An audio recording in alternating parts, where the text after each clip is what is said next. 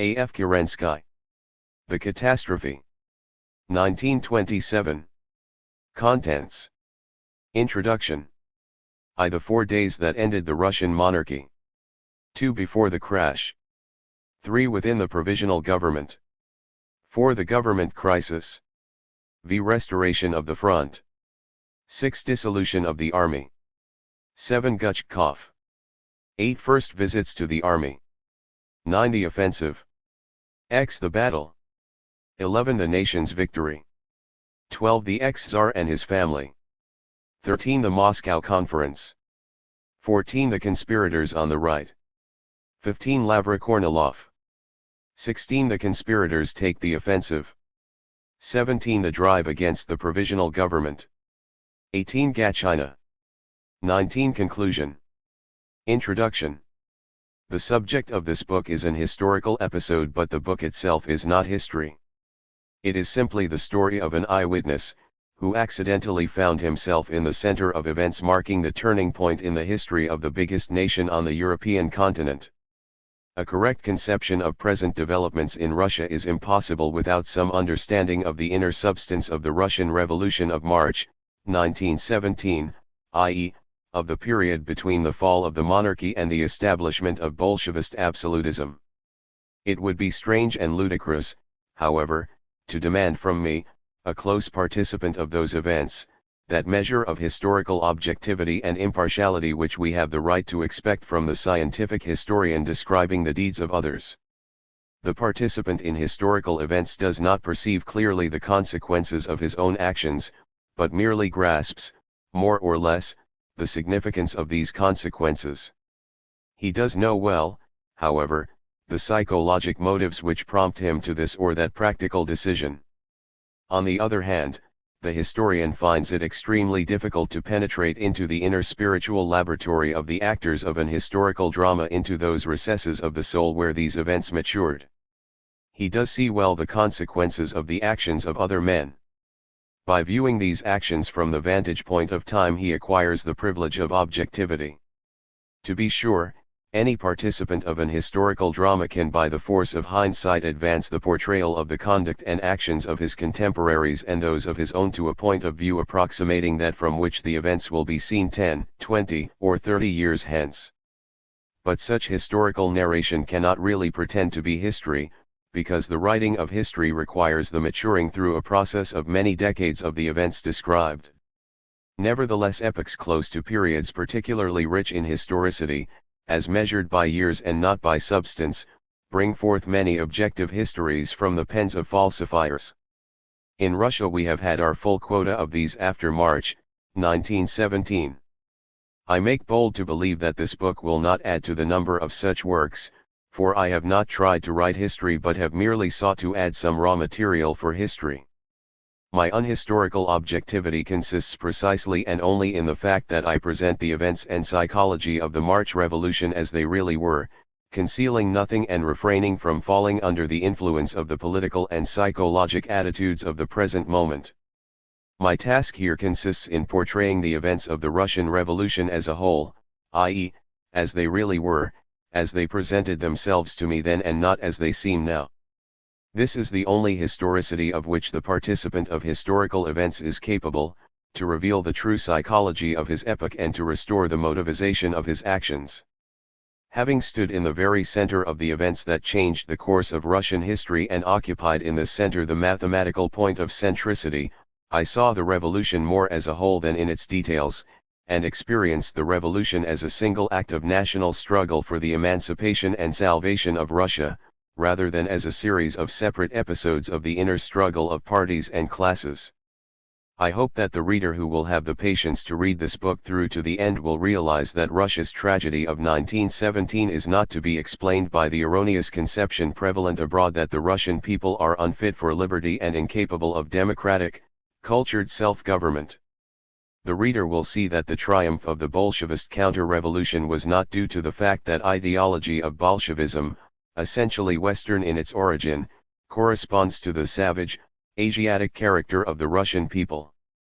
he will see that in the tragic moment of the struggle for the salvation of Russia from the double pressure of the Germans at the front and the Bolsheviki in the rear, there was in the social consciousness of Russia sufficient force of sacrificial patriotism, and that Russia alone was not responsible for coming out of the war a vanquished victor. In short, the reader will perceive how the entire process of the inner struggle in Russia, in 1917, against the consequences of the fall of the monarchy was inseparably bound with the continuing struggle at the front for the very existence of Russia as an independent nation. The French Revolution of 1789 came before the outbreak of the Revolutionary and Napoleonic Wars. In Germany, in 1918, the monarchy fell after the war. In Russia the revolution came in the midst of war, at its most acute and critical moment. Russia's guilt consisted in the fact that all the consequences psychologic, political and economic of war tension and exhaustion manifested themselves long before they appeared in the West.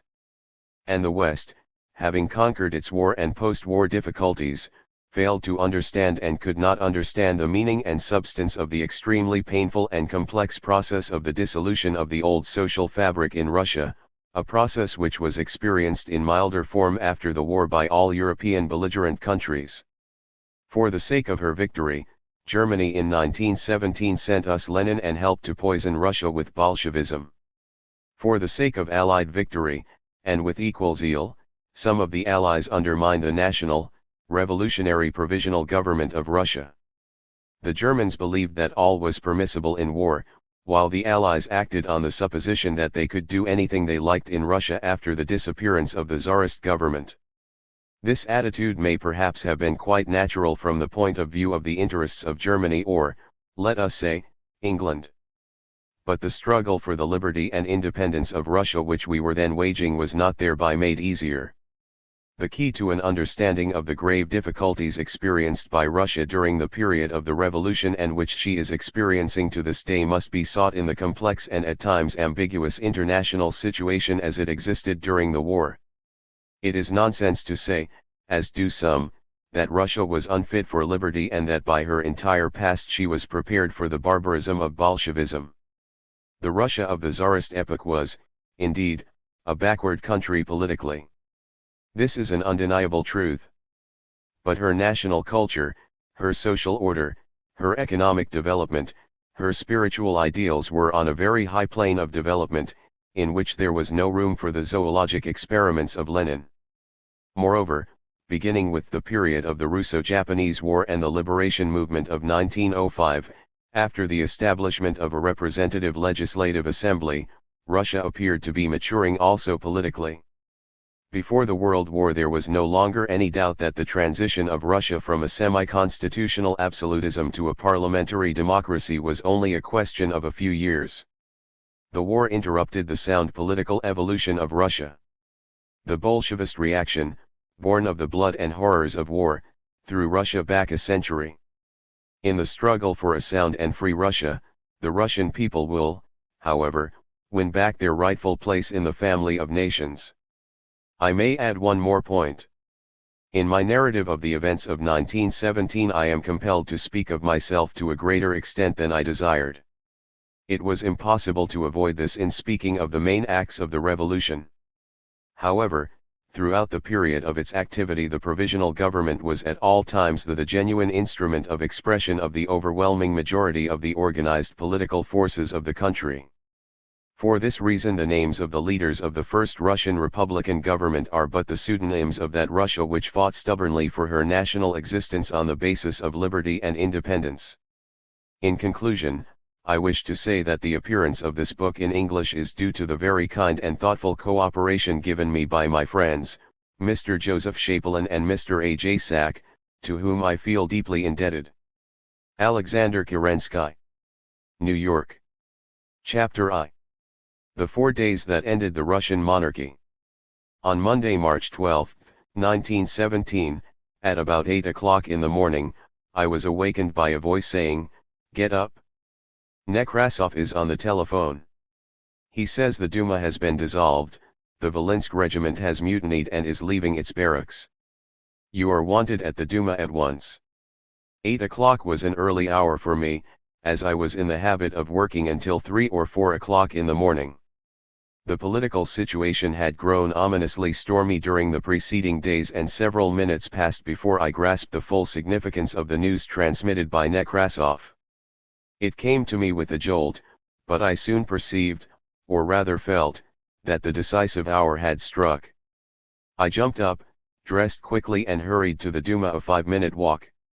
My first thought was to keep the Duma in session and to establish close contact between the Duma and the army and the people. I am not sure whether I asked my wife to telephone to Sokolov, a friend who lived near the barracks, or whether I sent a message by someone I met on my way to the Duma, but I did my best to get in touch with the Volynsk regiment, which had mutinied without any apparent plan or purpose. I tried to get the regiment and other insurgents who had flocked around it to assemble at the Duma. Later Milyukov told me that, passing the barracks at about 9 o'clock that morning, he had seen some of our political friends calling upon the Volynsk regiment as it was pouring out of the barracks to join us at the Duma. The stage had long been set for the final crash, but, as is usually the case in such events, no one expected it to come precisely on the morning of March 12. How could I, for instance, have guessed as I rushed out of my apartment in what a different position I would be when I returned to it? How could I have imagined that I would never return to my home again but for 2 or 3 hours? At about 8:30 I arrived at the small side entrance, the library entrance, of the Tauride Palace, seat of the Duma, and here I was swept up by the whirlwind in which I was to live for 8 months. From that moment on I lived in the center of those amazing events, so momentous and so terrible, in the very heart of the tempest which in the end was to cast me out, in exile, to a distant foreign shore. As I recall the events of that day, Russia standing at the parting of the ways, I feel again the tense anxiety which animated me then. As I approached the Duma, every step seemed to bring me closer to the quivering forces of newly awakened life, and when the aged doorkeeper, as usual, closed the door of the palace behind me, I felt this time as if he were barring behind me forever the way back to the old Russia, the Russia that had still existed the day before and even in the early morning of that glorious, awe-inspiring Monday. The door closed. I threw off my overcoat. There was no more day or night, morning or evening. Only by the ebb and flow of the crowds, by the coming and going of the human tides could we feel that night had come or the day returned. For 5 days we hardly ate anything, and none of us slept at all. But we did not feel the need of food or sleep. We had suddenly become endowed with extraordinary mental clarity. We were able to grasp and understand everything in a flash. Nothing escaped our minds and nothing seemed to interfere with anything else in the adjustment and readjustment of our perceptions and ideas. Afterwards, looking back at these events from a distance, one could scarcely believe that all this chaos of happenings had been crowded into 4 days, and it was difficult to understand how our group in the Duma, without sleep or food, could have dealt with such a kaleidoscopic complexity of affairs. It was an extraordinary time, an inspired time, a time of bold daring and great suffering. It was a time unique in the pages of history. All the small daily preoccupations of private life and all party interests vanished from our consciousness. One common devotion and anxiety united us. We had one common inspiration: Russia. Russia in peril, struggling through blood and chaos, Russia betrayed by the old regime, Russia a prey to the blind, raging, hungry mob. Between these two gulfs, on the one hand the decaying, tottering government and, on the other, the anarchic sweep of the people in revolt, a new light appeared. Russia became conscious of a new purpose, a new will. Inside the old walls of the Tauride Palace this devotion to the state and the nation burst forth in clear form, expressed in a tremendous effort and determination to save the country from anarchy and to shape the life of the people along new lines of law, freedom, and social justice. Representatives of nearly all classes rallied around the Duma in those first days of the revolution. In those first days of the revolution the Duma became the symbol of the state and the nation. By a determined, united effort a new authority and the rudiments of a new national structure were set up. I saw new forms of government shaped by men who the day before would have turned in horror from what they did that day with their own hands.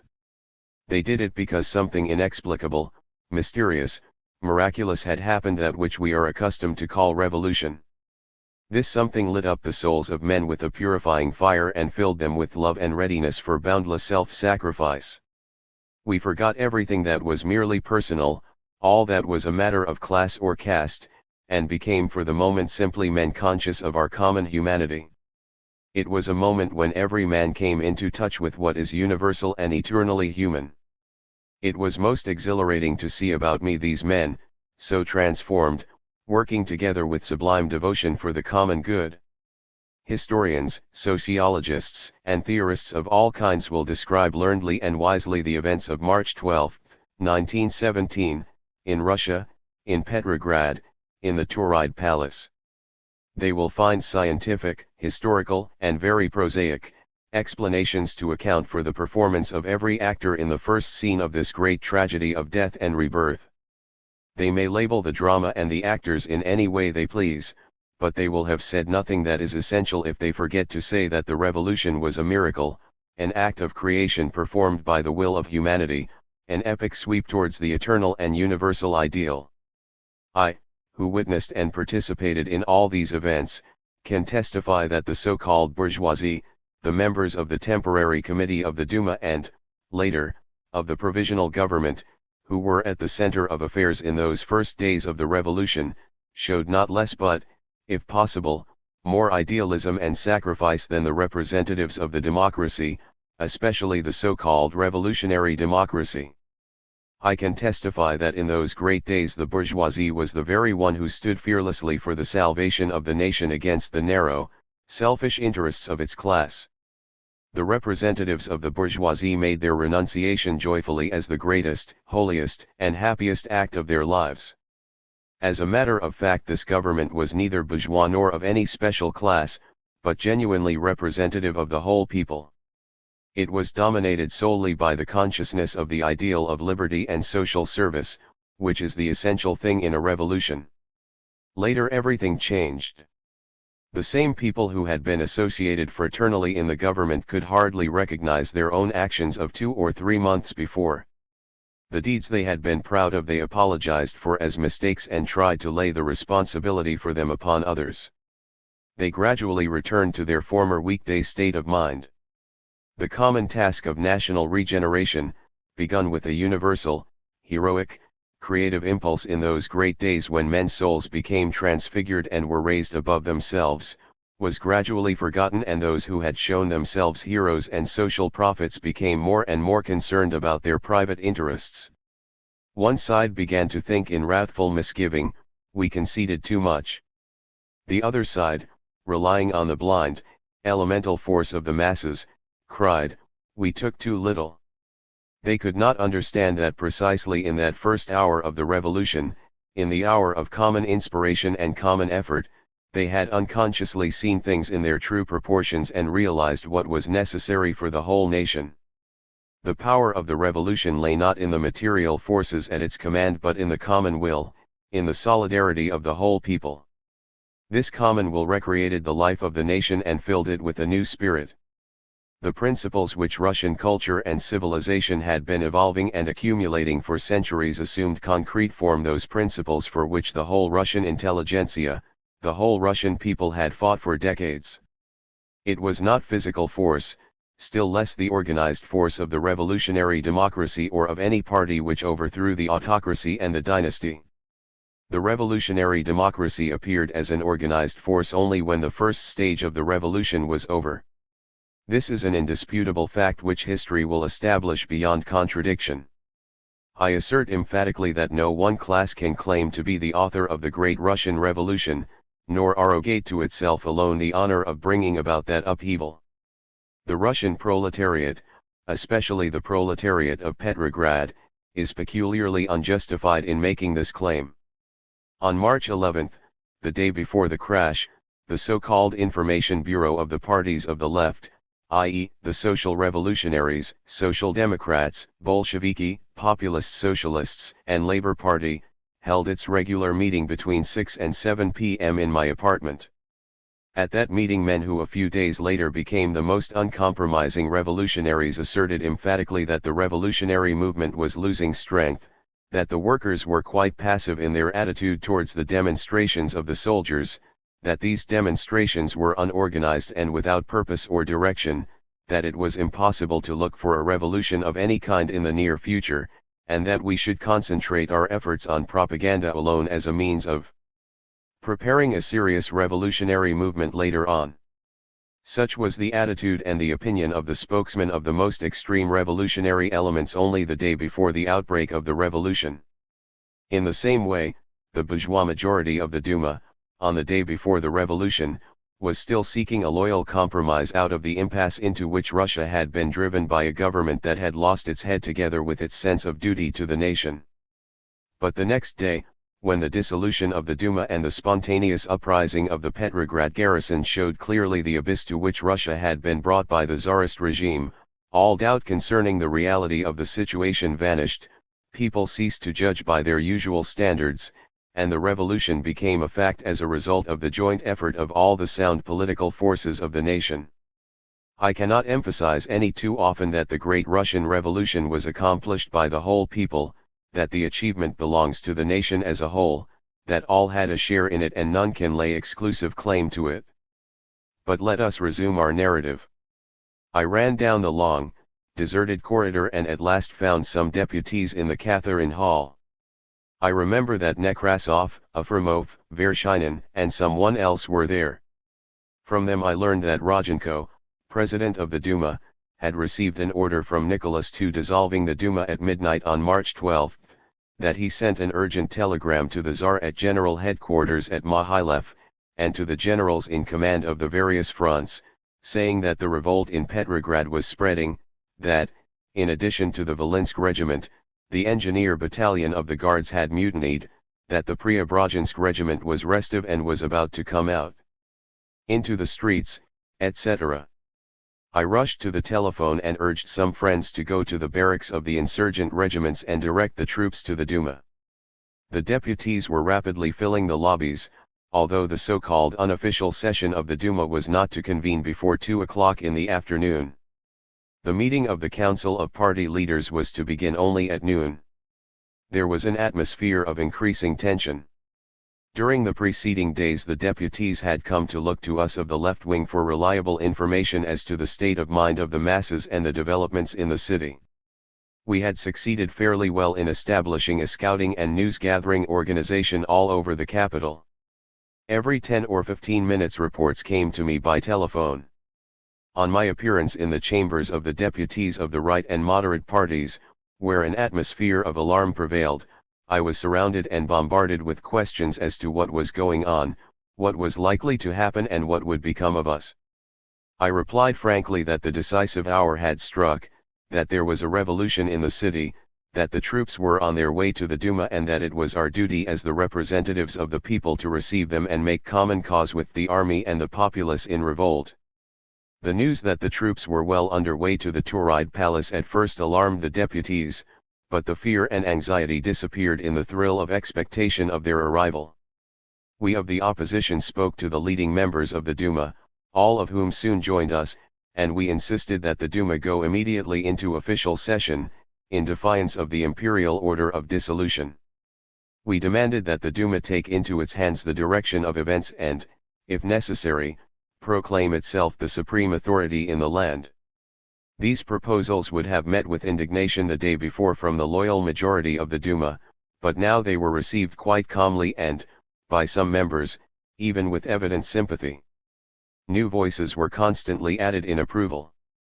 Meanwhile developments in the city were gathering explosive momentum. One regiment after another had come out into the streets without the officers.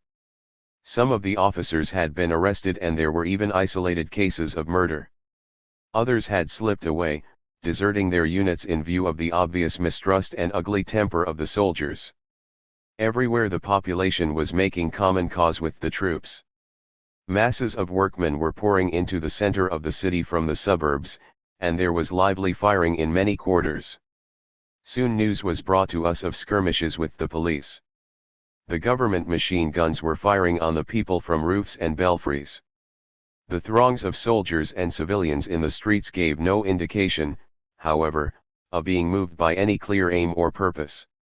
Animated by revolutionary indignation and dazed by the dramatic spectacle of which they were such a conspicuous part, the multitudes had to be given an aim and a point of concentration. It was difficult to see as yet what would become of the movement. It was quite clear, on the other hand, that the government intended to take advantage of the growing chaos and anarchy for its own dark purposes. Of this there could no longer be any doubt. The hunger riots of the preceding days, the military disintegration, the alleged need of dissolving the disloyal Duma, all this was obviously intended by the government to serve as proof that the position of the country and of the government was desperate and that it had become impossible to continue the war. This was the path along which the government was moving, and this was clearly its aim, a separate peace. The dissolution of the Duma coming as the autocracy's reply to the numerous attempts of the majority to find a loyal way out of the crisis was so striking and eloquent a move that the loyalists no longer had a single plank to stand upon. They were prepared for a dramatic change and only needed to be encouraged. With each passing moment the deputies were becoming increasingly aware of the fact that the Duma was the only center of authority commanding respect, and that it was essential to take a final, decisive, irrevocable step. The anxiety and alarm concerning the populace gradually subsided, and the deputies began to go more frequently to the windows of the palace, scanning the empty streets which now seemed to have taken on an air of portentous mystery. Would the troops come to the Duma? Would there be an outlet to the growing tension which was rapidly becoming intolerable? Where are your troops? Are they coming? Many of the deputies asked me in a tone of anger and irritation. My troops. It had seemed in the last few days as if everyone in the Duma had begun to look to me and to my closest associates as the center upon which the whole course of events depended. Soon the atmosphere within the Tauride palace began to change, as inside the Duma the relative strength and disposition of the various parties had changed by the pressure of events outside. Realizing this, the deputies of the right and moderate parties began to approach the future leaders, men whom they had hardly deigned to notice the day before. My troops. Most of the deputies called them mine. Perhaps it was because I had unbounded confidence that the troops would come. I was waiting to lead them into the Duma, and by doing so to bring about the union of the mutinous soldiers and the representatives of the people, in which alone lay salvation. I kept on telephoning, running to the windows, sending messengers into the street to see whether the troops were coming. Still they did not come. Time was passing with terrible speed. The council of party leaders met long before the appointed hour to consider the situation and to work out a plan of action to be submitted for approval to the unofficial meeting of the Duma. Those of us who met in the council laid aside all differences of party, class, and age. We were dominated by one thing only, the realization that Russia was on the brink of ruin and that we must do our best to save her. Rodchenko, very excited, opened the meeting and informed us of the steps he had taken within the last 48 hours. He read the telegrams he had sent to the Tsar the day before and told us of his telephonic conversation with the Tsar's ministers. What was to be done? How were we to determine what was really happening outside the Duma walls, and what should be our attitude towards these events? The Duma majority had a great deal to forget before it could range itself on the side of the revolution, embark upon an open conflict with the Tsarist power, and raise its hand against the traditional authority. We, representatives of the opposition, Nekrasov, Afremov, Chij, and I, now officially proposed what might be termed the revolutionary course. We demanded that the Duma go immediately into official session, taking no notice whatever of the order of dissolution. Some wavered. The majority and Rodchenko did not agree with us. Argument, persuasion and passionate appeals were in vain. The majority still believed too much in the past. The crimes and follies of the government had not yet succeeded in rooting this faith out of their souls. The council rejected our proposal, deciding that the Duma convene in unofficial session. Politically and psychologically this meant that there was to be a private meeting of a group of private individuals, many of them men of great influence and authority, but still only private individuals. The meeting was not one of a state institution and it had no formal authority for which it could claim general recognition. This refusal to continue in session formally was perhaps the greatest mistake of the Duma. It meant committing suicide at the very moment when its authority was supreme in the country, and it might have played a decisive and fruitful part had it acted officially. This refusal revealed the characteristic weakness of a Duma composed in its majority of the representatives of the upper classes, and which inevitably gave a distorted reflection of the country's opinions and state of mind. And so the Imperial Duma, born as a result of Stolypin's counter-revolutionary coup d'état of 1907, which destroyed the more democratic electoral law of 1905, wrote its own death warrant at the moment of the revolutionary renaissance of the people. The majority deliberately put the Duma on a level with other self-appointed organizations, like the Council of Workmen's and Soldiers' Deputies, which was just then making its appearance. Later there were efforts to revive the Duma as an official institution, but these came too late. The Duma died on the morning of March 12, the day when its strength and influence were at the highest. Next day, March 13, there were already two centers of authority, both of which owed their existence to the revolution: the Duma in unofficial session, with its temporary committee, named as a provisional body to direct events, and the Council or Soviet of Workmen's and Soldiers' Deputies, with its executive committee.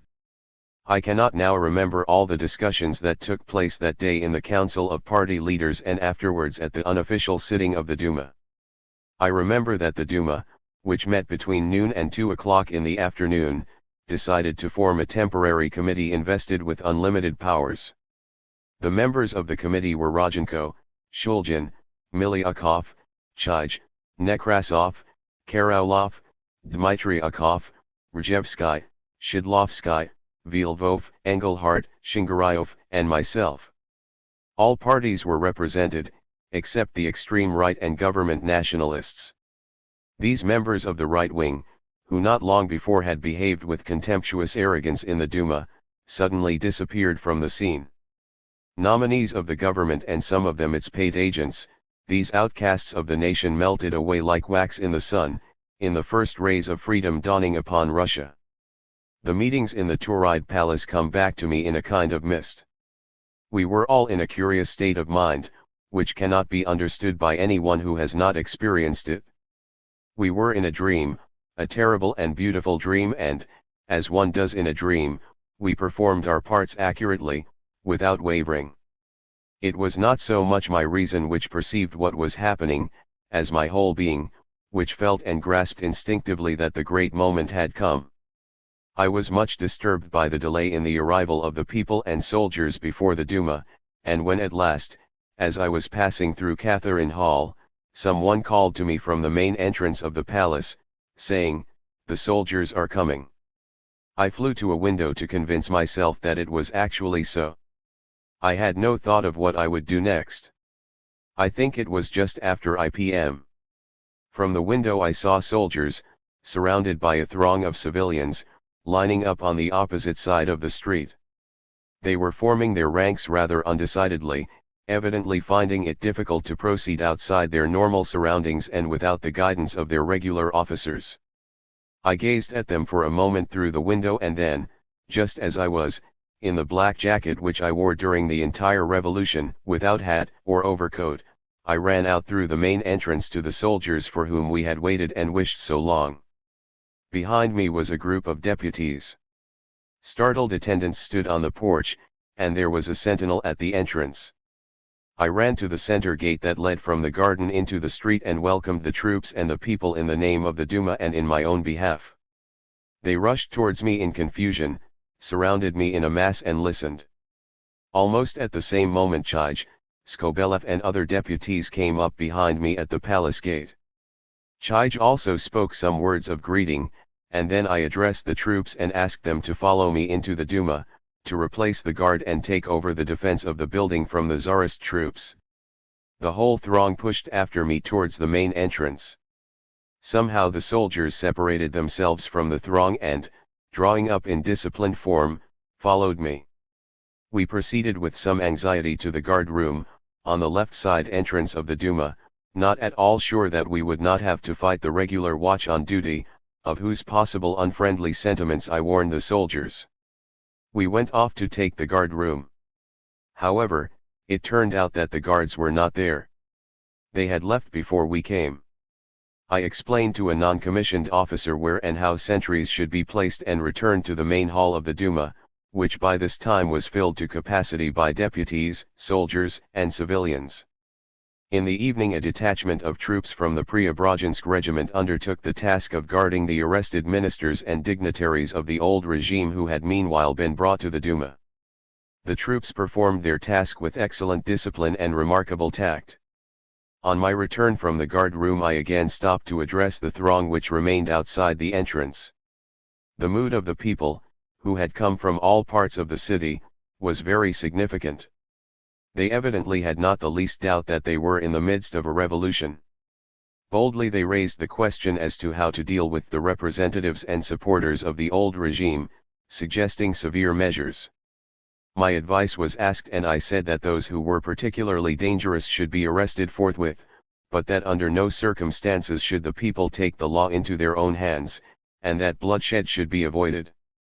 They asked who should be arrested and I named first Skiglovatov, former Minister of Justice and President of the Imperial Council. I ordered Skiglovatov brought directly to me.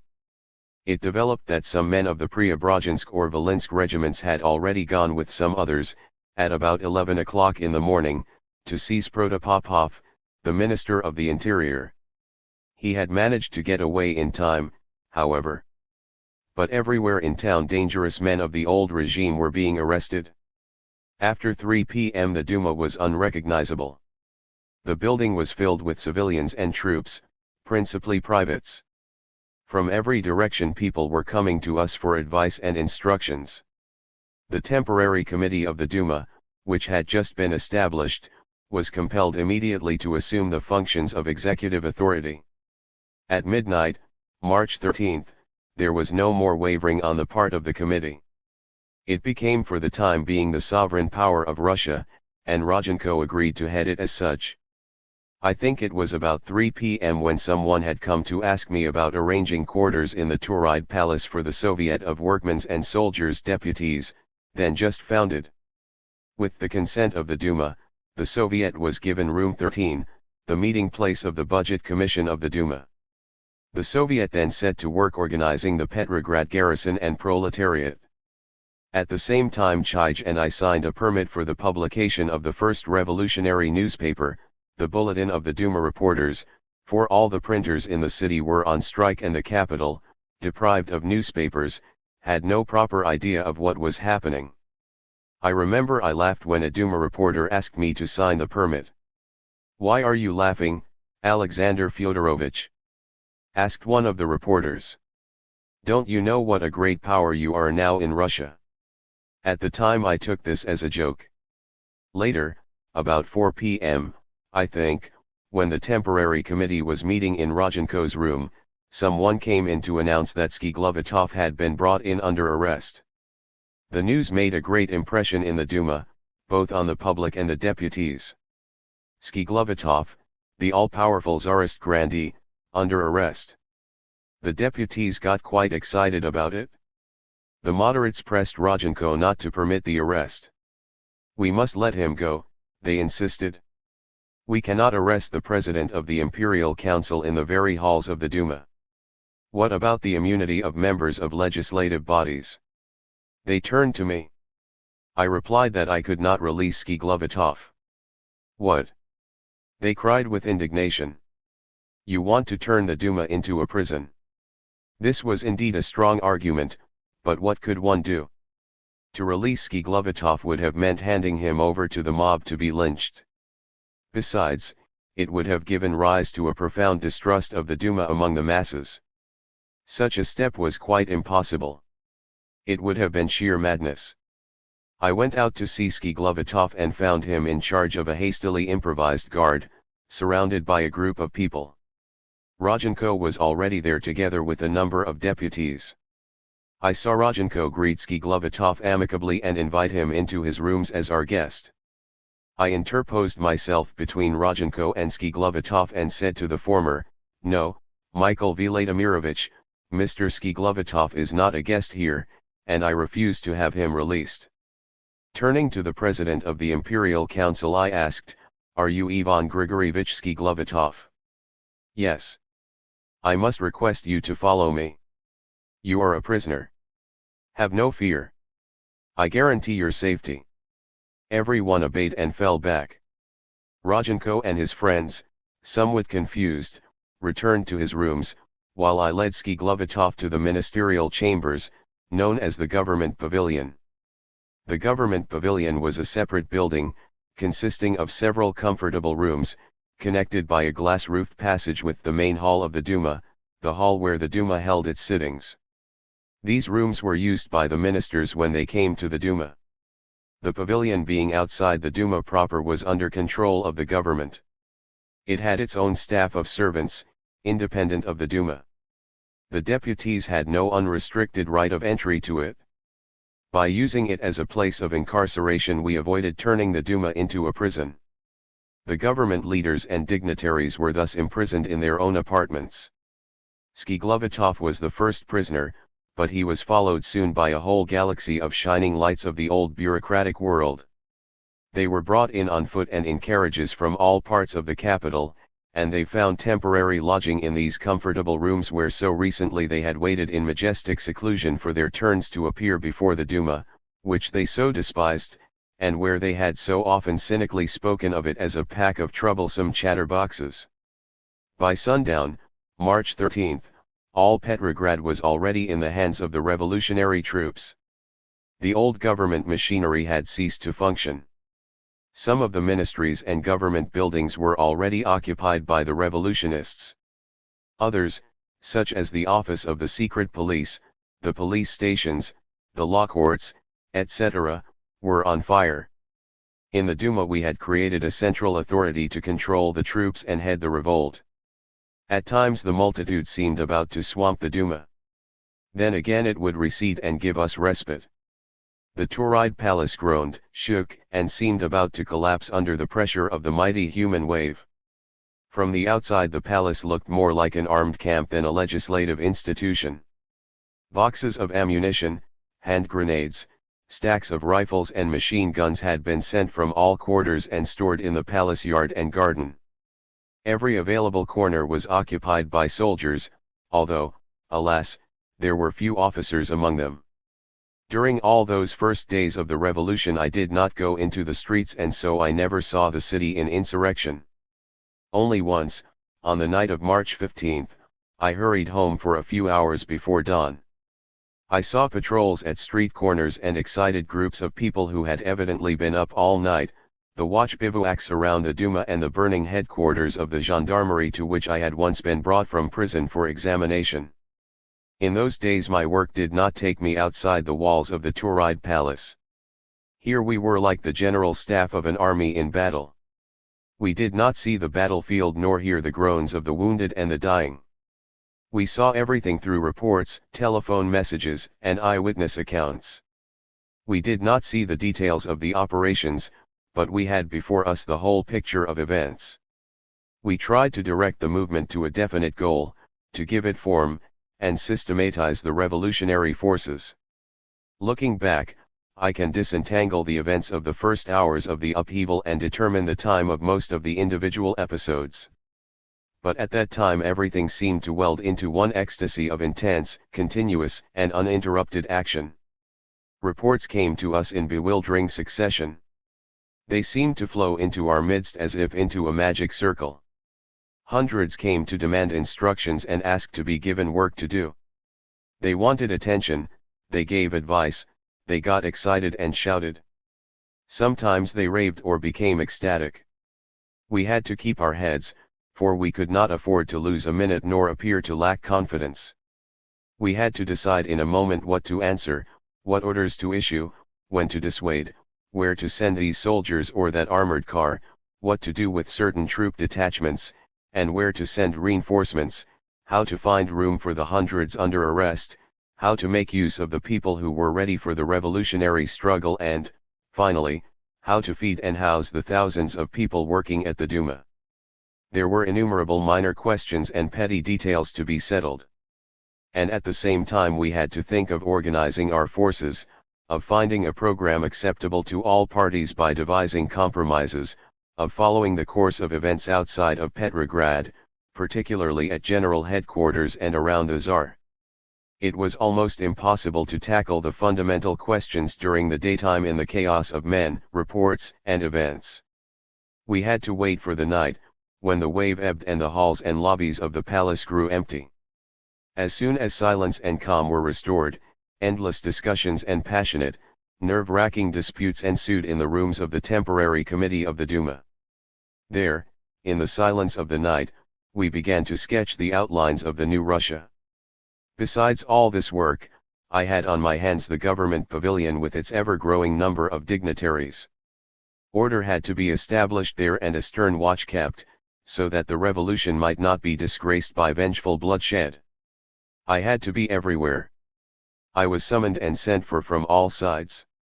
As in a trance, regardless of day or night, now pushing through a wall of human beings, now passing through the silent twilight of the empty corridors, I rushed about the Duma. Sometimes I almost lost consciousness for 15 or 20 minutes, until a glass of brandy was forced down my throat and I was made to drink a cup of black coffee. Sometimes one of my intimate friends would catch me on the run, or seize me in the midst of a conversation, and make me swallow something hastily. Everyone who was at the center of these great events had much the same experience. I shall never forget the atmosphere in the Tauride Palace in those tense, critical days. Everyone was animated by the spirit of unity, fraternity, mutual confidence, and self-sacrifice, welding all of us into a single fighting body.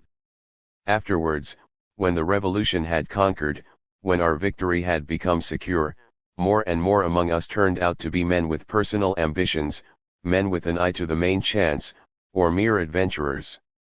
But during those first 2 days and the first night all of us at the Duma were running grave risks. If it took courage and determination to run to the Duma through the rifle and machine gun fire in the streets, much strength of mind was needed by those men who had spent their lives in the customs and traditions of old Russia to turn wholeheartedly to the revolution. It must have cost them a great deal to break with their whole past and stand out against everything for which they had lived the day before and without which they thought the country could not endure.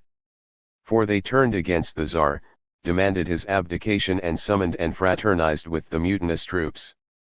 This was very painful for them, and I saw clearly the profound suffering and genuine tears of those men who were burning all that they had worshipped, for the sake of the salvation of Russia. I think it would be well for men of different views to do each other justice, and I feel obliged to say that men like Gutchkov, Shulgin, and Rodchenko showed the courage of true patriots and a genuine revolutionary spirit in those critical days. They really fought for the revolution, and they probably felt things more intensely, suffered more anxiety for Russia and viewed with more pain the terrible situation that preceded the revolution than many of the revolutionary proletariat who afterwards arrogated to themselves all the honor of and responsibility for the revolution. These men felt more profoundly and suffered more because during the period preceding the revolution they had known more about the affairs of state and what was going on in the army, at court, and in the ministries, and had seen what others only surmised, the abyss opening before the country. I have no hesitation in repeating that they felt these things more profoundly than the men who afterwards claimed to have brought about the revolution. As a matter of fact, the Petrograd Council of Workmen's and Soldiers' Deputies was not yet completely organized at this time, and while the Duma was acting as a national center for all Russia, the proletariat was only just beginning to form its organizations. The temporary committee of the Duma communicated with the Tsar and the army, gave orders to the railways, sent out that first telegram about the events in Petrograd, which, like an electric current, united all Russia with the revolutionary capital. The temporary committee of the Duma did all this without any special pressure from the revolutionary democracy. It set the revolution going simply because the time was ripe for it. We must remember, too, that information about the Duma proceedings constituted the first news of the revolution that reached the army at the front, and that the success of the upheaval was due, to a very large extent, to the fact that the whole army in the field, with nearly all its officers, at once recognized and welcomed the revolution. The men who were on the fighting line, with the possible exception of the Baltic Fleet, realized more clearly than anyone else that Russia stood on the brink of a catastrophe, and it was with them that the authority of the Duma stood highest. Those leaders of the Soviet who had suddenly risen to their positions simply because they had taken part in the revolution of 1905 perceived the dominating role of the Duma so clearly that they immediately decided that this 1917 revolution was a bourgeois movement. They declared dogmatically that, according to all the rules of scientific socialism, the revolutionary democracy must not enter this bourgeois government. These would-be leaders were far from knowing the real state of affairs. Not only did they take it for granted that the bourgeois government would have monarchist tendencies, but they thought it was strong enough to put them into practice and, therefore, hastened to take what measures they could to prevent this. So, the leading members of the First Executive Committee of the Soviet quite seriously introduced the following amazing clause into the manifesto which they outlined for the new government. The government binds itself to abstain from all acts defining in advance the form of the future Russian government.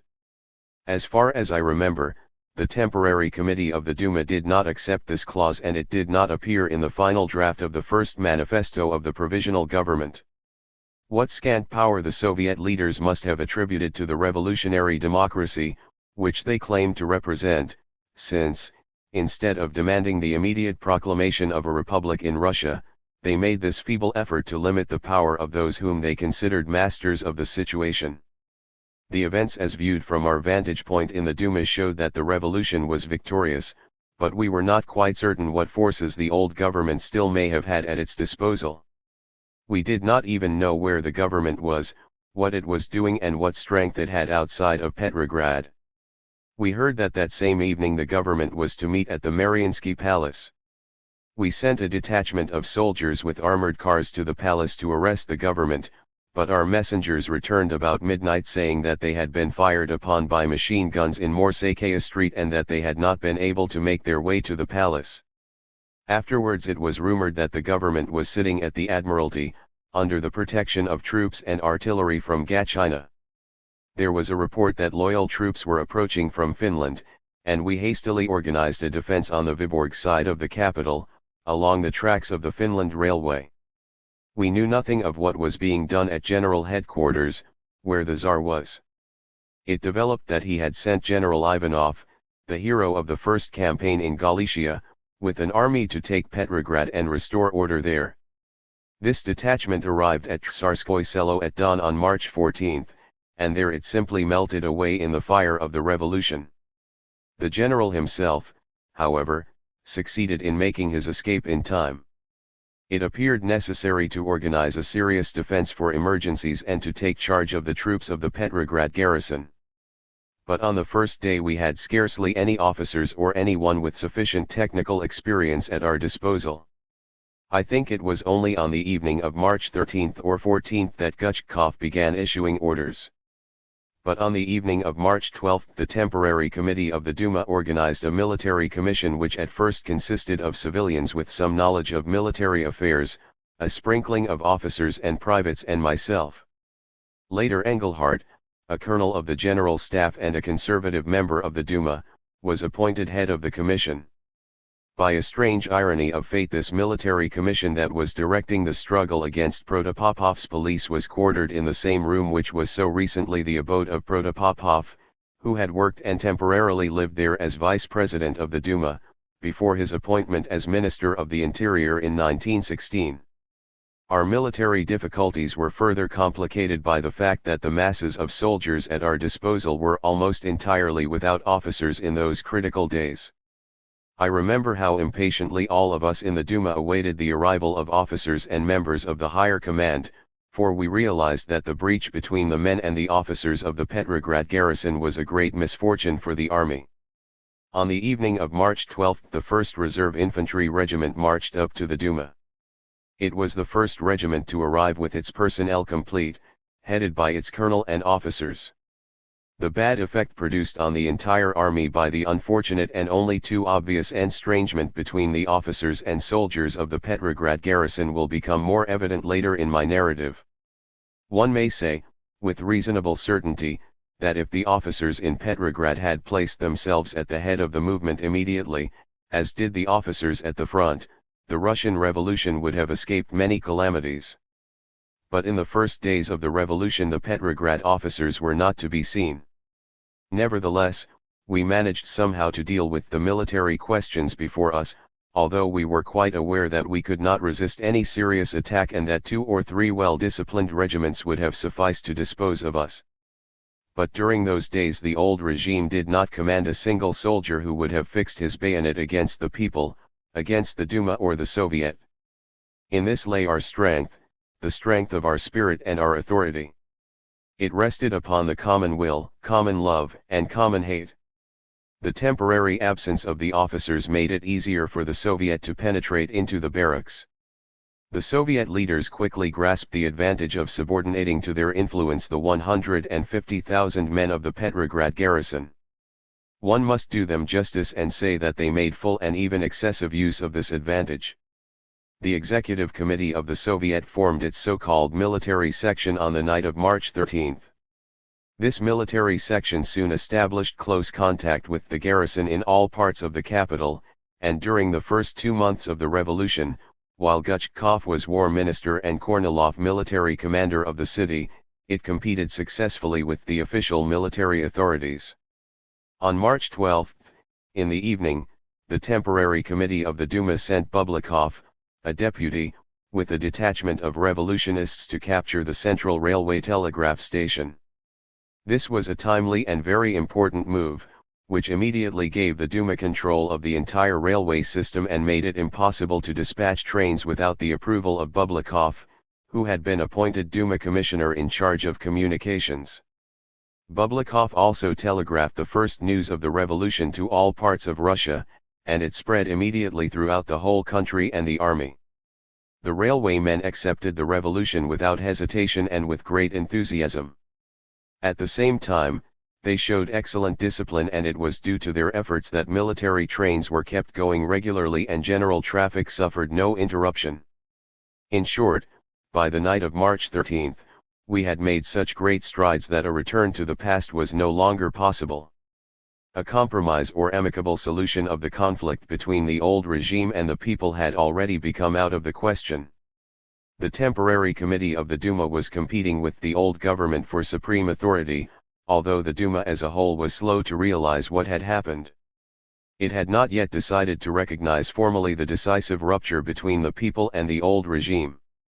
There were lingering hopes that the old government would finally realize the situation and call to power men who had the confidence of the people, etc.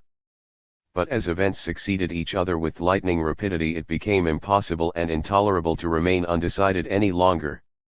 All that night we argued and disputed in the room of the president of the Duma, and every piece of news, every fresh rumor was greedily seized upon. In the formation of the Soviet we perceived a most important development. In a short time another body might proclaim itself the supreme authority of the revolution. The man who wavered longest was Rodchenko. We all tried to convince him, and at last he asked us to give him time to think it over. It was just before midnight. After some deliberation Rodchenko returned to the temporary committee and declared that he was willing to remain president of the committee provided it assumed the functions of a provisional government until the formation of a new government. So that when the clock struck midnight on March 13 Russia already possessed the embryo of a new national state. It was a representative body, though chosen from a Duma elected mainly by the upper classes, and it based its authority on the will of the people, as far as this had been expressed through the limited electorate of the Duma. The Fourth Duma laid the foundations of the new power in Russia. This is an undeniable, historical fact and shows the strength of the mere idea of representative government. Of course it would have been 100 times better for the Duma, and especially for the country, had the new national authority been born on the preceding afternoon at a solemn, official session of the Duma. But unfortunately most of the deputies had not, and could not have been expected to have, sufficient revolutionary audacity to take control of the march of events at once, and by strong and deliberate action create a single all-Russian center for the popular movement. On the night of March 13, after Rodchenko had given his affirmative answer, we drew up a proclamation to the people announcing the formation of the new provisional authority. We also delegated certain deputies as commissars of the Duma, to take charge of all the ministries and central government offices. The same evening the first session of the Soviet was held in room 13. Of course, the representatives of the workmen and soldiers had been chosen more or less casually, as it was quite impossible to organize a regular election in a few hours. The Soviet elected a temporary executive committee, of which Chij was president, Skobelev and I were chosen vice presidents. I heard of my election by chance, for I did not attend this meeting of the Soviet and I do not remember even looking in at the meeting for a moment. In fact, even after my election I rarely attended the Soviet meetings or those of its executive committee. From the first days of the revolution my relations with the Soviet leaders were strained. They could not abide me, as I was compelled to fight continually against the academic, dogmatic socialism of the Soviet, which from the very beginning tried to thwart the normal development and sound forces of the revolution. I speak here of the Executive Committee of the Soviet as it was constituted during the first weeks of the revolution. Later, the personnel and conduct of the Executive Committee changed considerably for the better. But I will deal with the Soviet later. For the present I simply record the definite creation of this second center of the revolution, which was soon to swallow up the first.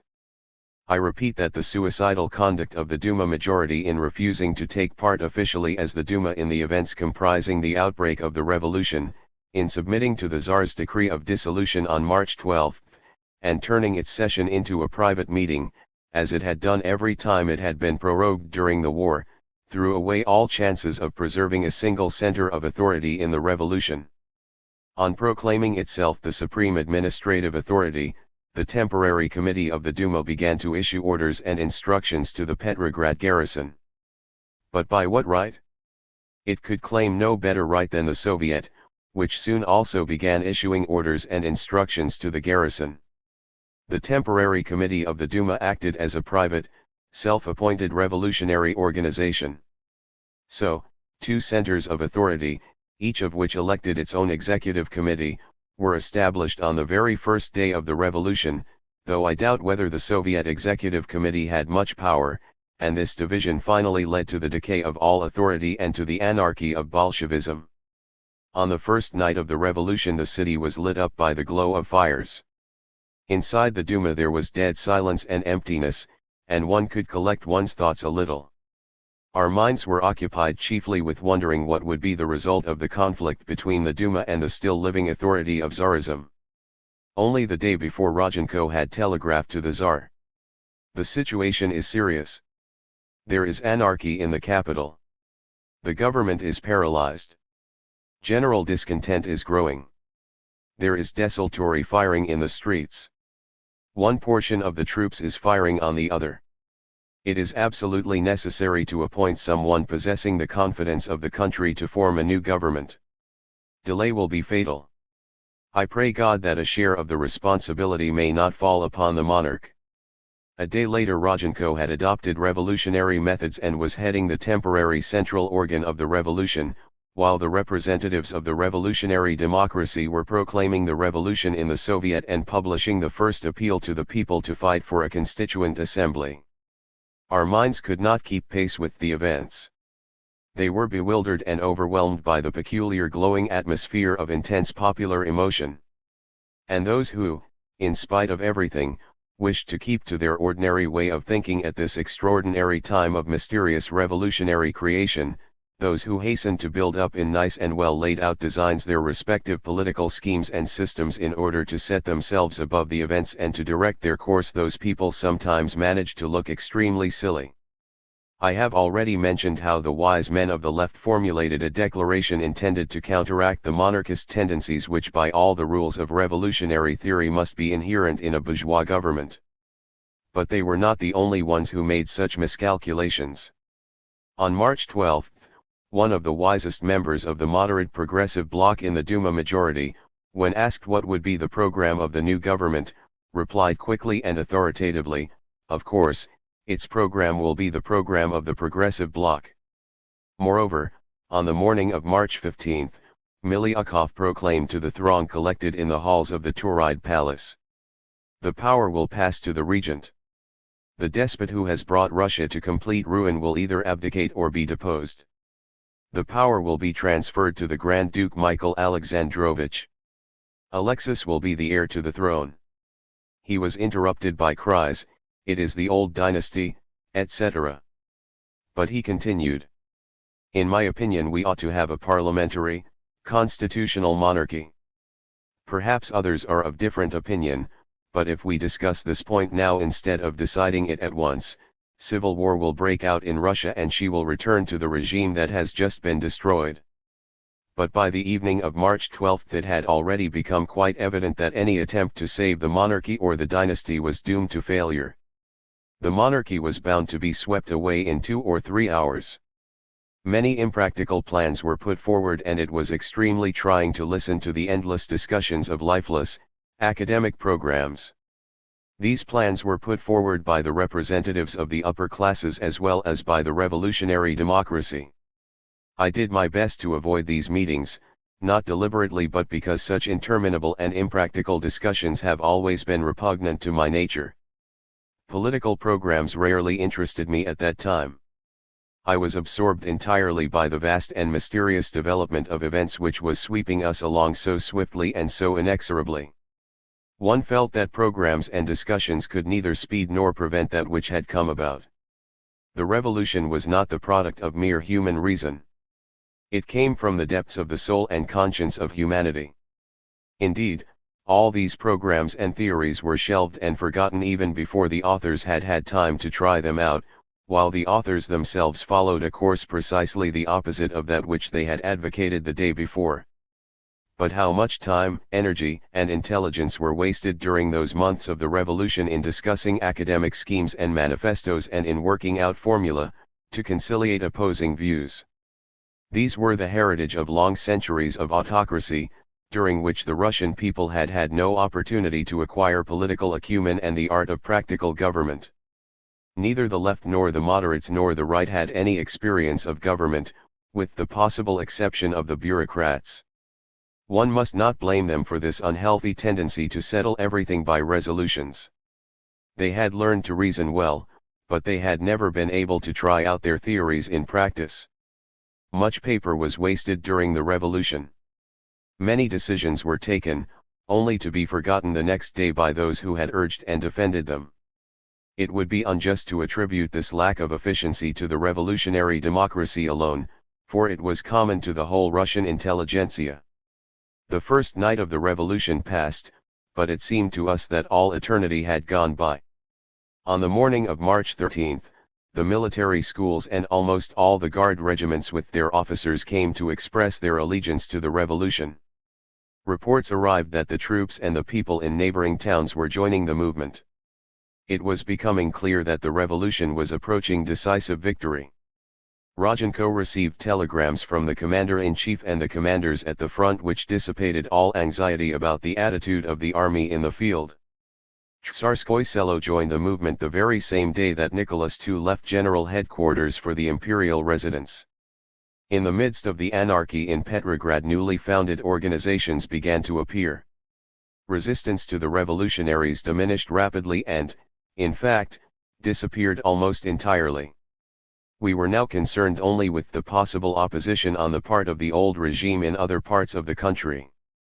The events at Tsarskoye Selo, however, had foredoomed all such efforts to failure. We heard that General Ivanov had begun his advance on Petrograd. For what object? With what forces? What relation had this enterprise to the departure of the Emperor from general headquarters? We did not know as yet. But such questions troubled us only at night, for all day long we lived in happy, feverish activity. We had to meet and welcome the various sections of the garrison as they arrived. As a rule the procedure was as follows.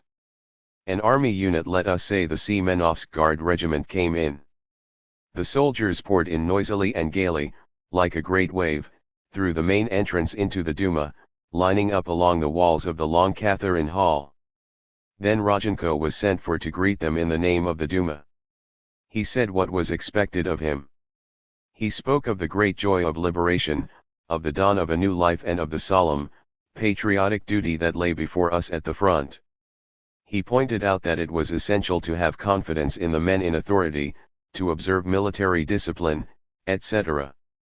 His last words were usually drowned in thunderous cheers. Then someone from the regiment, usually the officer in command, would reply. And there were more cheers and joyful shouting. Then the regiment would want to hear other speakers. Usually the soldiers asked for Miliakov, Chij, or me. It was a great happiness to make these first speeches of freedom to a free people, to speak freely and openly for the first time to the army. I remember particularly one incident. The Mikhailovsk Artillery School and several army units were in Catherine Hall, while all the adjacent rooms and passages were thronged with soldiers and people. They called for me and lifted me on their shoulders in the center of the hall. I saw a sea of heads, of gleaming, enthusiastic faces. I felt as if we all had one emotion, one heart, one will. I felt that this throng was capable of great self-sacrifice, of great devotion. I tried to express this in my speech. I spoke of the free man that was born in every one of us in this hour of the new, free Russia, of the great deeds that lay before us and of the call that had come to every one of us to serve our country in complete sacrifice and without reserve. I said that a double service was required of them, that they must carry on both the war and the revolution, that this was a difficult task, calling for all the energies of every man and of the entire nation. I spoke of the generations of heroic revolutionists who had died unflinchingly for the liberty of future generations. I pointed out that representatives of all classes had perished for this cause and that all classes must now trust each other. Again I called for generous, heroic sacrifices in the name of our motherland that was reborn. Thousands of hands were raised and all swore to serve their country and the revolution to the very end. It was indeed a new life that sprang up within the walls of the Duma. New fires of hope and aspiration were kindled and the masses were drawn together by mysterious bonds. We have lived through many beautiful and terrible events since then, but I can still reel the great soul of the people as I did in those days. I can feel this terrific force which may be led to perform great deeds or incited to horrible crimes. As a flower turns to the sun, so the newly awakened soul of the people longed for light and truth. The people followed us when we tried to raise them above material things to the light of high ideals. I hold, as I did then, what now seems to many an absurd faith. I believe in the spirit of the people, whose wholesome, creative forces will come out victorious in the end, vanquishing the deadly poison that has been poured into them during these long years, not, alas, by the Bolsheviki alone. There have been so many poisoners. The Bolsheviki are only more logical, more persistent, more daring, and more shameless than the rest.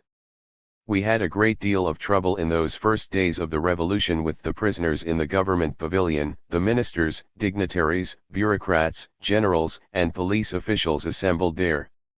Certain episodes come back to me. I recall the arrival of Gormikin, a small and very old man, who had twice been premier. It was morning. Someone stopped me and told me of Gormikin's arrest. I went to Rodchenko's room, to which he had been taken. In a corner sat a very old gentleman, with exceedingly long whiskers. He wore a fur coat and looked like a gnome. Deputies, priests, peasants, officials stood around him. They could not take their eyes off the famous Gormikin with his chain of the Order of St. Andrew the Apostle. The old man had found time when he got up to put it around his neck, over his old morning waistcoat. Gormikin's arrest made perhaps even more impression on the deputies than Skiglovatov's the day before. The moderates were alarmed, wondering whether it would not be better to release him. They were all interested to know how I would deal with this man who held the very high title of Privy Councillor of the first class. I put to him the customary question, "Are you Ivan Loganovich Gormikin?" "Yes," he answered. "In the name of the revolutionary people I declare you under arrest," I said, and turning to those about me, I added, "Please call the guard." 2 soldiers appeared.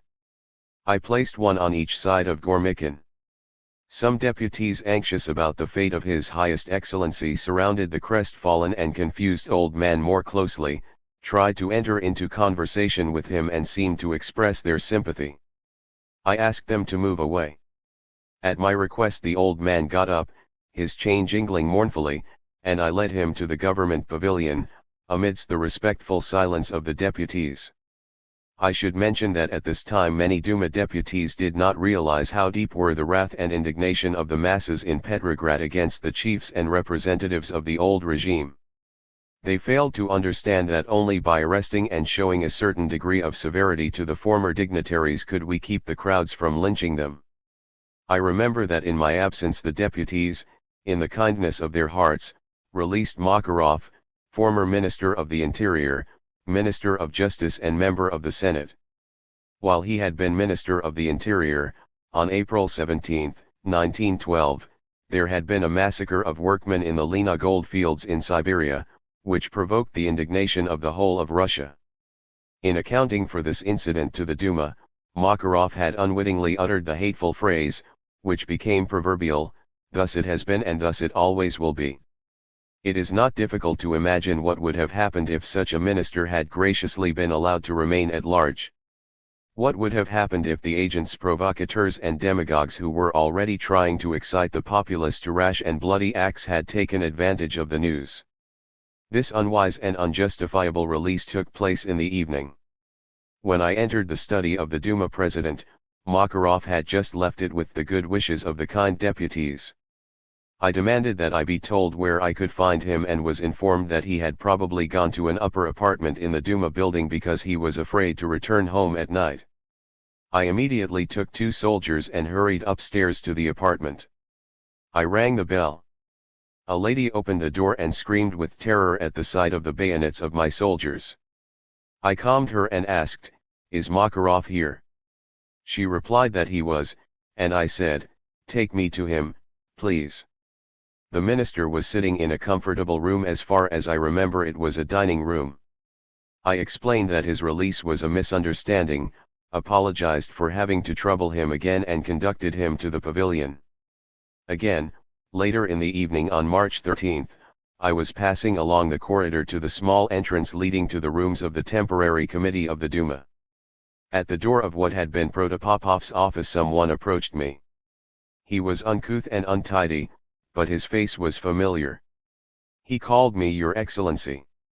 There was a familiar ring in the voice. "I am coming to you of my own accord, do arrest me," was his next statement. I looked more closely and, behold, it was Protopopov. It appeared he had been in hiding in the suburbs for 2 days and was trembling with terror. But when he learned that the prisoners at the Duma were being treated kindly and that I was in charge of them, he came to give himself up. At least, that was how he explained the matter to me. We were standing at the door of his former office, and no one had as yet taken notice of him. I knew that if his arrival became known it would end badly for him. For this wretched man was perhaps more hated at that time than any other, not excluding the Tsar himself. I said softly, "You have done quite well in coming, but be silent. Come along quickly and do not show yourself more than you can help." When the door of the government pavilion closed behind us, I drew a deep breath of relief. I think it was on the evening of March 14, while I was attending a meeting of the military commission, that someone pale and terrified ran up to me and said, "Suk Humlanov 1* is being brought along to the Duma. The soldiers are terribly excited. It looks as if they might tear him to pieces." I ran out into the corridor. The throng was pressing forward, unable to restrain its wrath, muttering ominously. They were staring intently at the repulsive old man who had betrayed his country, and seemed ready to pounce upon him to tear him to pieces. I cannot recall the nightmare of the scene without horror. Suk Humlanov was surrounded by a small guard, manifestly inadequate to protect him from the infuriated crowd. But I was determined there should be no bloodshed. I joined the guard and led it myself. We had to walk for several minutes through the ranks of the enraged soldiers. I had to use all the power of my will and all possible tact to restrain the raging human flood which was about to overflow all bounds. I thanked heaven when we had passed through Catherine Hall. The narrow corridor that we still had to cross between Catherine Hall and the side door leading to the main meeting hall of the Duma was almost deserted, but in the semicircular hall near the door of the government pavilion there were more soldiers. It was there that we passed the most terrible moments. Seeing that their prey was about to escape, the throng made a determined movement in our direction. I quickly covered Sukhamlinov with my body. I was the last barrier that separated him from the pursuers. I shouted that I would not permit them to kill him, that I would not allow them to disgrace the revolution in this way. Finally, I declared that they would lay hands on Sukhamlinov only over my dead body. I stood thus, shielding the traitor, alone against the furious crowd. It was a terrible moment. But they began to hesitate and I won. Gradually the crowd receded. We succeeded in pushing Sukhamlinov through the door that opened behind us. We shut it and barred the way with the bayonets of the guard. In the pavilion the appearance of Sukhamlinov aroused tremendous indignation among the arrested dignitaries. Not a single one of them would sit near him, and all showed their objection to being in the same room with him. It was, indeed, very difficult to protect these prisoners from the fate that might have befallen them. At first they were terrified at what might become of them in this accursed revolution, for they were thoroughly conscious of their guilt. Some of them, like Beletsky, Protopopov and Belyaev, the former Minister of War, inspired repugnance by their cowardly conduct. Others, like Skiglovitov, Makarov, and Bark, on the contrary, behaved with courage and dignity. The calmness and self-possession of Skiglovitov especially struck me. All of them were, of course, prepared for the worst. But they soon saw that our revolution was not to be a parody of the autocracy, and they not only calmed themselves but accepted with complete confidence the assurance of myself and my associates that their lives were safe in our hands and that no harm would come to them. People from the right have blamed and are still condemning me for my leniency towards the left, i.e., towards the Bolsheviki. They forget that on the principle they put forward I should have been obliged to begin by applying terror not to the left but to the right, that I had not the right to shed the blood of the Bolsheviki unless I had first shed streams of blood in the early days and weeks of the revolution, when I risked my authority and prestige with the masses by fighting against the demand that the Tsar and all the members of the fallen dynasty and all its servants should be atrociously punished. I remain a decided adversary of every form of terror. I shall never renounce this weakness, this humaneness of our March Revolution. The real soul of the Russian people is one of mercy without hatred. This is the heritage of our Russian culture, which is deeply humane and tested by long suffering. Looking back upon the Decembrists, upon Vladimir Solovyov, Tolstoy, Dostoevsky, Turgenev, upon the noble, stubborn fight of the entire Russian intelligentsia against the henchmen and hangmen of Nicholas II, how could this Russian Revolution have begun with capital punishment, the characteristic habit of autocracy, by setting up Her Majesty the guillotine? It was with faith in the justice of our cause that we launched the revolution and sought to create a new Russian Commonwealth founded upon human love and tolerance. Some day our hopes will be realized, for in those days we all sowed seeds which will bear fruit. Just now our eyes are blinded by mists of blood, and people have apparently ceased to believe in the creative power of love, in the power of mercy and forgiveness, which alone foster the growth of national life and culture. People say now this humaneness was simply a sign of weakness of the revolutionary government, but as a matter of fact great determination and strength were needed to prevent and curb bloodshed, and to suppress in oneself and others the impulses of hatred and vengeance, which were cultivated by the centuries of autocracy. The strength of our Russian Revolution lay precisely in the fact that it did triumph over its enemies, not by terror and bloodshed, but by mercy, love, and justice, even if only for one day, for 1 hour. Perhaps I dreamt all this. Perhaps this revolution never existed, except in my imagination. But it seemed to exist then. Now everyone in Russia is dazed by blood. One hates the other to the extent of mutual annihilation.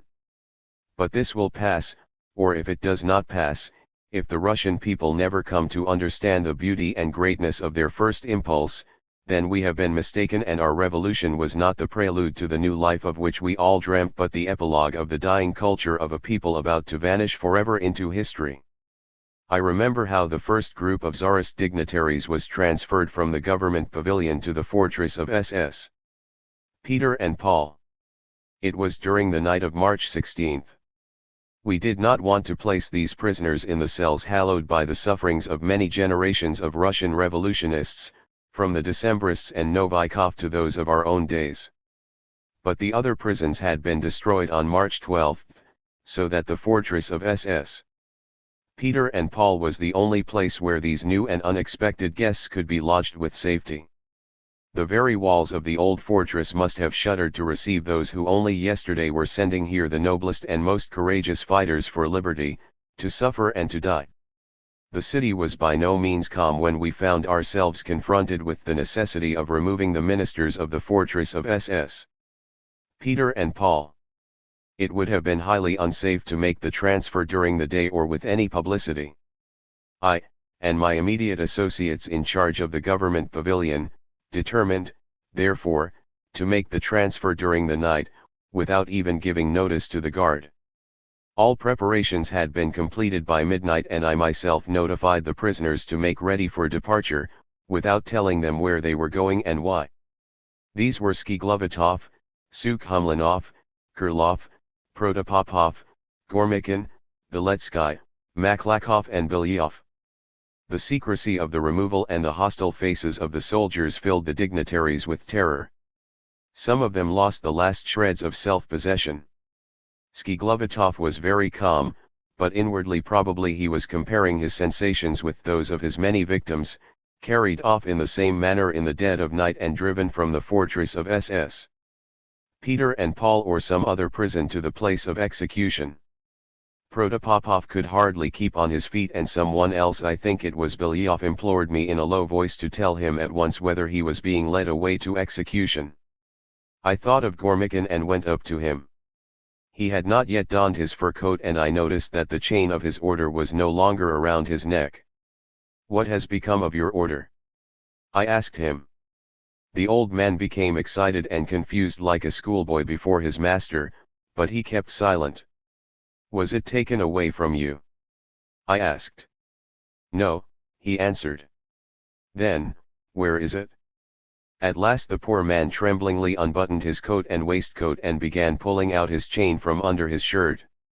He knew that he would not be permitted to take superfluous things to prison but could not bear to part with his toy. I made an exception and allowed him to take his precious chain with him. The removal of the ministers brought back to my mind my conversation with Skiglovatov on March 12, immediately upon his arrival at the government pavilion. He was still quite alone and I suggested to him that if he had any love for his country, if he wanted to atone for the past or wished to perform one decent service for Russia at least at this hour, he should telephone to Tsarskoye Selo, or to anyone else he deemed proper, to inform the authorities that further resistance was useless and urge them to surrender to the people. But this he firmly refused to do. I will now return to the events of March 13. I have already indicated that the arrival of the garrison troops, of all the guards, including the Tsar's own bodyguard, had strengthened the position of the Tauride Palace. The resistance of the police in the streets was diminishing, although frequent firing continued in the suburbs.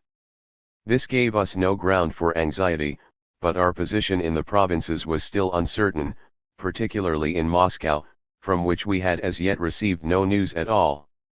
The situation in general was not yet definite, and the movements and conduct of Nicholas II were still a riddle to us. Why had he left general headquarters for Tsarskoye Selo? I believe now that he departed for Tsarskoye without realizing the absolute hopelessness of the situation, hoping perhaps to placate the Duma with concessions, or he may have gone to see his family, to which he was devoted, for most of its members were ill at that time. It did not seem so simple then, however. In any case, we were obliged to take action, for we could not permit the Tsar to come to Tsarskoye Selo, so near the capital. If he could not or would not undertake to organize any resistance himself, there were others who might have sought to make use of him. The temporary committee of the Duma decided not to permit the Tsar's train to proceed to Tsarskoye but to detain it on the way and negotiate with him en route. Everyone realized that his abdication was essential and inevitable. Already at the beginning of the winter, plans for a coup d'état had been launched among the upper classes. Some of these plans were known in the army, and all of them involved the abdication of Nicholas II.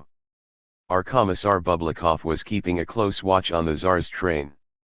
The shortest route from Mohylev to Tsarskoye Selo lies through Vitebsk and Dino, a trip of 14 to 16 hours. The Tsar left Mohylev in the morning of March 13. The temporary committee of the Duma ordered the train stopped at Dino. Time was passing. It was midnight. We had heard that the train was on the way to Pskov, the main headquarters of the Northern Front. This meant that the Tsar was intending to throw himself upon the army. I do not remember how many hours this cat-and-mouse game lasted, but the mice of yesterday showed considerable skill in catching their cat. Finding the road barred at Dino, the Tsar ordered the train to proceed to Bologoye, a junction point from which two roads were open, one to Moscow and the other to Petrograd. We ordered the road cut at Bologoye. For the first time the Tsar and his suite found they could no longer go where they wished and felt the power that now lay in the hated Duma's hands. From Bologoye the imperial train turned back to Dino, whence it proceeded to Pskov. I do not remember whether the Tsar's train arrived at Pskov at dawn on March 14th or 15th. I think it was on the 14th, although I recall vaguely that during that day Rodchenko made some efforts to get in touch by telephone with the Tsar's train. But perhaps it was the Tsar who tried to get into communication with Rodchenko from Pskov. However, this is not a point of great importance, for by the morning of March 15 General Russky, commander of the Northern Front, had not only received a telegram from Rodchenko declaring, in the name of the Duma, that the Tsar must abdicate, but he had already discussed this question by telephone with General Alexeyev at General Headquarters. The army did not oppose the Tsar's abdication. In spite of the formal proposal that the Tsar abdicate in favor of his heir and that the Grand Duke Michael Alexandrovich, the Tsar's brother, become regent, the fate of the dynasty was already sealed. I do not mean to suggest that Rodchenko and the other members of the temporary committee were deliberately deceiving Nicholas II when they asked him to abdicate on these terms. On the contrary, I believe that on the morning of March 14 they were sincerely convinced that it would be possible to make common cause with Michael Alexandrovich for the salvation of Russia. But they were deceiving themselves. I, for one, did not believe for a moment that this plan could be realized, and so I did not go to the trouble of raising any objections for the time being. The logic of events showed itself stronger than all plans and suggestions. I wish to point out here that all measures taken to intercept the Tsar's train and to communicate with the front for the purpose of forcing his abdication were taken without any pressure from the Soviet, although by the evening of March 13 the Soviet already felt it had sufficient strength to begin functioning as an authoritative organization, on a basis of equality with the temporary committee of the Duma. The military section of the Soviet was already competing with the military commission of the Duma, issuing various independent orders. In answer to Colonel Engelhardt's orders to the garrison, it issued the famous Order No. 1, which was written on the night of March 14. I shall discuss this order in detail later, but, for the present, I merely note the time it was issued. I must point out, also, that this order was applicable only to the Petrograd garrison and it had neither more nor less authority than the orders of Colonel Engelhardt.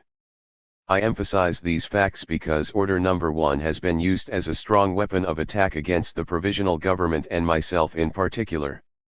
Without entering at this juncture into a discussion of its contents, I should like to say once and for all that neither the provisional government, which had not yet been formed, nor I had anything whatever to do with this order.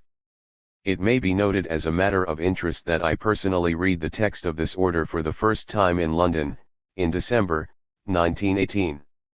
This order was one of the effects of the peculiar state of disintegration and lack of authority in the Petrograd garrison, and by no means the cause of it, as has been charged. On March 13, 14, and 15 the lack of officers made the situation very difficult. The soldier mass, released from the bonds of discipline and daily routine, became willful and unmanageable. It was further aroused by innumerable rumors about alleged counter-revolutionary plots by officers, most of whom had gone into hiding, and on the part of the high command of the army. Agitators contributed their share to inciting the rank and file against the officers. I must say, however, that all the responsible elements, from Rodchenko and the Executive Committee of the Duma to Chij and the Executive Committee of the Soviet, strove hard to put an end to the discords in the Petrograd garrison and to save the officers from being lynched. Chij, Skobelev and other members of their executive committee repeatedly appeared before the soldiers to counteract the false rumors concerning the counter-revolutionary tendencies of the officers and to urge the need for unity and confidence. Chij and I addressed a communication to the garrison, pointing out that a certain proclamation against the officers issued ostensibly by the leaders of the Social Democratic and Social Revolutionary parties was a deliberate forgery, perpetrated by agents provocateurs. The officers of the Petrograd garrison soon adopted a resolution expressing their allegiance to the revolution and to the Duma. The resolution was countersigned by Milenkov, Karaulov, and myself. The resolution was widely distributed, and I concluded my first speech as Minister of Justice by calling upon the soldiers to obey their officers and submit to discipline. In short, to say that any member of the government was spreading discord between the officers and soldiers is either downright calumny or a complete misunderstanding of the facts. Colonel Engelhardt, Guchkov, Karaulov, Rodchenko, Chij, and I, and all who had to deal with the Petrograd garrison in the first days of the revolution, were obliged by the peculiar circumstances in Petrograd to speak not about the officers in general but only about the officers who were faithful to the people and the revolution. It was not we but the situation which compelled the distinction. Soon all these misunderstandings disappeared, but they left scars which could not be erased. From the very first days of the revolution, agents provocateurs, German agents, and liberated criminals began to stir up feeling against us. To understand the danger and effectiveness of this agitation, it should be remembered that the police department alone had several thousand agents and agitators, spies and informers operating among the workers, the troops and the intelligentsia in Petrograd. And there was a considerable number of enemy agents. These gentry were hard at work spreading anarchy and disorder. They printed and distributed incitements to massacre, they sowed hatred, accentuated misunderstandings and spread rumors which despite their falsity had no inconsiderable effect on the population. I was informed, I think it was on March 14, that bales of proclamations of the most preposterous character, calling for massacre and anarchy, and purporting to be signed by the Social Democratic Party, had been brought to the quarters of the Soviet. Having previously observed a number of suspicious individuals lurking about the Soviet quarters, I went there and actually found a quantity of the most disgraceful proclamations, in good print and on good paper, which had obviously come from the police. Of course, I immediately confiscated them, but we could not intercept all such documents in time, as there were too many scoundrels at work distributing them. At the same time reliable information was spread about a revolution in Germany, together with an appeal to hold out a fraternal hand to the insurgent German proletariat. A revolution in Berlin in March, 1917. How many simple-minded folk accepted this news in good faith? Even honest people went about town in automobiles, distributing announcements of this mythical revolution. The masses believed this rumor because the hearts of many thousands were already aglow with the faith that the Russian Revolution would kindle the fires of fraternity in the hearts of all the working people of the world, and that by common impulse the workmen and peasants of all belligerent countries would put a stop to the fratricidal war. It would be a great mistake to attribute this pacifist movement entirely to the ignorance of some and the treachery of others. For there was much candid faith in the international solidarity of the working classes, which was highly desirable but had no basis in reality. The imagination of the Russian socialist, whether he be workman or intellectual, created a composite French-British-German socialist workman who did not exist anywhere in sober, practical, materialistic Europe. This imaginary European proletariat was simply an idealized image in the likeness of the ordinary Russian workman and intellectual, i.e., of a hungry dreamer who does not possess a corner on earth where he can lay his head. But in reality there is a great deal of satiety and of comfort at the disposal of the plain working man in Western Europe. It may seem paradoxical, but it is true. The Russian proletariat would hate and fight the bourgeois and the intellectual at home 100 times less if he knew that the whole of Europe, the whole of nature, does not contain such socialists and such socialism as he and his creed.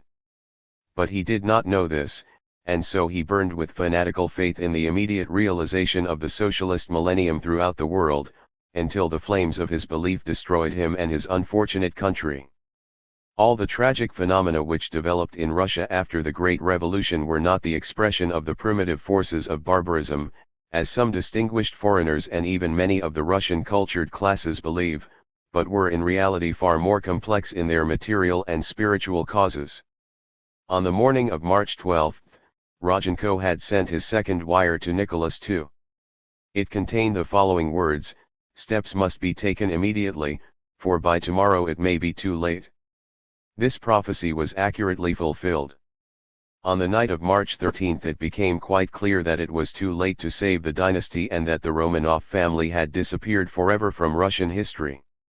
By the night of March 14 there was but one tragic problem confronting us: how to save Russia from the rapidly spreading disintegration and anarchy.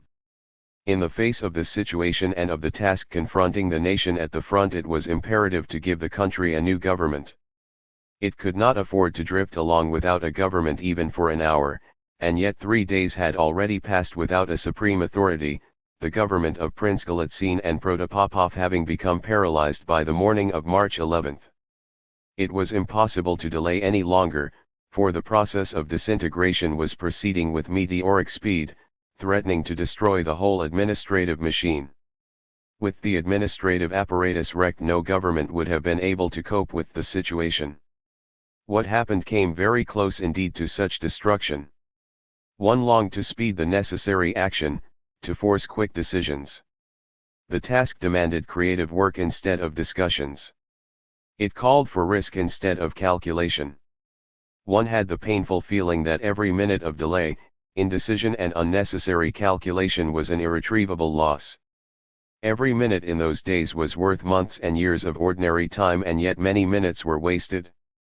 Mere human reason was overwhelmed by the whirlwind, and the march of events left it behind at an ever-widening distance.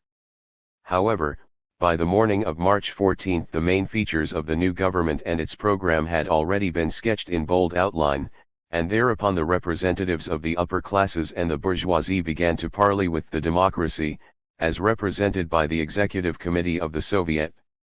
I cannot give an account of these pourparlers, as I took little part in them. On the rare occasions when I was present I sat quite passive and hardly listened.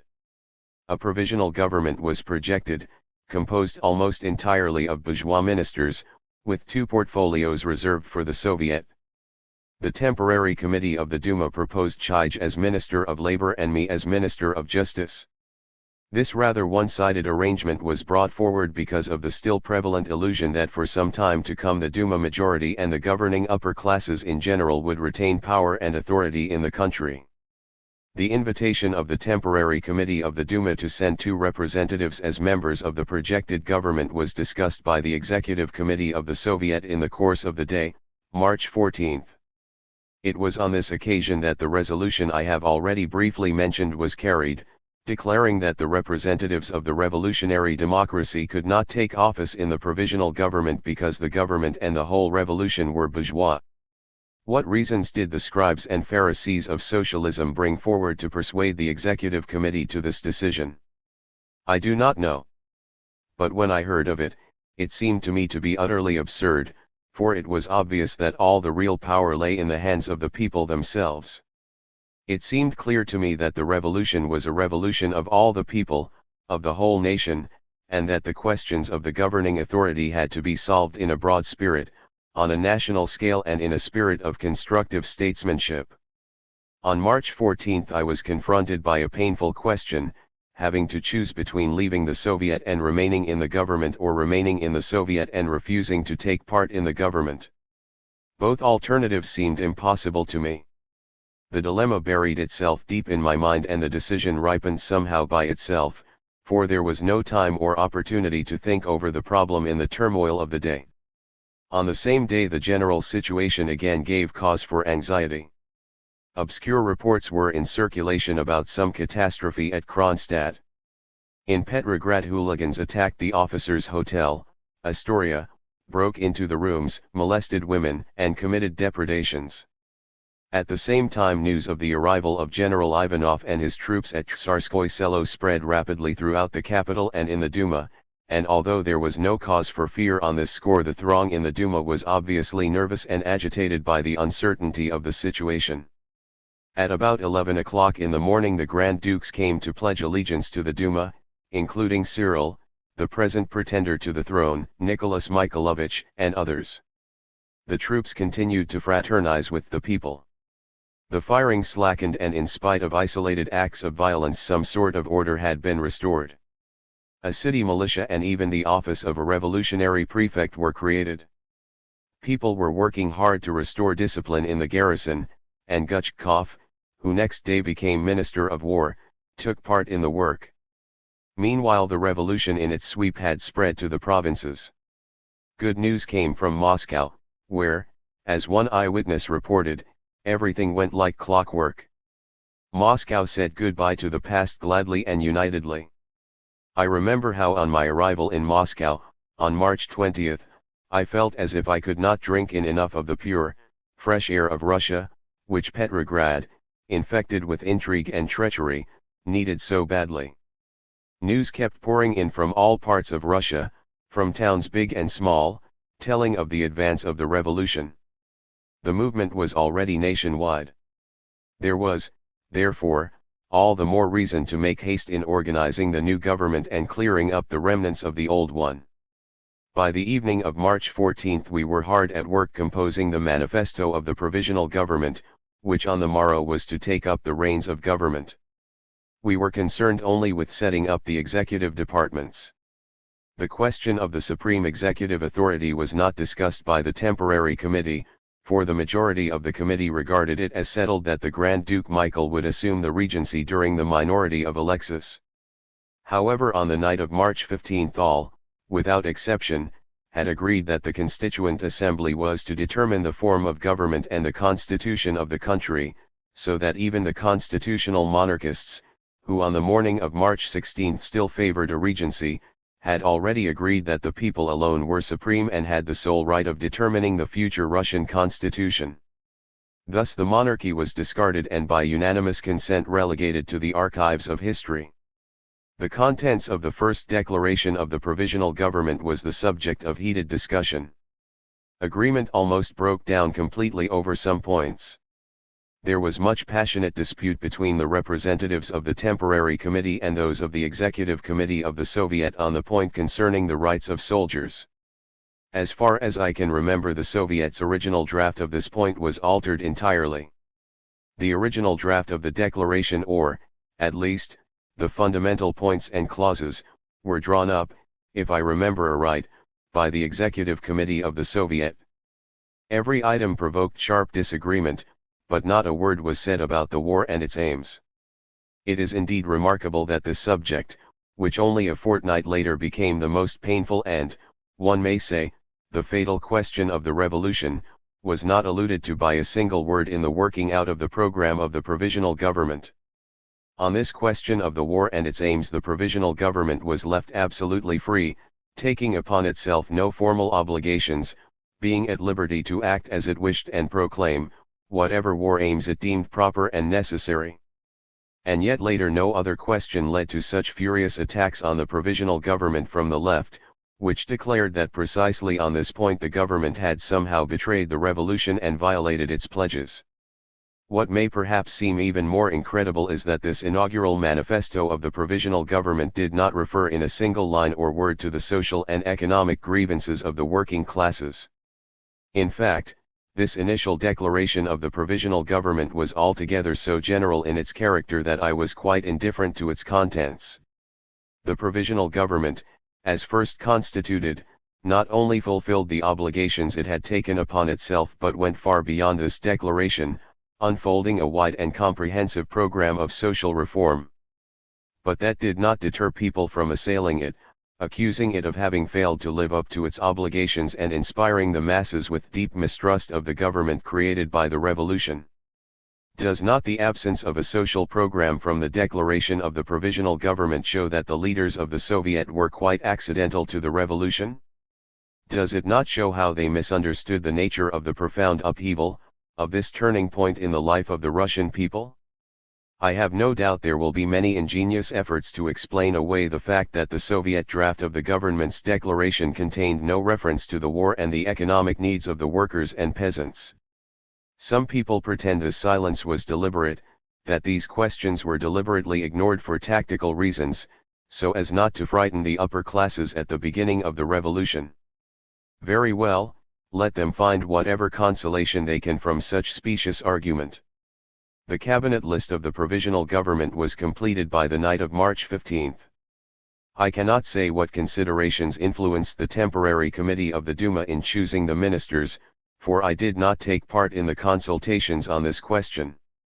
I do not remember when Prince Lvov, the first premier of the provisional government, appeared among us for the first time, but I think he arrived by the evening of March 14.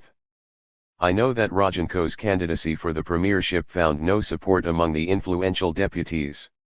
I know also that in Duma circles it was considered imperative that I be included in the provisional government. I learned later that some of the ministerial candidates made my inclusion in the government a condition of their acceptance. No one seemed to think that the decision of the executive committee of the Soviet against participation in the government would necessarily prevent my taking office.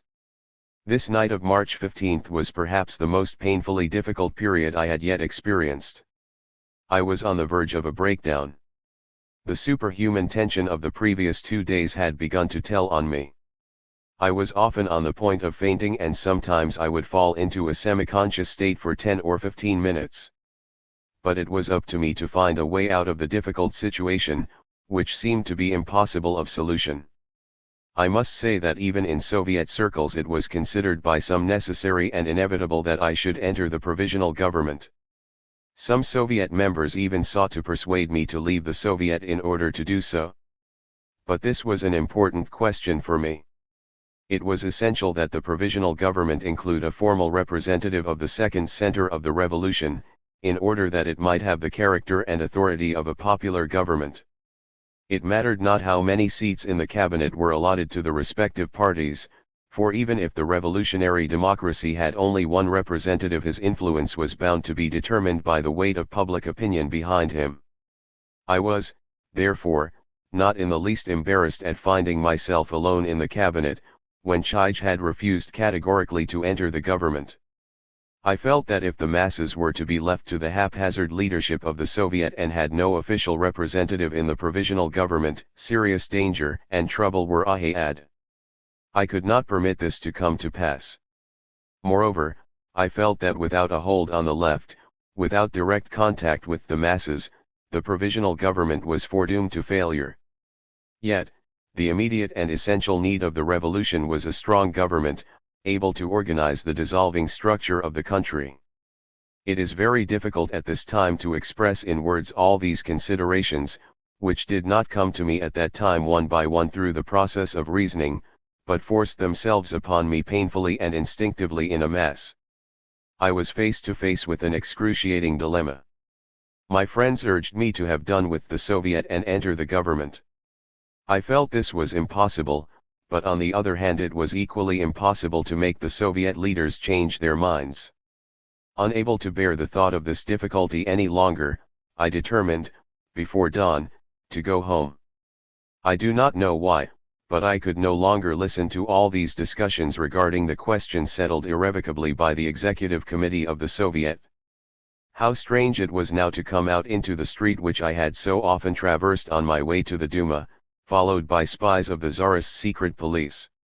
How strange it was to pass the sentinels, to see the sinister flames from the building of the district gendarmerie, to which the people had set fire. It was all so unreal, So fantastic. Only on my return home did one perceive fully the significance of what had happened. I broke down and fell into a faint. It is difficult to describe the state of mind through which I was passing during all these days. One's very nerves, one's entire organism felt extraordinarily quick and vibrant. One lived under what seemed unendurable tension. Yet one felt strong enough to vanquish even death. It is worth living to experience such ecstasy. For 2 or 3 hours I lay in a semi-conscious, semi-delirious state. Then, suddenly, I sprang up, for the answer to that question which I seemed to have forgotten had come to me at last. I determined to telephone immediately my acceptance of a post in the provisional government and to fight it out later not with the executive committee but with the Soviet itself. Let the Soviet decide between the executive committee and myself. Strangely enough, my final decision to ignore the ruling of the executive committee was not prompted by the reasons mentioned above but simply by the sudden thought of the prisoners in the government pavilion and elsewhere. Could anyone else, could any bourgeois minister of justice save them from lynching and keep the revolution undefiled by shameful bloodshed? I felt sure that, under the circumstances, no one but myself could do this. I telephoned to the temporary committee and announced my decision. I think it was Milyukov who answered the telephone. He seemed pleased, and congratulated me heartily. My weariness disappeared. I began immediately to lay plans for the organization of my department, to pick my nearest associates. I sent for Zarudny, who was to be my assistant minister, etc. One might have thought that I was in no doubt as to whether the Soviet would approve my decision.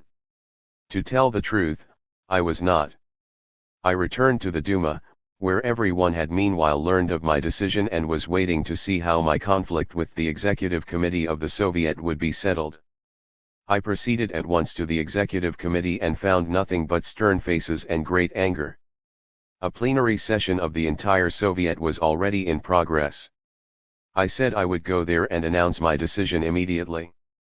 No, no, no, was the advice of some. Do not go.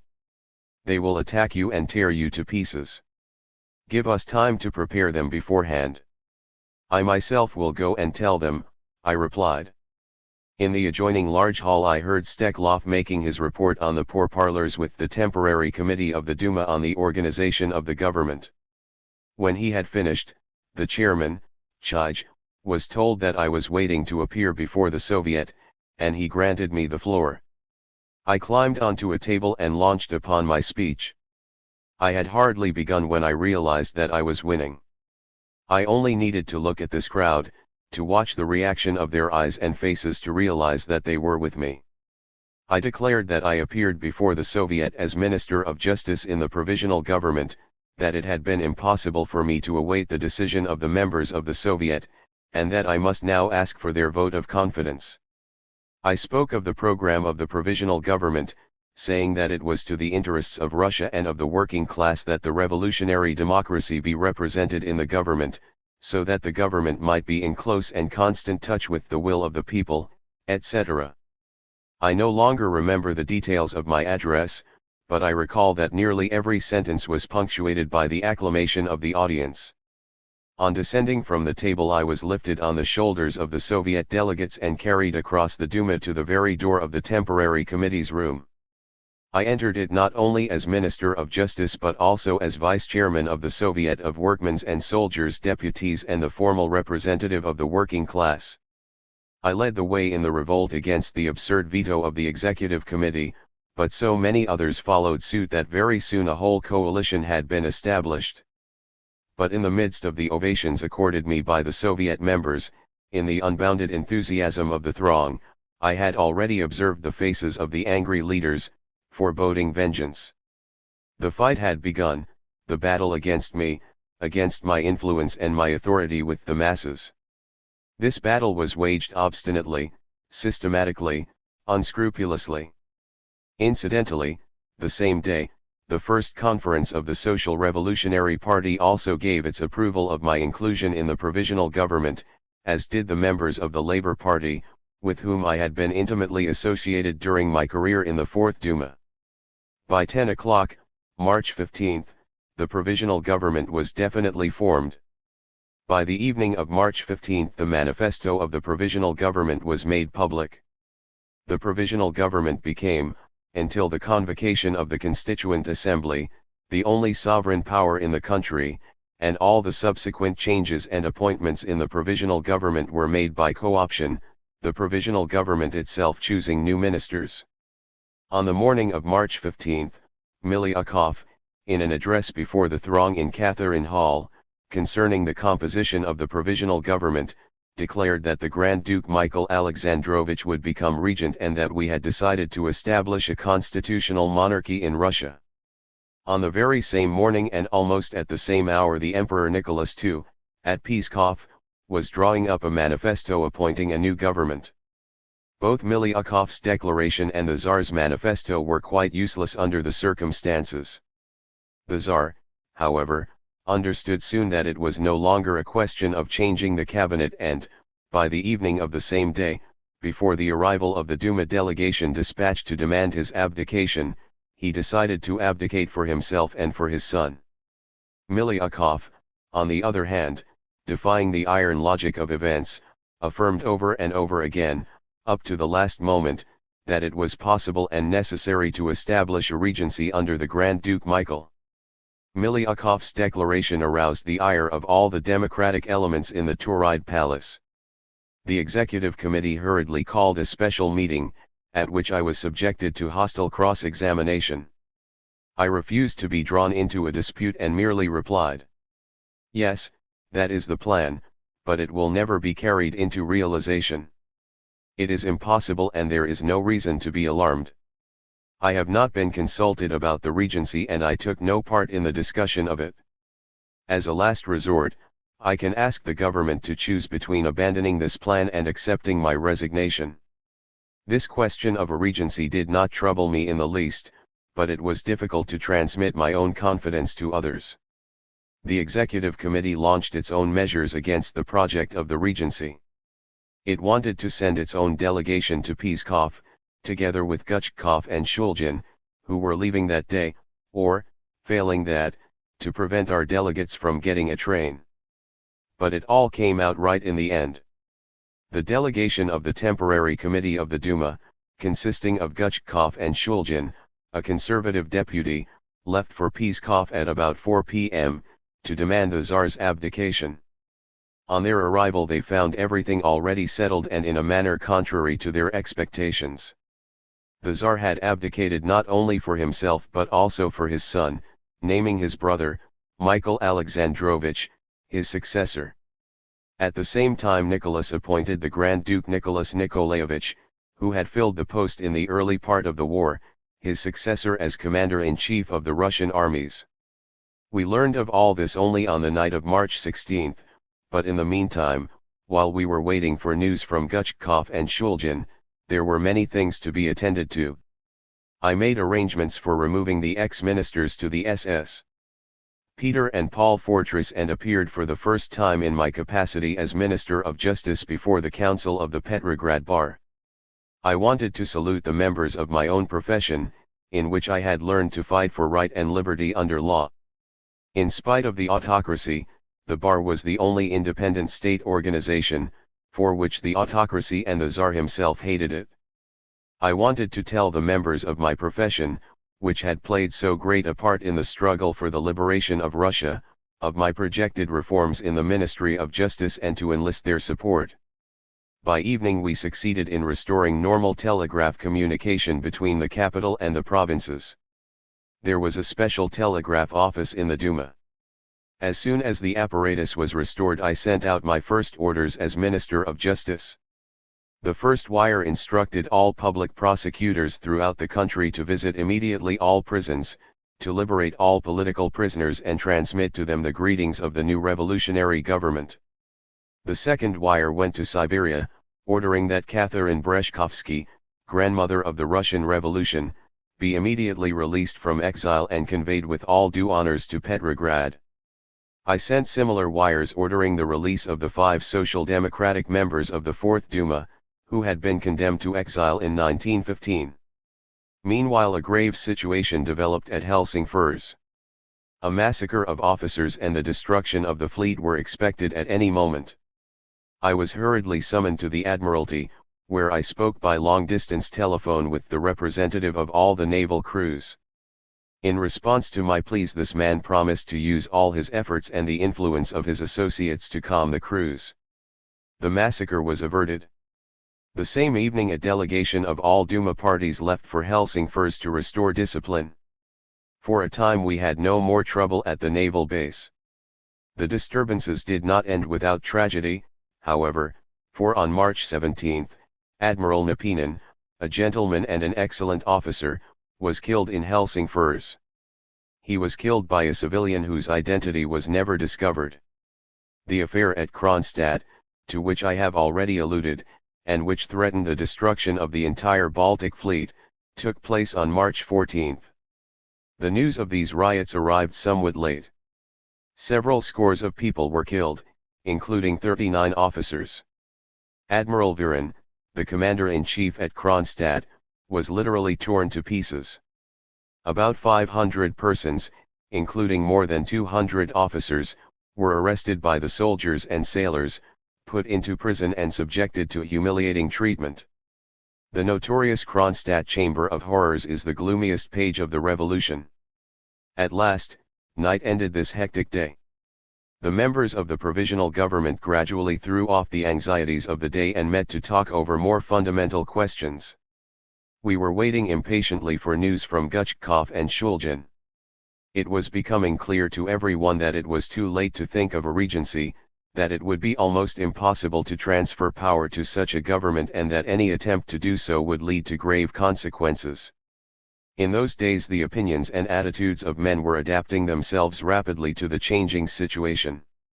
I learned in private conversations with members of the provisional government and of the temporary committee of the Duma that they were prepared for news that the regency was doomed, and that they were ready to accept this fact with equanimity. Miliukov alone, Gutchkov being absent, failed to comprehend the changed circumstances. Everyone felt we were approaching the decisive moment. The night of March 16 remains unforgettable in my memory. That night brought the members of the provisional government close together and made them understand each other, at least that was how I felt, better than would have been possible through months of intimate association. At this critical moment each one acted and spoke only according to his conscience. They revealed themselves to each other and established that mutual confidence, those imperceptible bonds between soul and soul, without which it would have been quite impossible to bear the burden of government at this most acute crisis in the history of the nation. The night of March 16 made it clear that the provisional government, as first constituted, would be a strong, compact nucleus, and that the great majority would work in complete solidarity, abandoning once and for all class, party, and personal tastes and sympathies. I think it was about 3 o'clock in the morning, or at any rate very late, when the long-expected communication from Gutchkov and Shulgin arrived. Abdication has taken place, but in favor of Michael Alexandrovich, who is already proclaimed emperor, read the message. We could not understand it. What had happened? Who had inspired this move? Who was backing the new emperor? What had our envoys done about it? Michael as emperor? It was impossible, preposterous. The first problem before us was to prevent this news from becoming known to the country and in the army.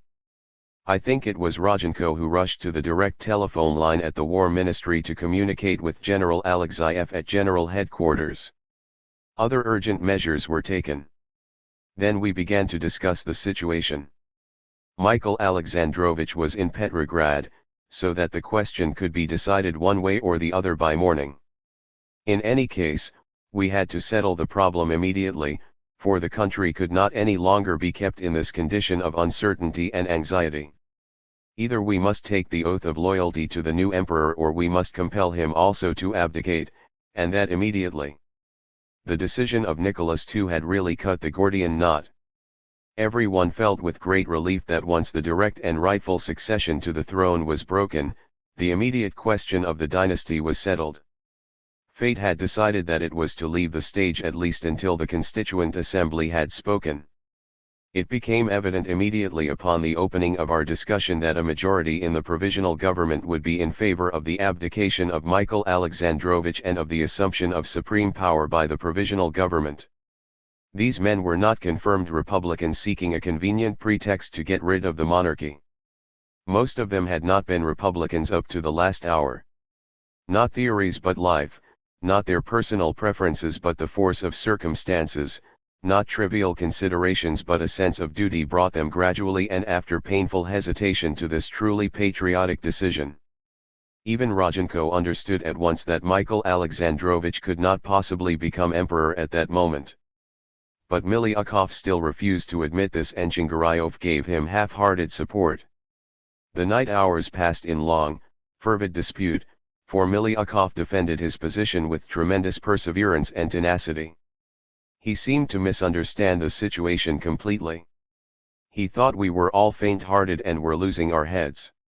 It seemed to him, as he said next day to the Grand Duke Michael Alexandrovich, that we had all fallen under the influence of the mob and lost control of ourselves. He simply could not understand that the monarchists had perhaps even more reason than the Republicans for opposing the proclamation of Michael Alexandrovich as emperor at that time. It would have been absurd under the circumstances and could not have lasted more than a few days, and perhaps even a few hours. We continued our argument with Miliukov until close to the approach of dawn.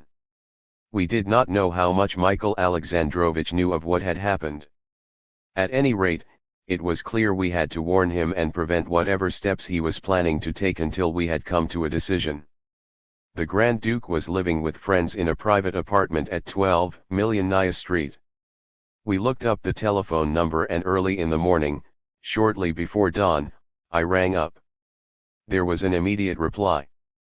As I had surmised, the household, excited by the developments, had not been to bed all night. "Who is speaking?" I asked. It was the aide-de-camp of His Royal Highness. I revealed my identity and asked the aide-de-camp to inform the Grand Duke that the provisional government would come to consult with him within a few hours, requesting him in the meanwhile to take no decision. The aide-de-camp promised to transmit my message at once. It was still quite early when we finally decided to go to the Grand Duke, without waiting for the return of Guchkov and Shulgin, who were delayed at some point on their return from Pskov to Petrograd. We had decided that the Grand Duke must abdicate, transferring the supreme power to the provisional government until such time as the Constituent Assembly should finally settle the form of government. Miliukov declared that he would immediately leave the provisional government unless he were permitted to state the case of the minority before the Grand Duke. We agreed to this. At about 10 o'clock in the morning we drove unguarded, in an automobile, to 12 Millionaya Street accompanied by ovations and cheers from the populace. We were met by the aide-de-camp, who showed us into a drawing room. The Grand Duke entered almost immediately and seemed much perturbed. We shook hands and exchanged courtesies. There was an awkward pause.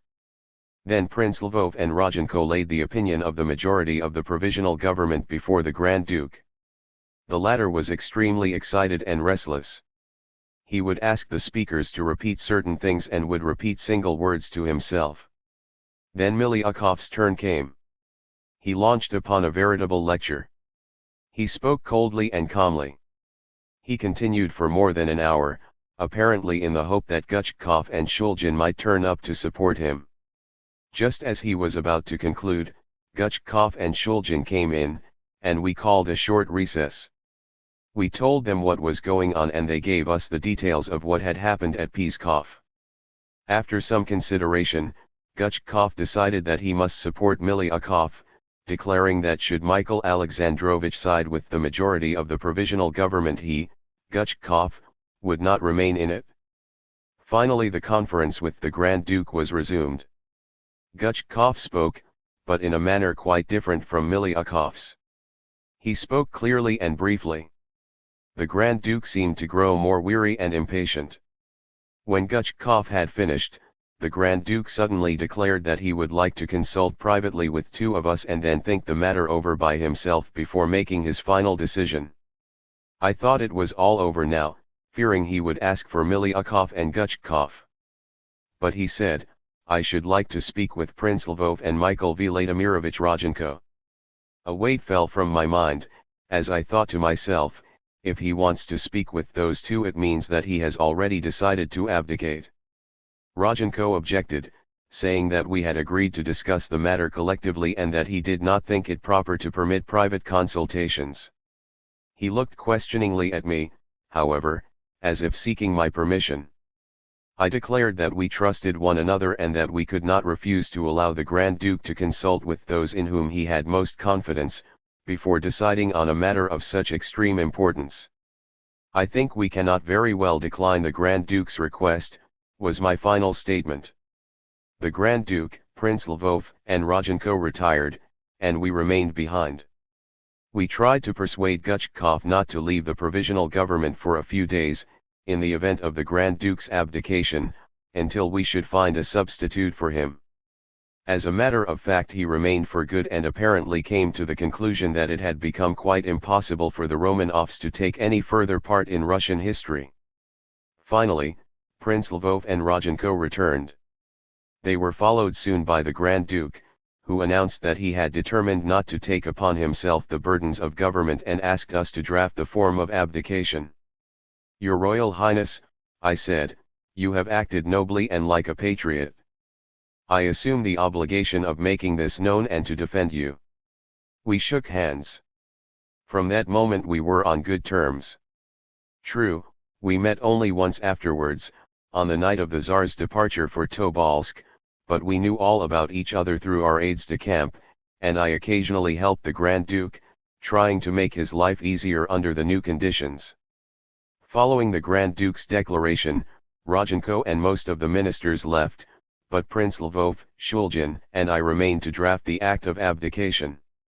It read as follows: "Inspired, in common with the whole people, by the belief that the welfare of our country must be set above everything else, I have taken the firm decision to assume the supreme power only if and when our great people, having elected by universal suffrage a constituent assembly to determine the form of government and lay down the fundamental law of the new Russian state, invest me with such power.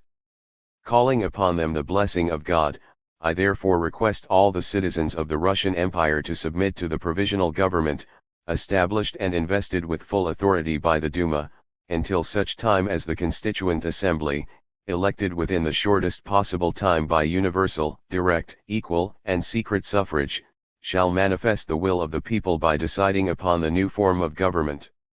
Signed, Michael Alexandrovich. Petrograd, March 16, 1917.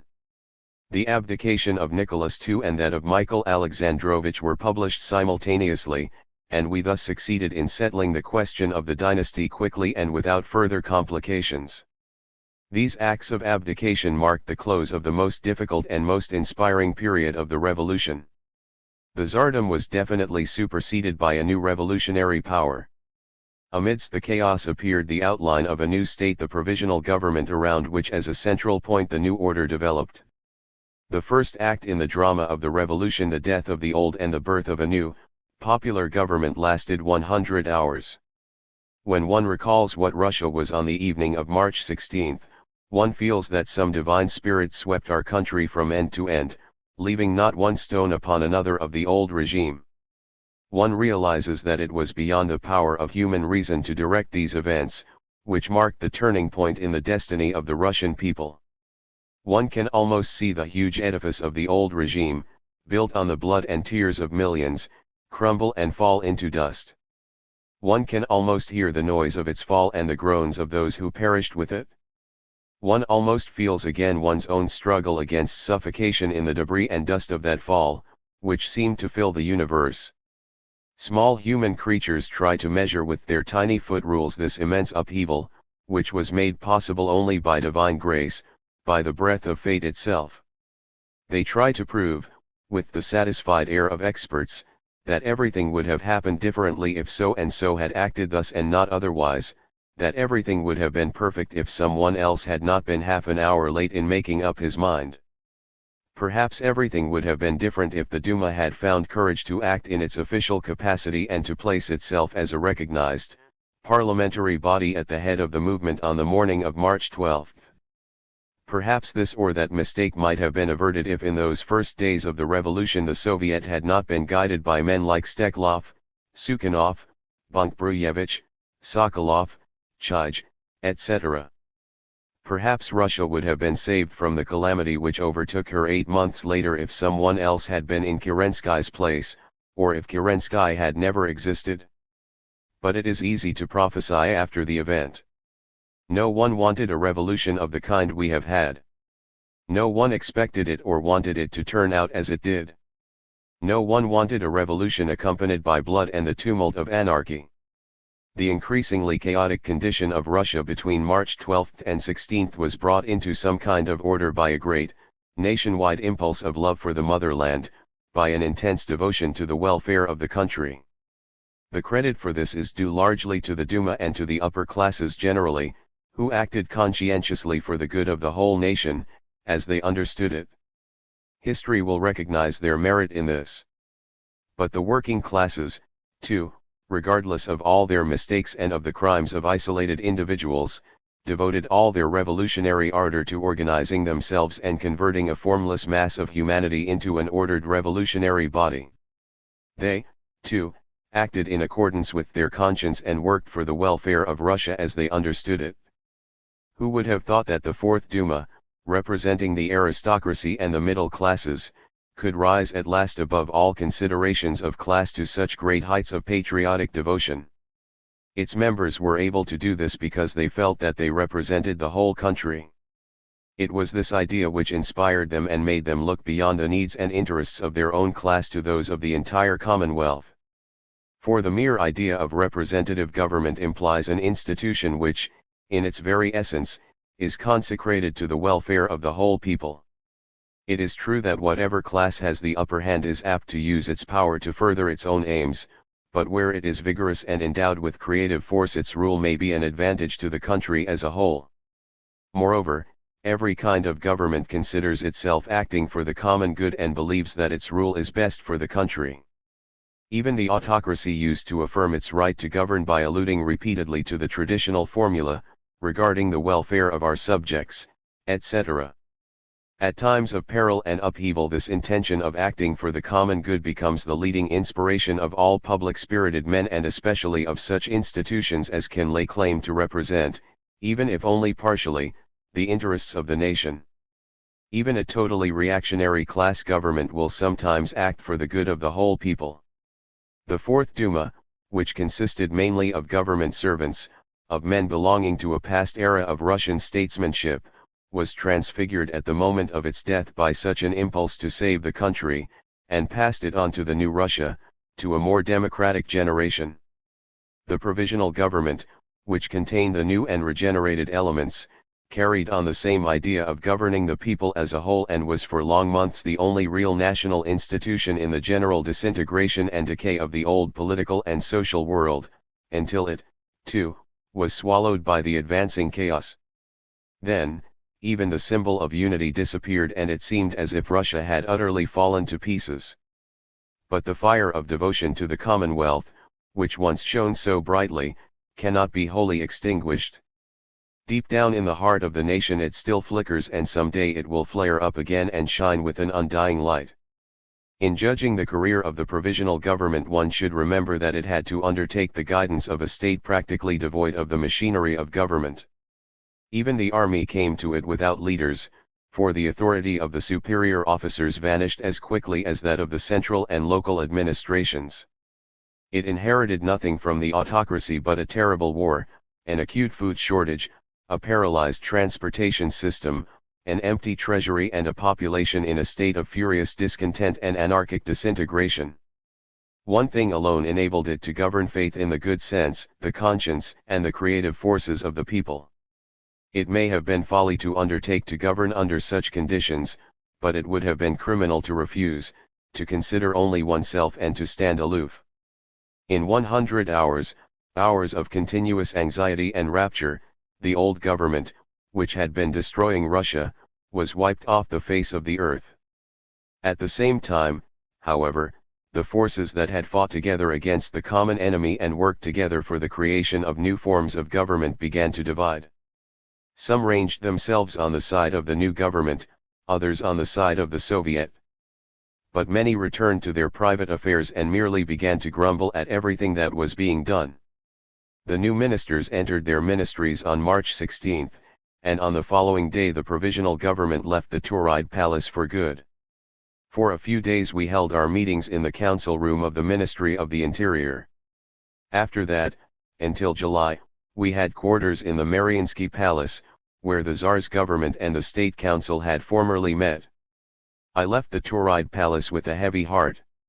Here I had struggled for 5 years, as a member of the Duma, against the Tsarist regime, and here I had lived through the few hours of revolutionary creation which were worth years of ordinary life.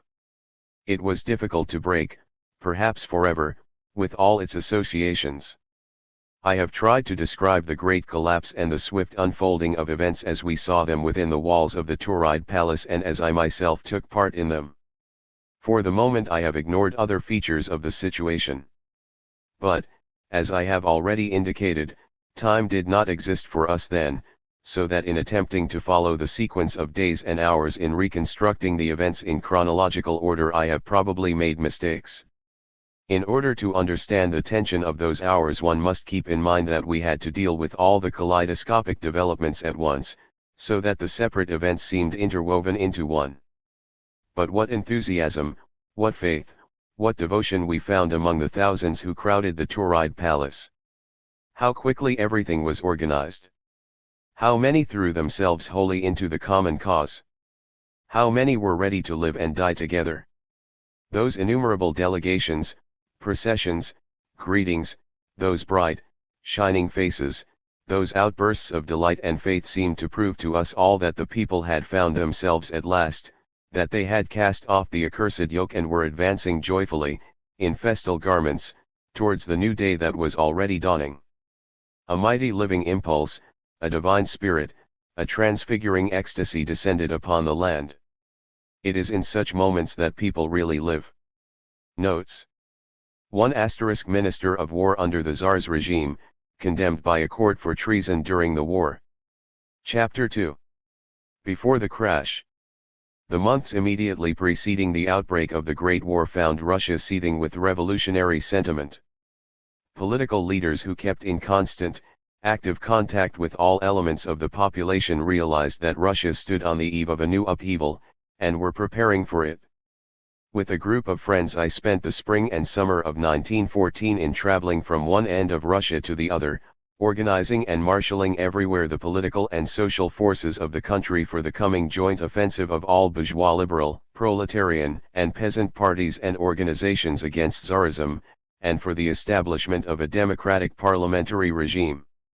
I was firmly convinced that the revolutionary movement would break out openly before very long.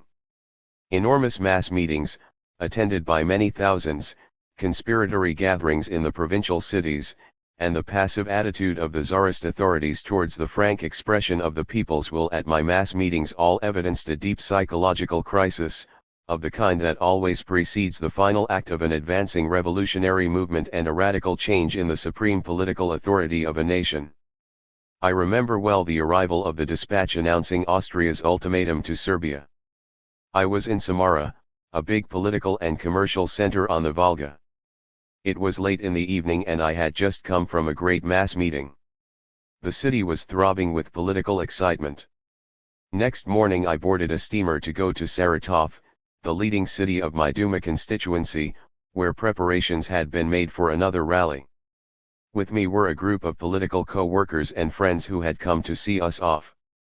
We were exchanging latest impressions and expressing amazement at the mounting fever heat of the political situation in the country, the tensity of which was surprising even to us. Suddenly we perceived a group of newsboys running towards the gangplank, crying, "Austria's ultimatum to Serbia." In that moment our mood underwent a decided change. In the cry of the newsboys we sensed at once the first breath of the historic hurricane. The entire international situation in Europe left no doubt that war was inevitable. Bidding goodbye to our local friends, we boarded the steamer. Nothing seemed altered in the serene expanse of the mighty river, the boiling summer sun, the merry passengers disporting themselves on deck.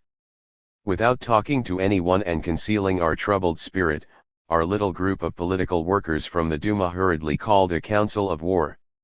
It was decided to cancel our propaganda tour at once, to halt the internal political struggle and to return immediately to Petrograd.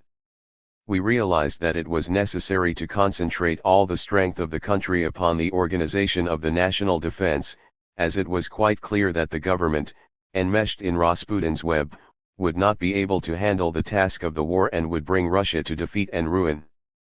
Quite intuitively I perceived that Tsarism would not survive the war and that on the fields of battle would Russia's liberty be born. It was thus that, as the representative of the Labour Party in the Duma, I later formulated this thought at the Duma's historic session upon the occasion of the official declaration of war. On the steamer I expressed the same thought to none other than the sister of Nikolai Lenin. The explanation of my conversation with the sister of the chieftain of Bolshevism is perhaps not without interest. The Ulyanov, Lenin, and Kerensky families had lived in Simbirsk, on the Volga. My father had been principal of the two local high schools, one for boys and the other for girls. Lenin's father, Ulyanov, the future head of the so-called Soviet government, adopted the name of Lenin as a pseudonym, had been inspector of elementary schools in the province of Simbirsk. All his children had been educated in the local high schools, under my father's supervision. After old Ulyanov's death, my father, by virtue of his close association with the Ulyanov family, had become the family's guardian. In the reminiscences of my childhood I have retained no impressions of Nikolai Lenin and his brothers and sisters, as there was a wide difference in our ages.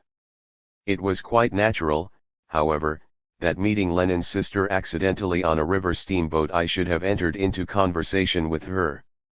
After exchanging a few reminiscences of our childhood days, the conversation turned upon Lenin himself, who had been living for many years as a political exile in Western Europe. "But don't worry," I said. "You will soon see him again. There will be war and it will open to him the road to Russia." My prophecy, half serious and half in jest, was realized. Alas, to Russia's sorrow. I have set down these lines so that my readers may realize the tense and complex internal situation under which Russia entered the war. In order that Russia's war drama may be understood, it is necessary to keep in mind that the war did not provoke, but merely postpone temporarily, the revolutionary movement which had been gathering increasing momentum with inexorable stubbornness. For the sake of the national defense against an enemy splendidly armed and organized, the deep, patriotic instinct of the people dictated to them the duty of halting the inner political struggle against Tsarism. The people's urge for national unity and their desire to lay aside all internal conflicts for the time being were indeed remarkable. The entire nation presented a united front against the external foe. At the moment of the outbreak of the Great War, history presented to Russian absolutism what was perhaps the only chance it ever had to gain an understanding of the people and to make peace with them in the name of a common love for Russia, by uniting around the government all the live, decent and honest political forces of the country. But the government deliberately threw away this only chance, which, had it been taken advantage of, would have saved Russia from dissolution and ruin. The government's reply to the patriotic outburst of the people was to redouble the force and pressure of the reaction. To save Russia, the Russian people had to fight on two fronts. On the military front, almost unarmed and unequipped, they had to resist a powerful enemy armed to the teeth, while internally they had to defend themselves against the intrigues, corruption and inefficiency of Rasputin's minions, eager to retain their power and quite unconcerned about the fate of the country. The preservation of absolutism and the cause of successful resistance to the enemy stood in tragic contradiction to one another. Russia's national consciousness was confronted with a problem of tremendous difficulty, a problem which, as future events demonstrated, was insoluble. It was necessary to remove from power those who were destroying Russia, and at the same time to protect the army and the entire administrative apparatus of the state from perturbations which, in time of war, might prove fatal. I am quite convinced that but for the war the revolution would have come not later than the spring of 1915, perhaps even at the end of 1914. The war interrupted the crusade for the liberty and salvation of Russia, and the nation under a regime already doomed to destruction and under the leadership of men like Rasputin, Sukh-Humlanov, and their ilk was obliged to fight an enemy excellently equipped and organized. In other respects, also, Russia was differently situated from the other belligerent powers. She came into the war unprepared and was quite unable to make up for her lack of preparedness during the course of the war. With the outbreak of the war she was obliged to reorganize her economic and financial structure from top to bottom. This reorganization was necessitated by the blockade that encircled Russia and by the prohibition of the sale of vodka, which had been not only the chief source of state revenue, but one of the chief means of promoting trade between town and country, between producer and consumer. Much has been said about the blockade of Germany as an instrument of her defeat, but few realize that Russia, least equipped of all the great powers technically and industrially, suffered even more than Germany from the isolation imposed upon her by the war. Germany was cut off from the world, but she was able to maintain close contact with the nations associated with her. Russia was cut off even from her allies. The lack of direct communication made the transport of ammunition, machinery, and equipment, in any appreciable quantities, impossible. It was barely possible to send limited and inadequate shipments through Sweden and by way of the Murmansk Railroad, which was opened only in the autumn of 1916 and never worked well. What little could be sent through Vladivostok, which was thousands of miles from the seat of war, was a negligible fraction of what Russia needed.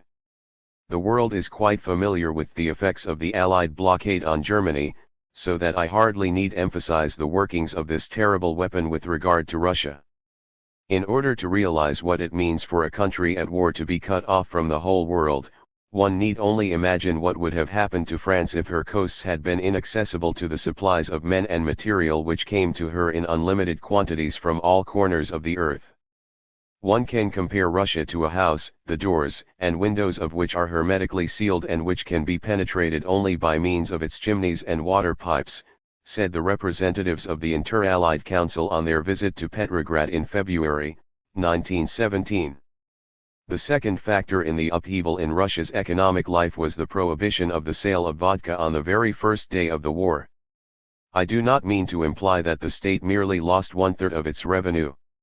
To make the population sober and increase its productivity and individual incomes is worth the loss of $1 billion to the state. But when the peasants stopped drinking they began to eat. The consumption of bread increased from 14 to 21 or more poods 1 asterisk per capita. Meat, butter, and eggs were consumed by the producers in unheard of quantities. When they could no longer spend their profits on vodka, the peasants not only began to eat the produce they had been accustomed to sell, but they started buying household necessities and even luxuries. Very soon, however, there was nothing left for them to buy, for the supply of goods in the towns was not equal to the requirements of a well-to-do and sober peasantry, being adequate only to the needs of a poor and drunken class of consumers. It was quite impossible during the war to equalize supply and demand. On the contrary, the supply actually decreased when factories producing commodities for the internal trade were turned exclusively to the production of war and military material. Nor was it possible to import goods. When the villagers found that they could spend their money neither on vodka nor on household goods, they stopped selling produce. After hoarding their money for some time, the amount of currency held in the villages increased by 6 billion rubles in the first years of the war. They found that the value of the money had depreciated. Arguing on the simple business principle that it was better to hoard grain than depreciating and useless money, they determined to keep their grain. To prevent seizure by the government, they buried it in pits. I remember how, as early as in 1915, the Budget Commission of the Duma was racking its brain on how to extract grain or money from the peasants. Once mobilized, the army absorbed a large proportion of the country's food supply. It consumed as much meat and butter as the entire population did before the war. Before the war, Russia exported from 400 million to 600 million poods of cereals annually, and in the first year of the war the government purchased 300 million poods for the army alone. In 1916 the army consumed 1 billion poods of cereals, which was only 200 million poods less than Russia had provided for her home and foreign markets before the war. The needs of the army and the oversupply in the villages brought about an acute crisis in the granary of Europe, a crisis which soon developed into a catastrophe. The sobriety and prosperity of the peasant class upset the trade of the entire country and resulted in a large shortage of supplies. Economic anarchy ensued. But there were also other factors in the general economic upheaval. The import of coal ceased almost entirely and there was a shortage of fuel for the arms and munition factories and for the railways. The Petrograd district, the main center of the metallurgical industry, suffered most because before the war it had depended almost entirely on foreign coal. Not only did the foreign coal disappear but the output of Russia's mines also diminished, owing to the improvident mobilization of miners, the lack of mining machinery and equipment, the presence of poorly trained and underfed labor and the frequency of sporadic, anarchic strikes. In short, the economic condition of Russia during the war was in itself sufficient to produce a catastrophe. Only the wisest possible utilization of the country's resources, the most careful and economical distribution of commodities and of the means of production could have made possible the solution of the nation's grave economic and financial problems. The entire industrial and political life of the country should have been reorganized from the very beginning of the war so as to create a real coordination of all the vital forces. But instead of a competent government, Russia had at her head Rasputin, supported by a clique of criminals, feeble dotards, incompetents, and greedy adventurers. This government merely utilized the war and the general patriotic spirit animating the country as an opportunity for the destruction of all the independent institutions of national life. The war became a pretext for men like N. Maklakov, Sukh-Humlanov, and others for the suppression of the hated movement of opposition and revolution, which had the support of fully 95% of the population. The chieftains of Tsarism launched upon a veritable orgy of arrogance and violence. All labor organizations and the entire labor press of Petrograd were immediately suppressed. Hundreds of thousands of disloyal citizens were sent to Siberia. Poles, Jews, Finns, and other non-Russian nationalities were persecuted. Every form of independent initiative, however patriotic, was severely discountenanced. The government seemed to be bent on killing all the spontaneous life and activity of the country and to carry on the war without it. Yet the war called for sustained, heroic effort by the entire nation. This was perhaps even more necessary in the rear than at the front, for the unprecedented struggle was rather a war of endurance than of swift, decisive strokes. In those tragic days of the war we revolutionists were branded as utopians for trying to seize upon the patriotic sentiments and good sense of the people as a means of accomplishing Russia's emancipation, but it was far more naive on the part of our critics to believe that a government of Rasputins, Gormikins, and Sukh-Humlanovs could carry on the war even for a day without imperiling the country. Yet at the beginning of the war the upper classes as a whole and all the government parties in the Duma believed in the power of the government to carry on the struggle, ceasing all opposition and leaving a free hand for 18 months to the incompetents and traitors. While the government was committing its blunders and crimes, the upper classes remained blind to every ominous sign of impending catastrophe, repeating automatically the absurd declaration that during the war the opposition must cease to oppose. The Russia of Rasputin tried to imitate the Union sacrée of the parliamentary governments of France and England and she paid dearly for the effort. Up to the debacle in Galicia, in the spring of 1915, Russia silently permitted herself to be sacrificed by the old regime. But if silence was excusable in the man in the street, who was kept in ignorance by an iron censorship and lulled into a false sense of security by recollections of the victories of 1914, it was criminal in the men at the head of affairs who knew well what was going on. Later the Duma majority began to assail the old regime and continued this criticism in the case of the provisional government, blaming it for the subsequent war disasters. But it showed the most culpable and most frivolous neglect of duty when it took no steps to avert these calamities at a time when it had the power and the prestige to do so. It saw the High Command destroying the army, the ministers undermining the economic life of the country, provoking infuriated discontent among the people, stifling the popular patriotic impulse of the first months of the war and freely sowing the seeds of hatred among the subject nationalities of Russia, and yet it did nothing. There were, indeed, a few men who did not permit themselves to be led astray by the union sacrée of France and England. These men tried to warn the people of the approaching calamity. They protested against the criminally irresponsible government and endeavored to bring the pressure of public opinion to bear upon it. In their anxiety they even tried to fight the government immediately upon the outbreak of the war, to save the country from inevitable defeat and anarchy, but in vain, for no one paid any heed to them. This was how Gutchkov described the situation before the Conference of Army Delegates, held May 12 to 14, 1917. When the war began, I, like many other people, was filled with anxiety and alarm. We felt the catastrophe approaching, and we knew that there would be no security for the country unless the high command were changed and the system of supplying the army completely reorganized. The debacle of 1915 justified our anxiety. We demanded the dismissal of the commander-in-chief and his staff and other drastic reforms. But we did not succeed in having anything done. On my visit to the front in August, 1914, after viewing the shattered remnants of our two armies defeated at Solda and studying the system of organization of supplies, it already then became clear to me that we were hopelessly involved in disaster. Neither the government nor the legislative bodies believed me. They merely called my attention to our victories in the south, in the Carpathians. I, who had been far from being a man of advanced views, became a revolutionist in 1915, for I became firmly convinced that the autocracy was leading us to defeat which would have tragic consequences at home, and that only the end of the old regime could save the country.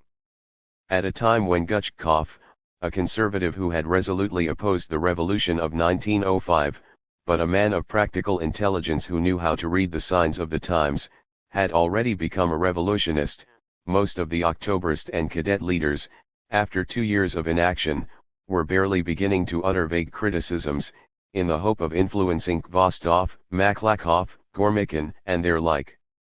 But already in the autumn of 1914 we dreamers and utopians of the left were demanding a serious program of political and economic reforms to deal with the problems of the war. We foretold Russia's inevitable shortage of the elementary necessaries of life and pointed out what would be the result of the abolition of the sale of vodka. Like Gutchkov, whose eyes were opened in 1915, we repeated again and again from the rostrum of the Duma that the old regime would bring Russia to defeat and catastrophe. In January, 1915, I pointed out to the Budget Committee of the Duma that the economic disintegration of the country was inevitable unless measures were taken immediately to deal with the problems of production and distribution, particularly in the rural districts. The majority of the committee considered my suggestions altogether heretical, although a year later it began to put such measures into effect. In an address before the Duma I declared to the Tsar's ministers, "If you have any conscience, if there is any feeling of patriotism left within you, resign." The majority maintained a disgraceful silence, contemplating calmly the destructive activities of the government. My voice was a voice crying in the wilderness. I was regarded as a defeatist for proclaiming my fear and anxiety for the nation.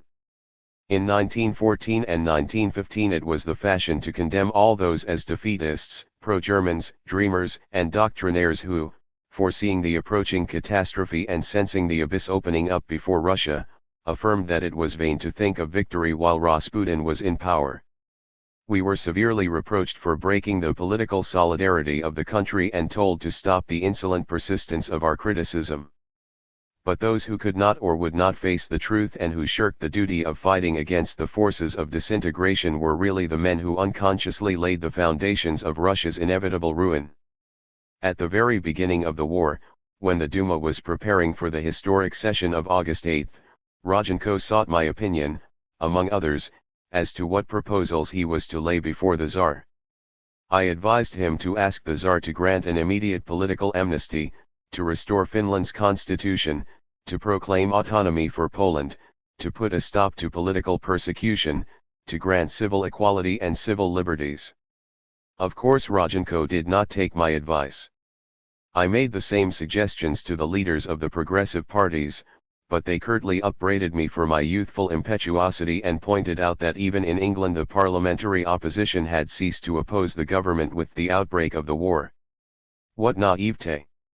The British parties rallying around a national, democratic government compared with the Duma majority sorrily submitting to the incompetent and criminal Tsarist government. The practical politicians of England who rallied round the government acted from patriotic impulse and made the government pay for their support by conceding what they deemed necessary for the national welfare. Our practical politicians not only failed to perceive the nation's peril and fight for essential reforms, but gave the government a free hand in its diabolical policy of national destruction. All that our wise statesmen accomplished by their naive policy was to cut their own throats.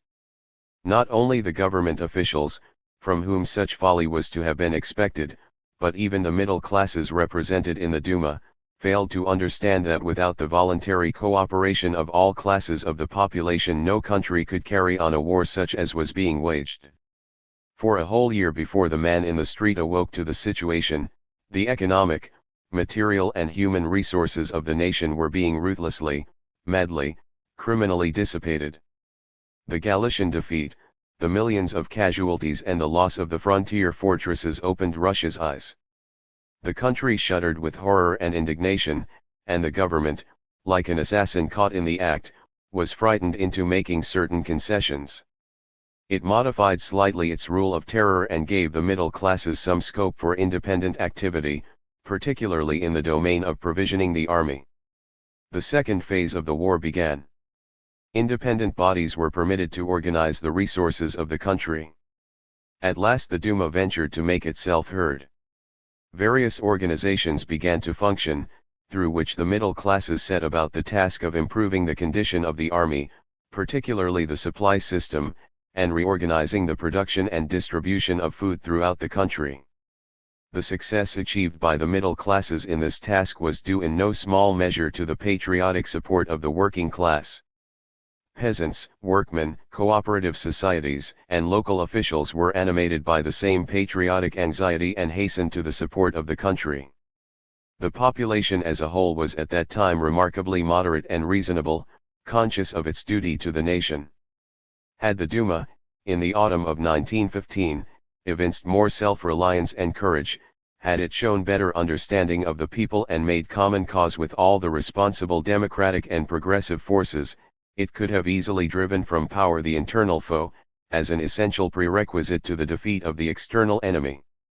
In 1915 the country was not yet exhausted economically, the army was not yet bled to death, and a radical and wholesome change in the government might have had very beneficial results. The nation's state of mind was essentially sound and by no means war-weary.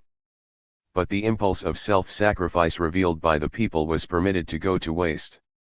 Meanwhile the effects produced on the country by the debacle of 1915 had begun to lose their potency and to fade from the public mind.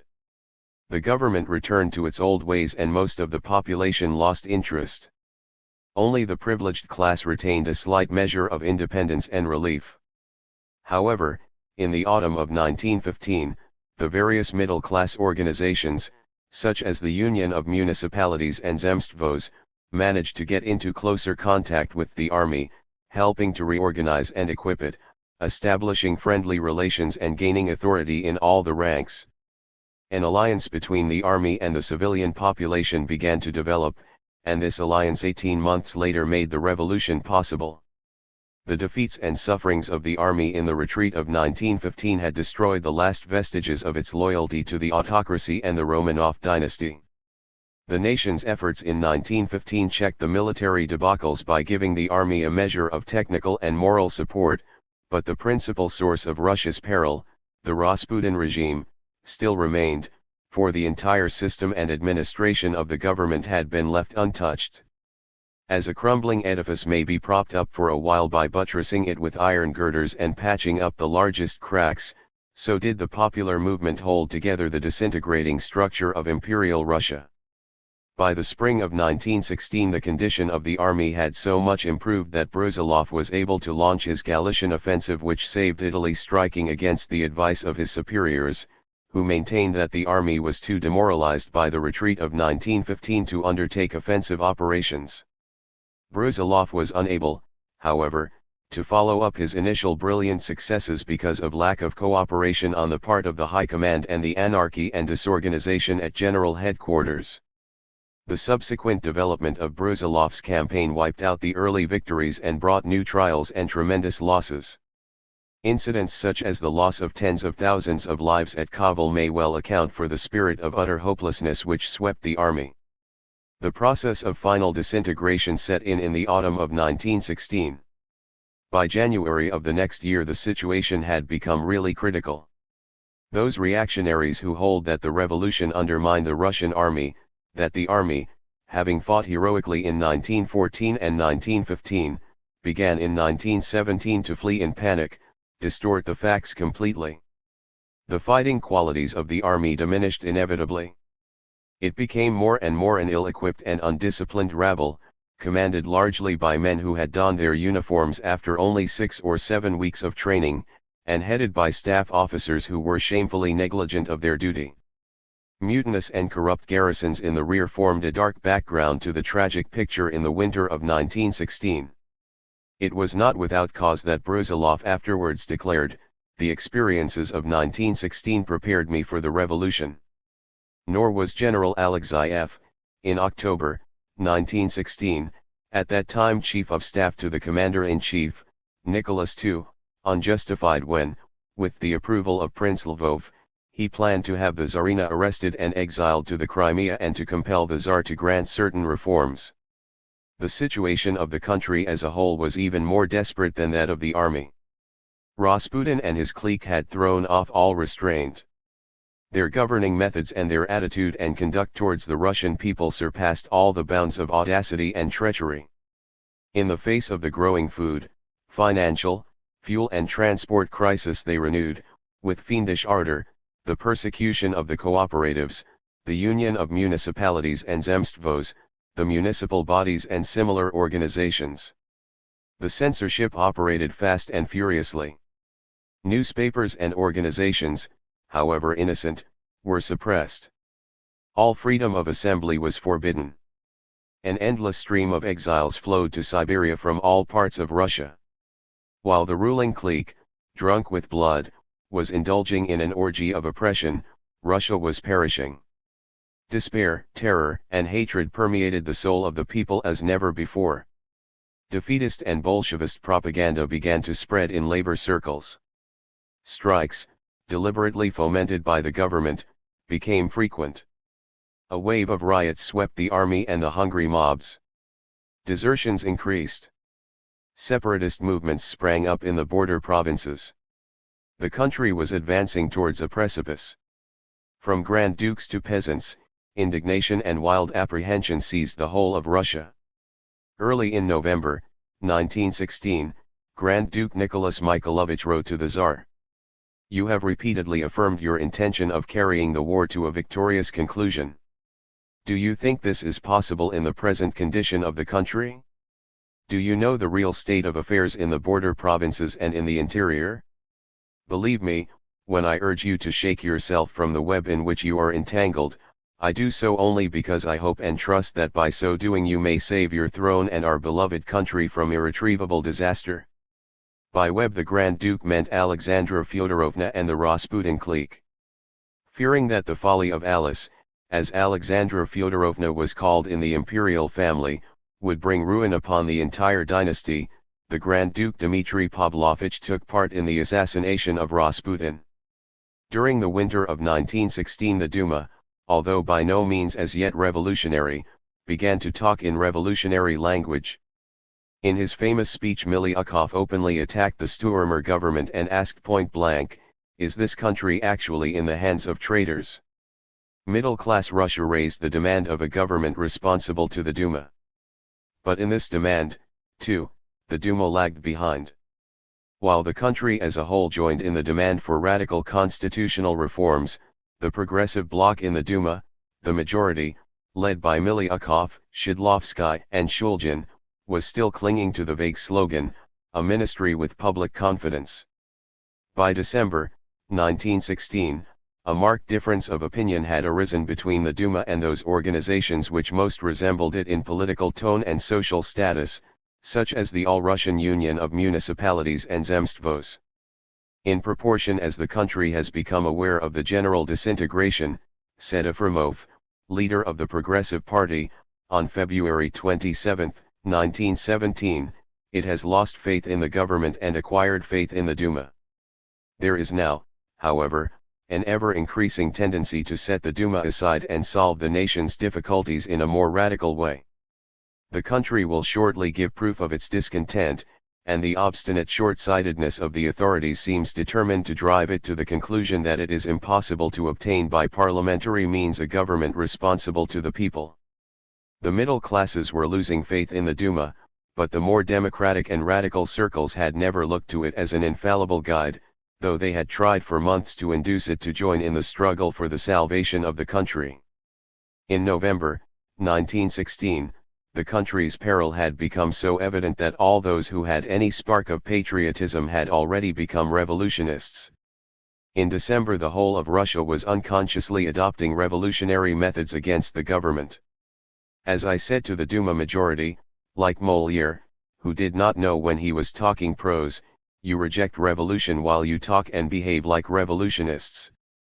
When Stuermer tried to pour oil on the troubled waters by announcing the news to the Duma that the Allies had agreed to give Constantinople to Russia at the conclusion of the war, even the most imperialistically inclined felt uncomfortable at the pompous ministerial declaration which had so little relation to the actual state of the country.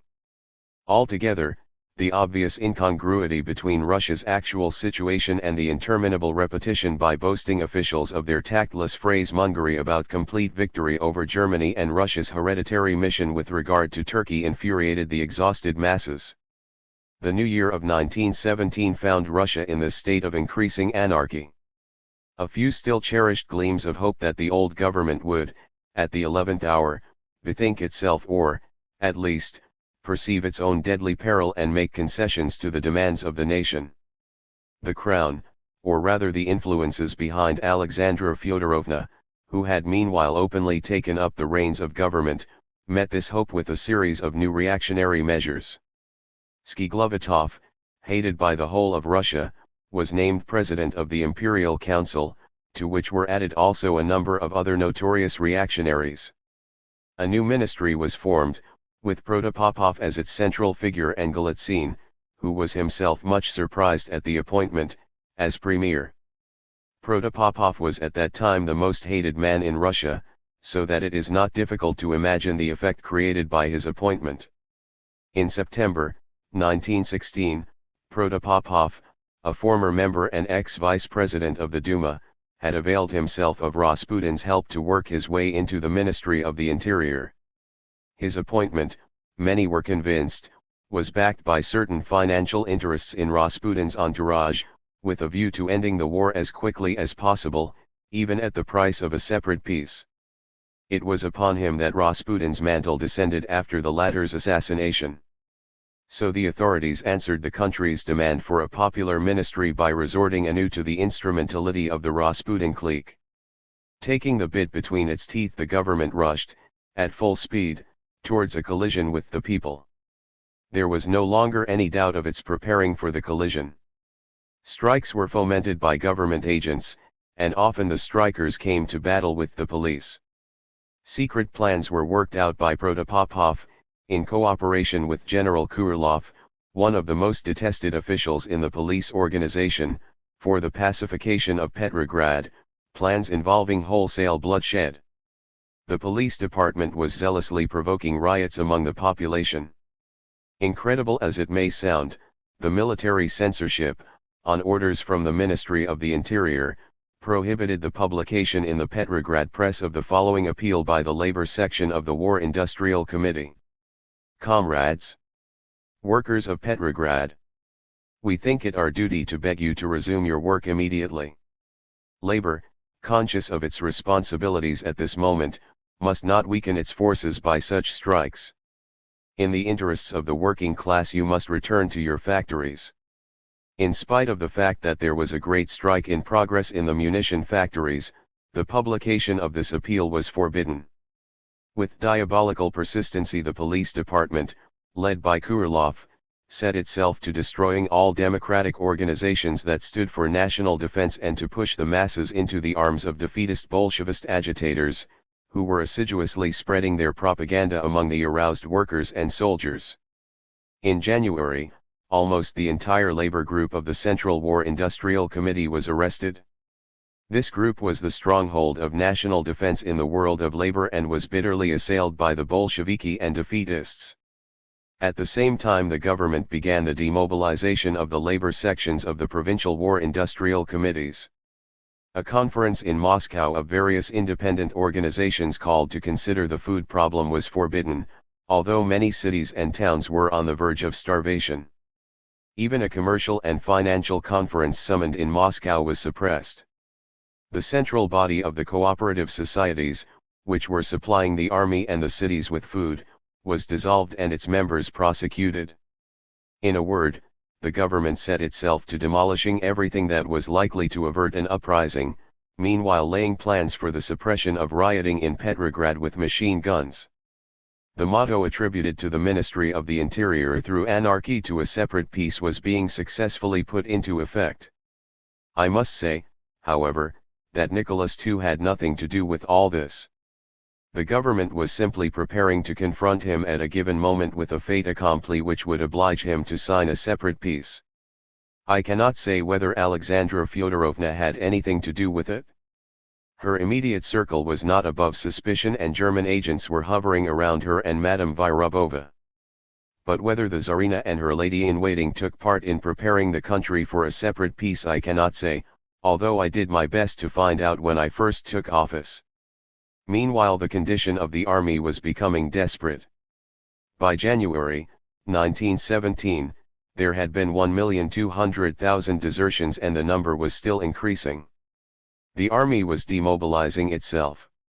The High Command was helpless to stem this tide for home.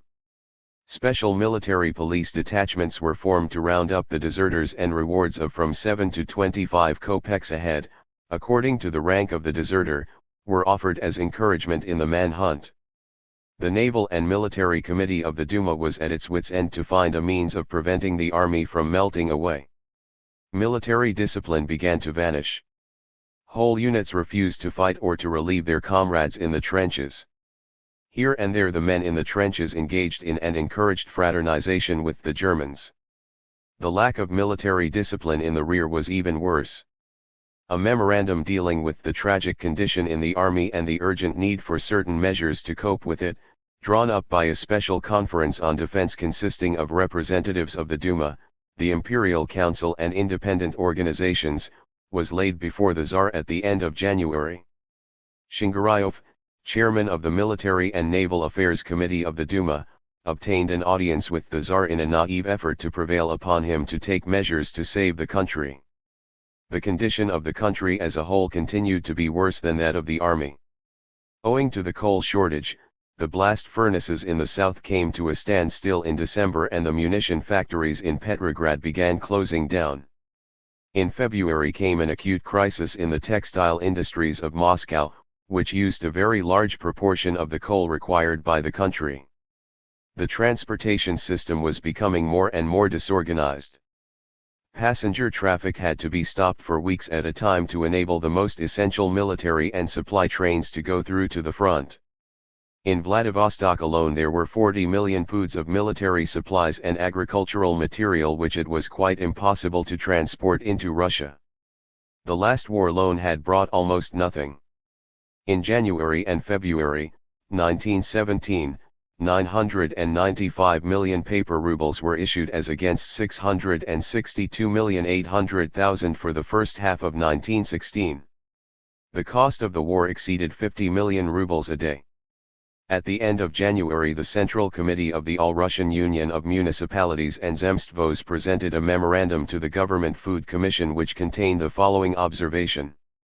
The towns received only 1/50th and 1/18th of the supplies allotted to them, respectively, for November and December, 1916. All stores in the towns are exhausted. By February there will be no bread. And, indeed, There was no more bread in the towns by February. There were hunger riots in all the provinces. On February 10, what the authorities called a misunderstanding due to food shortage occurred in Petrograd. The working classes had been provoked by hunger into the riots which were to justify the government in concluding a separate peace. From this time on it became impossible to stem the inevitable development of events into revolution. The time for a coup d'état, for a quiet revolution from above, had passed. Not without reason did Basil Maklakoff declare on May 17, 1917, before a conference of Duma deputies. At a certain moment it became clear to us that it would be impossible to carry the war to a successful conclusion while the old regime was in power, and it became the duty for those who feared the consequences of an upheaval to save the country from revolution from below by revolution from above. That was the duty we failed to fulfill. If our children should come to curse this revolution, they will also curse those who did not know in time how to prevent it. There had been but one means of saving the country from revolution and consequent anarchy, and that was by liberating it by a swift and energetic stroke from the government which was destroying it, as a center of infection is cut out of a healthy body. Those who were in closest touch with the masses realized most clearly the danger of an anarchic revolution. That was why the Inter-Party Group, to which I belonged, so persistently demanded radical reconstruction of the government and did its best to speed it. Beginning with the autumn of 1916, preparations for a coup d'état were launched in various circles. A number of organizations and even members of the progressive bloc in the Duma took part in the conspiracies. The conspirators were in touch with army circles, and some generals, not to mention junior officers, were drawn into the plans. There were a number of plots underway and the plans were discussed by the respective conspiratory groups at secret meetings in Moscow and Petrograd. One plan provided for the arrest of the Empress and her entire circle, followed by a demand for the Tsar's abdication in favor of his young son, under the regency of Michael Alexandrovich. Some of these plans were ready for execution in the winter of 1916, and those initiated into the conspiracies were looking forward with impatience to their realization. Our inter-party group, consisting of representatives of all left elements in the Duma, was in touch with all active radical forces in the country, and through our agents we sought to develop a common program and prevent disagreements which might interfere with the proposed coup d'état. This was made necessary because many revolutionary centers were not familiar with the ends for which other groups were working.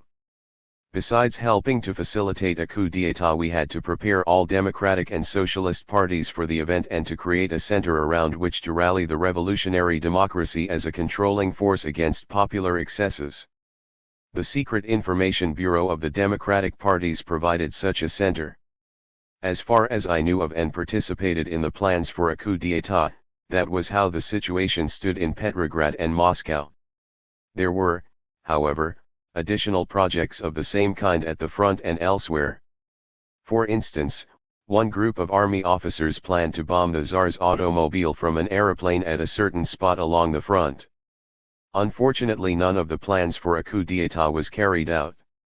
The men upon whom the realization of these plans depended were held back by their old traditions of loyalty to the throne and the imperial family.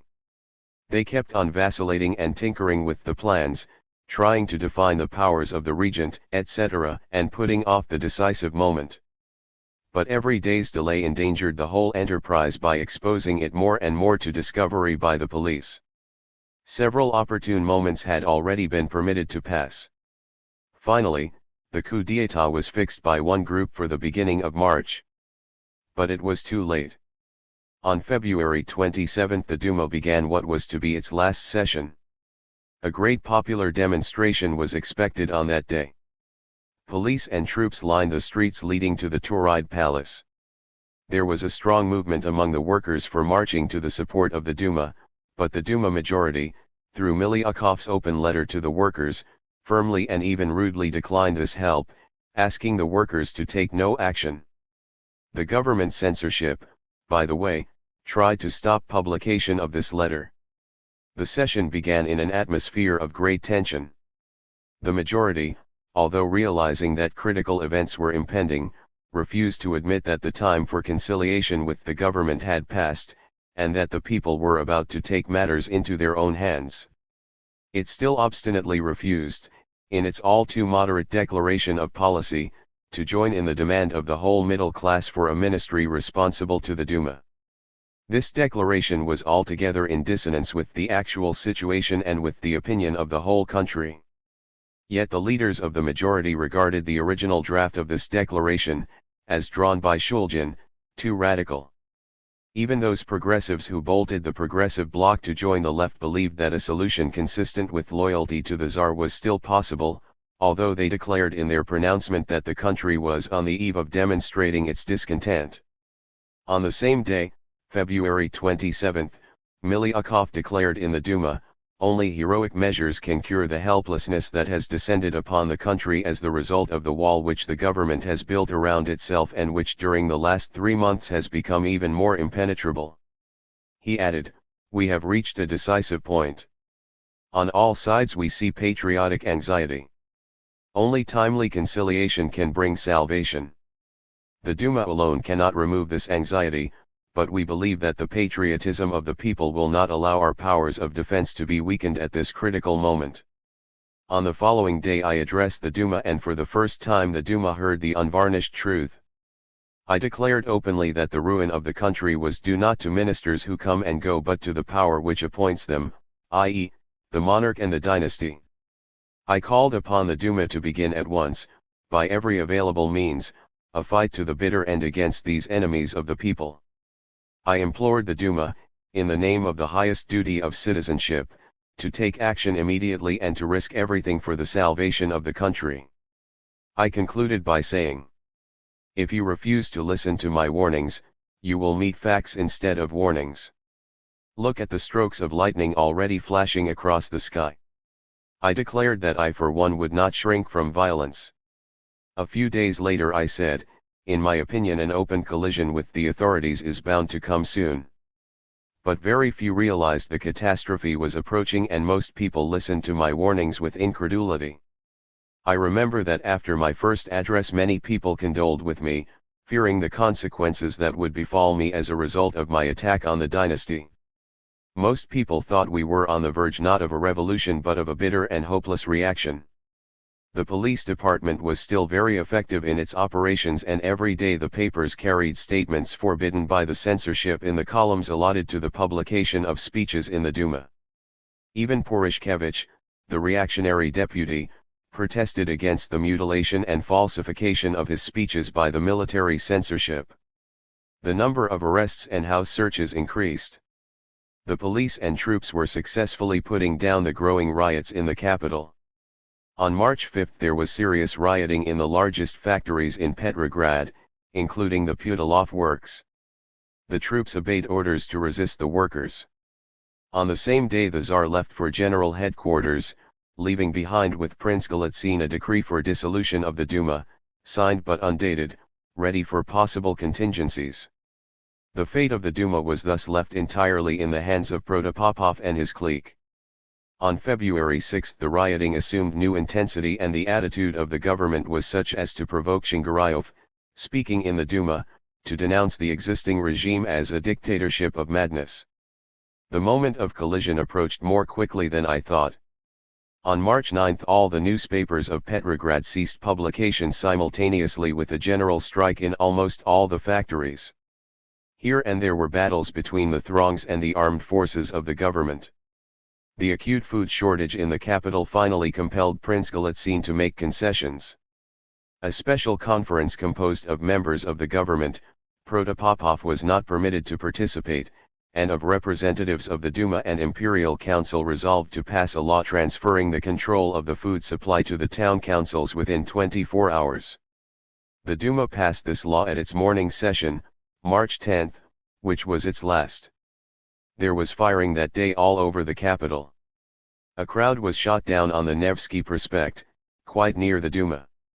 The troops were still obeying orders. There was also fighting on the Znamensky Square and in other parts of the city. In the evening the Pavlovsk regiment mutinied, but was immediately suppressed, the ringleaders being taken to the fortress of SS. Peter and Paul. During these days conferences were going on in the Duma continuously from morning till night. The majority was still hopelessly trying to find a loyal way out of the situation. On March 9 the whole city was transformed into a military camp. At midday all bridges were barricaded and it became difficult to get into the center of the city from the suburbs. The Constitutional Democrats, Cadets, and the Laborites insisted that the session of the Duma, fixed for March 12, be held on the 11th. We felt that it was essential to have an all-Russian political center in these days. But most parties disagreed with us and we compromised by calling a meeting of the leaders for midday and the Duma session for 2 p.m. on March 12. At midnight, on March 11, Rodchenko received the Tsar's decree of dissolution, which set no date for the reconvocation of the Duma. This last act of the dictatorship of madness turned the hunger riots into the revolution. It takes a thunderbolt to make a mujik cross himself, says an old Russian proverb. The action of the government in dissolving the Duma when confronted by the hungry, maddened throng struck Russia like a thunderbolt and opened her eyes to the abyss towards which the madmen and traitors of Tsarism were pushing her. But for the Duma there could have been no revolution. Neither could it have come about without the revolt of the workers and soldiers. At the first meeting of the Cadet Party after the revolution, Milyukov said, "We must bow to those bodies we have seen lying in red coffins on the field of Mars." When we left the Tauride Palace on the evening of March 11 we did not yet know that the Duma was to be dissolved. The mutiny of the Pavlovsk regiment on March 10 was not supported by the rest of the garrison. The crowds in the streets seemed to be dispersing and calming down that evening. It looked as if the disturbances were drawing to an end. That is why the crash on March 12 came as a surprise. I have given a brief summary of the events which led up to the revolution. The revolution did not create the anarchy in Russia, but was in fact the healthy effort of the country to save itself from the approaching disintegration. The criminal folly of the government and the war exhaustion brought Russia to the revolution. The revolution succeeded in abolishing the autocracy, but it could not remove the exhaustion of the country, for one of its main duties was to carry on the war. It had decided to put the utmost strain upon the country's resources. Herein lay the tragedy of the revolution and of the Russian people.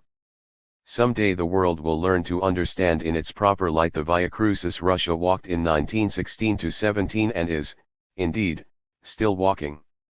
I am quite convinced that the revolution alone kept the Russian army at the front until the autumn of 1917, that it alone made it possible for the United States to come into the war, that the revolution alone made the defeat of Hohenzollern Germany possible. The years 1917–27 have shown that centuries of autocracy cannot fail to leave their marks on a country. The body politic was corrupt long before the revolution. The state, built on the sweat and blood and tears of the people, had long been disintegrated and the soul of the people poisoned by the old regime. Russia ground down by the autocracy was like a slave rotting in a foul dungeon without light or air. By straining every nerve she found strength to break her fetters and prison bars, and to escape from her suffocating captivity to freedom. But I hear sad and angry voices objecting, what was the use of breaking out of prison only to collapse upon the threshold? To these I would reply. Wait. Russia has not fallen dead. The fight has only just begun. Notes.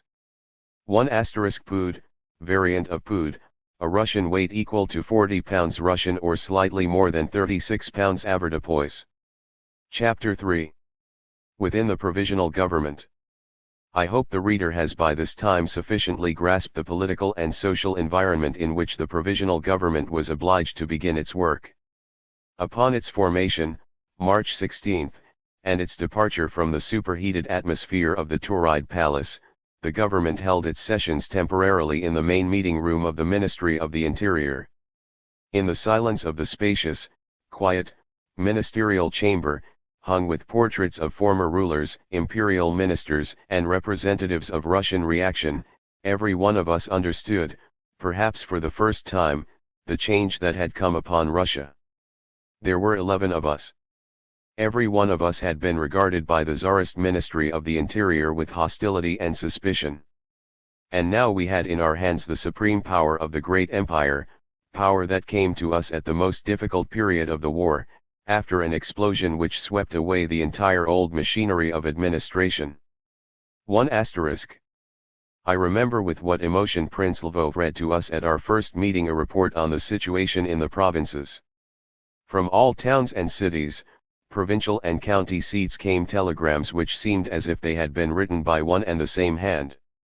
They all told the same story: the old administration, from the governor to the last town policeman and village bailiff, had disappeared without trace, and everywhere were being formed, instead, all sorts of self-appointed organizations, soviets, committees of public safety, conferences of public leaders, etc., etc.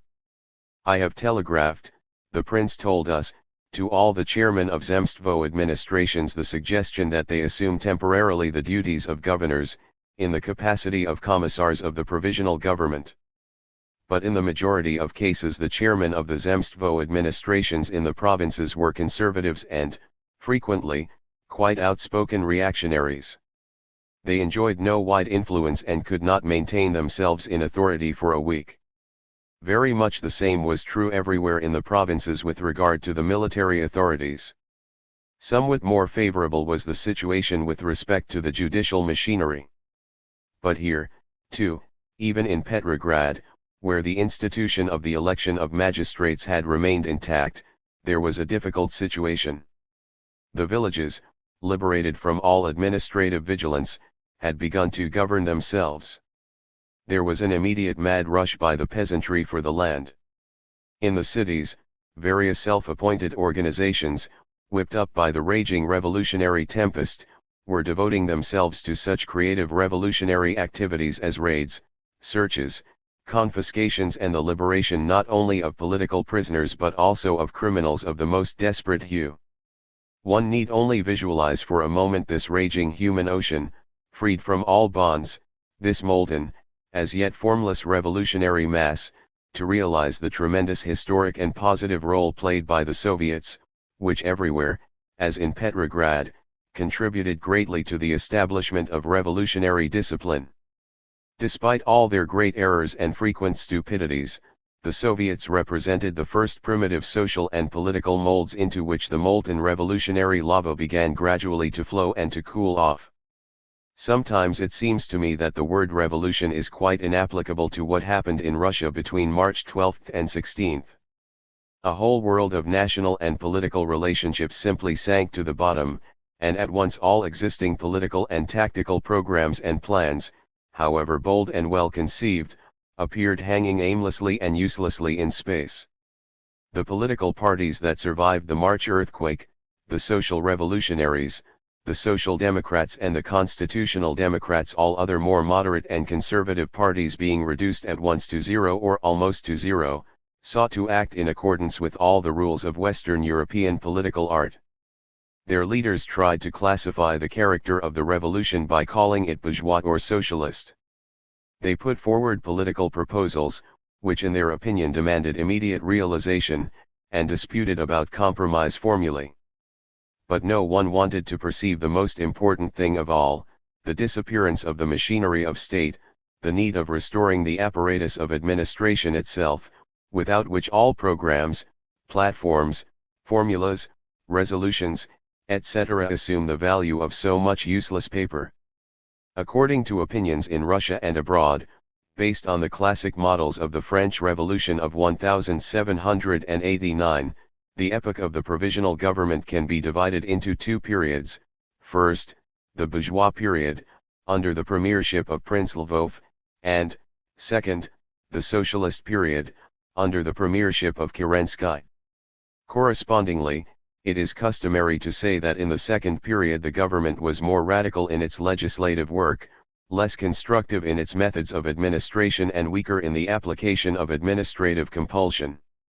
The terms bourgeois and socialist would probably be applicable to the Russian Revolution if after the March upheaval all power in Russia had actually been in the hands of the bourgeoisie itself, organized as in the West in compact class formation, able to fight for power and knowing how to keep it. This interpretation would probably be correct if such a bourgeoisie had been superseded in the natural course of the struggle for power by the fourth estate, the city, village, and intellectual proletariat, and which would have occupied in the first, the bourgeois period of the revolution, the position of an oppressed social class. But such was not the situation. On the contrary, exactly the opposite occurred. The very formation of the provisional government took place under circumstances of tragic misunderstanding. Given to thinking along the line of historical precedents and knowing the art of handling theoretical propositions rather than that of orienting themselves in the confusion of real life, the ideologists of the bourgeois democracy believed sincerely that the downfall of absolutism would be marked by the transfer of all power into the hands of the liberal conservative bourgeoisie represented by the progressive bloc in the Fourth Duma. On the other hand, the socialist leaders and the ideologists of the revolutionary proletariat fully accepted this fantastic idea, for it coincided with their own theoretical conceptions, based on the very best European models of the development of a real revolution. Viewed from the point of view of the precedent of the French Revolution, the period of the Russian Revolution, beginning with March 12, constituted the epoch of the National Assembly and the Girondins. Subsequently, within a few years, it was to give way to the Jacobin Terror, etc. The absence of life instinct and of political intuition in the minds of political dogmatists assumed at times most curious propensities. Thus, during their joint consideration of the program of the provisional government, the representatives of the Soviet, or of the so-called revolutionary democracy, forced on the temporary committee of the Duma the obligation not to determine beforehand the future form of government in Russia, pending convocation of the Constituent Assembly, while P.N. Miliukov, the ideologist of the Progressive Bloc, fought long and stubbornly against this limitation.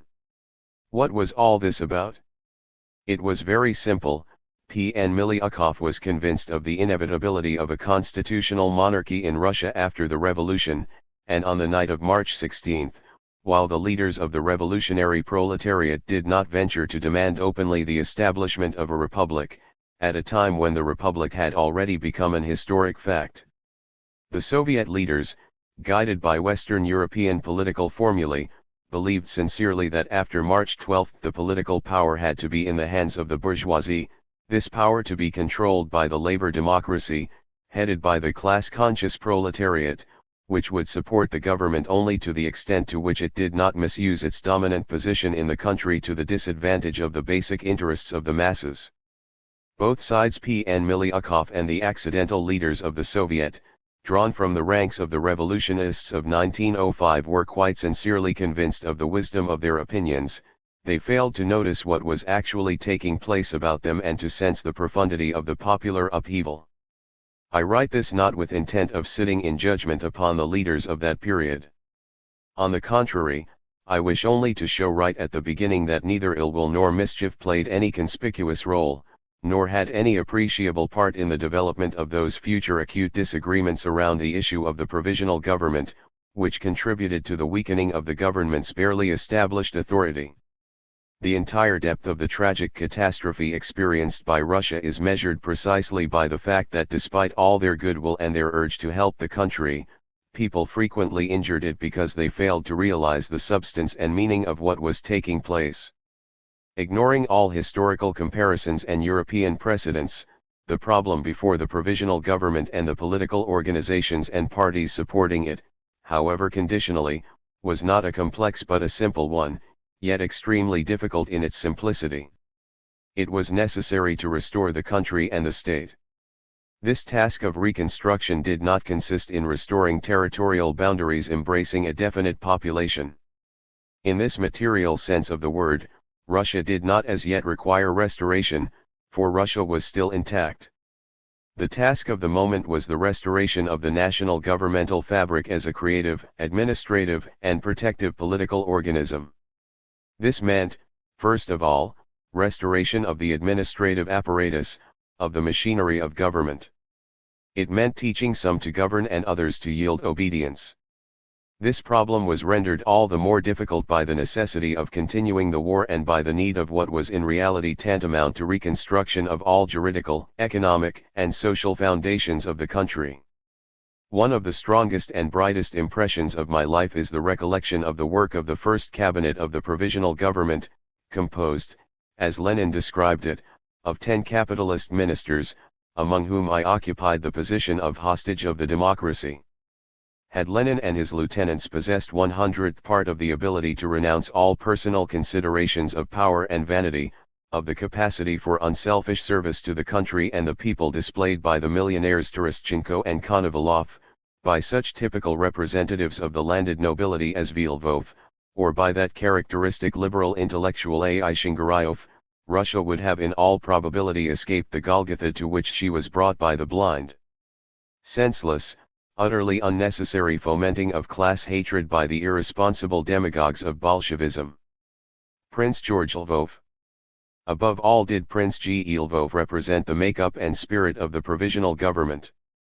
This true aristocrat, whose family had its roots in centuries of Russian history, was undoubtedly the most democratic among us, closer than any of us to the real soul of the Russian muzhik. Modest, almost unnaturally retiring, absent-minded in all matters concerning himself, the prince outwardly possessed not a single earmark of the head of a government. Revolting against the whole past of his power-loving ancestors, baronial rulers of medieval Russia, he seemed to have subdued in himself the family instinct for power. He felt a revulsion against all the exterior attributes of authority and of the state. During the sessions of the provisional government he kept deliberately in the background and saw to it that everyone had an opportunity to speak his mind to the end, to say everything he wished to say. Rarely, almost never, did he interject a word of command or criticism into the stormy debates of the cabinet, seeking always to bring about agreement by a kind word of wisdom, forgetting frequently the necessity for hurry to keep the government from lagging behind the elemental sweep of events. All his life the prince had struggled stubbornly, unceasingly, with tremendous energy, against the stupid, ferocious, bureaucratic machine of the old absolutism. But he always approached the painful questions of Russian life not like a politician but in a peculiarly original manner. He moved not from ideas to man but from man to ideas. Although detesting the old regime, the prince had always succeeded in striking some human chords in the men who served it. He would gather about him leading men and women devoted to the people's interests, and draw up, with their cooperation, plans and programs of social welfare. Then, unostentatiously, he would depart for some ministry or some gubernatorial center, where single-handed, by means he alone seemed to possess, he would accomplish what innumerable political resolutions and demands of the Duma or Zemstvo organs failed to achieve. In his work the prince covered the length and breadth of Russia. In most difficult periods of agricultural crises, he promoted successfully the work of moving masses of peasants to settlements in the Far East. During the Russo-Japanese War, as head of the Zemstvo organizations, he did much for the wounded and accomplished what was far beyond his official duties and limitations. He was a member of the First Duma. But this page of his career, in the opinion of some the most striking of his life, he regarded as the most uninteresting and unnecessary. After the dissolution of the First Duma, he left the Constitutional Democratic Party and went out to seek again, in his own way, new roads to the happiness and welfare of the people. Long before the European War, in the period of the cruel Stolypin reaction, 1907-11, he began to devote himself to the organization of the independent forces of the Zemstvos. Slowly and surely the prince assembled around him elements which could, in the moment of the death of the old regime, take over, if necessary, the machinery of government.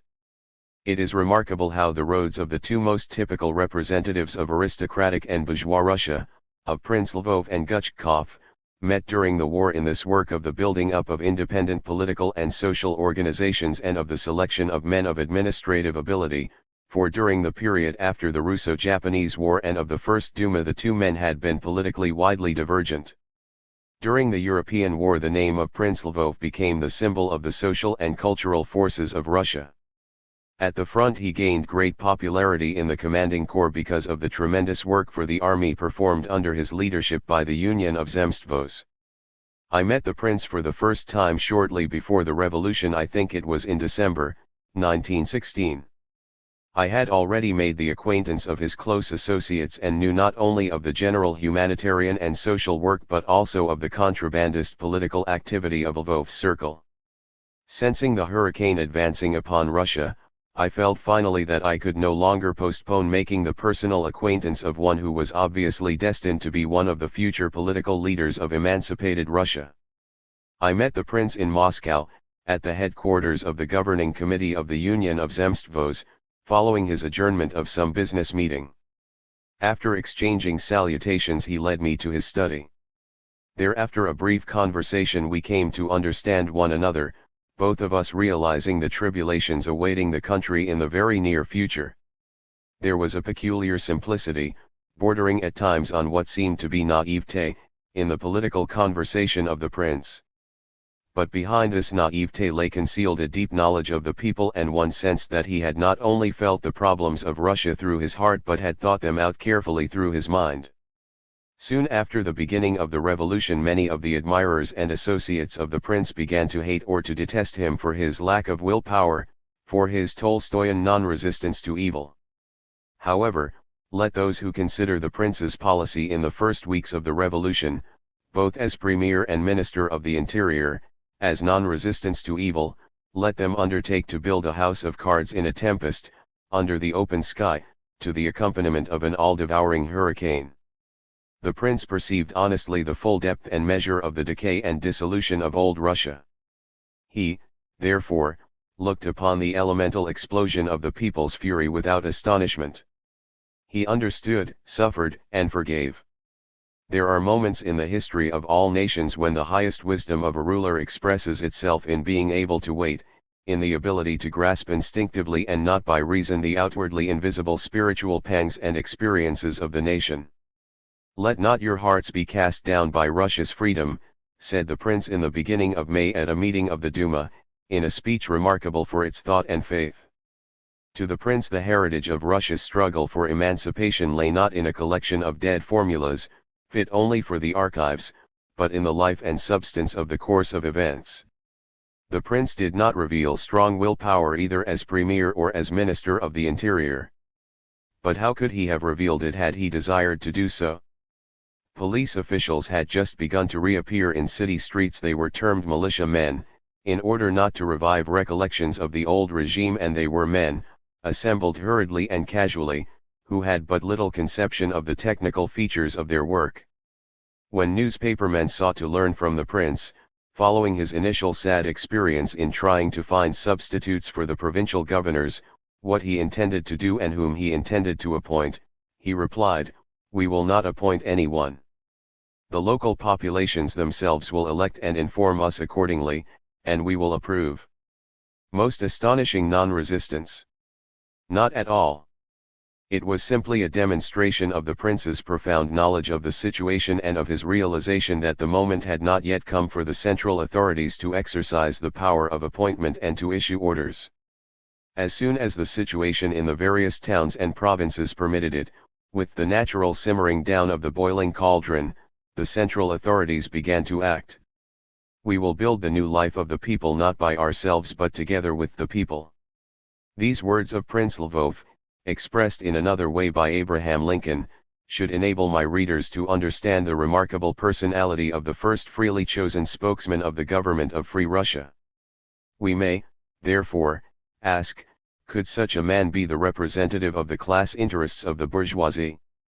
Could he express the will of the propertied classes when his entire soul was bound much more intimately, tenderly, and deeply than that of men like Lenin with the aspirations, the actual interests, the whole future of the Russian peasantry? This future lay in the land. Basic reforms the land. No mention of it is to be found in the declaration of the provisional government made public on the day of its assumption of office. Nevertheless, at its very first meeting, A.I. Shingarayev, afterwards killed by the Bolsheviki, on the eve of the convocation of the Constituent Assembly of which he had been elected a member, was instructed by unanimous decision of the cabinet, and without any discussion, to work out a basic plan for the complete readjustment of land distribution and to prepare measures for the execution of this social reform, unprecedented in the history of Europe.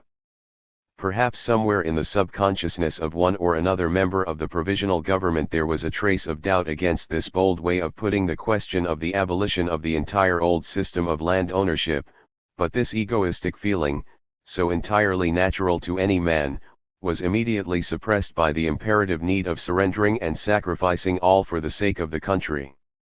On April 2, the provisional government promulgated its agrarian reform, which was to give all the land into the hands of those who worked it, and on the same day the government created a central land committee, which, in cooperation with similar provincial and county land committees and elected representatives of the population, was to draft a basic land law for presentation to the Constituent Assembly.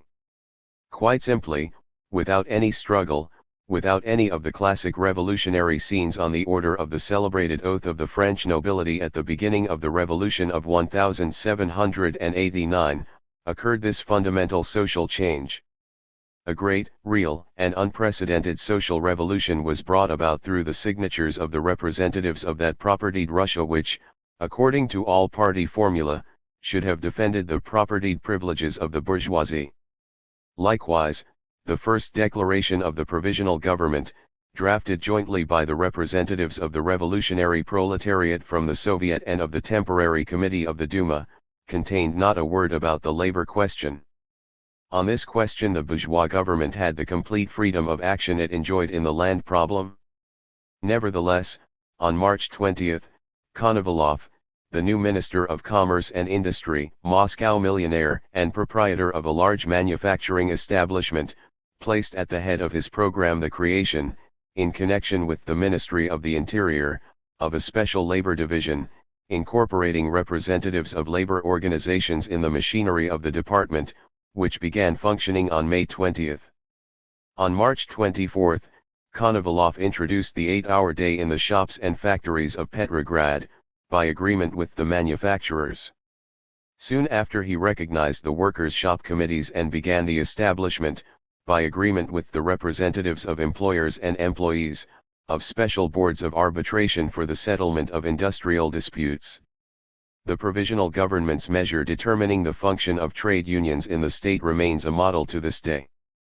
What the provisional government failed to include in its work was only the demagogy of Lenin, so destructive and so costly to the workers themselves. In comparison with the scope of its constructive social reforms, the purely political program of the bourgeois provisional government, representing the only measures to which it pledged itself, appears as a mere trifle. After long casuistical disputes, of interest only to themselves, the socialist intellectuals representing the Soviet and the liberal professors representing the Duma had drafted the following measures which the provisional government was to put into effect. 1. Complete and immediate amnesty for all acts of political and religious nature, including acts of political assassination, military uprisings, and agrarian disturbances. This was put into effect March 19, followed by abolition of capital punishment on March 25. 2. Freedom of speech, press, assembly, trade union organization and strikes, and application of political liberties to men in the military service insofar as these were practicable under the technical limitations of the Cellrevis. Put into effect immediately. 3. Abolition of all juridical discriminations based on distinctions of class, creed, and nationality. Put into effect April 26. 4. Immediate preparations for the convocation of the Constituent Assembly, on the basis of universal, equal, direct, and secret suffrage, whose function it would be to determine the form of government and the Constitution. Preparations begun at once. On May 8 the Special Commission, with the participation of representatives of all parties and social organizations, assembled for the drafting of an electoral law to govern the elections to the Constituent Assembly, and of technical measures for the election. 5. The substitution for the old police of a people's militia, its chieftains to be chosen by popular election and to be subordinate to the local government authorities. Organization of such a militia was begun at once. 6. Election of all organs of local self-government on the basis of universal, direct, equal, and secret suffrage. On May 2 the government made public its measure for the election of city councils, and on May 28 was promulgated the basic reform of local Zemstvo self-government. The official program of the provisional government was thus put into realization within a few weeks. In addition, during the 2 months of its existence, the first cabinet of the provisional government accomplished the following. It proclaimed the independence of Poland. It restored the autonomy of Finland. It created committees for the working out of local autonomy in the Ukraine and Latvia. It reorganized the administration of government in Turkestan and in the Caucasus and in Turkish Armenia and Galicia, which were occupied by Russian troops. It abolished all special courts, introducing the general system of trial by jury. It reorganized the food distribution system, strengthening the grain monopoly and introducing fixed prices on all articles of necessity. It established county zemstvos and reformed the system of peasant administrative machinery. It promulgated a law for the improvement and development of cooperatives, which is regarded as exemplary to this day. It abolished the exile system and reformed the prison system. It restored the institution of the election of magistrates. Finally, the provisional government changed radically the administration of the Church, restoring the complete independence of the Orthodox Church, and prepared also the convocation of a soberer, which had not been convened for 200 years, and which in the autumn of 1917 restored the Patriarchate. The measures enumerated above were sufficient to occupy generations of normal political effort. The provisional government carried out these measures quickly and easily, despite the fact that it was burdened by the war, with all the involved problems of communications, the food supply and acute financial difficulties. I assert confidently that as soon as Russia emerges from the present period of Bolshevist reaction, she will inevitably resume the work of national reconstruction on the basis of the political, juridical, and social principles laid down in the first 2 months of the provisional government. Notes. 1. The provisional government was composed as follows: Premier and Minister of the Interior, Prince G. Lvov, a veteran leader of Zemstvos; Minister of Foreign Affairs, Paul N. Miliukov, leader of the Constitutional Democratic, Liberal, Party; Minister of War and Marine, A.I. Guchkov, member of the Duma, leader of the Oktoberist, Conservative, Party and representative of the Moscow merchant class; Minister of Finance, M.B. Terestchenko, nonpartisan, one of the wealthiest men of Russia. A noted philanthropist and vice-chairman of All-Russian War Industrial Committee, Minister of Agriculture, A.I. Shingaryov, Constitutional Democrat, Zemstvo worker, prominent member of the Fourth Duma and close co-worker of Paul N. Miliukov, Minister of Education, Professor A.I. Manuelov, Constitutional Democrat, noted Moscow reformer and university leader, Minister of Commerce and Industry, A.I. Konovalov, progressive, noted public leader, member of the Fourth Duma. Vice-chairman of the All-Russian War Industrial Committee and one of the foremost industrialist and commercial leaders of Moscow, Minister of Railways, N. Nekrasov, member of the Fourth Duma, leader of the left wing of the Constitutional Democratic Party, Procurator of the Holy Synod, V. Lvov, moderate conservative, big landed proprietor and member of the Fourth Duma, State Controller, Godnev, Oktoberist, veteran public leader from the Volga region, Vice Premier and Minister of Justice, A. F. Kerensky. Chapter 4. The Government Crisis. And so the provisional government, by means of legislative initiative, began to lay the foundations of the new democratic state. The work proceeded swiftly. Towards the end of the summer, the new organic laws began to make themselves felt in the increasing systematization of the nation's political life and the strengthening of the administrative apparatus. But while this work was in progress, it was necessary to live, i.e., to command at the front, to restore order in the rear, to circumscribe and bring within the limits of the possible the flaming appetites of individual groups and classes. All these wanted all they could get, all liberty, all rights but no obligations.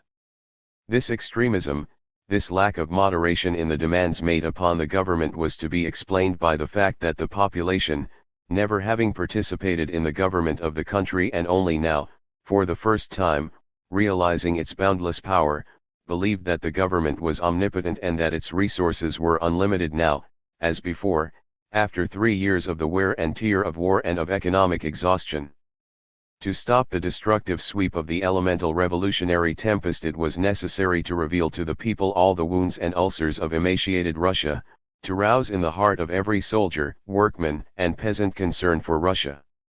Not the egoistic instincts of capitalist Russia but the real interests of Russian democracy itself, just come into power, required the protection of industry from destructive experiments by the workers, the restoration of authority at the front and a struggle against anarchic sentiments in the village.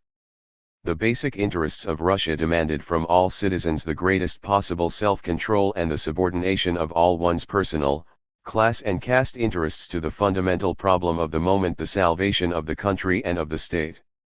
Russia could escape from her insurmountable difficulties only in the measure in which the people developed the feeling of political discipline and political responsibility. In the development of this feeling in the masses, the government could play a great part, but only on the condition of growth and strengthening of confidence in the government. While an old, traditional organ of authority, supporting itself upon a strong administrative apparatus, can continue to exist for a long time, even after having lost the confidence of the country, no new government can possibly afford such a luxury, in the absence of even the simplest and most primitive instruments of compulsion. In this case, obedience to the demands of the new government depends entirely upon the goodwill of the people, who follow the instructions of the government only to the extent to which it has their confidence. The development of authority constituted the cardinal condition for Russia's safe emergence from the crisis of war and revolution. However, the more intensively the organization and solidification of democratic organizations around the Soviets proceeded, the wider grew the psychological gulf between the revolutionary government and the revolutionary democracy in the Soviets. Every action of the government was regarded with suspicion by the leading circles of the Soviet and subjected to close examination from the point of view of the interests of the proletariat and of the revolutionary people. The speeches and articles of the Soviet leaders, playing the role of a benevolent parliamentary opposition, in themselves contained nothing evil or criminal. Under normal conditions, with a parliament and a parliamentary majority to fall back upon, all this would have been even useful to the government. But the leaders who essayed the role of the opposition were in reality bound not to a minority but to a majority in the country.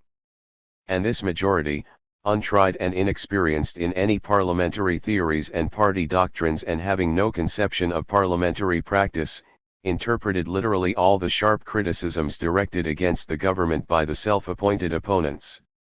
The Soviet press sowed the wind of opposition and the government reaped the revolutionary storm. This situation finally became impossible and intolerable. All the leading members of the provisional government understood well the source of the political tension and of the brewing crisis. They all understood that it was necessary to change the composition of the provisional government in a manner corresponding to the real disposition of forces in the country.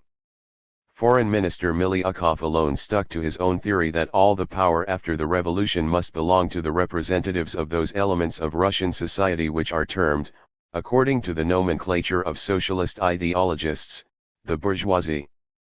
Paul N. Milyukov. Milyukov is one of the most striking and most brilliant figures of intellectual Russia. His name is inextricably bound with the last decades of the struggle against Tsarism, to the history of which he added many brilliant pages. An historian by nature, Paul N. Milyukov is by temperament a statesman of great ability. In his youth he followed the call of science, but his fighting instinct, rather than police persecution, prompted him to alter his career. In the end, instead of a venerable scientist, Russia received in him one of her greatest political leaders. But the very historical attributes of his mind taught Milyukov to understand political events post factum, to look at them more or less from the perspective of distance. Milyukov sees life more clearly through a book or an historical document. Having analyzed the past, he proceeds to draw corresponding conclusions, in accordance with all the rules of political logic. Thus, having worked out his program, his strategic and tactical plan, Milyukov proceeds to carry it out with all the fervor of a political leader who is thoroughly convinced of the wisdom of his judgment, failing to take into consideration, however, the circumstances of today and, what is frequently more important, of tomorrow. This lack of political intuition is not an irreparable fault under normal conditions in one's political activity, but in periods when minutes mean years and months become equal to decades, when the link between today and tomorrow is broken, the clash between precise and well-ordered schemes of political activity and life rushing on at blinding speed becomes catastrophic. P.N. Milyukov came to the Foreign Office with a well-conceived plan of foreign policy. In the autumn of 1916 this plan was still quite in place. But in March, 1917, it was of no more use or, rather, it became an historical document fit only for the archives. To put it more concretely, the trouble was not in the aim set by the First Minister of Foreign Affairs of the Provisional Government but in the methods chosen by him in his struggle for their realization. The Russia that had to declaim daily about the Dardanelles, the cross on Saint Sophia, and to whom it was necessary to speak constantly of war to a victorious conclusion that Russia ceased to exist on March 12, 1917. The new Russia which had come to take her place, lived under a new war psychology and wanted to hear new war slogans and to set new war aims. The fundamental change in the language of her diplomacy and her diplomatic methods, incumbent at that time upon the provisional government, did not, of course, in any way prejudice Russia's actions after victory. Victory has its own logic and creates in the victor its own psychology. In war, diplomacy is only one of the means of struggle, of war propaganda. It must speak in a language corresponding to the attitude and sentiments of the country at war. You may speak as you like and what you like, said Gutchkov to Milyukov at a meeting of the provisional government, but say only that which bolsters up the fighting capacity of the front. Even before that, early in April, on my way with Milyukov to General Headquarters at Mohilev, I told him the same thing but in another way. It is necessary now to change entirely the language of all our diplomatic notes and declarations. This opinion of an inexperienced diplomat provoked the horror of the new minister and of his associate, Prince G. Trubetskoy, a professional diplomat. My words and the opportunist diplomacy of Gutchkov were not a misfortune for Russia. Its misfortune was Milyukov's refusal to yield in form to the new national psychology in all his declarations. The dispute over war aims. It would be of no interest to describe here in detail the casuistical dispute which continued for 2 months between Milyukov and the Soviet, between the Ryach, organ of the Constitutional Democratic Party, and the Izvestia, organ of the Soviet. The only interest this dispute has for us now lies not in its substance but in the consequences. At that time all those endless discussions whether or not Russia's war aims had changed after the revolution, whether or not Russia had in reality abandoned her claims to the Dardanelles, whether or not the Allies should be officially informed of the new war formula proclaimed solemnly to the Russian people by the provisional government on April 9 reacted painfully on the nerves of the people, exhausted by the war, and provoked the greatest irritation. The provisional government itself had found the proper way of presenting Russia's war aims to the people in the following declaration.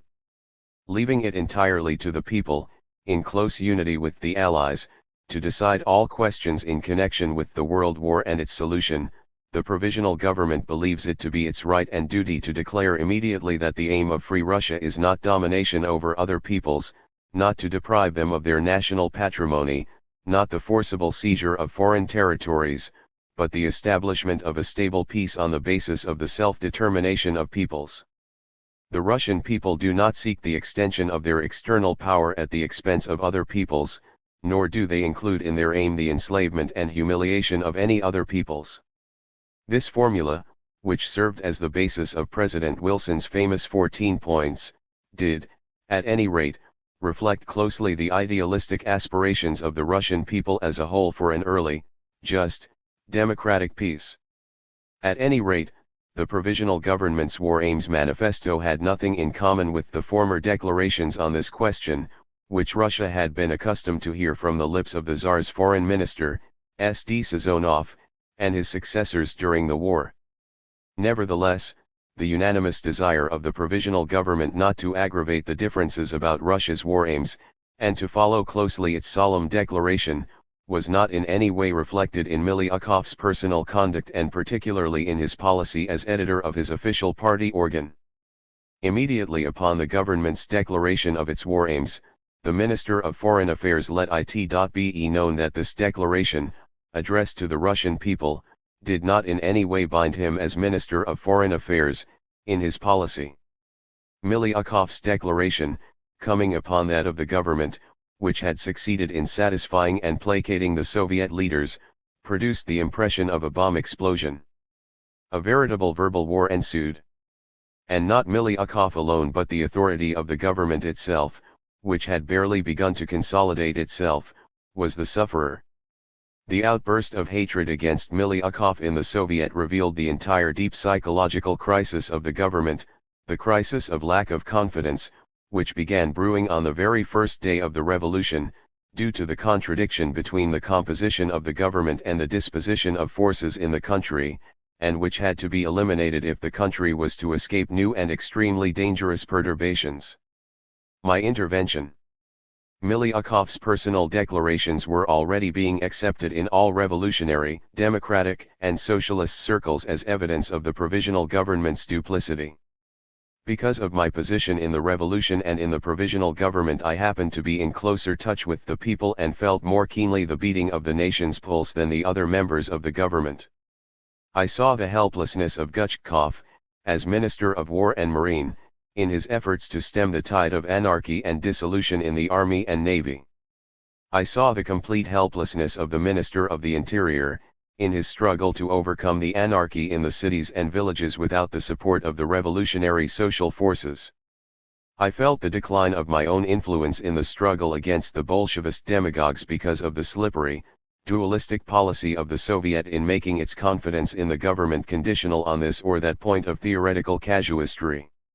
However valuable the principle of unity of the provisional government was, the government that was born in the first minutes of the revolution, and much as it was important to keep all the original members of the cabinet in the government, because of their solemn oath to lead the country to the Constituent Assembly, and however desirable Miliukov's presence in the provisional government was, his continuance as Minister of Foreign Affairs was becoming a real national danger. On the other hand, it was no longer possible to tolerate a situation in which the leaders of the revolutionary democracy in the Soviet, who had the advantage of tremendous moral authority, did not share direct responsibility for the fate of the country. It became necessary to force developments. On April 25, late in the evening, I informed the press that the provisional government was preparing to consider the question of dispatching a note to the Allies, informing them of Russia's new war aims, as proclaimed by the provisional government on April 9. In some way my statement appeared in the press the next day in garbled form. Anticipating developments, the newspapers announced that the government was already discussing the note to the Allies. Some of the members of the government had already decided to bring this question before the entire cabinet. However, no such discussion by the cabinet as a whole had yet taken place. For this reason the Minister of Foreign Affairs was quite justified in demanding from the provisional government an official denial. On April 27 the newspapers reported, the government has not discussed and is not preparing any note on the question of war aims. This denial provoked a veritable storm. As was foreseen, Miliukov was compelled to agree immediately to the dispatch of a note to the Allies on the question of war aims. But now this act assumed an exaggerated importance in the eyes of public opinion, being regarded as having been forced by the Soviet and, what was worse, by the Petrograd garrison. The first move of the Bolsheviki. Because of the acute situation, the war aims note to the Allies was edited by the entire cabinet. We spent the whole night doing this in the office of Minister of War Gorchakov, who was quite ill. The contents of the note should have satisfied the most violent critics of Miliukov's imperialism. However, what developed was a psychological break which cost us very dearly. The lack of confidence in and the hostility to Miliukov in the Soviet and in the democratic revolutionary circles in general was so great that these elements were no longer able to consider and to grasp the contents of the note. Revolutionary hysteria began. At a special meeting, the Executive Committee of the Petrograd Soviet adopted a resolution of sharp protest against the new imperialist declaration of the Provisional Government, and Lenin, who had just arrived from Switzerland, via Germany, hastened to dispatch his lieutenants to the barracks. On May 3 the Finnish Guards Regiment appeared in the streets of Petrograd. Fully armed, with red banners and placards denouncing the Provisional Government, particularly Miliukov and Guchkov, the troops marched to the Kerensky Palace. All over the city appeared armed detachments of workmen and soldiers. The government was at that moment not in the Kerensky Palace, which was surrounded by the armed mob, but on the Moika, at the office of Guchkov. Here appeared General Kornilov, commander of the Petrograd military district, with the request for the government's permission to call out troops for its protection. Unanimously the government declined any such protection. We were all confident of the wisdom of our course and felt certain that the population would not permit any acts of violence against the government. And, in truth, on the same day appeared an explanation by the Soviet of Workmen's and Soldiers' deputies declaring that it had not summoned the troops to demonstrate against the government. Previous to this, immense throngs had appeared in the streets in a great demonstration in honor of the Provisional Government and, particularly, of Miliukov. This first mobilization of Bolshevist forces ended rather ludicrously for Lenin, but not without the sacrifice of a number of lives as a result of the shooting in the streets. The spilling of innocent blood had also a sobering effect on the leaders of the revolutionary democracy. The Soviet chieftains hastened to repudiate the Bolshevist adventure. On agreement between those leaders of the Soviet who were loyal to the government and the latter, the government made public, on May 4, an explanation of the foreign minister's note of May 1. The Soviet leaders enter the government.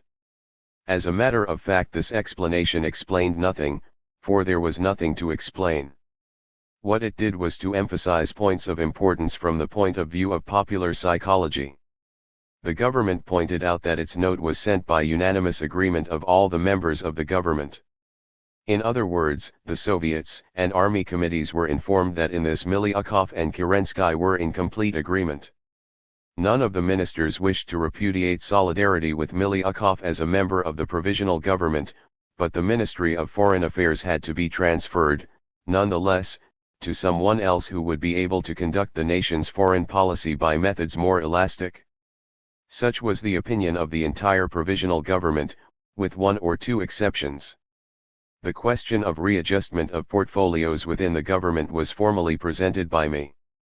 On April 4 I demanded from the government, on threat of leaving the cabinet, the transfer of Miliukov to the Ministry of Education. At the same time the question was boldly raised of obtaining the immediate entrance into the government of Soviet leaders and leaders of the socialist parties. On May 8 the cabinet crisis became a fact. Rejecting the advice of the most prominent leaders of his own party, V. Nabokov and M. Vanaver, P. N. Miliukov refused to accept the portfolio of education and left the government. Simultaneously I sent a communication to the Temporary Committee of the Duma, the Soviet and the Central Committee of the Party of Social Revolutionaries. In this communication I declared that henceforth the Provisional Government had to include not merely individual and casual representatives of the democracy, but men chosen formally and directly by the organizations they represent. I also made my continued participation in the government contingent upon the agreement of all left parties following the inclusion of their representatives in the ministry. My communication was only the final, formal step in the development of the struggle for a coalition government. From the very beginning of April the government had unanimously decided to obtain, at all costs, the inclusion in the cabinet of representatives of the Soviet and of the socialist democracy. Prince Lvov announced this categorically at his conference with the Executive Committee of the Soviet on May 4. It was not so easy, however, to bring this to realization. For not only were some of the liberals decidedly opposed to the participation in the bourgeois government of representatives of the so-called labor democracy, but this opposition was equally strong on the part of the orthodox Marxists in the Soviet. Shortly before the acute cabinet crisis, F. Dan, one of the most prominent leaders of the Mensheviki, had branded as calumny the very suggestion of the Soviets' agreement to participate in the reconstruction of the government. The supreme power is the provisional government, he had declared, while the revolutionary democracy, represented by the Soviet, makes its influence on the progress of political life felt by means of uninterrupted organized pressure upon the government, and by control over it. In fighting for a government coalition, so obviously essential to the interests of the country, those of us who never followed rigid party lines were thus compelled to break through the blockade of theoretical formula, and dead political blueprints piled up against us by the orthodox custodians of party doctrine, both in the socialist as well as in the bourgeois camp. Very soon the crisis grew more acute because of the departure from the government of War Minister Guchkov. I will speak of him and of the causes of his resignation later. At this point I will only say that with his departure the first cabinet of the provisional government concluded its existence. The romantic period of the provisional government came to an end. On its departure, the first cabinet of the provisional government left behind for the nation a political testament which still continues to stir one's mind and heart. In drawing up the balance sheet of its short but extremely difficult and intensive work, the government addressed to the nation the following words of warning which were destined to become a terrible prophecy. The provisional government cannot conceal from the population the difficulties and obstacles it has found in its work. It cannot, also, refrain from mentioning the fact that these difficulties are increasing and are provoking serious alarm for the future. Called into life by a great popular movement, the provisional government regards itself as the agent and custodian of the people's will. As the basis of political administration it has chosen not violence or compulsion but the voluntary subordination of free citizens to the government they have themselves created. It seeks support not in physical but in moral forces. From the very beginning of its existence the provisional government has never violated these principles. It has not been responsible for the shedding of a single drop of the people's blood nor has it sought to erect barriers of force against any current of social thought. Unfortunately and to the great peril of liberty, the building of new social buttresses for strengthening the country is lagging far behind the process of dissolution called forth by the collapse of the old political order. Under these circumstances, with the refusal of the government to resort to the old, compulsory methods of administration and other artificial means of raising the prestige of authority, the difficulty of the task confronting the provisional government becomes insurmountable. The elemental urge of individual groups and elements of the population, as represented by the politically least intelligent and least organized of these elements, to achieve their desires and obtain satisfaction of their demands by methods of direct action and seizure, threatens to destroy internal unity and discipline, and to create fertile ground for acts of violence stimulating hostility to the new order, and for the cultivation of private interests and ambitions to the detriment of the general interest and of the fulfillment of civic duty. The provisional government considers it its duty to declare frankly and definitely that such a state of affairs makes administration of the country extremely difficult and threatens, in its consequence, to bring the country to internal dissolution and defeat at the front. There rises before Russia the terrible vision of civil war and anarchy which will destroy liberty.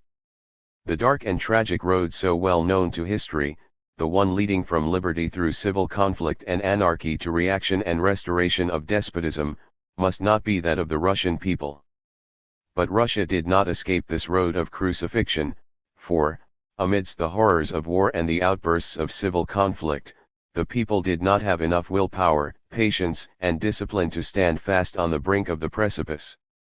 There was only one way of salvation: the union and cooperation of all the living, creative forces of the country, regardless of their political and social aspirations.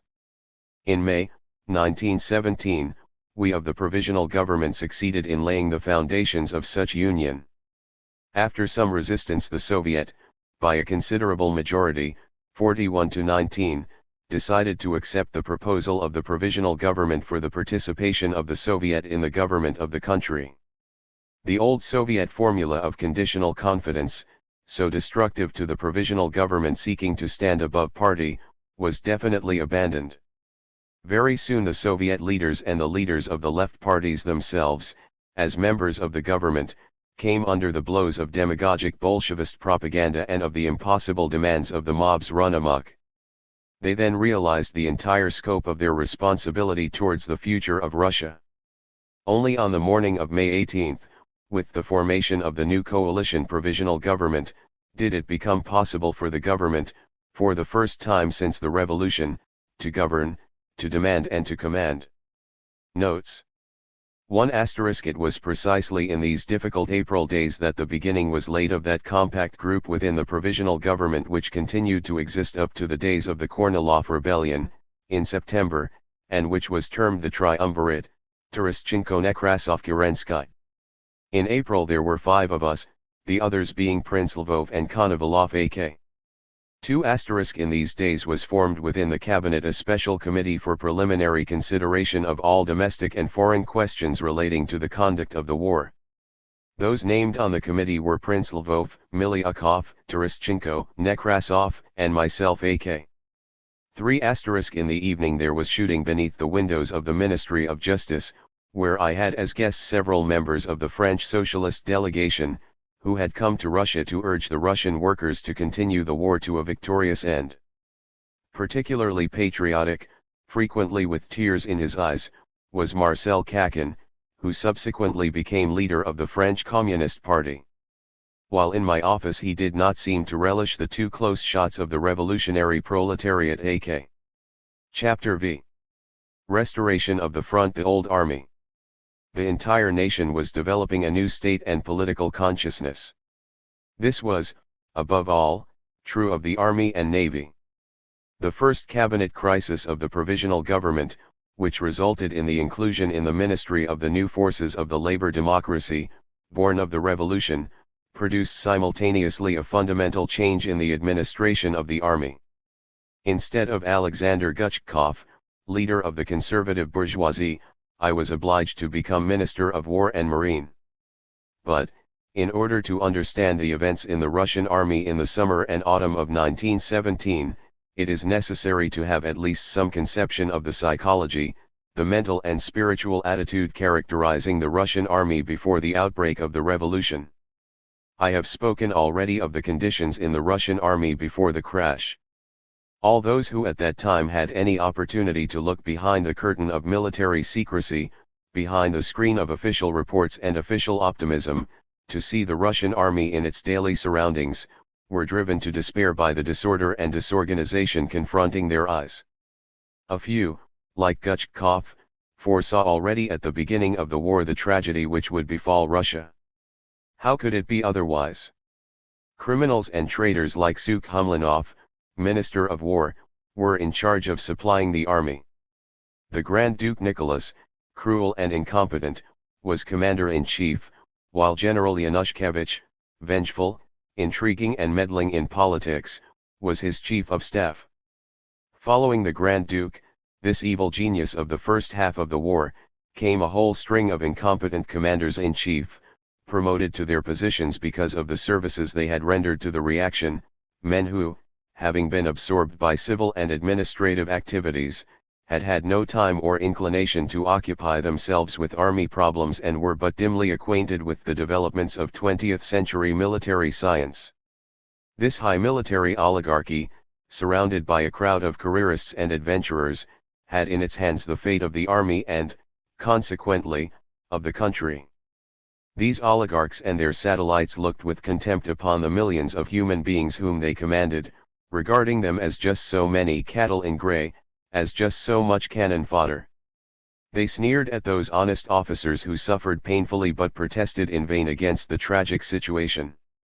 Then came the debacle of the spring of 1915. It descended upon the army like a mighty thunderbolt, producing some cleansing effects. The Russian people paid for the crimes of the ruling oligarchy with millions in killed and wounded, with the loss of all frontier fortresses, of the whole of Poland, and of untold quantities of guns, rifles, munitions, and supplies. People who curse the revolution have forgotten all this. They have forgotten the disintegration and despair brought upon the army by Sukh-Humlanov, filling the hearts of the troops with poison and hatred against the regime dominated by Rasputin. A vast network of political espionage was part of the army organization under the rule of Sukh-Humlanov. The entire officer corps was utilized for the purposes of special political departments devoted to spying upon the rank and file and the people as a whole. Police agents and agents provocateurs filled the ranks of the soldiers and sailors. Regimental commanders had to spy upon and denounce their subordinates. One hears a great deal about how the revolution destroyed the authority of the officers and sowed discord in the army. This is downright falsehood. The authority of the commanding body was killed long before the revolution, even before the war, by the whole system of army administration. Not the revolution but the autocracy, in deadly fear of losing its sole support, the army, transformed it into a police organization, making it impossible to develop relationships of friendship, respect, and mutual confidence between officers and soldiers. One must be courageous enough not to close one's eyes to the truth. Remember how the Army and Navy lived during those sinister years after the collapse of the revolutionary movement of 1905-6 and up until the crash of 1917. How could the nightmare of political espionage in the barracks develop a feeling of loyalty and confidence on the part of subordinates towards their superiors? Did not the honest and conscientious officers suffer and curse the role of police agents imposed upon them against their will? I know thoroughly from my own observation the inner life of the army during the 10 years of the Stolypin-Rasputin reaction. During that decade I was called upon constantly to defend, as counsel, soldiers and sailors prosecuted for political offenses. As a member of the Duma I had to read and listen to hundreds of tales of woe and complaints about the administration of the Army and Navy. These complaints came to me surreptitiously from all ranks and quarters of the military establishment. Under the exterior mask of consideration for the welfare of the troops, behind the screen of a patriarchal, feudal system there was being waged a silent struggle between the rank and file and their commanders. Increasingly bitter grew the hatred of the plain soldiers until the last vestiges of authority were wiped out. The best men, who, according to the frequent testimony of their commanders, were most conscientious, most capable, and most desirable for the military service, came inevitably under the influence of political propaganda and were quickly transformed into untrustworthy political criminals. I remember one case before the Petrograd Military District Court in 1908-9. The case involved a revolutionary organization in the 1st Artillery Brigade of the Guards. Some 15 soldiers stood before the court, accused of reading forbidden literature, of political propaganda and of organizing a social revolutionary circle in the brigade. The witnesses against the men were their own commanders, the best officers in the brigade, the most educated and the most conscientious. One of them, the commanding officer of the battery, said with bitter emphasis, "But they are our best soldiers." Yet, it had been his duty to spy upon them, to tolerate patiently the intrusion of police agents in the life of the battery, to follow the development of political propaganda in order to obtain evidence against his best men. The soldiers regarded their officers as agents of the police department, failing to realize that very frequently the officers resented and despised the espionage duties forced upon them by army regulations. When the verdict against the accused soldiers was pronounced, they tore off their shoulder straps and threw them into the faces of the judges. And what was the situation in the fleet, particularly in the Baltic Fleet, where the level of culture was higher than in the army? The officers' quarters and the sailors' holds were two enemy camps, always at war with each other, always suspicious of one another. Scarcely a year went by without some disturbances on one vessel or another, or without discovery of some political propaganda. Prosecutions inevitably followed, in the course of which the officers were always witnesses against the men. With savage joy and satisfaction did the sailors after the revolution go through the archives of the fleet, extracting the records of all past sins of their officers, revealing their espionage upon the crews and the secret service roles of the respective officers and commanders of the fleet. "How could we tolerate that officer?" was the repeated statement made to me by men in the fleet after the revolution. It was due to him that so many of our people went into penal servitude. In justice, however, it must be said that few of the officers took up the work of spies voluntarily.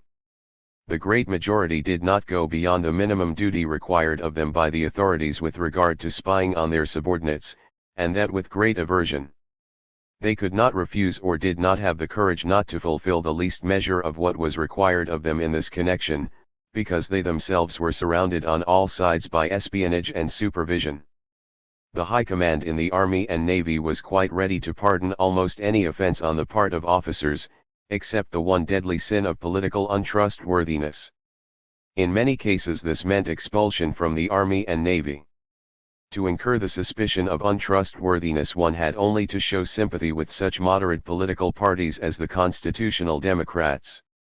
Suspicion of sympathy with parties like the Social Revolutionaries or Social Democrats was, of course, downright high treason. To show the slightest liberal inclination meant falling into the category of a dangerous suspect.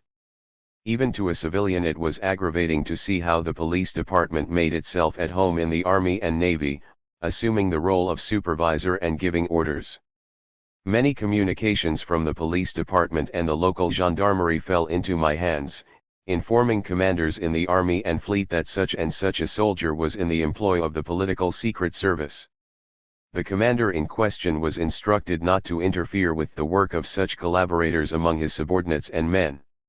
Just before the revolution, in the winter of 1916, there was a trial before the Petrograd Admiralty Court, involving a social democratic organization in the Baltic Fleet. The political police interfered brazenly in the inner life of the Army and Navy, undermining mercilessly all normal relations between officers and men and destroying authority and discipline. The officer was quite helpless in the matter. He had no ideas wherewith to oppose extreme political propaganda, because he had been taught to defend only official policy, hateful to the rank and file and frequently to the officer himself. He could not combat the nefarious activity of the political police because he himself was in its tentacles and often an unwilling and unconscious tool in its hands. The heartless initiation into the service, the breaking in, as Gutchkov characterized it, the cold, lifeless official patriotism demanded by the government in its insistence on obedience to the Tsarist trinity of absolutism, orthodoxy, nationality, the utter defenselessness of the weak before the strong, such was the system governing the life of the Army and Navy in 1914. Nowhere in Russia were the remains of serfdom more conspicuous than in the daily life in the army barracks. This serfdom persisted not only in the attitude and contact of the aristocratic officer class towards the good and simple peasant soldier, not only in the lack of responsibility on the part of the officers with regard to the plain human dignity and self-respect of the men, who were compelled to tolerate physical punishment without protest, but in the entire blind code of brutal discipline, and obedience, in the absence of any invigorating idea of national service. This idea was replaced by the detested empty formula, for the Tsar, the faith, and the fatherland. The general conception of the service prevalent everywhere was one of a difficult, uninteresting, and detestable task. The commanding bodies were marked by an astonishing absence of any feeling of personal responsibility. The result was an icy officialdom and soulless bureaucracy. In many respects the army organization was an actual fragment of the Russia of serfdom. Its duty throughout the century-old fight between the people and Tsarism had been, first and foremost, to defend the existing regime without reasoning or consideration. Nowhere were men of independent thought and action feared more than in the army, especially in the commanding body. This man is guilty, he has tried to think, Nicholas I is said to have remarked about one of the Decembrists. This aphorism epitomizes the attitude of the autocracy towards the army officer. Only his body was wanted, not his brain. General Vanovsky, favorite war minister of Alexander III, was thoroughly convinced that education was bad for the army. Himself a man of no education, it was his deliberate policy to give no promotions to officers of academic training. Ignorance and blind devotion at the top, ignorance and automatic obedience, at the bottom, that was the autocracy's conception of an ideal army. Of course, such an ideal was even more utopian and unattainable than any ill-considered socialist schemes. It was good to dream about, to strive for, but the more one strove for it, the more energetically one sought to realize it, the more unattainable it became. The more severe and the more merciless the autocracy was in its efforts to exterminate all the vital, living elements in the army, the greater grew the discontent and disloyalty in army circles. Military objectives were relegated more and more to the background with each year. More and more the army was carried away in its life and activity by the inner political struggle. The army must be kept outside of politics, was the repeated assertion of the Tsarist war ministers, but in reality the army was not kept outside of politics any more than was the school system, which was surrendered to the mercies of reactionary political wire-pulling and intrigue. It is not very far from the truth to say that there was nothing but politics in the army. The army was intended to be the chief rampart of the autocracy. Was this not politics? Was not every officer duty-bound to inspire the rank and file with a definite political creed? Was he not himself inspired from earliest childhood, from the elementary classes of the military school to his exit from the military academy with a definite, primitive political creed? We schoolboys in the gymnasiums and other civilian schools also had to swallow large doses of politics, the prescribed quantity of official patriotism. Our teachers and mentors dealt it out to us in a rather perfunctory, desultory manner, for the sake of going through the motions to please the authorities. There was not time enough to steep our minds and souls in government politics, for we spent the greater part of the day outside the school walls, under more salutary influences. It was otherwise, however, with our brothers and chums who entered the cadet corps. For a period of from 7 to 10 years they fell into an atmosphere of darkness, where they were transformed into a special species of man. My childhood and youth were spent in close contact with the officer milieu. My closest chum entered the cadet corps when very young. We met every year on our vacations. He had been an able, well-informed, independent young man. Yet we, his comrades who remained free, observed from year to year the effects of military education upon his soul. Mutual misunderstanding and estrangement developed between us. The cause was not that he had different manuals and books, but in the inevitable estrangement of every cadet from the life that pulsated outside the walls of his military school, in the artificial surroundings in which he lived 10 months out of the year, in the slow, systematic process of inoculating him with a distinct set of ideas and conceptions intended to become imperceptibly part of the future officer's nature and to ensure him forever against undesirable political influences. In the military hothouses, where a special species of man was cultivated to meet the special needs of the autocracy, the official gardeners had to produce an ideal compound of a military specialist, honest and faithful to his duty, devoted to the Tsar, but hostile to the political dreams, hopes and aspirations of civilian Russia. The conceptions of civic duty, honor, fatherland, state, service, demanded from the future officer were quite different from those of the rest of Russia. After some 10 years of such hothouse training and education the officer was ready. He went into some army unit, quite ignorant of the rest of Russia, quite incapable of adapting himself outside the military surroundings in which he had been brought up.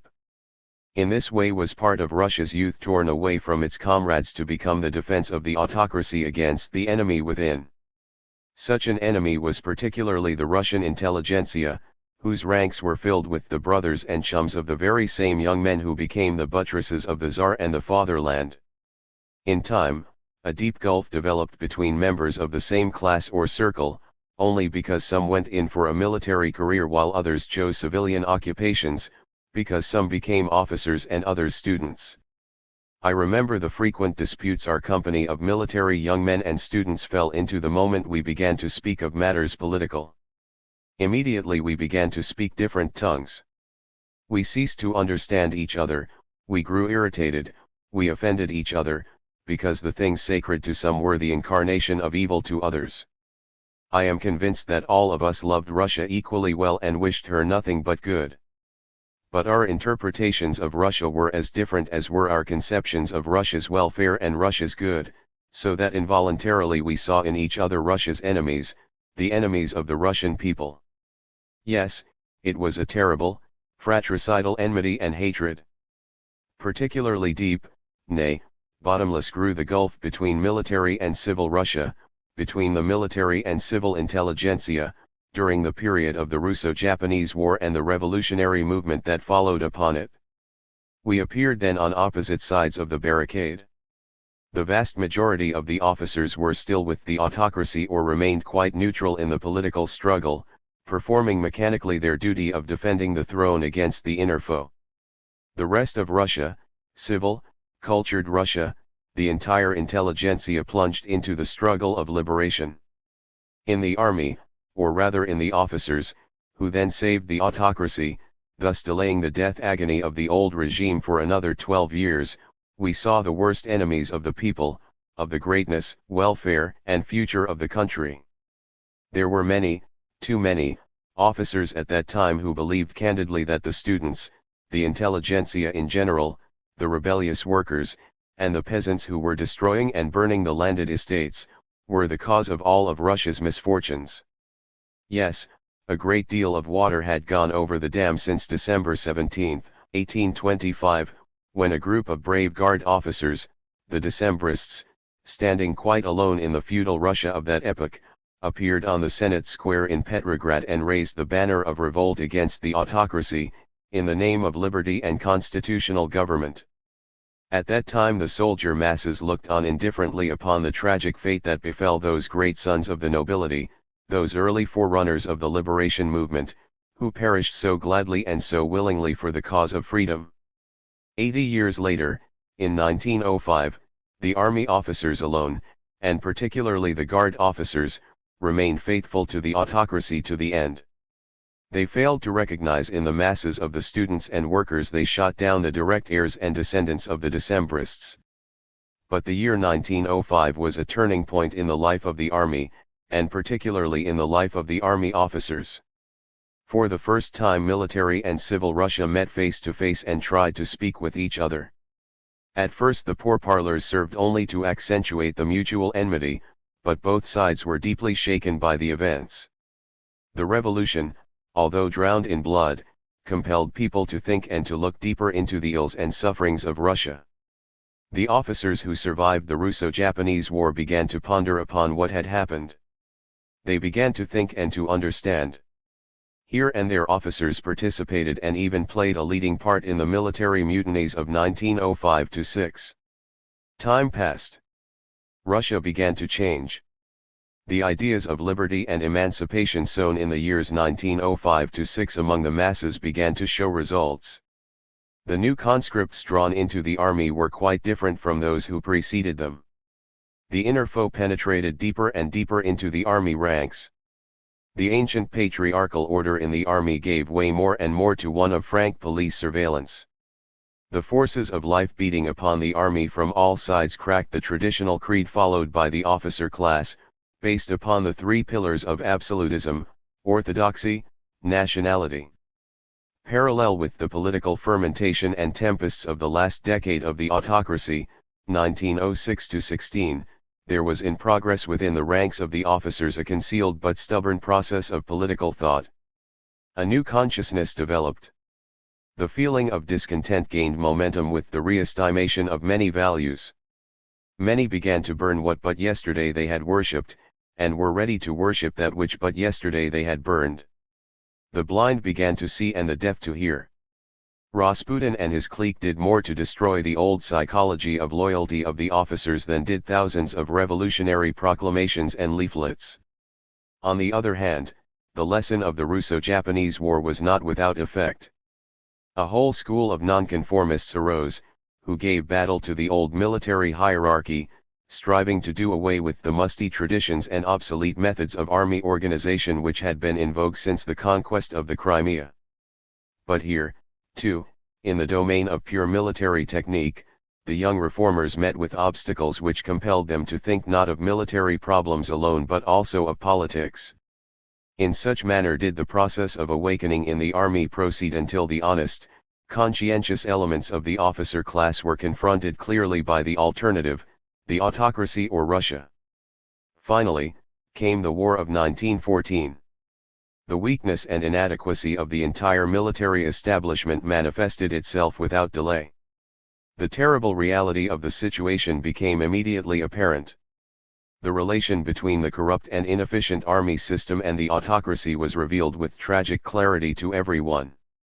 On the battlefields of Galicia, under the walls of Warsaw, Brest, Kovno, in the Masurian lakes in East Prussia, the Romanov dynasty perished, killed by the bullets of German machine guns striking the hearts of Russian officers and troops. Guchkov was not alone when in 1915 he definitely turned revolutionist. The majority of Russia's officers shared his sentiments or were ready for revolution by that time. The dream of generations of the Russian intelligentsia found realization in the army. The whole army united with the people in a common love and a common hatred. Alas, it was too late. In the army itself there had accumulated too many painful emotions of wrath and hatred on the part of the lower against the upper ranks and, as usual, the crimes of the system had to be expiated by those who were least guilty. The soldier in the trenches, who only the day before had been flogged, beaten, and humiliated, could not understand the real causes of his suffering. He could not look beyond his immediate superiors, and sought to find the culprits close at hand. The more politically conscious soldier could not forget the recent devotion of his chiefs to the autocracy, for which his comrades suspected or accused of disloyalty had paid so dearly. And all these individual sensations were overshadowed by a common distrust of the master, which seized the masses the day after the revolution. To the mind of the average soldier the master was, of course, the officer. I have tried purposely to restore in some detail the psychology of officers and soldiers under the old regime and upon the outbreak of the revolution, because no one who does not know or has forgotten the gulf that only so recently had separated civil and military Russia, who has forgotten the relations between the lower and upper ranks as late as January, 1917, can understand the main cause of the horrible tragedy which developed in the army and navy with the downfall of the autocracy. The old officers, who are now so embittered and inclined to curse the revolution and everyone and everything concerned with it, should find the moral courage to look into the past without prejudice and try to find there the answer to the terrible question why. I do not refer to the officers who came into the army during the war. I speak of the officer class that emanated from the old cadet corps. No one able to think even a little can fail to understand that the officers who suffered so grievously from the anarchy in the revolution were, perhaps, least to be blamed for the dark aspects of the soldier's life under the autocracy. The officers themselves could not escape from the clutches of the system and rebuild the army in accordance with their own ideas. Brought up from childhood under the old system of education and amidst their peculiar surroundings and traditions, they had carried out orders from above passively, trying to think as little as possible when they felt that these orders were in contradiction with the higher duties of efficiency and honor. All this is true. But the officers themselves should realize how it came to pass that the soldier sought to express his satisfaction with the downfall of the system not in mere abstract realization but in revenge upon his nearest chiefs. What is needed is a little more analysis, a little more broad-mindedness and a little self-criticism. One cannot ascribe everything to the ill will of separate individuals, one cannot explain everything by pointing to the propaganda which turned the soldiers against the officers. All this did exist, but it was not the main thing, not even the secondary factor. The main cause lay in the past, in the whole feudal army system, in the cruel, artificial relations between the officers and men. The main cause of the human tragedy in the army after the revolution must be sought in the barrack interiors as they existed before the revolution. And also, one must not idealize that past, as many are now inclined to do. It was a sad, an accursed past. Unfortunately, the masses do not deliberate. They cannot grasp and explain quickly new phenomena, especially if old forms, old appearances remain, as they necessarily must. The masses of the army rank and file had too long been accustomed to see in the officer the symbol of the system of oppression, and they could not, therefore, suppress immediately the instinctive desire for a bloody sequel. Still, in the army this desire expressed itself in comparatively weak form. In the army the officer suffered rather because he was a noble, or a bourgeois, than because he was an officer. The contrary was true in the fleet.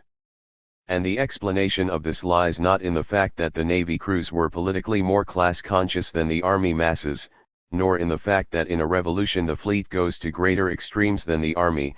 It is sufficient to recall the events in the fleet during the Great French Revolution and the revolutions in Russia and Germany. No, I attribute the particularly difficult position of the officers in the fleet, especially in the Baltic fleet, to the fact that contrary to the situation in the Army, the entire naval officer corps remained almost intact throughout the war. The regular officer corps in the Army was very quickly diluted in the mass of reserve and militia officers, and it melted away still quicker in the fire of the bloody battles early in the war. The active campaigning, the stream of new impressions constantly flowing into the minds of the troops contributed to the eradication of old grievances in the hearts of many soldiers. The fleet remained almost untouched and unchanged by the war. With the exception of minor shifts in personnel and the presence of naval reservists called into service with the outbreak of the war, few changes occurred. When the thunderbolt of revolution struck in the Navy, there was no place for people to go, where to hide from old, painful questions, from old grievances and the peril of long postponed reckonings. On the contrary, with each succeeding hour and each succeeding day everything served to recall to mind the bitter past. I am quite certain that had not the general crash come on March 12 there would have been a great mutiny in the fleet before the end of the summer. The entire atmosphere in the fleet, so far as the men were concerned, was surcharged with electricity. If in the Army there remained some semblance of authority and discipline, in the Navy these disappeared altogether immediately upon the collapse of the old regime. If in the Army the commanders and officers were put merely under control, in the Navy they were taken at once by the crews under open or secret suspicion. The officers' quarters were immediately transformed into prison cells by the crew committees. A Navy officer said to me, "On the morning of the revolution I summoned my men, informed them of the upheaval, declared that the officers had joined the revolution and had placed themselves under the authority of the temporary committee of the Duma, and requested the men to do likewise. The men replied, 'All right, as you command, Your Honor.' On the same day, in the evening, the crews summoned me, demanded the surrender of my sword, declared their allegiance to the Soviet of Workmen and Soldiers and proclaimed the authority of their own committee on the ship. All this, accompanied by the slaughter of officers, took place on March 13 or 14, before the issuance of the much-discussed Order No. 1. Generally speaking, the developments in the Baltic Fleet illustrate well the spontaneity of the movement against the officers. Here everything happened before any instructions or directions could arrive from any revolutionary center in Petrograd. It is necessary, once and for all, to put an end to the silly legend that the collapse of authority and discipline in the Army and Navy, with all its tragic accompaniments, followed upon some signal from the Soviet of Workmen and Soldiers or from me personally in agreement with the Soviet. All this is nonsense and invention. The anarchy in the Army was already a fact when the Provisional Government assumed power on March 16. This was true also of the entire country. The Provisional Government did not create the anarchy, but had only to deal with its consequences. Neither did the Soviet of Workmen and Soldiers play any conscious part in fomenting the disintegration or in the movement against the officers. I emphasize the word conscious because the Soviet did make some fatal mistakes, due, however, to the conditions prevailing in the Petrograd garrison in the first days of the revolution, mistakes which had grievous repercussions in the entire army. I have already mentioned these conditions in passing, in my description of the first 4 days of the revolution. I wish now to come back to them in detail. I spoke of the disappearance of all officers from the barracks in Petrograd with the outbreak of the garrison's revolt. I want to show now how this fact was reflected in the consciousness and action of all the revolutionary leaders in the Tauride Palace, from Rodchenko to Steklov inclusively. One must not forget that although the revolution destroyed Tsarism without difficulty and without serious resistance, the actual difficulties and possibilities of the situation could not have been known to us in the Tauride Palace on that day of March 12, when everything was in a state of flux and uncertainty. It was impossible for us under the circumstances to have any clear conception of the progress and probable outcome of the struggle. We even did not know what was happening outside of Petrograd, nor were we certain of whether the capital itself was ours. We had no idea of the plans of the old government, nor had we any positive knowledge of the attitude of the officers, especially those in the rear. Nor did we have any means of finding out what the disappearance of the commanding body of the Petrograd garrison meant. Was it fear, perplexity, a passive withdrawal from the scene in watchful waiting upon developments, or was it something worse?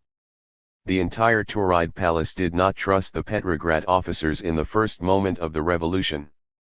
This is a positive historical fact. Note the spirit and contents of orders and declarations issued by men belonging to that wing of the revolution quite opposite to the one occupied by the Soviet. For instance, on March 12, Rodchenko issued instructions to the officers of the Petrograd garrison and to all officers now in Petrograd, calling upon them to report, not later than March 15, to the Military Commission of the Duma to obtain passports for unrestricted movement, to register and to carry out the orders of the Commission with regard to the organization of the troops who have joined the people's representatives for the defense of the metropolis. Rodchenko's instructions continued. Any delay in the appearance of officers will unavoidably prejudice the interests of the officer class. At this moment, in the face of the enemy striking at the very heart of Russia and ready to take advantage of her momentary weakness, it is urgently necessary to make all efforts to restore the organization of all military units. The blood of our comrades who have fallen in the past 2.5 years of the war places a duty upon us.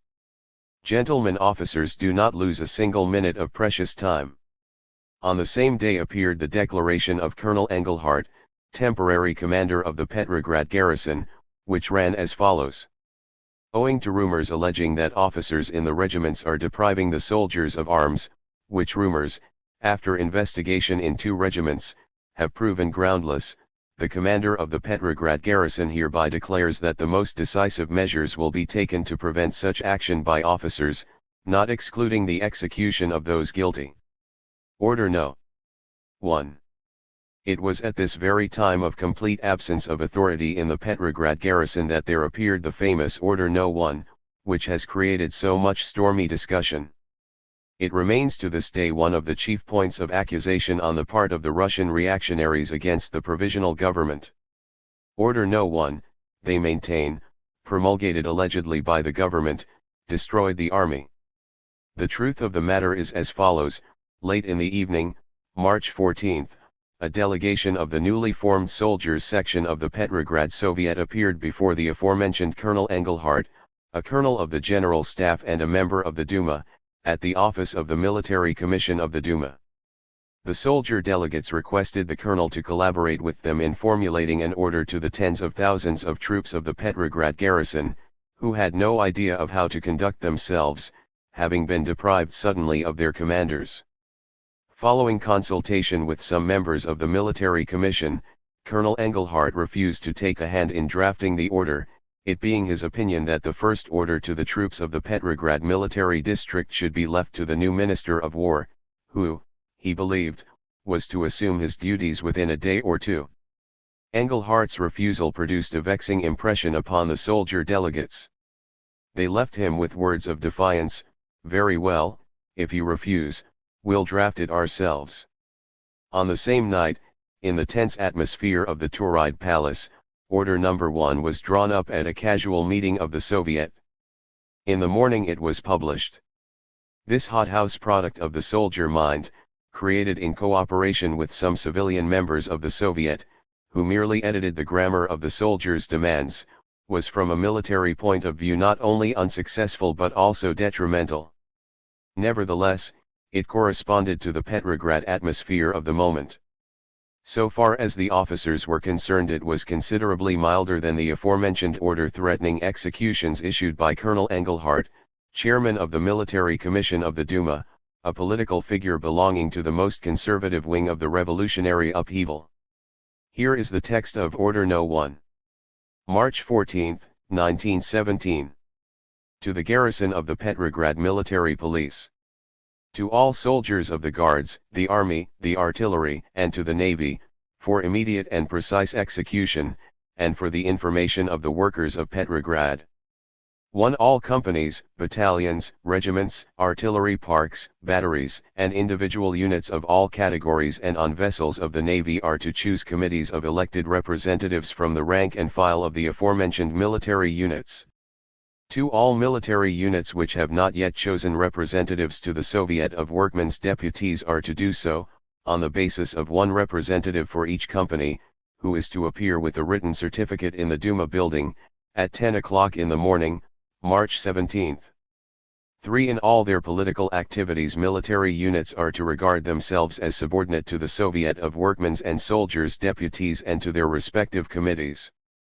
4. All kinds of arms, such as rifles, guns, armored automobiles, etc., must remain in the hands and under the control of district and battalion committees and must under no circumstances be placed at the disposal of officers, even upon their demand.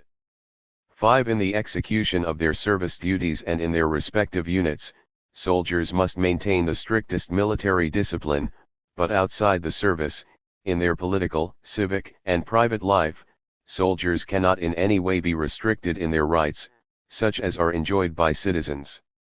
6. Simultaneously, all titles in addressing officers are abolished, such as Your Excellency, Your Honor, etc., being substituted by the salutation, Mr. General, Mr. Colonel, etc. Impolite and rough behavior towards soldiers on the part of officers of all ranks, including the salutation thou, is forbidden, and all violations of this, as well as all misunderstandings between officers and soldiers are to be brought by the latter to the attention of the company committees. The present order is to be read to all companies, battalions, regiments, crews, batteries, and other commands. Signed, Petrograd Soviet of Workmen's and Soldiers' Deputies. This complete text of the order destroys, first of all, the legend concerning the participation of the provisional government in its formulation, for the provisional government was formed on the night of March 15, whereas the order was written on the night of March 14.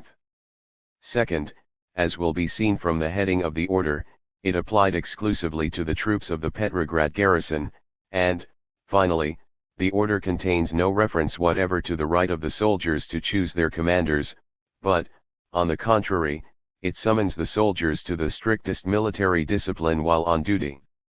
So far as the newly proclaimed civil rights of the soldiers are concerned, the order was likewise in harmony with the spirit of the first days of the revolution. In proof, it is only necessary to cite the 8th point of the manifesto issued by the provisional government upon its assumption of office. This manifesto, representing the basic program of the new government, was signed by Rodchenko as president of the Duma, Premier Lvov, and all the ministers. The point in question read: hand in hand with the preservation of the strictest military discipline in the ranks and in the exercise of military duty, all limitations circumscribing the enjoyment of civil rights by soldiers are abolished.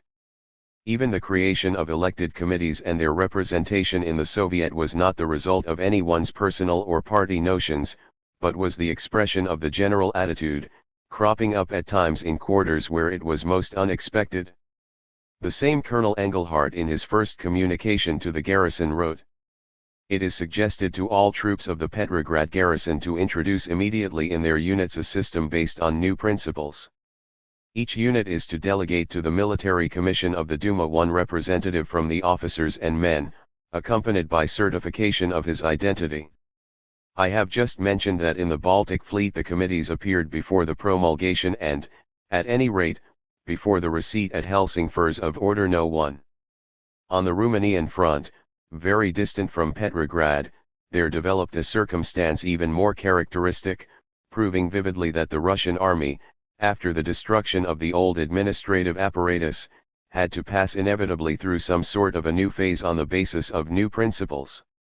There, the commander of the 6th Army, General Tsurikov, without awaiting instructions from Petrograd, introduced the committee system among the troops and telegraphed to the authorities in the capital urging the desirability of the measure, in the light of circumstances. But the historical inevitability of developments does not, of course, affect the attitude assumed towards them by contemporaries. A report from General Alexeyev, from General Headquarters, received on the second or third day of the life of the provisional government, to the effect that Order Number 1, wired to the front by persons whose identity has never been discovered, was creating great mischief all along the line, provoked an immediate reaction in the cabinet. On March 19, Premier Lvov and War Minister Guchkov published a proclamation to the army, making it clear that Order Number 1 was not meant for the army as a whole and that the troops must give obedience only to the orders and instructions of their commanders, acting under the authority of the new government. A similar communication was addressed to the army by the Petrograd Soviet, signed by Vice President Skobelev, a Social Democrat, and countersigned by Guchkov. In addition, the Petrograd Soviet promulgated the so-called Order No. 2, which stated clearly that the Soviet had issued no instructions regarding the election of officers and that Order No. 1, promulgated previous to the formation of the provisional government, concerned only the troops of the Petrograd district. Such are the facts. The legend concerning Order No. 1, formed and circulated subsequently, is simply evidence of how people, stricken and shaken by extraordinary events, cannot refrain from trying to find concrete and detachable sources of their misfortunes. To them the whole tragic history of the disintegration of the old, Imperial Russian army is simply the result of someone's deliberate plans, of the mischief and intrigues of the Soviet, the provisional government, Kerensky, etc. Chapter 6. Dissolution of the army. Just as the old administrative machinery disappeared suddenly, unexpectedly, almost miraculously, in the country, so were the millions at the front left without a governing apparatus. The very spirit of the army was gone and its heart, the moving force of the word of command, ceased to beat. Immediately after the revolution the Russian army ceased to fight, for the soldiers ceased to obey and the officers lost the capacity to command. The power and authority of the officers disappeared. All those who had the opportunity to observe the Russian front in the last year before the revolution, all those who had any more or less clear conception of the atmosphere at the front felt the deadly peril that was advancing upon the army together with the dissolution of the old regime. But no one expected all these symptoms of exhaustion and decay to culminate in the shocking picture of chaos that arose after the revolution. Of course, one must not paint the entire Russian front as it appeared after the March explosion in one shade of black.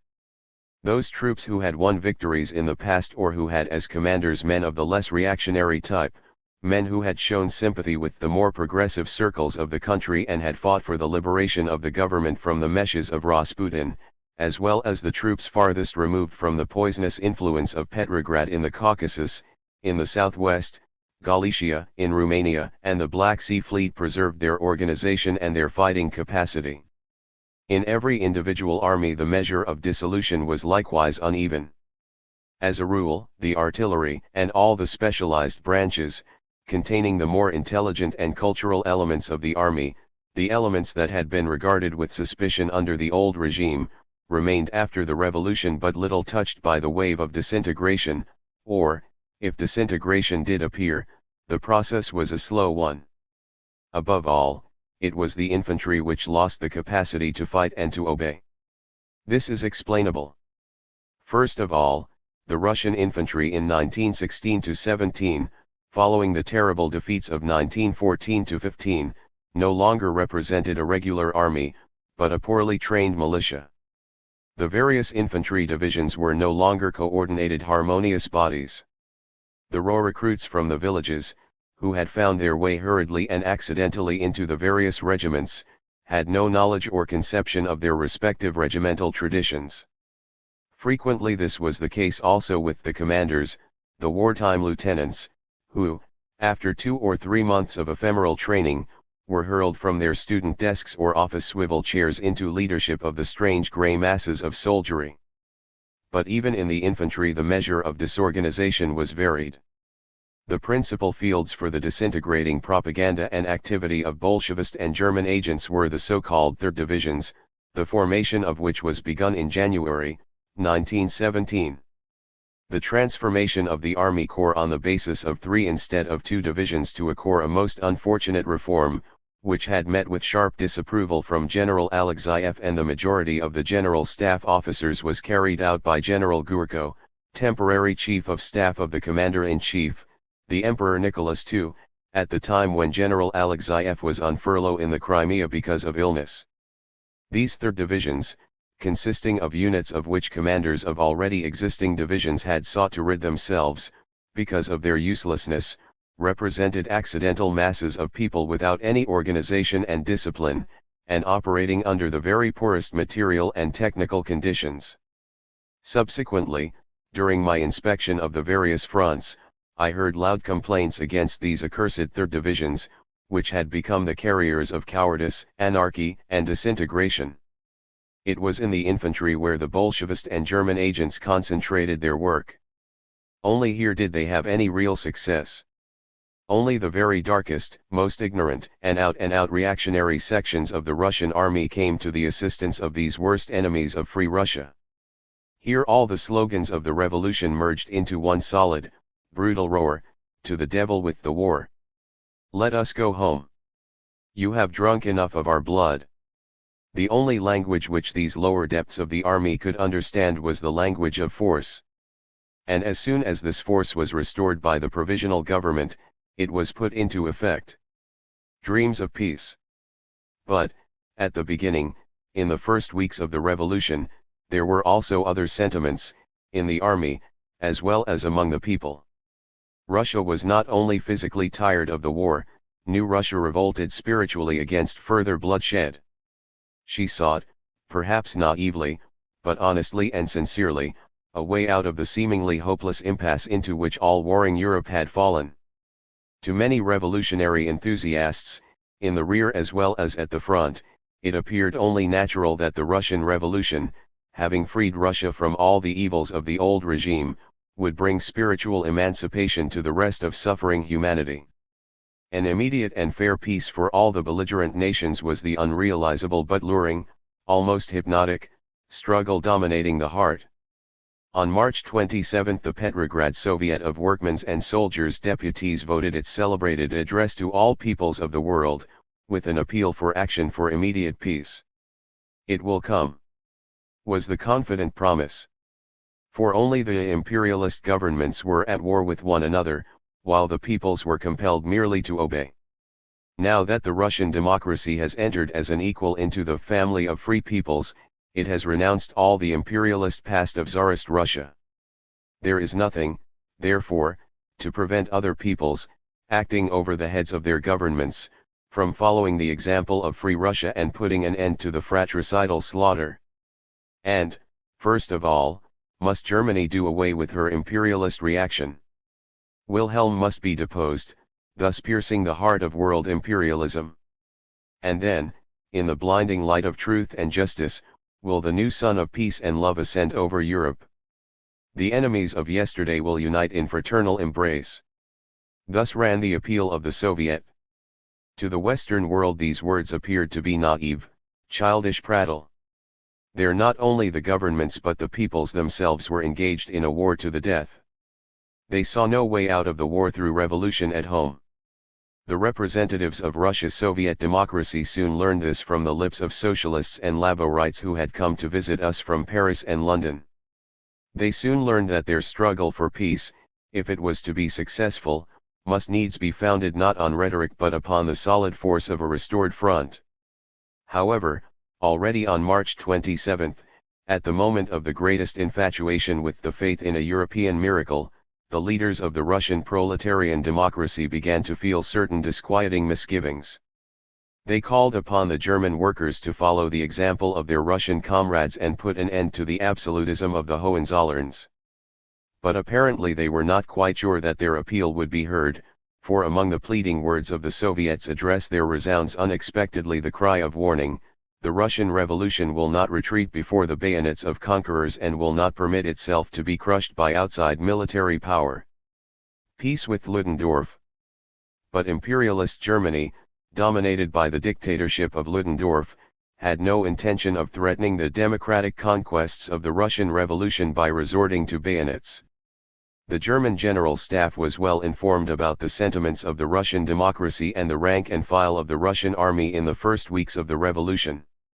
We find it, therefore, changing its strategy on the Eastern Front with a speed and farsightedness worthy of a genius. Instead of directing its heavy artillery and the blows of bayonets against Russia, it let loose a storm of proclamations more poisonous than the most poisonous gases. The Russian Revolution wants peace. Then why Tari?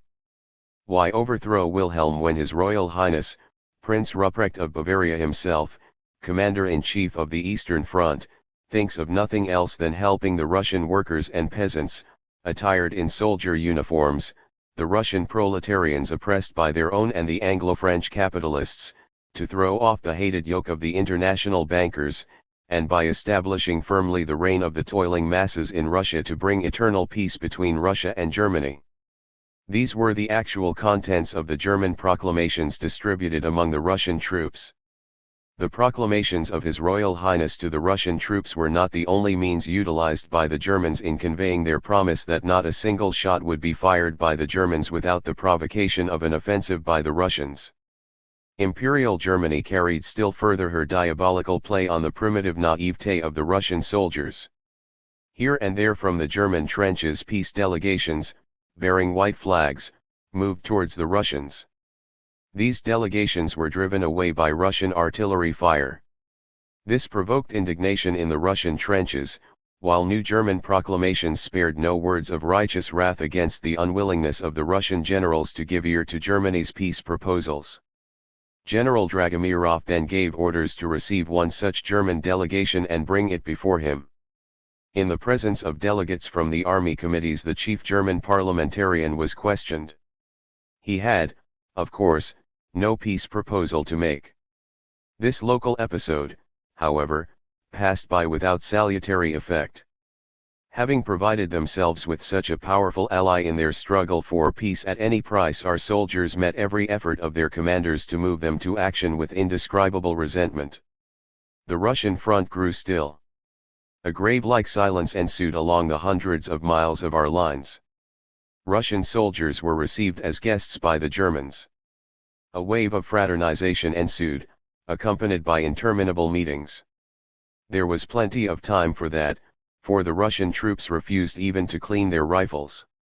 A virtual armistice was established on the Russian front, while the friends of the Russian Revolution in the German General Staff were hurrying their eastern divisions to the French front. Stockade. It is difficult to say what the result of this situation might have been. But in the very midst of the game staged by the Germans there occurred a slight mistake. The heyday of the touching friendship between Prince Ruprecht and General Ludendorff with our illiterate Russian peasants in the trenches came to a sudden end. At the moment of the greatest inactivity on the Russian front, the German troops suddenly assumed the offensive on the stockade. The quick blow produced great results. The Russian regiments, far removed from any idea of fighting, were caught unawares. Great masses of artillery and 25,000 prisoners constituted the German booty, the first result of the struggle for peace through fraternization, carried on in accordance with the instructions of Ludendorff and Lenin. The impression produced by the stockade attack on that portion of the Russian democracy which was sincerely engaged in the struggle for an immediate, just peace was in truth shattering. Ludendorff, as he himself admits in his memoirs, quickly perceived the mistake of the German High Command. At German headquarters it was decided not to permit the repetition of unfortunate accidents. There will be no more German attacks on the Russian front, was the information conveyed to our trenches by the German command. This promise was kept by Ludendorff. However, fortunately for us, the impression produced by the stockade offensive could not be eradicated. Somewhere in the subconsciousness of the soul of the Russian democracy occurred a deep and profound change. With the stockade attack ended what may be called the pacifist period of the Russian Revolution. A new period, the period of defense, began. The Russian Revolution itself, and not the imperialist provisional government alone, determined to continue the war as long as circumstances demanded it. Of course, this new psychology of defense, which began to develop in the consciousness of the masses, did not appear in full force immediately after the stockade attack. On the contrary, the outer picture of the situation at the front and in the rear seemed more hopeless than ever and insoluble. At any rate, It was thus that the situation was regarded by Alexander Gutchkov, the first war minister of the provisional government, and by his closest associates. Chapter 7. Gutchkov. Alexander Gutchkov was one of the most colorful and interesting political figures of pre-revolutionary Russia. A prominent social and commercial leader of Moscow, a typical representative of the Moscow merchant world, Gutchkov was to a large extent a self-made man. His career was most original. In the Boer War he dropped his business and went to fight on the side of the Boers. In the Russo-Japanese War he covered Manchuria as a representative of the Red Cross and there had opportunity to observe the defects of the old Russian bureaucratic military machine. A participant in the moderate liberation movement, the height of the revolutionary disturbances of 1905 found him on the right flank of the Zemstvo and municipal reform organizations. Breaking with the liberals of the type of Miliukov, he became the leader of the conservative Octoberist Party. The first constitutional manifesto of Nicholas II was issued October 17, 1905. This party became the constitutional support of the Stolypin government after the dissolution of the First Duma, in the summer of 1906, and the suppression of the popular anti-government movement. Gutchkov himself assumed the role of intimate friend and advisor of the all-powerful premier. In the ultra-conservative Third Duma he was elected president, and as such had opportunity to study closely not only the bureaucratic apparatus of the Russian Empire, but the Tsar himself and his entourage. Independent and courageous, possessed of great political intuition, Gutchkov entered upon a sharp struggle with the dark forces surrounding the throne, directed at first against the irresponsible influence of the Grand Dukes, then against the all-powerful Rasputin. Gutchkov concentrated his energy mainly on questions of a military nature. Soon there formed around him a circle of capable young officers of the general staff. This provoked suspicion and bitter hostility at the court. The military figures close to Gutchkov were nicknamed by the Empress Alexandra Fyodorovna the Young Turks. These Young Turks, including the generals Gurko and Polivanov, together with several members of the Duma, accomplished a great deal for the reorganization of the Russian army and the improvement of the national defense. But in time Gutchkov and his friends became convinced that further serious work in the interest of the nation, particularly for the national defense, was well nigh impossible under the existing regime. The appointment of the utterly incapable Sukh-Humlanov to the post of war minister, the constantly growing influence of the semi-illiterate peasant, Rasputin, in the handling of the most fundamental problems of the state, killed all hope in Gutchkov for a peaceful, evolutionary solution of the constantly growing crisis of absolutism. Nevertheless, Gutchkov did not desire to see the rise of an elemental revolutionary mass movement. Openly proclaiming his uncompromising hostility to the existing regime, the Octoberist leader stood aloof, however, from the country's growing revolutionary tendencies. He disapproved of them. In his opinion, revolutionary chaos could be averted only by a struggle for political power on the part of the moderate and conservatively liberal middle classes of Russian society. Already before the war, in 1913, in the period of the Fourth Duma, he summoned his party to this struggle. At the beginning of the war, Gutchkov appeared in East Prussia as a representative of the Red Cross. There he witnessed the first catastrophe of the Russian army and saw the destruction, near Soldin, of General Samsonov's entire army and the crushing of the finest Guard regiments, due to the criminal inefficiency and negligence of General Rennenkampf. When he delivered his parting address, as Minister of War in the Provisional Government, before the conference of delegates from the front, in the Tauride Palace, on April 12, Gutchkov said, "Already, in the autumn of 1914, I returned from the front a revolutionist." Testifying before the Extraordinary Inquiry Commission of the Provisional Government, on August 15, 1917, Gutchkov declared, "When in the months preceding the revolution some of my friends and I sought a way out of the situation, we believed that it was impossible under the existing circumstances to bring about, in any normal way, a change in the government and its reconstruction by the enlistment of public men commanding the confidence of the country, and that it was necessary to make a sharp turn in the direction of the removal of him who wielded supreme power. Too much guilt had accumulated on the shoulders of the emperor, the empress and those inextricably bound to them. Their characters gave no hope of the possibility of moving them to a wholesome political change. All this made it clear to me that the emperor must vacate his throne. In the winter of 1916-17, Gutchkov was not merely thinking of revolt but was actively engaged in preparing it in cooperation with M. I. Terestchenko, a noted millionaire and philanthropist and the future Minister of Foreign Affairs in the Provisional Government. Together with General Krymov, organizer of the subsequent Kornilov Rebellion, he promoted plans for a coup d'état, sensing the advance of a catastrophe. The execution of the plans was delayed, and instead of a change of the reigning monarchs, the entire dynasty was swept away by the uprising of the people. It was naturally impossible after that for Gutchkov and his friends to remain aloof from the revolution. With this moment began Gutchkov's personal tragedy which, however, exemplified with particular clarity the tragedy experienced by all the people of his circle and his class in the revolution. They had expected a political upheaval which, by changing the system of government, was to transfer all political power into the hands of the centrist, the moderate conservative and liberal elements of Russian society, which up until March 12, 1917, dominated the whole political life of the country, in the Duma, in the Zemstvos, in the cities and in the press. Instead, Russia went through a social earthquake, which shook and shattered all the strata of the social order. Not only the conservative part but the whole of liberal Russia suddenly appeared as a mere fragmentary remnant of the destroyed monarchy.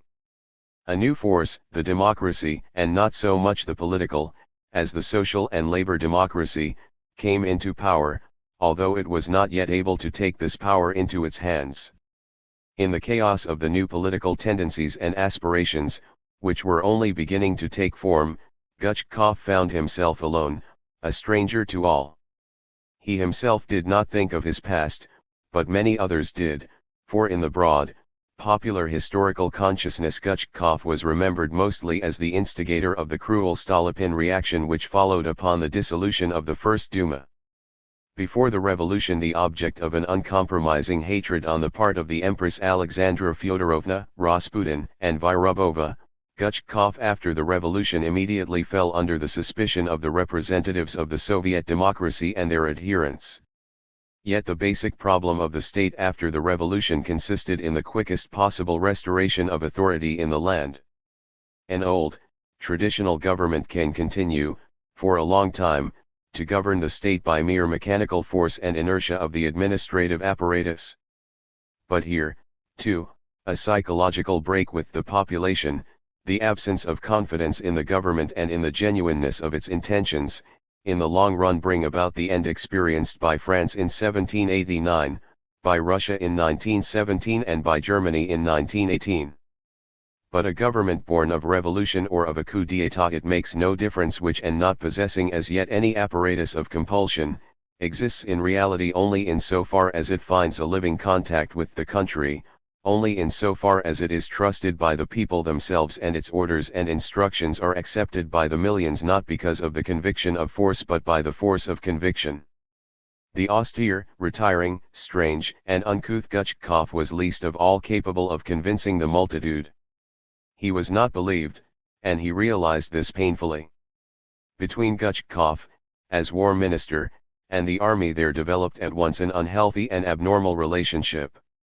It had been the belief that Gutchkov, being close to high army circles, at any rate to many of the more talented officers of the general staff, would administer the army well. It soon became clear, however, that what was necessary was not the usual kind of administration on the basis of the accepted principles of command and obedience, but first and foremost the restoration of the lost authority of the officers. It was necessary to place between subordinates and commanders, between the soldier and the officer, some kind of a third, connecting force. To do this it was essential first to gain the confidence of the troops. How was this to be done? As Gutchkov saw it, it was to be done by deeds, by showing that the first war minister of the revolution stood for a new order in the army. Military reforms. All the so-called reforms in the army, after the revolution, were carried out during Gutchkov's incumbency of the War Ministry, in cooperation with a special commission which included representatives of the Soviet and Army committees, and was headed by General Polivanov, who had been for a time Minister of War during the war and the Assistant War Minister under the Third Duma. Polivanov, as I have already indicated, was a member of Gutchkov's circle. For that reason he had been regarded at court with unconcealed hostility. A man of unquestionable ability and a brilliant administrator, Polivanov, after sensing the prevailing revolutionary sentiments, joined Gutchkov in the struggle for the restoration of the discipline and fighting capacity of the army, but with methods extremely dangerous. He set out to gain the confidence of the troops in the new war minister by the maximum of possible and, sometimes, impossible concessions to demands presented not so much by committees from the front, as by the Petrograd Soviet. In these concessions Polivanov went further than the war minister. In reality, all the reforms promoted by Gutchkov and Polivanov constituted merely the affirmation of what was already the existing order in the army after the revolution. Naturally, the registration of all the revolutionary conquests in the army, as reflected in the work of Polivanov's commission and the revolutionary orders of the war minister, did not raise by a single iota the authority in the army of the representatives of the new government. I repeat, the crux of the situation lay not in reforms but in the want of confidence in the new government. In the absence of the moral authority necessary to force a change in the sentiments of the masses, there remained only the solution of drifting along with the current, in the hope that somehow, by means of some miracle, a strong man would appear, who, at one or two blows, supporting himself upon 2 or 3 old, solid traditions of his regiments, would disperse this whole revolutionary canaille. But the strong man was not in sight.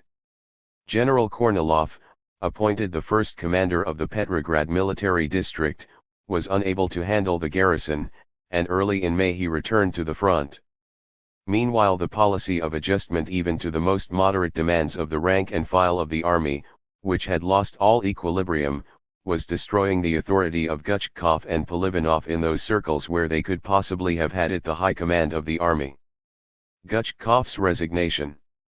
After 2 months of tragic misunderstanding, Gutchkov and his military assistants found themselves in an impasse. There were no more moves left for them. The final fruit of Polivanov's creation, the Declaration of the Rights of Soldiers already actually in force, was rejected by Gutchkov, who refused to sign it. As a matter of fact, the declaration was an artificial attempt to steer the sentiments of the army in the only way Gutchkov could follow.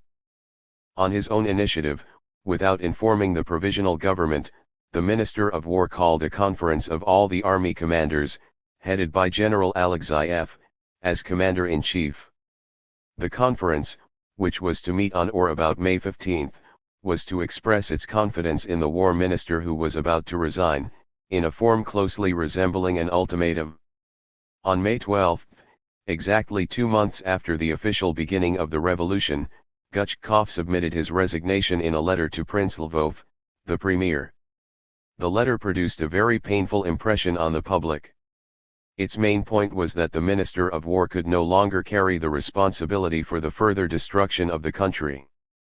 On the same day, in his final address as War Minister, before the first conference of delegates from the front, Gutchkov drew a shocking picture of the past and present of the Russian army, expressing his despair frankly and courageously. It would be sheer madness, he declared, to follow any longer the road taken by the Russian Revolution in the first 2 months. Speaking of the reforms in the army, the departing minister admitted openly, "We have now reached the fatal point beyond which lies not the rehabilitation of the army but its destruction. I must say that despite the difference in our political past and our position in the revolution, I did not want Gutchkov's departure, for I valued in him his great political intuition and the ability to approach the solution of political problems in a manner free from all dogmatic and partisan considerations. Only such men were then needed in Russia." The psychological change which had begun to mature in the soul of the revolutionary democracy after the experience on the stockade, gave me firm confidence that together with the healthy development of a national consciousness in the masses would come also the strengthening of confidence in the war minister. Accidentally, On May 12, as I was on my way to a meeting of the Conference of Delegates from the Front, at which Gutchkov was to speak, my automobile overtook that of Gutchkov and I decided to make an effort to persuade Gutchkov not to leave the provisional government. I changed into his machine and began to plead with him. But my pleading was in vain. Nothing came of the second part of Gutchkov's strategic maneuver. He resigned, but the Conference of Army Commanders, which met in Petrograd, May 16 to 17, refused to support Gutchkov in his complaints against the provisional government. This first effort to bring the strong will of the fighting generals to bear upon the lack of willpower of the revolutionary government failed. My first days in the War Ministry.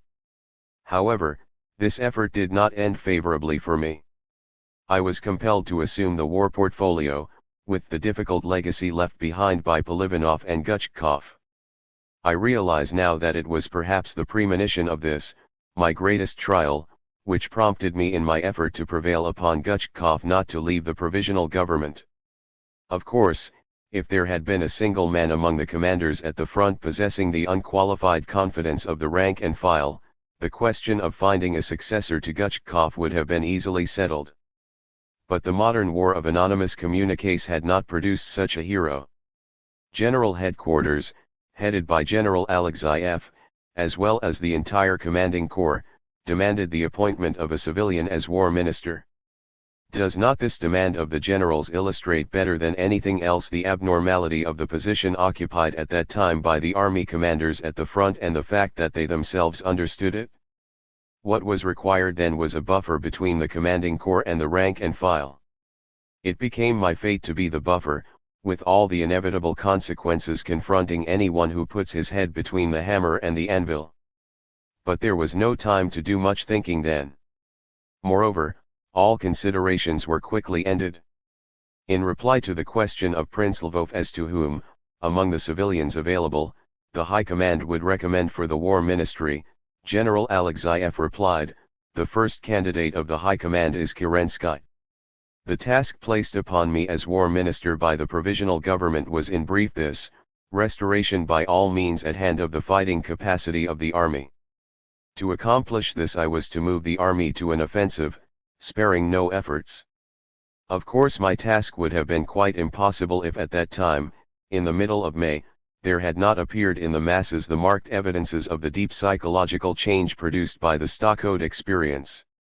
The resolutions of various Soviets, army committees, and the declarations of delegations arriving in Petrograd from the front, all spoke of but one thing: the imperative need of restoring the fighting capacity of the army and the productive capacity of the workers, as essential prerequisites to the defense of the country. To be sure, these healthy political and national tendencies did not affect all the active forces of the nation. The propaganda of the Bolsheviki and the work of German agents, which frequently meant one and the same thing, the war weariness and, above all, the prolongation of the war, which we could not stop, continued to batter and to shatter the country. A feeling of despair frequently gripped every one of us. Immediately preceding my appointment as Minister of War, on the very day of Gutchkov's resignation, I declared before the same conference of army delegates at which Gutchkov delivered his swan song: "Is it really possible that free Russia is only a country of mutinous slaves? I grieve that I did not die 2 months ago, in the first hour of the revolution. For then I would have departed in the belief that a new life had at last come upon Russia, that we had learned to govern our country without the knout and the club, in mutual respect, and not as we used to be governed." But from such emotion of despair grew and matured, parallel with the forces of dissolution, new social bonds. New creative possibilities were born, summoning all to work and effort. Then possibilities gave us faith in the triumph of reason over the dark madness of some and the deliberate treason of others. On assuming my duties at the War Ministry, I first of all issued an order to the sulking members of the commanding corps forbidding the resignation of any officers of the army in the field. This measure nipped in the bud the intention of certain high commanders to resign by way of protest against the official publication of the Declaration of the Rights of Soldiers. I believed that discipline was to be demanded first from people who by virtue of their position should have served as models of the performance of duty.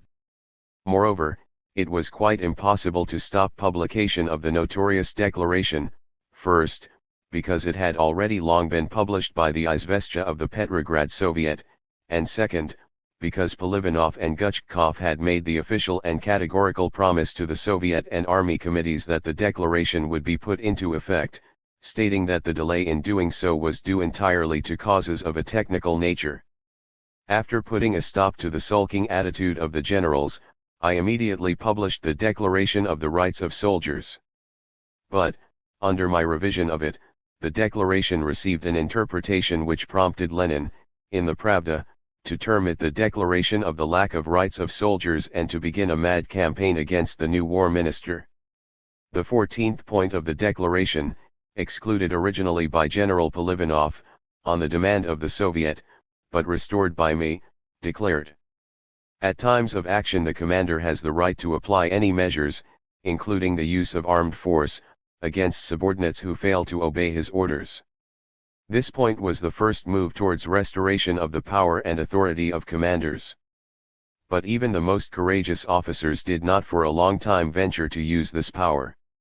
In addition to this fundamental change, the 18th point of the revised declaration placed the right of appointment and removal exclusively in the hands of commanders, and omitted the clause of the Polivanov original which vested the army committees with the right of recommendation and rejection of appointees. Thus I did away with the right of subordinates to participate in the appointment of their superiors. Finally, in the very first days of my duties as war minister, an end was put to the dual authority prevailing in the administration of the Petrograd garrison. During the 2 months of General Kornilov's service as commander of the Petrograd military district, the Military Commission of the Duma and the Soldiers section of the Soviet exercised jointly the right of control over the Petrograd garrison. All the efforts made by Guchkov and Kornilov to put a stop to this truly inadmissible interference of public bodies in the activities of the district military staff resulted in failure. On the contrary, the meddling of the Soviet in the business of the commander grew hand in hand with the growing lack of confidence in the war minister. General Kornilov made all sorts of concessions to the Soviet. On one occasion he announced in the press that he does not undertake a serious move in the matter of the inner administration of the garrison without previous agreement with the Soviet of Workmen's and Soldiers' Deputies, through the instrumentality of its executive organ. He agreed also to the establishment of a kind of controlling agency by the Soviet, which was attached to the staff. But all this led to nothing.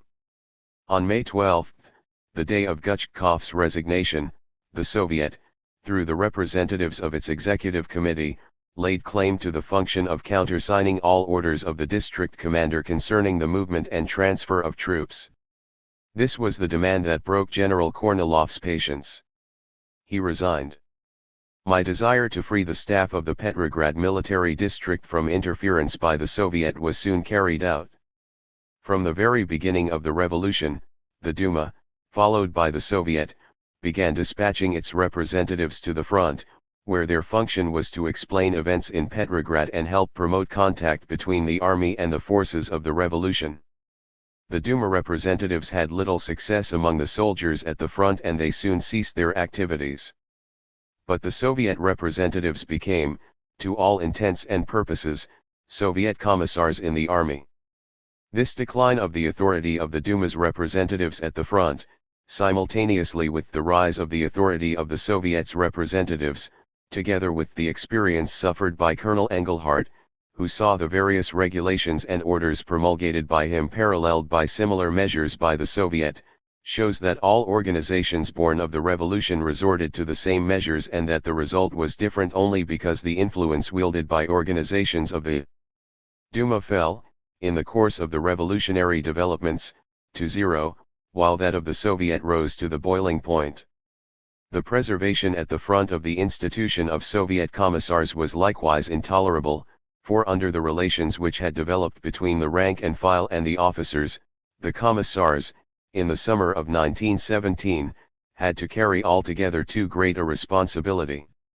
For that reason these commissars had to be made responsible, while at the front, directly to the government. This became a fact with my assumption of the war portfolio. Finally, In the very first days of my work as Minister of War, I stopped the stream of revolutionary reforms emanating from General Polivanov's commission by the simple device of abolishing it. My further work in the Ministry of War and Marine consisted in the gradual liquidation of the revolutionary measures of General Polivanov.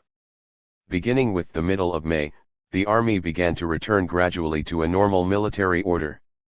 At first glance, my conservatism, coming upon the radicalism of Guchkov, may appear paradoxical. As a representative of the left, the normal procedure would have been for me to pursue a radical policy. But what may appear abnormal under normal conditions, becomes in the abnormal revolutionary situation but a normal development of events. My entrance into the War Ministry marked the end of the period of destruction and the beginning of the period of construction, not only in the army, but in the country as a whole. All my initial measures were undertaken merely with the object of clearing the field for my basic activity, the bringing about of a sharp change in the attitude and sentiment of the army. This required my presence at the front and not in Petrograd.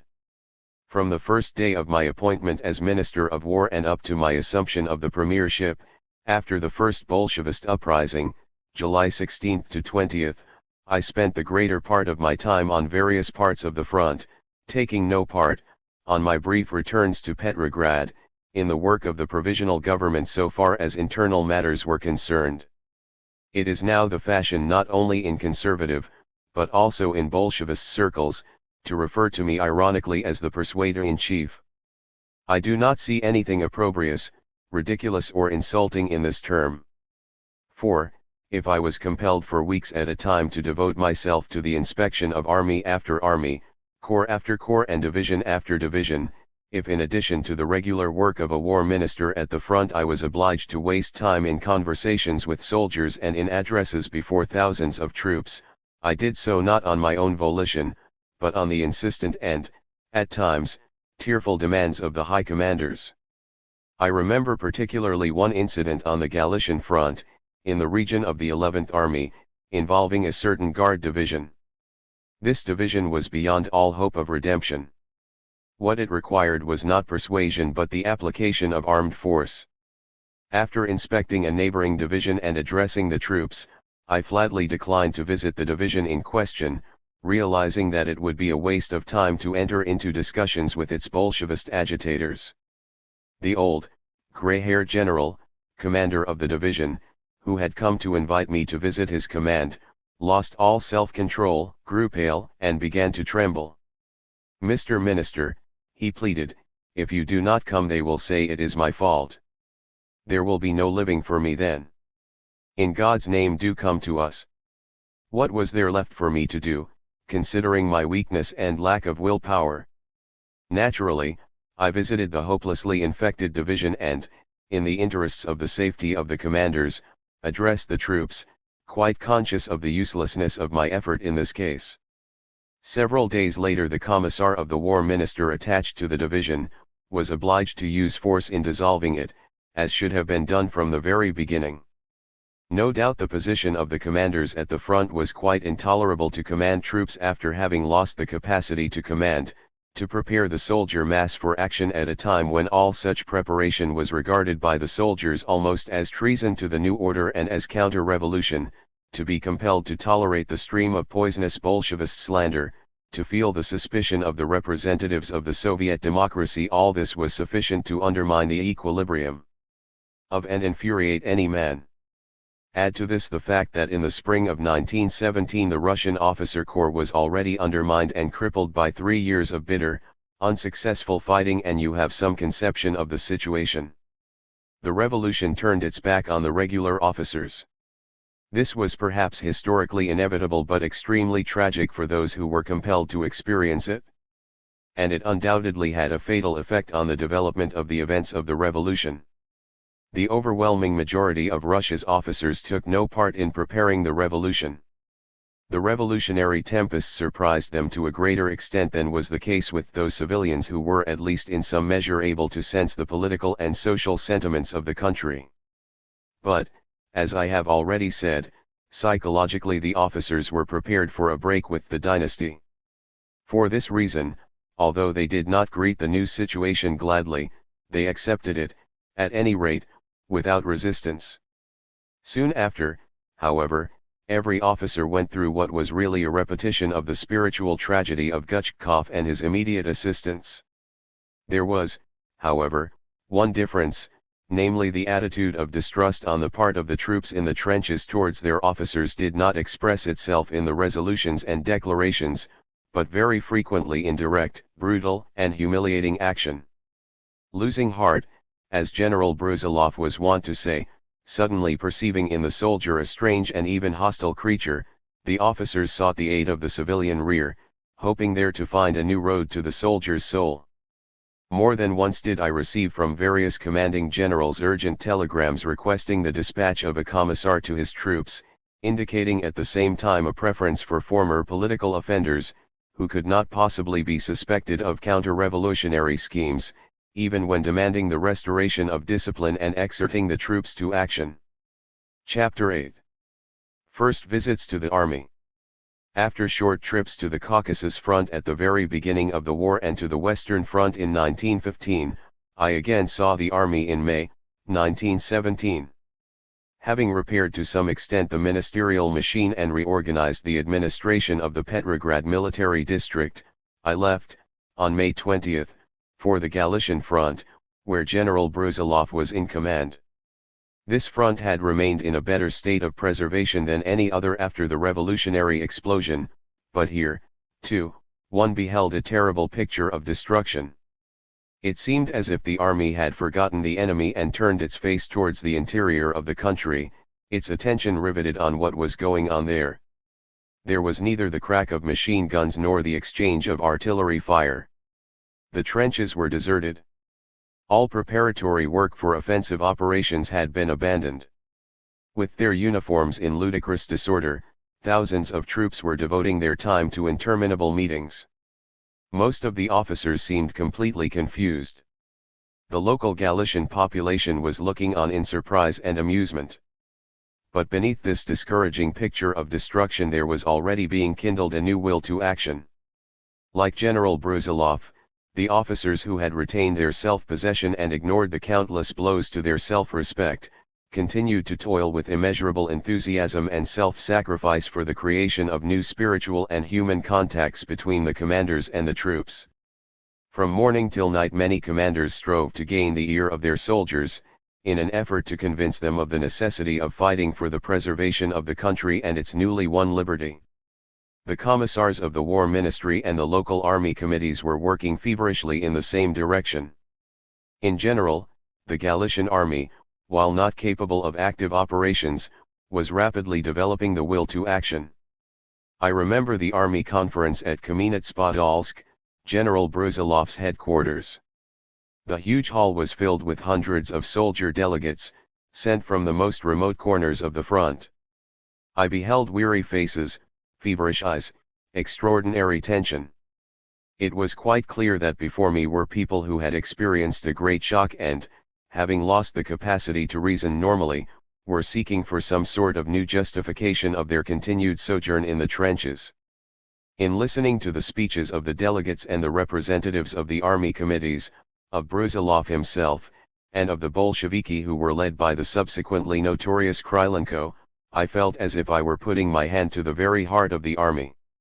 What the army was experiencing at that time, in the very deepest recesses of its consciousness, was a great, irresistible temptation, too great for human powers to endure. After 3 years of the cruelest suffering, the millions of soldiers, exhausted to the last degree by the tortures of war, found themselves confronted suddenly with the questions, what are we dying for? Must we die? To put these questions to a man who must be ready and willing to die at any moment, to put before him anew, and in the midst of war, the question of the meaning of his sacrifice implied the paralysis of his will to action. Man can endure war and remain in the trenches under artillery fire only when he does not reason, when he does not think of the aims or, to be more correct, when he is animated by an unshakable, almost automatic conviction of the inevitability and necessity of sacrifice, for the sake of an already clear and established purpose, no longer subject to discussion. It is too late to think of war aims and to build up an ideology of war when you are already being called upon to stop the enemy's bullets. No army can withstand such a temptation without grievous consequences. Everything else which was destroying the army, persecution of the officers, mutinies, the Bolshevization of various units, the interminable meetings, etc., was only the painful expression of that terrible struggle for life which gripped the soul of every soldier. He suddenly perceived an opportunity to justify morally his human weakness, his well-nigh unconquerable, instinctive desire to run away from those disgusting, horrible trenches. For the army to fight again meant to conquer anew the animal in man, to find anew some sort of unquestionable slogan of war that would make it possible again for everybody to look death in the face calmly and unflinchingly. For the sake of the nation's life it was necessary to restore the army's will to die. Forward to the battle for freedom. I summon you not to a feast but to death. These were the words I used before the conference at Kamenets-Podolsk. These words were also the keynote of all my addresses before the troops in the front line positions. We call you to social revolution. We summon you not to die for others but to destroy others, to destroy your class enemies in the rear. This counter-slogan of Lenin carried with it terrible force, for it justified beforehand the animal fear of death which lurks in the heart of even the bravest. It supplied the mind with arguments in support of everything that was dark, cowardly, and selfish in the army. There is nothing remarkable in the fact that in the end, after months of bitter struggle, the most ignorant of the masses preferred murder and rapine and followed the leaders of the Bolshevist counter-revolution. The remarkable thing was the mighty wave of patriotic self-abnegation which swept the army at the front in the summer of 1917. Incidentally, the German General Staff sensed at once the change on the Russian front. Immediately upon my appointment as Minister of War, the transfer of German troops from the Eastern Front to the West was stopped. By the end of May the movement and concentration of the German forces was in the opposite direction. Accompanied by several officers, General Brusilov and I made an inspection of the army by automobile. Our problem was the examination of those forces which in about a month were to take the offensive. In 2 or 3 days we covered scores of positions. The mode of inspection was always the same. We walked down the line, swinging around into the heart of the ranks to an improvised platform. On our mounting the platform, came the word of command and from all sides thousands of troops would rush towards us, surrounding the platform in a huge circle. The commanders spoke first, followed by committee delegates. Then I came, and then the discontented, hesitating mass of armed human beings in gray, confused in mind and weary in body and spirit, would become animated by a kind of new life. Their souls would become aglow with enthusiasm which at times reached the peaks of mad ecstasy. It was not always easy to escape from this raging sea of human beings to our automobile and speed away to the next inspection. Of course, the new mood would not last long. But something of it remained. And wherever there were capable men among the commanders, commissars, and army committees, strong centers of new discipline and a revived military psychology were created. The majority of the troops were divided into 2 categories. On one side were men strong of will and eager for heroic action. From these were formed voluntary units calling themselves battalions of death, detachments of exemplary sacrifice, etc. On the other side were whole units who were dominated by Bolshevist agitators. However, they gave us real trouble only when led by officers of the character of the notorious Javaltovsky, who managed, on one occasion, to bring under his unbridled influence the entire Grenadier Regiment of the Guards. Such dangerously infected units were to be found all along the front, and my commissars were compelled to wage real war against them, resorting even to artillery bombardment. The officers at the front were divided into 3 groups. The majority were well-intentioned but confused and unable to lead.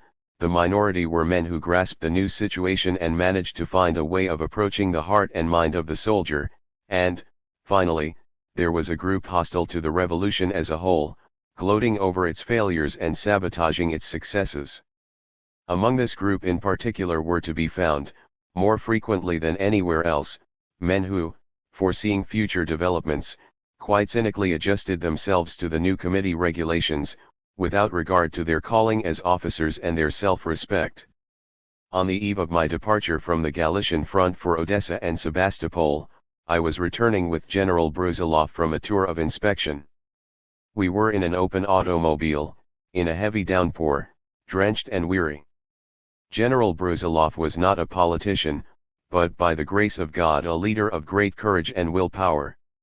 He was not given to much conversation, but he understood well the character of the soldier and sensed quickly every change in the spirit of the army. Under the unceasing beating of the rain, we discussed long and intimately that which at that time was stirring and torturing the army and all Russians. Of course, like every strong man, Brusilov was rather vain. I suppose that, to some extent, he was trying to impress me by playing up to my own views, as he described clearly and vividly the general situation at the front, his plans and the characteristics of the military commanders. But Brusilov loved Russia too much to misrepresent fundamentals. And the fundamentals, as he saw them, coincided not only with my own sentiments, but with those of all who were struggling desperately to bring the Russian army back to life and action. It was not enough to talk, to analyze, and engage in criticism, as General Alexeyev, then Commander-in-Chief, was doing. It was necessary to create, to act, and to take risks.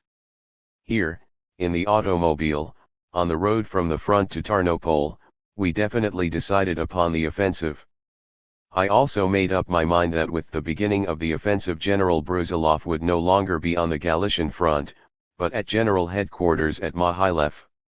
As Commander-in-Chief, I did not mention the matter to Brusilov, as it was necessary first to obtain the consent of the Provisional Government to the removal of General Alexeyev.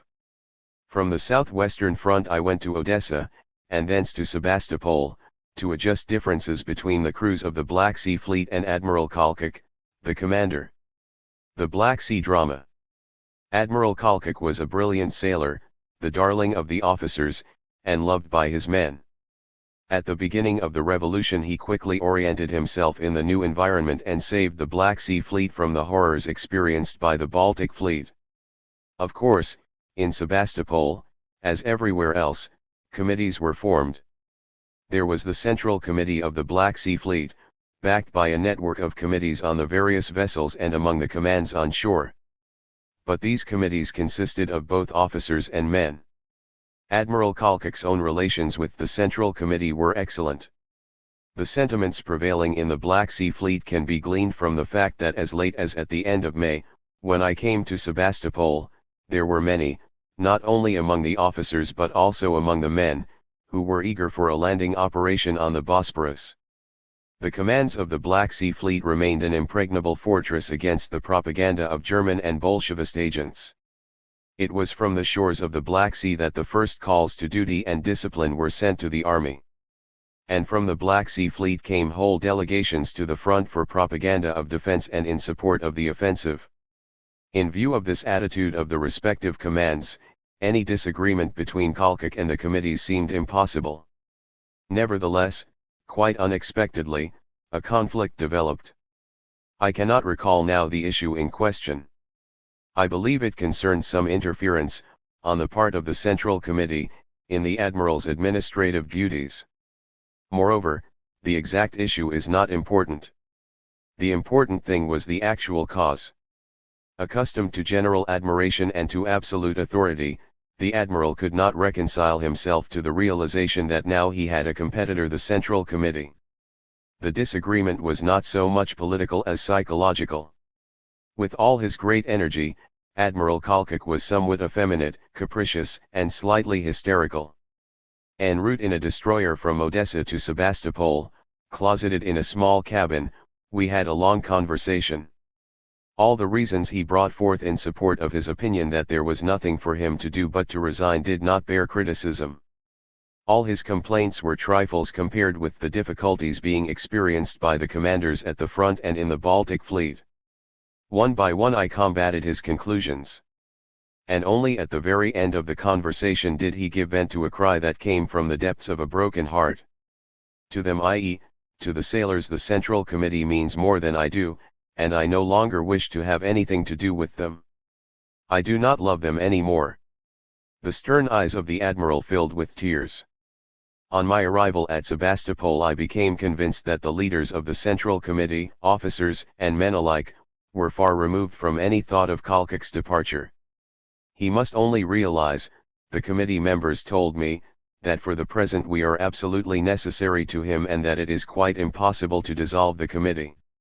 Such action would mean the beginning of disorganization of the commands, an unexpected victory for the Bolsheviki.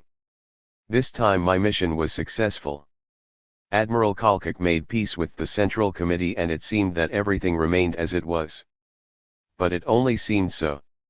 A breach remained, and in exactly 1 month it widened into a gulf which forever parted Admiral Kolchak from his beloved fleet. A crisis began to develop in the soul of the brilliant sailor from which he emerged on land as the downright reactionary dictator of Siberia. I have described this Kolchak episode in detail, in order to make it clear how even the best of the commanders were unable to reconcile themselves to the unavoidable difficulties of the transitional revolutionary period. Speaking in general, we may say that if the enlightened, cultured upper elements of Russia had shown greater patience at the beginning of the revolution, the Bolsheviki would have perhaps found it more difficult to destroy Russia. After all the experiences of the Bolshevist terror for the past 10 years, the excesses of the revolution, which provoked such a storm of anger and resentment among many political and military leaders of Russia in the summer of 1917, appear now as mere trifles. On the northern front. From Sebastopol I went to Kiev, where a sharp collision with the Ukrainian separatists was brewing. From Kiev I proceeded to General Headquarters at Mohylev, where my conversations with General Alexeyev convinced me finally of the necessity of a change in the post of Commander-in-Chief. From Mohylev I returned to Petrograd for 1 day, where I put through Brusilov's appointment, and departed immediately for the northern front. Here, in the region of the 11th Army, occupying a position in the direction of Mata, occurred an incident which illustrates vividly the subconscious processes at the front. The commander of the 11th Army was the Bulgarian, General Radko Dmitriev, hero of the Balkan War of 1912-13, who had joined the Russian service. He was a grizzled warrior, who loved the soldier and knew how to handle him. Nevertheless, after the revolution, he felt the sudden rise of a wall between himself and his troops. And frequently, to his surprise, his jocular words of encouragement to the soldiers provoked only irritation instead of the previous merriment and laughter. "Right in this neighborhood, not very far from here," said the general to me as we were returning from the front line trenches, "in a certain regiment, there is an agitator. We cannot handle him. He is demoralizing the whole regiment with his discussions about the land. Won't you please tackle him?" We entered a dugout unobservable from the enemy positions and called a number of troops from the trenches. Weary, growling faces surrounded us in a ring. We began to converse. Standing aloof, the little soldier who had won the ear of the regiment, made no effort to reply. His comrades thereupon pushed him forward. Voices. "Well, what's the matter? Here is your chance to speak in the presence of the minister himself." Finally the little soldier spoke up. "What I want to say is this: you say we must fight, so that the peasants may have the land, but of what use is the land to me, for instance, if I am killed?" I realized immediately that all discussion and logic were of no use in this case. What confronted me here was the dark inside of a human being. The case was one in which personal interest, in its most naked form, was being preferred to sacrifice for the common good. The desirability and wisdom of such sacrifice does not lend itself to proof by word or reason. It can only be felt. The situation was rather difficult. To leave the little soldier without a reply was unthinkable. Where the logic of reason seemed powerless, it was necessary to resort to the logic of emotion. Silently I took a few steps forward in the direction of the little soldier. Turning to Radko Dmitriev I said, "General, I order you to remove the soldier immediately. Pack him off at once to his village." Let his fellow villagers know that the Russian Revolution has no need of cowards. My surprising reply created a moving impression on all those present. The little soldier himself stood trembling, dumb and pale. And then he fell into a deep faint. Soon after I received a request from his officers to countermand the order for his removal. A profound change had come upon him. He was now an example of service to others. From the 11th Army I proceeded to the region of the 7th Army, where General Yuri Danilov was in command, who for the first 18 months of the war had been Quartermaster General to the Grand Duke Nicholas Nikolaevich, then Commander-in-Chief. This general had not only strategic talent but considerable political acumen. He was one of the first and few among the high commanders to grasp the new soldier psychology at the front and managed to cooperate in constructive manner with the sound and patriotic majority of its army committee. At that time General Danilov found the front committees of great value, for in the neighboring 5th Army there had arisen, early in the summer, a considerably strong Bolshevist propaganda organization. Particularly active in the destructive work of this organization, by means of promoting fraternization and the sowing of hostility against officers, was a certain hitherto unknown regimental surgeon, Kerensky.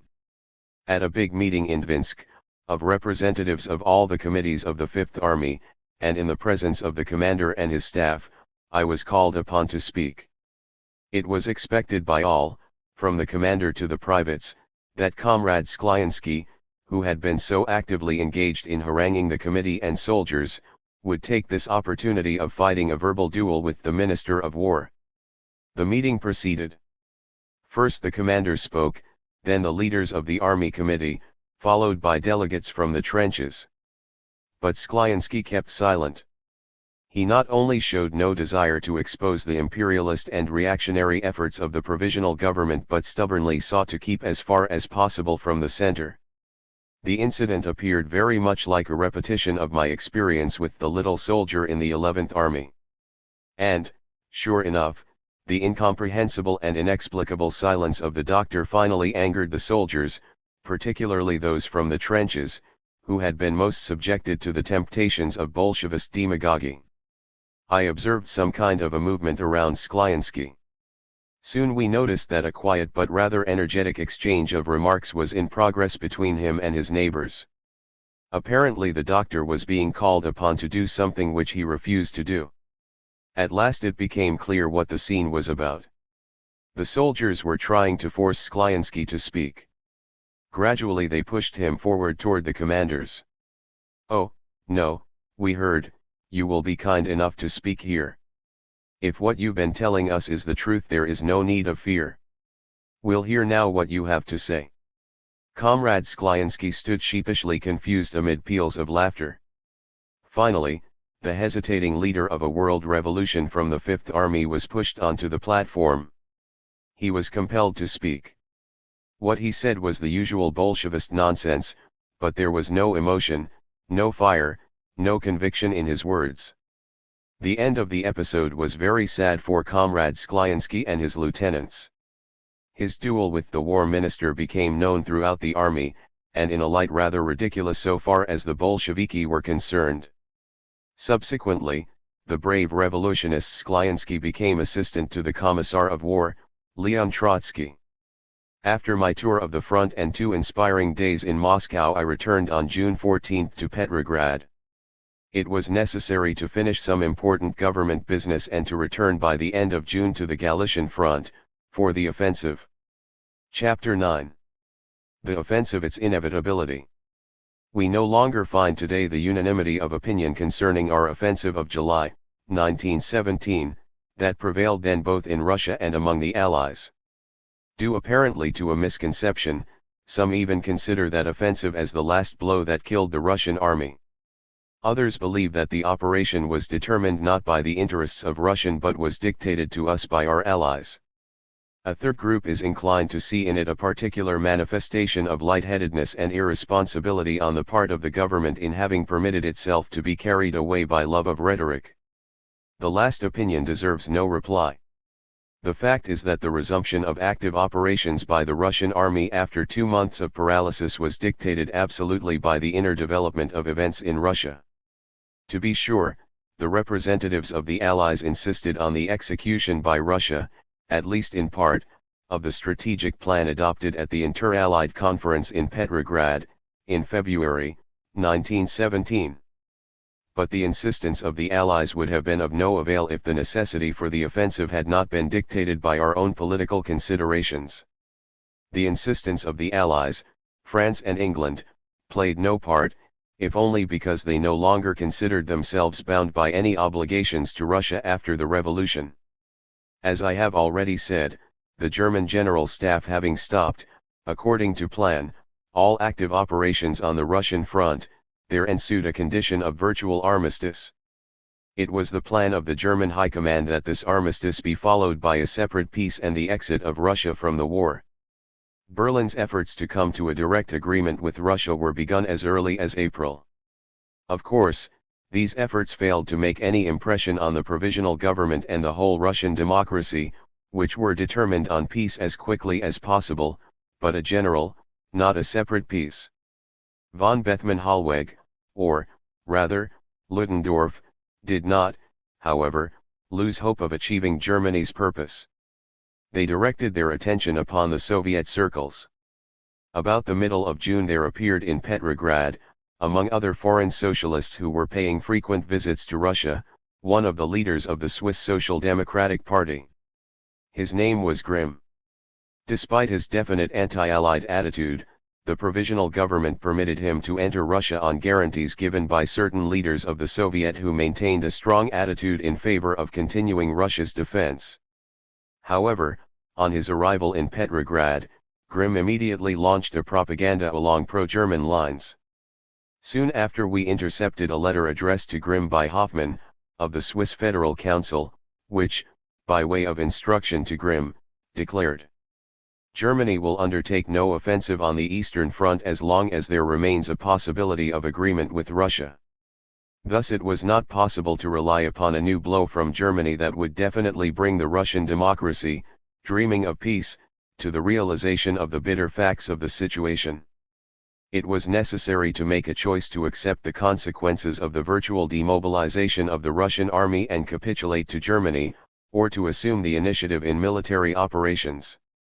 Having rejected the idea of a separate peace, which is always a misfortune for the country concluding it, the return to new action became unavoidable. For no army can remain in indefinite idleness. An army may not always be in a position to fight, but the expectancy, at all times, of impending action constitutes the fundamental condition of its existence. To say to an army in the midst of war that under no circumstances would it be compelled to fight is tantamount to transforming the troops into a meaningless mob, useless, restless, irritable and, therefore, capable of all sorts of excesses. For this reason and to preserve the interior of the country from the grave wave of anarchy threatening from the front, it was incumbent upon us, before embarking upon the main problem of army reorganization and systematic reduction and readjustment of its regular formations, to make of it once more an army, i.e., to bring it back to the psychology of action, or of impending action. The Russian army was, of course, no longer capable of carrying out in any measure the plan of a general offensive worked out in January. If during the 3 years preceding the revolution the Russian troops failed to win a single decisive victory over the German armies, only on the Austro-Galician and the Caucasus fronts were there any victories, it was quite futile to think of victory now, in the summer of 1917. But a victory was not necessary. As President Wilson declared categorically before Congress, it was the Russian Revolution which made it possible for America to enter the war and thus alter fundamentally the ratio of the contending forces in the war. As late as January, 1917, the war situation made it imperative for Russia and her allies to bend all their energies to bring the war to an end by the autumn of 1917. But in the summer of 1917 it became necessary only to keep going until the arrival of the American army on the Western Front, with all its tremendous resources. This general Allied task expressed itself, so far as Russia was concerned, in a new strategic aim, we were no longer required to engage in a general offensive, but to compel the Germans to keep as many divisions as possible on the Russian front until the conclusion of the campaign of 1917, i.e., until the autumn. As I will show later, this task was carried out in full by the Russian Revolution, and all the contentions of English and French politicians to the effect that not only the Bolsheviki but also the Provisional Government and Russia in general failed to carry out Russia's obligations to the Allied governments, and thus delivered a blow to the Allied cause, are either a grave mistake or a conscious falsification of the facts, in contradiction with all conceptions of honesty and honor in international relations. In general, the Allies throughout the existence of the Provisional Government towards which they maintained a critical attitude failed to understand that the material weakening of Russia, after the fall of the monarchy, was compensated in full measure by the effect of the Russian Revolution on the internal situation in Germany, Austria, Bulgaria, and Turkey. The most important effect of the Russian Revolution, in my opinion, was the fundamental change in the attitude and sentiment of Austria's Slav population, as well as the sharp change in the orientation of Pilsudski's Polish legions, which up until the moment of the Russian Revolution were fighting in the ranks of the Austro-Hungarian army against Russia and her allies. In Austria-Hungary the centrifugal movement in the Slav regions was acutely accentuated. On the front itself the Austro-German command was forced to transfer many Slav troops to the Italian and French fronts, substituting these on the Russian front with picked German divisions. In the ranks of the Russian army appeared the extremely well-trained Czechoslovak forces. The abandonment by the provisional government of the old Tsarist claim to Constantinople created a very favorable impression among the ruling elements in Turkey. Shortly before summer, successful negotiations with Turkey for her exit from the war had already become possible. The same was true of Bulgaria, whose troops on the Russian front had become quite demoralized. Finally, on the extreme north of the endless Russian front, the politico-military situation was likewise altered to Germany's disadvantage. In Sweden the anti-German sentiment promoted by Branting and his group was given a powerful impetus, while in Finland the local activists, i.e., the politico-military group seeking to achieve Finland's independence by aiding Germany, abandoned their policy, at least temporarily. To be sure, all these military and political disadvantages were balanced in some measure by the German General Staff through the work of the Bolsheviki and the Ukrainian separatists. But the necessity forced upon Germany of returning German divisions and German artillery from the west to the Russian front and increasing the number of German forces in the east made it impossible for Ludendorff, in the spring of 1918, to deliver a decisive blow in the west, before the arrival of the American troops. But leaving aside all these political and international considerations, the restoration of the fighting capacity of the Russian army by the resumption of active operations was, in the spring of 1917, demanded by Russia's national consciousness. I could cite an endless list of decisions, resolutions, demands, and orders for the resumption of the offensive. At the very beginning of the revolution, General Brusilov telegraphed to the provisional government concerning the absolute need of an offensive. At the same time, Field Marshal Haig, in an order to the British Army, announced receipt of a telegram from General Alexeyev informing him that the Russian troops were preparing for an offensive. The need of an offensive to wipe out the shame was constantly emphasized in its resolutions by the Temporary Committee of the Duma. The first conference of the Cadet Party, Miliukov's party, spoke likewise.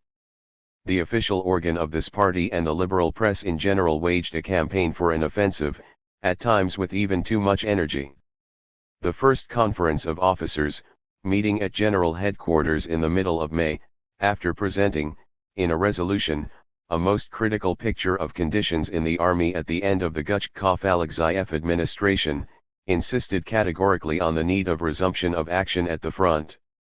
I may mention in passing that the officers' conference at General Headquarters laid the foundation for the officers' union in the army, a distinctly political body around whose executive committee was born the future military conspiracy headed by Kornilov. Simultaneously with the conference at General Headquarters, the Conference of Democratic Officers was in progress in Petrograd, which likewise demanded restoration of the fighting capacity of the Russian army.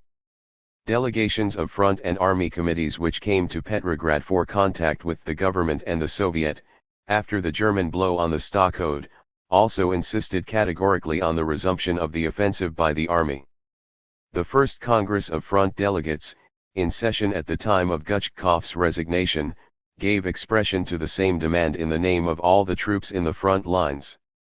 In the middle of April, the Petrograd Soviet, followed soon thereafter by the Executive Committee of the Congress of Soviets, took the same stand, although with certain reservations and ambiguities.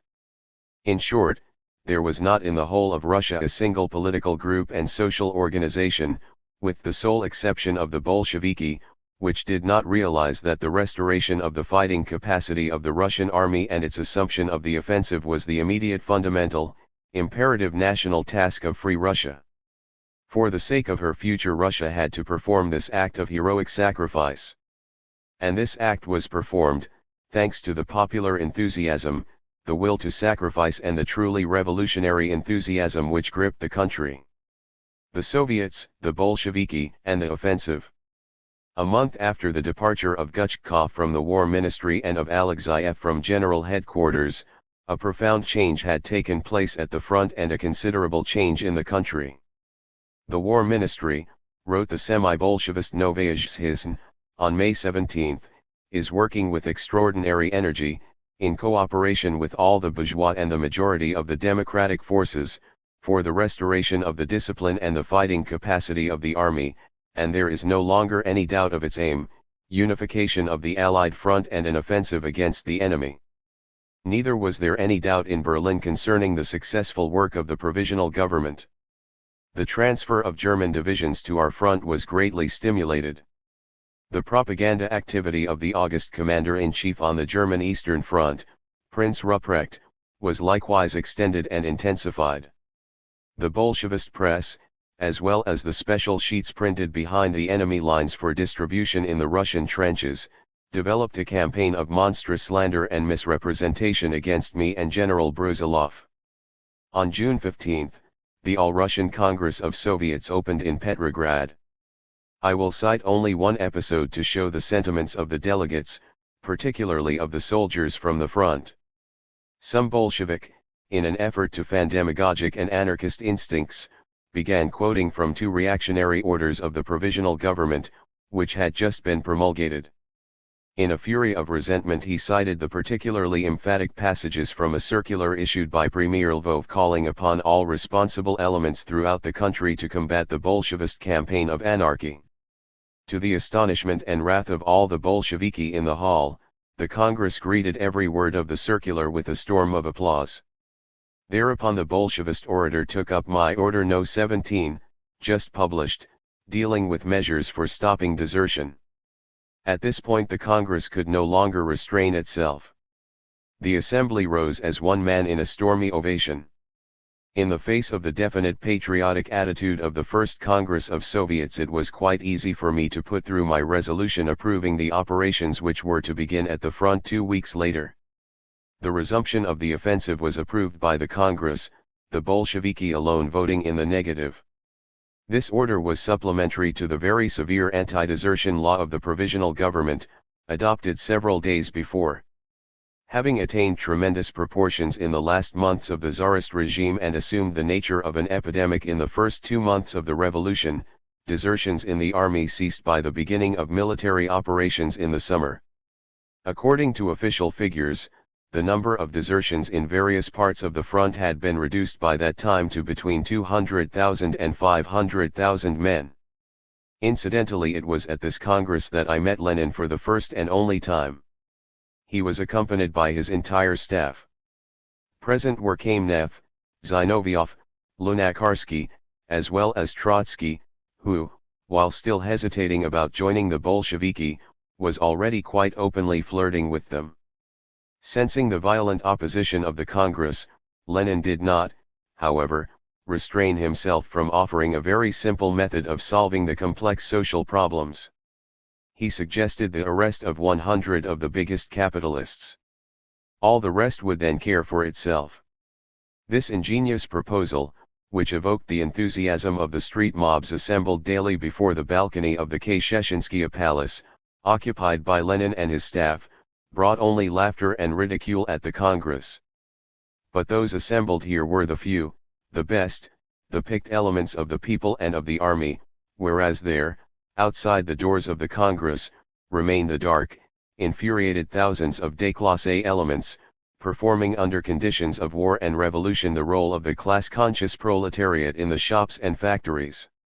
On taking the floor to reply to Lenin, I was struck not so much by the effect produced by him on the delegates as by the realization of the destructive influence he wielded over audiences of another character.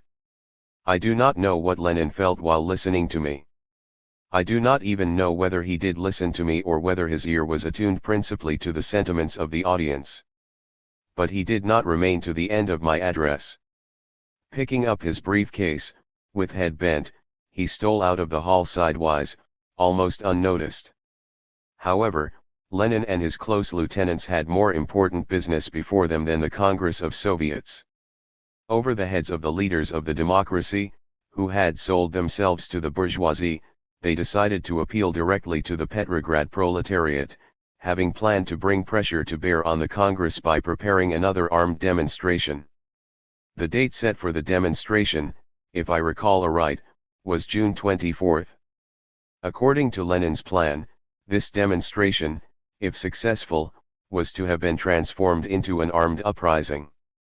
The slogans of the movement were bread, peace, liberty, away with the capitalists, revision of the rights of soldiers and down with the 10 capitalist ministers. The 10th among these enemies of the proletariat and of the toiling masses was Kerensky. The remaining 5 ministers, all socialists, were for the present accorded mercy by Lenin. The brazen effort to provoke new street riots was frustrated by the energetic action of the Soviet leaders. But the activities of the Bolsheviki in seeking to force disturbances in Petrograd at exactly the moment when the interests of the German General Staff at the front demanded it, gave rise to an interesting coincidence. The Bolsheviki failed, however, in thwarting the offensive.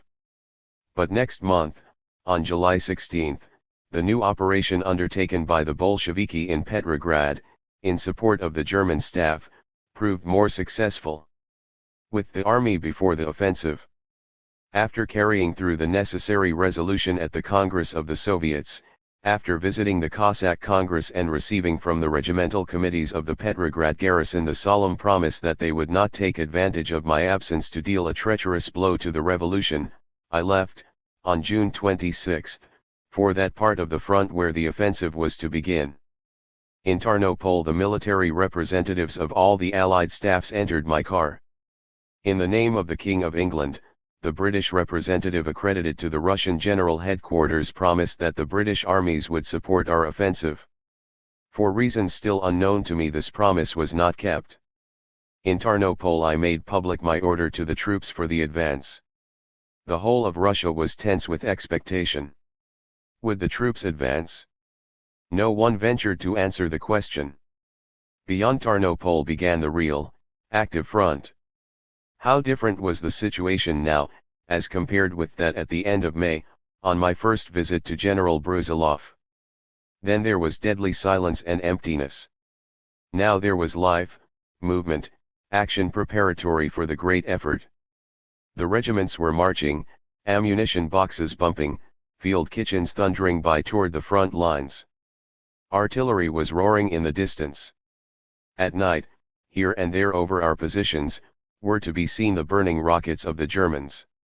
Slowly, with a kind of triumphant air, my train pulled up to the headquarters of General Hutter, commander of the Galician front, near the small, out-of-the-way town of Kashiva, a short distance from the positions of the 7th Army, which was to have moved first in the direction of the Berezany. Hutter, who succeeded Brusilov as front commander, was not a particularly remarkable general.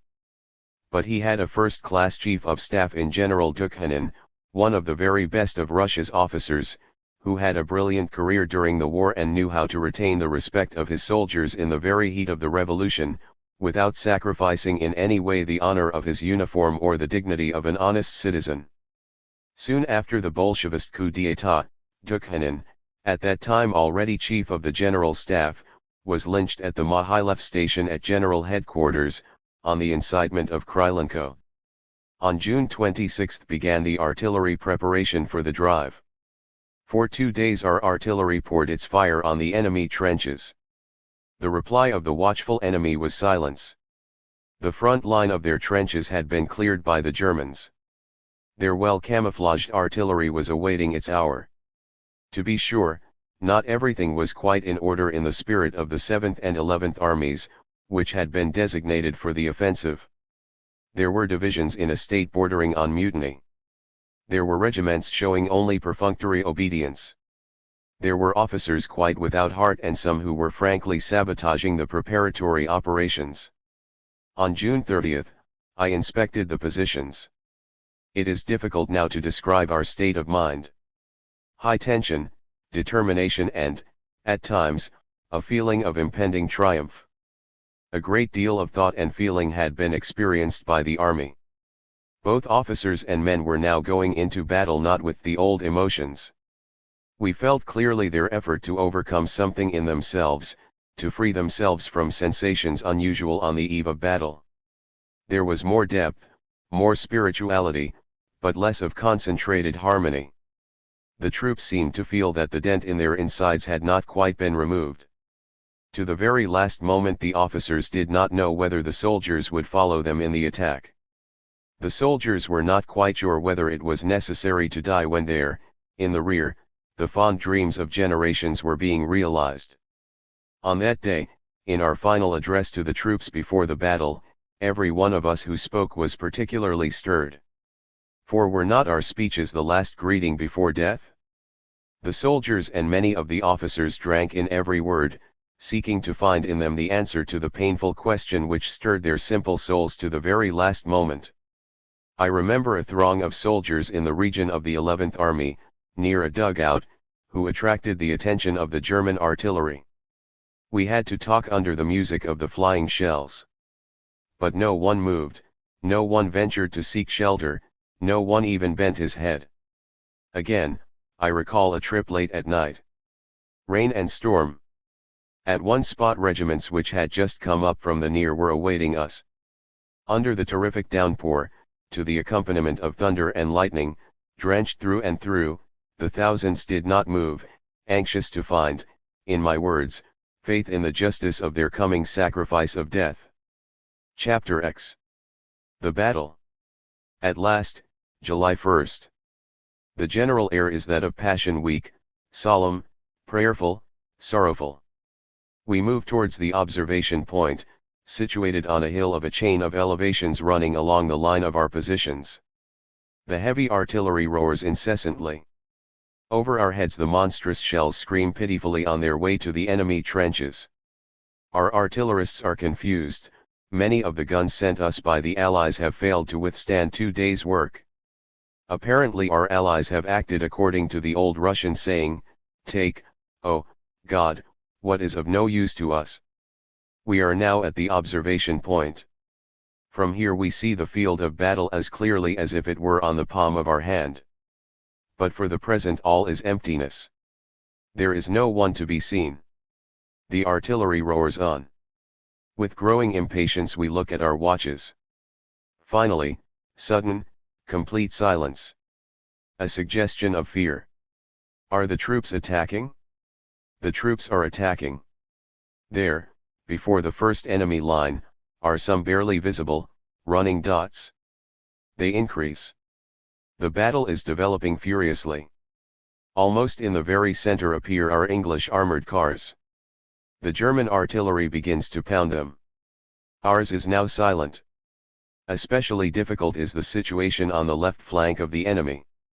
There, our troops must capture a slope, dubbed, for its shape, the flat iron. Through our field glasses we see clearly how the little black figures of our men slip down over it and how at a certain spot the German artillery begins to strike them. A thud. Dense smoke and debris. In place of the little figures a shell hole. From below, the figures climb again. But why is our artillery silent? Above our heads enemy shells begin to whistle gently. We must stop our hurried breakfast in the shade of some old oak trees and move into the dugout of the observation point, proceeding further along a line of connecting trenches and not, any longer, along the direct line of the wood. On the first day of the battle we captured 10,000 prisoners and several cannon, but failed to break through the line towards Berchezani. Indecisive also were the battles on our right flank, where the 11th Army was in action. Guns, prisoners, but not a step forward. There where last year Brusilov attacked the Austrian Slavs were now only German and Hungarian divisions, with an admixture of Turks. But on the left flank, where the 8th Army was in action, our troops in a few days achieved a brilliant success. After breaking through the Austrian front at Kalusk, the troops of General Kornilov and General Cheremisov broke through deep into the enemy lines, capturing, on July 10, the old city of Galich. The success at Kalusk was facilitated by the fact that on this part of the front there were many Slavs in the enemy's ranks. In addition, our command had succeeded in obtaining, a few days before the battle, all the necessary information concerning the disposition of the enemy troops and the plans of the enemy's command. The offensive of the Russian troops occurred exactly 4 months after the outbreak of the revolution, midway between March and November. The operations begun by us in Galicia were later extended to the Western Front commanded by General Denikin and to the Northern Front. Very soon they lost their offensive character and became purely defensive actions. The failures of the Russian armies thereupon became one of the sharpest and most poisonous weapons in the struggle against the provisional government conducted by the leaders of the Kornilov military conspiracy, which matured in September. But this utilization for political purposes of the restoration of the fighting capacity of the Russian army cannot, looked at objectively, belittle its historical significance. At the very height of the venomous campaign waged against the provisional government under the camouflage of diplomatic flirtation by the official ruling circles of England and France, the staff of our commander-in-chief forwarded to the Allied staffs, under date of October 2 or 3, the following report, which, by the way, was suppressed by the Allied authorities. More than 6.5 months have passed since the beginning of our revolution, but our armies continue to hold, as before, the forces of the enemy. Moreover, these forces have not decreased during that period, but on the contrary have increased in number. On the day of the resumption of the offensive by our troops in Galicia, July 1, the number of enemy divisions on the Russo-German front was equal to that on March 12, i.e., the last day of the monarchy AK. And at the height of the battles in eastern Galicia and Bukovina the forces of the enemy increased by 9.5 infantry divisions. This increase consisted entirely of Germans, while the number of Austrians and Turks was reduced. The enemy's artillery had been increased during that period by 640 guns of various calibers. The Caucasus front is not taken into consideration in this report. Thus, after the first moments of military weakening, Russia after the revolution continued to hold the enemy on her front, in numbers at least equal to the pre-revolutionary period. Thanks to the psychological influence exerted by the Russian Revolution on the populations of the Central Empires, to which I have already referred, Ludendorff was compelled to concentrate purely German divisions on the Russian front in numbers yet unprecedented during the entire period of the war. The strategic task on the Russian front in the year 1917 was carried out in full, the liquidation of the war through German victory, pending the entrance of the United States into active operations, became impossible. This fundamental consequence of the restoration of the fighting capacity of the Russian army did not in any way depend on the measure of success of the Russian operations, in the narrow, technical sense of the word. For this reason, with the moment of the revival of the army's activity, the front ceased to be the point of concentration in the internal policy of the government. Our attention was now transferred to the interior of the country, where, by utilizing the psychological effect of the army's resurrection, it was necessary to stimulate with all the power available the convalescence of a national consciousness and the strengthening of the new state born of the revolution. Consolidation of the state. With the beginning of the summer, the provisional government, through the ministers of the left, began building a strong dam against the anarcho-Bolshevist stream. As I have already said, the provisional government was quite alone during the first 2 months of the revolution in its struggle for the restoration of governmental authority, for the proponents of a strong government in the Duma had no influence whatever on the masses. They merely sought to supply wise guidance, while the leaders of the Soviet, playing the role of a loyal opposition, succeeded only in undermining the authority of the government. But now, with the participation of these leaders in the government, the struggle for the establishment of real authority, for the restoration of national political discipline was launched within the Soviets, within the ranks of the revolutionary democracy themselves. Having assumed ministerial portfolios, the opponents of yesterday, who had carried no responsibility in their opposition, found themselves under the blows of the most irresponsible demagoguery on the left. From the point of view of anarchy and the negation of all normal processes of government, all the parties of the left represented in the provisional government were taking a clearly counter-revolutionary position. To expose the reactionary or counter-revolutionary crimes of the Soviet ministers, to accuse them of conspiracy with the capitalists against the proletariat and of treason to the revolution became now the chief task of the Bolsheviki in their propaganda and press. Lenin felt clearly that the chief obstacles in the struggle of the Bolsheviki for power were not the liberal parties, which had lost all foundation of influence, but the socialist and democratic parties, particularly the socialist parties, which controlled almost all the political power but which accepted the war as a tragic but unavoidable struggle. Lenin. Did Lenin believe sincerely that the leaders of the Russian democracy, with many of whom he had worked shoulder to shoulder for many years against Tsarism, were really betraying the people, their own past and all the traditions of the Russian liberation movement in general? Of course, not. In his very first speech before the Petrograd Soviet, on the evening of April 17, immediately after his arrival from Switzerland, Lenin, in summoning the soldiers to fraternization and the workers to seizure of the factories, admitted that with the fall of the monarchy Russia had become the freest country in the world and that no one in Russia would dare to threaten the interests of the Russian working classes. One asterisk more than that, already at that moment Lenin understood very well that no socialist experiments were possible in Russia, an agricultural country, with a weak industry almost entirely ruined by the war. The leaders of the Russian Revolution were aiming to consolidate and to strengthen political democracy on the basis of comprehensive social reforms. This task could not be opposed by Lenin insofar as the question at issue concerned Russia alone, because up to the war he had been himself a supporter of democracy. But the fate of Russia was the least consideration of Lenin and his friends in 1917.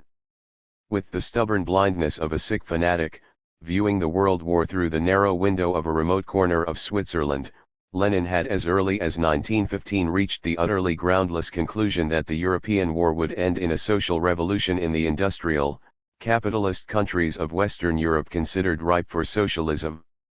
As Lenin saw it, the coming of this world social revolution was to be stimulated by the speediest possible transformation of the exterior war of peoples into an internal war of classes. And in order to facilitate this transformation, said Lenin, it was incumbent upon all true revolutionists in all belligerent countries to promote the defeat of their own fatherlands. As the first step in this task, Lenin argued, it was necessary to strive for the defeat of the Tsarist monarchy, the most barbarous and most reactionary of all governments. Thus, the promotion of the defeat of his own country, Russia, became for Lenin and his closest associates not shameful treason and disgusting crime but a kind of revolutionary duty, a policy dictated by his socialist conscience. Russia must be smashed as the chief foundation of European reaction, and his backward agricultural country, as Lenin himself described it, must become the base of operations of the vanguard of the proletarian world revolution, pending the social revolution which was to develop at any moment in the industrial countries of the West.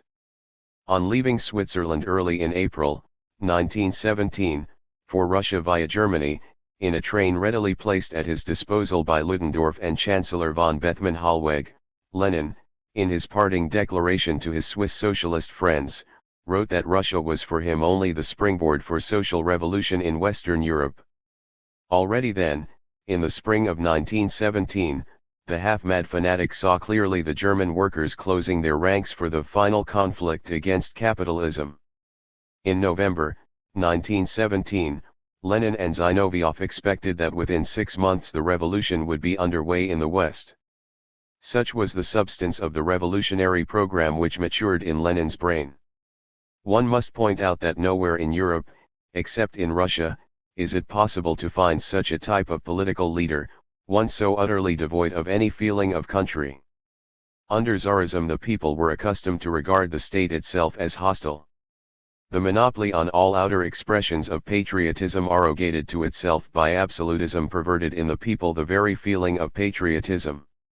To be sure, national consciousness did exist in Russia, and consciously or unconsciously it permeated the entire being of the overwhelming majority of Russians.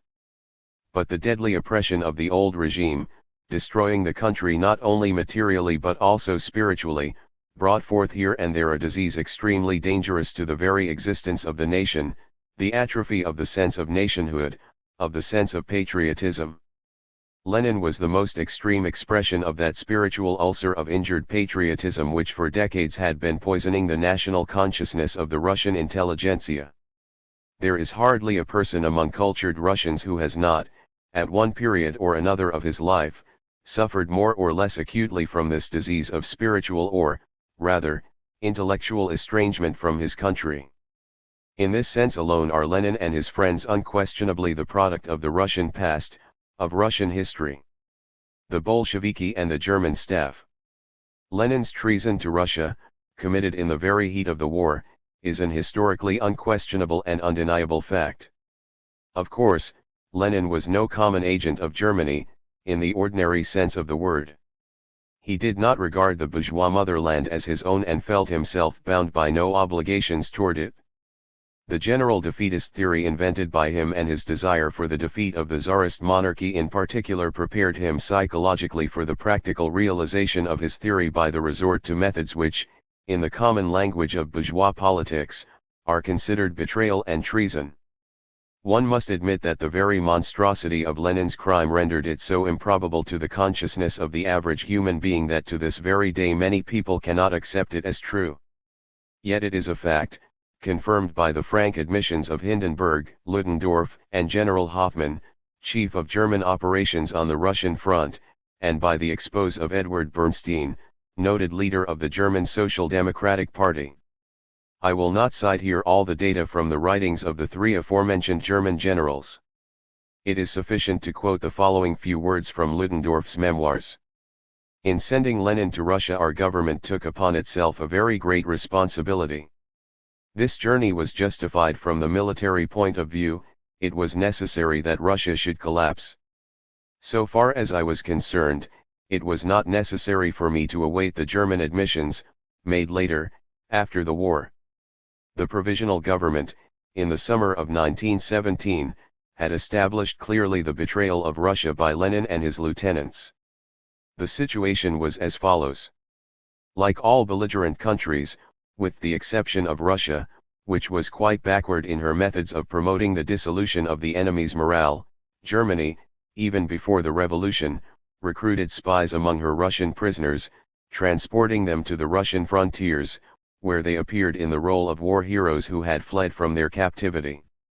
The number of such spies greatly increased in the first weeks of the revolution, for during that period the Finnish frontier was left virtually unguarded, the entire Russian machinery of military intelligence being destroyed. One of these volunteer spies came directly to me. He explained that he had accepted the espionage offer with the idea of discovering the ways and means whereby the traitors who had come to Russia were communicating with their German chiefs. He outlined to me the entire technique of this communication.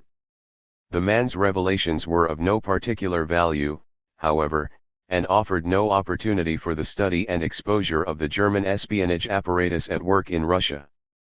But information obtained from another informant produced facts of very great value and established conclusively the relations of the Bolsheviki with the German staff and the ways and means employed in maintaining the contact. In April there came to General Alexeyev at General Headquarters a Ukrainian officer named Yermolenko, who had fled from a war prisoners camp in Germany, after having fictitiously accepted the role of a German agent.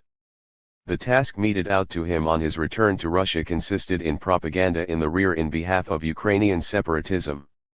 He was supplied with full information concerning ways and means of communication with the German authorities, the banks through which the necessary funds were being transferred, and also with the names of several other important agents, among whom were a number of Ukrainian separatists and Lenin. 2*. On my visit to General Headquarters in May, shortly after my appointment as Minister of War, General Alexeyev and General Denikin, his Chief of Staff, presented to me a report and a special memorandum which contained the exact lines of communication connecting the Russian traitors with their highly placed German friends. The provisional government was thereupon confronted with the difficult task of exploring the lines indicated by Yermolenko, shadowing the agents connecting Lenin with Ludendorff and seizing them in the act, with all possible incriminating material. The least possible publicity, of course, would have compelled the German staff to change the means of communication, while under the conditions of absolute freedom of press then prevailing in Russia, excluding virtually even the application of military censorship, Yermolenko's expose would have become public property had the slightest information concerning the matter penetrated even into the most reserved and most responsible political circles. Even within the provisional government it was necessary to confine the very grave information to a limited number of ministers and officials.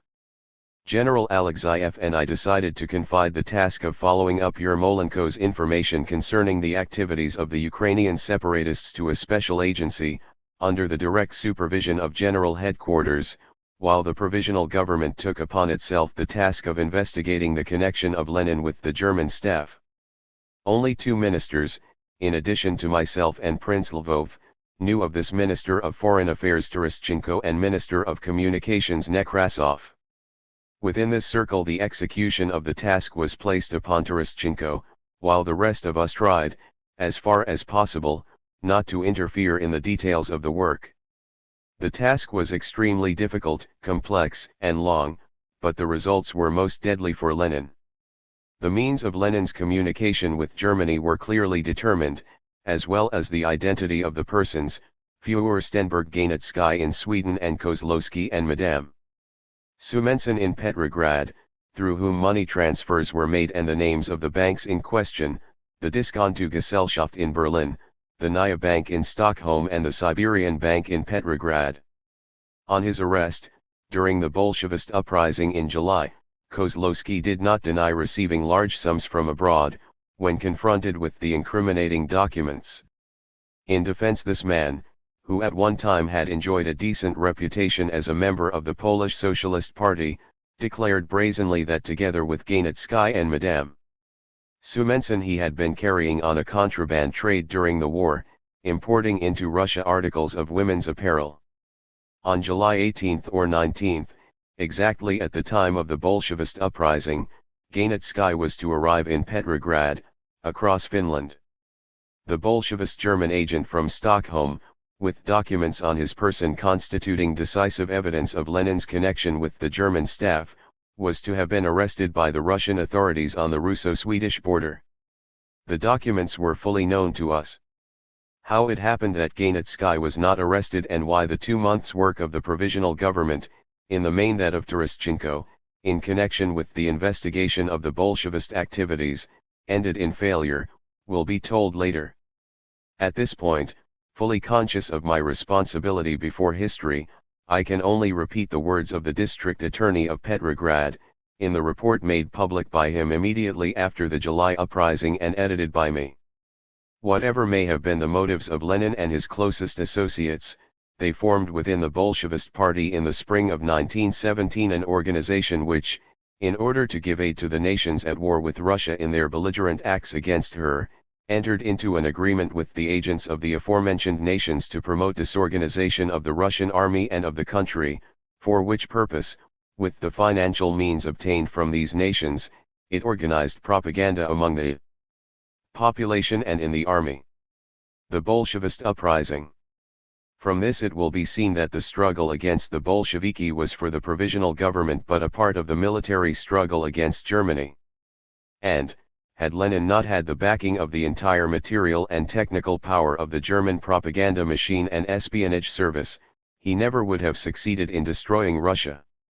In saying this, I do not wish to place the responsibility for Russia's destruction on Germany.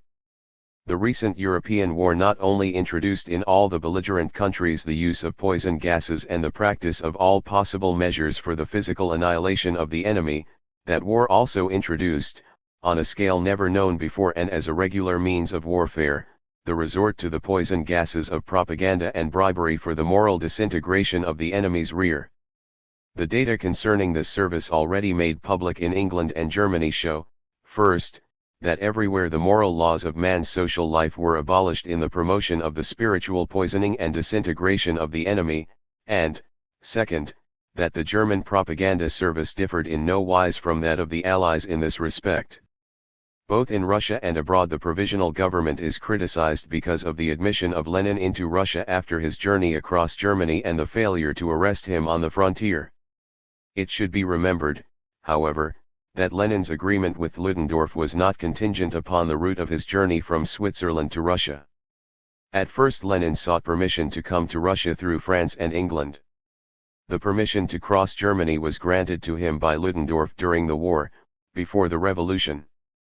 In this respect Lenin's journey across Germany was, indeed, the first warning to those who immediately perceived its implications. Moreover, how could we have kept Lenin out of Russia when at that time, April 15 to 16, 1917, the Russian Customs and Frontier Guard Service had not yet been restored? At the meeting of the provisional government at which the question of the admittance of political emigrants coming through Germany was discussed, Premier Lvov and War Minister Guchkov declared categorically that they did not have at hand the technical means of preventing their crossing of the frontier. But even had the provisional government possessed these means it could not, in all probability, have used them, for the right of returning to Russia for all political emigrants, regardless of their political opinions, was at that time the clear and determined wish of the entire country. Now, after many years, it is difficult to believe that even the Ryach, the chief newspaper of the Constitutional Democratic Party, welcomed the appearance of Lenin in Petrograd despite his journey across Germany. As the Liberal Democratic mouthpiece expressed it, such a generally recognized socialist leader, i.e., Lenin, must be in the arena of the struggle, and his arrival in Russia, regardless of what we may think of his views, must be welcomed. So far as the Bolsheviki themselves were concerned, they could no longer halt their advance along the path of destruction even had the heir of Russia awakened in Lenin, Zinoviev, and the others some feeling of honor and conscience. Every one of their steps was controlled by Ludendorff's representatives, and the unlimited material means for their propaganda of social revolution would have been taken away from the Bolsheviki by the German staff at the first inclination on the part of the Central Committee of their party to abandon its defeatist program. Thus, speaking quite objectively, there could be no peace or agreement between the Bolsheviki and the forces of the Russian democracy. Open war between them was inevitable, as was the struggle between Russia and Germany at the front. And, indeed, the assumption of the offensive by the Russian troops against Germany was accompanied by the offensive of the Bolshevist staff against revolutionary Russia in the rear of the Russian army. On July 15, on my brief return to Petrograd from the front, to attend to some urgent business, it was already evident that very serious and decisive developments were impending. During the 2 months of my uninterrupted travels over the front, the political atmosphere in Petrograd had changed completely. The first coalition government itself was experiencing a crisis at the end of the second month of its existence. 3 constitutional democratic ministers resigned. The ostensible reason for their resignation was the alleged unjustified concessions granted by the provisional government to the Ukrainians. The actual reason, however, was the excessive dependence of the provisional government on the will of the Soviets and the alleged consequent violation of the principle of coalition, of the equality of the bourgeois and socialist elements in the government, with the resultant reflection on the authority of the provisional government. This was how the Central Committee of the Constitutional Democratic Party formulated the question. The unfounded dissatisfaction of the cadet ministers was of no particular significance and, under calmer and more normal conditions, the crisis would in all probability have been adjusted quickly and without trouble. The crisis was not in itself important, but the departure of the bourgeois ministers gave the Bolsheviki a convenient excuse for a new mutiny, under the slogan, "All power to the Soviets." On July 16 came grave news from Kornilov's army. The Eighth Army had been compelled to evacuate Kursk under increasing pressure from the enemy. On the western front of General Denikin, whose army was now to take the offensive, the situation was likewise serious. It was absolutely imperative that I leave for the front, and my departure had been set for the same day, July 16. Immediately, before my departure from the capital, motor lorries filled with unidentified armed men appeared in the streets of Petrograd. Some of these motor lorries were canvassing the barracks, calling upon the soldiers to join in the armed uprising already underway. Others scurried about the city looking for me. One of these bands broke through the gate of Premier Lvov's office, on the ground floor of the Ministry of the Interior, almost immediately after I had left the place. And my train had hardly left for the front when another motor lorry rushed up to the station. The armed band carried a red flag with the inscription, "The first bullet for Kerensky." On July 17, while inspecting our front-line positions in the company of General Denikin and representatives of the Army Committee, disquieting telegrams began to pour in upon me. The uprising in Petrograd was spreading. Some regiments were joining it openly. Others, of the better type, like the Preobrazhensk, Semenovsk, and Izmailovsk regiments, had proclaimed themselves neutral in the fight of the Bolsheviki against the provisional government. The government meetings were transferred to the building of the district military staff. The Tauride Palace, seat of the All-Russian Executive Committee of the Congress of Soviets and of the Executive Committee of the Petrograd Soviet, was surrounded by mutinous soldiers and Red Guards. These class-conscious proletarians sought to lynch some of the leaders, Tsereteli, Kernov, and others, of the majority of the Soviets, which had refused to help in the transfer of all political power into the hands of the Soviets. The tremendous significance of the enlistment in the provisional government of representatives of the socialist parties and the Soviet became particularly clear in these critical moments, for the socialist ministers and the leaders of the Soviet majority in general at the Tauride Palace were the ones who bore the main burden of the pressure of the soldiery and the proletarian riffraff incited and infuriated by the Bolsheviki. It was precisely in these critical hours of July 17, that the process begun early in May reached its completion. Between the Bolsheviki and the Russian democracy occurred the final, decisive break. The overwhelming majority of the Russian democracy emphatically repudiated the slogan, "All power to the Soviets." This luring slogan became now only the tactical mask of the Bolsheviki in their fight for the dictatorship of their party. The difficult and uncertain situation around the Tauride Palace was resolved by the appearance on the scene of government troops rushed to relieve the Soviet majority. On their way to the palace, the government's Cossacks were suddenly fired upon, 7 of them being killed and 30 wounded. These were the only victims of the government's repressions. The mutinous mob surrounding the Soviet dispersed at the first shot fired into the air by the government troops. It is not difficult to imagine the effect produced at the front by the uprising in the capital. In reply to the telegrams pouring in upon me from Petrograd, I demanded the immediate application of severest measures for suppression of the mutiny. I insisted upon the immediate arrest of all the Bolshevist leaders. But nothing came of my telegrams. I then decided to hasten back to Petrograd for a few days. En route, near Polotsk, my train barely escaped being wrecked, when it collided with a locomotive sent by someone in a direction towards my speeding train. Our engineer managed to reduce the speed of the train in time so that only the forward platform of my car was demolished. At Polotsk I was met by Terestchenko, who came into my car and reported in detail the events in Petrograd on the last day of the Bolshevist uprising, July 18. There was one development in all this, however, which, despite the positive, wholesome effect it had on the troops, was to both of us a real catastrophe. Late in the evening, July 17, Minister of Justice Perevertsev released to the press that part of the material collected by the provisional government concerning the treason of Lenin, Zinoviev and other Bolsheviki, which had already been placed in the hands of the prosecuting officials. On July 18, this material was widely published in the newspapers, after being distributed during the night, in leaflet form, among the Guards regiments. The expose produced a shattering impression on the troops. The hesitant regiments immediately dropped their hesitation and came to the support of the government, while those supporting the Bolsheviki lost all their revolutionary ardor and energy.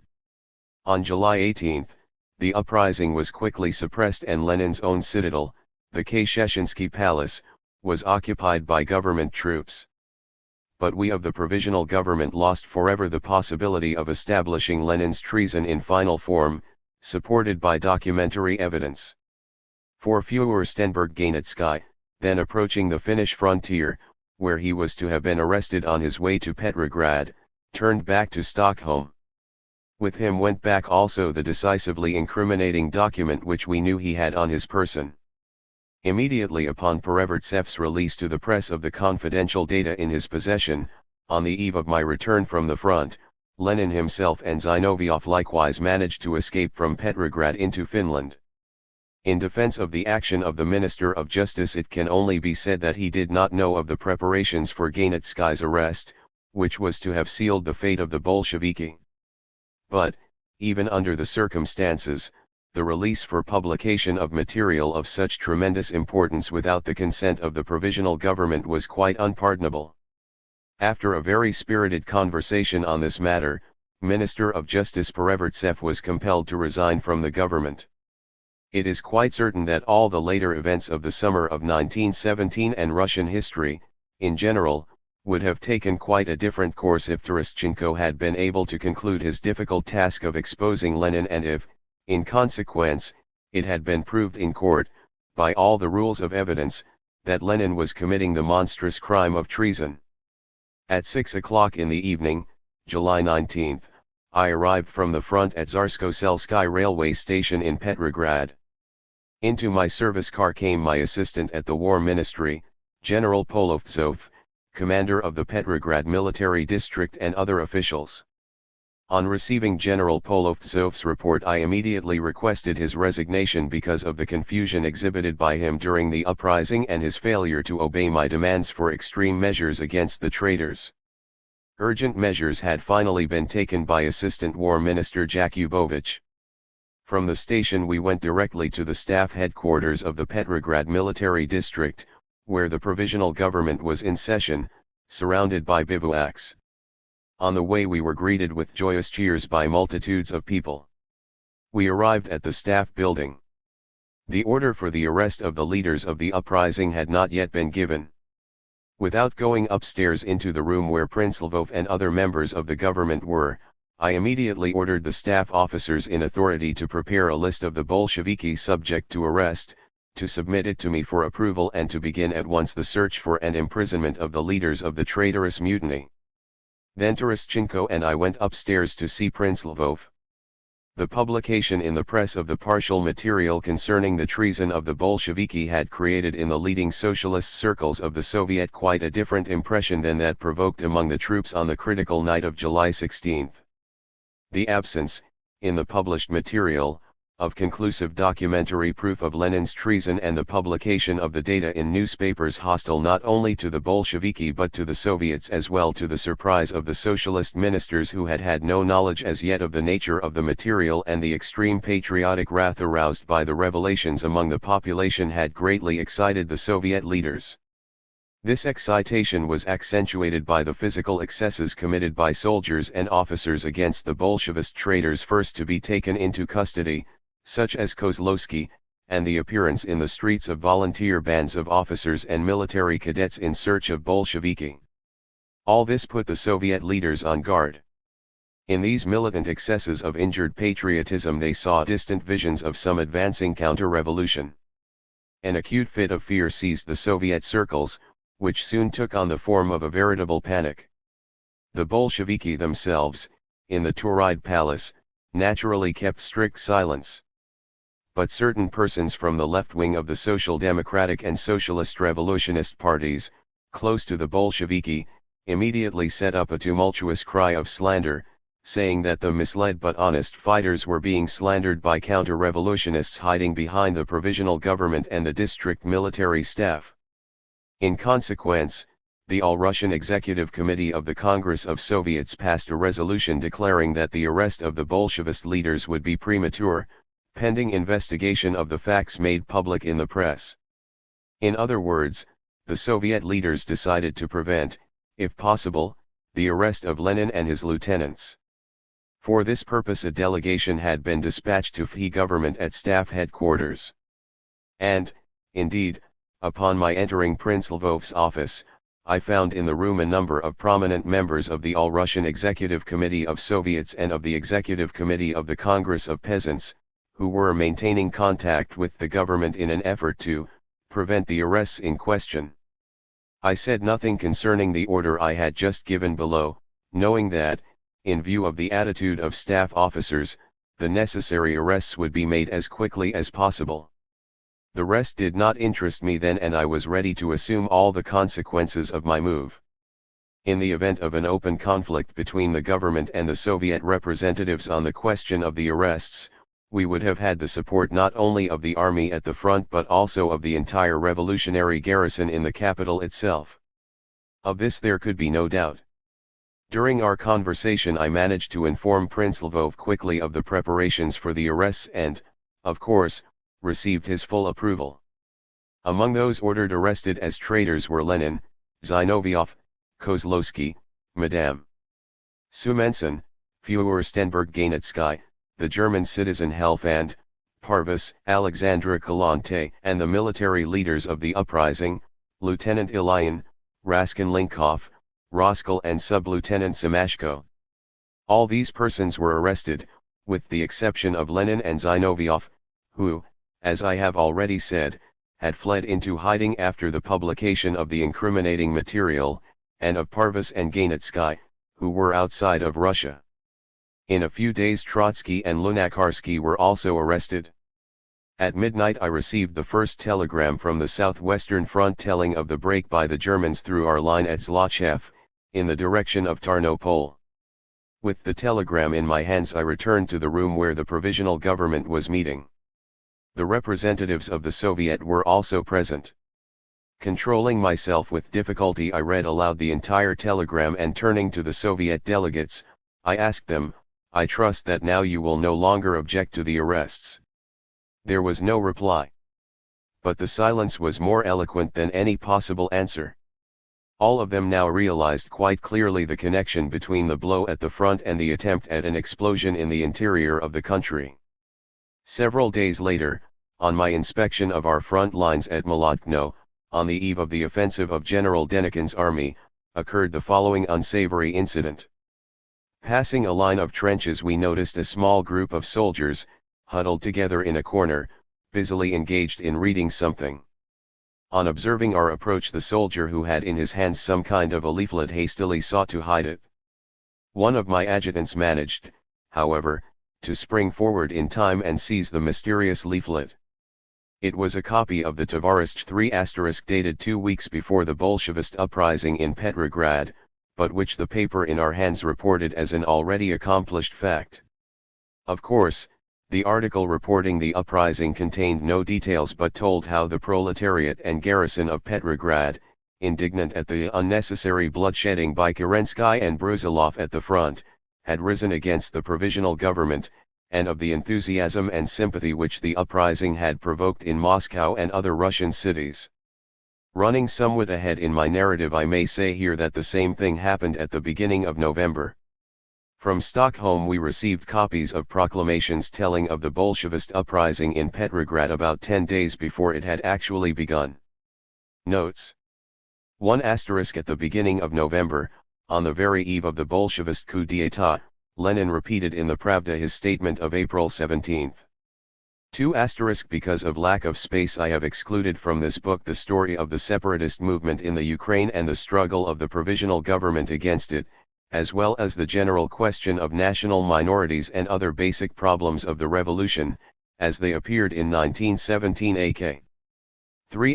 Tovarishch Comrade was one of the publications issued by the German command on the Russian front for distribution in the Russian trenches. It was printed in Vilna, occupied by the Germans in 1915. Chapter 11. The Nation's Victory. In looking back on the events of July, I must say that the failure of the Bolshevist uprising, together with the rapid retreat of our troops in Galicia, contributed to the strengthening of the feeling of patriotism and national responsibility among the masses of the people and in the leading circles of the left, socialist, anti-Bolshevist parties. The course of events in Russia between March and November, 1917, is usually conceived as a process of one color, of gradual but unceasing and constantly increasing disintegration of the country. In reality, however, Russia moved in those months along a zigzag line. Up until the middle of September, the period of the Kornilov Rebellion, Russia advanced forward, with the line of progress accompanied by some drops and setbacks, but marked by steady diminution of revolutionary chaos and the development of political strength and wisdom.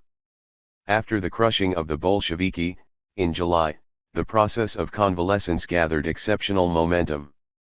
But it was halted suddenly by the madness of honest but politically ignorant and impatient generals.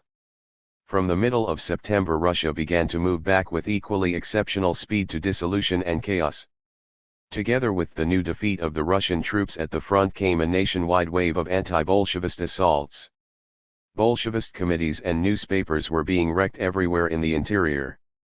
In all the provincial centers the Soviets were firmly in the hands of defensivist elements, patriotic, constructive and eager to restore the national structure.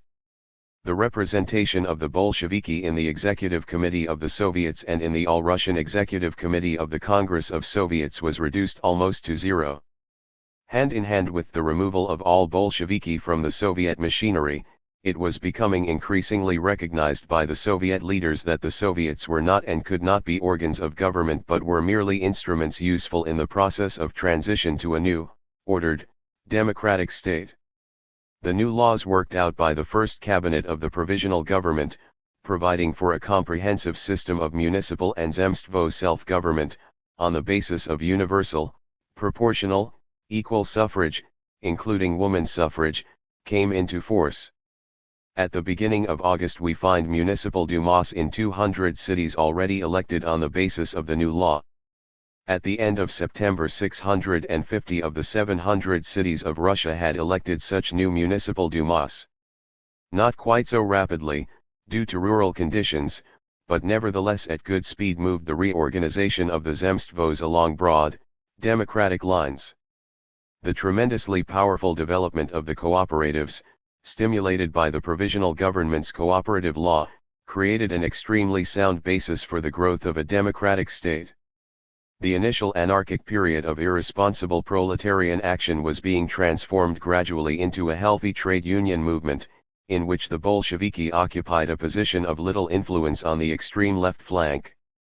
The authority of the government commissars in the army was growing steadily, in accordance with the government's plan of bringing the army back through the agency of the commissars, as connecting links from the committee system as established in March, to normal unity of command. On July 21, I again repeated my last order for the merciless application of armed force against insubordination at the front. I called the attention of the commissars and commanders to the provisional government's proclamation of July 19, prohibiting agitation against the government and the war among the troops. Simultaneously I telegraphed an order to General Headquarters demanding the removal and prosecution of commanders showing the slightest reluctance to apply force.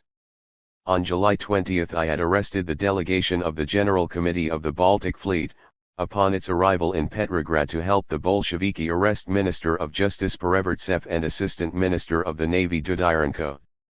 The rule adopted by the government upon its formation, in the first days of the revolution, not to disarm or to remove from Petrograd the military units which had taken part in the revolutionary movement, a rule tending to disorganize and pervert the garrison, was abolished. Henceforward the government granted commanders the right to reorganize the regiments of the Petrograd garrison and send them to the front. On July 21 an order was made public, by unanimous decision of the provisional government, restoring capital punishment and providing for the establishment of court-martial at the front. At the same time the government restored military censorship, giving to the Minister of the Interior, by agreement with the Minister of War, the right to suppress newspapers and fly-by-night sheets, to prohibit meetings, make arrests without the usual court warrants, to expel from Russia by executive order persons considered dangerous to the safety of the nation, and in general to take the measures found necessary in the interest of national security and defense. Of course, these measures for the strengthening of the government did not meet with instant approval by everybody. In the minds of many political figures who were removed from sympathy with the left, the strengthening of the revolutionary government's administrative power aroused unpleasant memories of the police lawlessness of the old regime. Particularly disquieting to public opinion were the measures affecting the press. The suppression of Bolshevist papers, particularly at the front, naturally met with universal approval. But when the situation reached a point where it was necessary to forbid the further publication of two big newspapers in the capital, Maxim Gorky's ultra-radical Novaya Zhizn and the extremist conservative Novoye Vremya, there arose a cry of sharp protest from all political and literary circles, without exception. People said that Kerensky wished to restore for the press the regime of Plevey, the universally hated Minister of the Interior under Nicholas II, assassinated at the beginning of the Russo-Japanese War. The right of administrative arrest actually became one of the causes of the dispute between the provisional government and the representatives of the Constitutional Democratic Party at the time of the new cabinet crisis, following the Bolshevist uprising. Faithful to the doctrine of government by law, the liberal jurists protested emphatically against the lawlessness the government was legalizing. To be sure, the same party demanded from the government extreme lawlessness, i.e., the widest possible administrative struggle against the Bolsheviki, but the partial inconsistency was determined by the fact that the proposed administrative expulsions from Russia and the administrative arrests threatened principally at that time, in August, not revolutionists on the left but opponents on the right, who had begun with increasing boldness to speak up in favor of the developing movement for a military dictatorship. 1 asterisk. My assumption of the premiership. On July 20, the day after my return from the front, Prince George Lvov left the provisional government. The situation had become too difficult for his mild manner of governing. At the same cabinet meeting at which the resignation of the prince was accepted, I was named premier, retaining also my post of Minister of War and Marine. The new government crisis began to develop seriously only after the departure of the prince.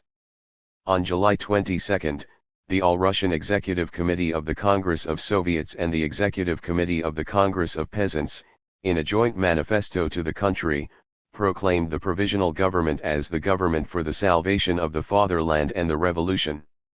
The manifesto called upon the soldiers, peasants, and workers to grant full confidence and obedience to the united, national people's government. At the same time, a general meeting of the regiments of the Petrograd garrison unanimously adopted a resolution expressing confidence only in the provisional government. However, confidence in the provisional government on the part of the revolutionary and democratic organizations was not enough.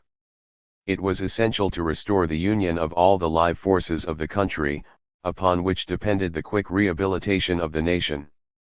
The places left vacant by the resignation of the 3 cadet ministers had to be filled by men of the same political and social ideas. In July this was even more important than it was in April or May, for now behind the Constitutional Democratic Party were organized all the political and social forces of the country representing the interests of the propertied classes, of the high command, the remnants of the old bureaucracy and even fragments of the aristocracy. By this I do not wish to accuse in any way the party headed by Miliukov, which had in the past performed great service in the cause of Russian liberation, of having changed its program and entered the service of reaction, as the Bolshevist demagogues put it. The Constitutional Democratic Party had retained its entire ideology. Only the human material filling its ranks had changed radically. It must be remembered that all the parties to the right of the liberal center had disappeared after the revolution, while the Cadet Party itself had become the right flank of Russian political life. 2 asterisk. It was quite evident that the formation of a national government standing above all parties and partisanship required the inclusion of responsible representatives of the right flank of the political spectrum, in the persons of those members of this group who after the upheaval of March 12 had adopted an outspoken Republican attitude. The spokesmen of the socialist parties and the leaders of the Soviets quite frankly expressed the aim of filling the vacant posts in the provisional government, after the exit of Prince Lvov, without resort to the constitutional Democrats. The cabinet situation remained uncertain from July 20 to July 26, for on the very day of my appointment as premier I had to return to the front. Upon my return from Denikin's army, on or about July 27, all the ministers placed their portfolios at my disposal. This collective resignation cleared the road for filling the ministerial vacancies. At first, after the outbreak of the revolution, the provisional government was seemingly appointed by the temporary committee of the Duma and it had to seek agreement with the executive committee of the Petrograd Soviet. The second cabinet of the provisional government was formed in cooperation with representatives of the respective parties, the Soviet and the temporary committee of the Duma. Now the formation of the new cabinet of the provisional government was placed solely in the hands of its premier, which naturally made the future cabinet more independent of exterior party pressure. The negotiations between the premier and the central committees of the respective parties continued for 10 days. Once more there were interminable programmatic disputes. Long letters were written, in which the points at issue between the respective parties were purposely accentuated for bargaining purposes. Naturally this served only to irritate the opponents but in no way changed the substance of the discussion.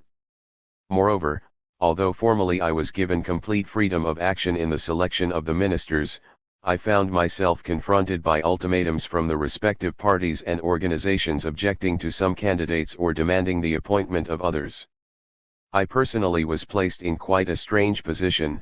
Under the political circumstances of the moment I bore full responsibility for the fate of the nation, yet I did not have the simple right to choose freely my immediate co-workers, for whose activity in the government I could really and with a clear conscience hold myself responsible before the people.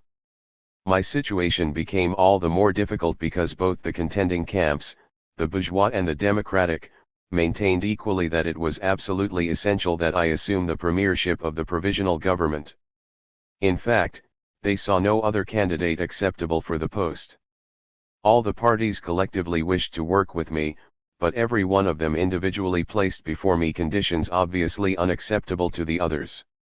The party bargaining for the vacant ministerial seats continued to grow more and more heated.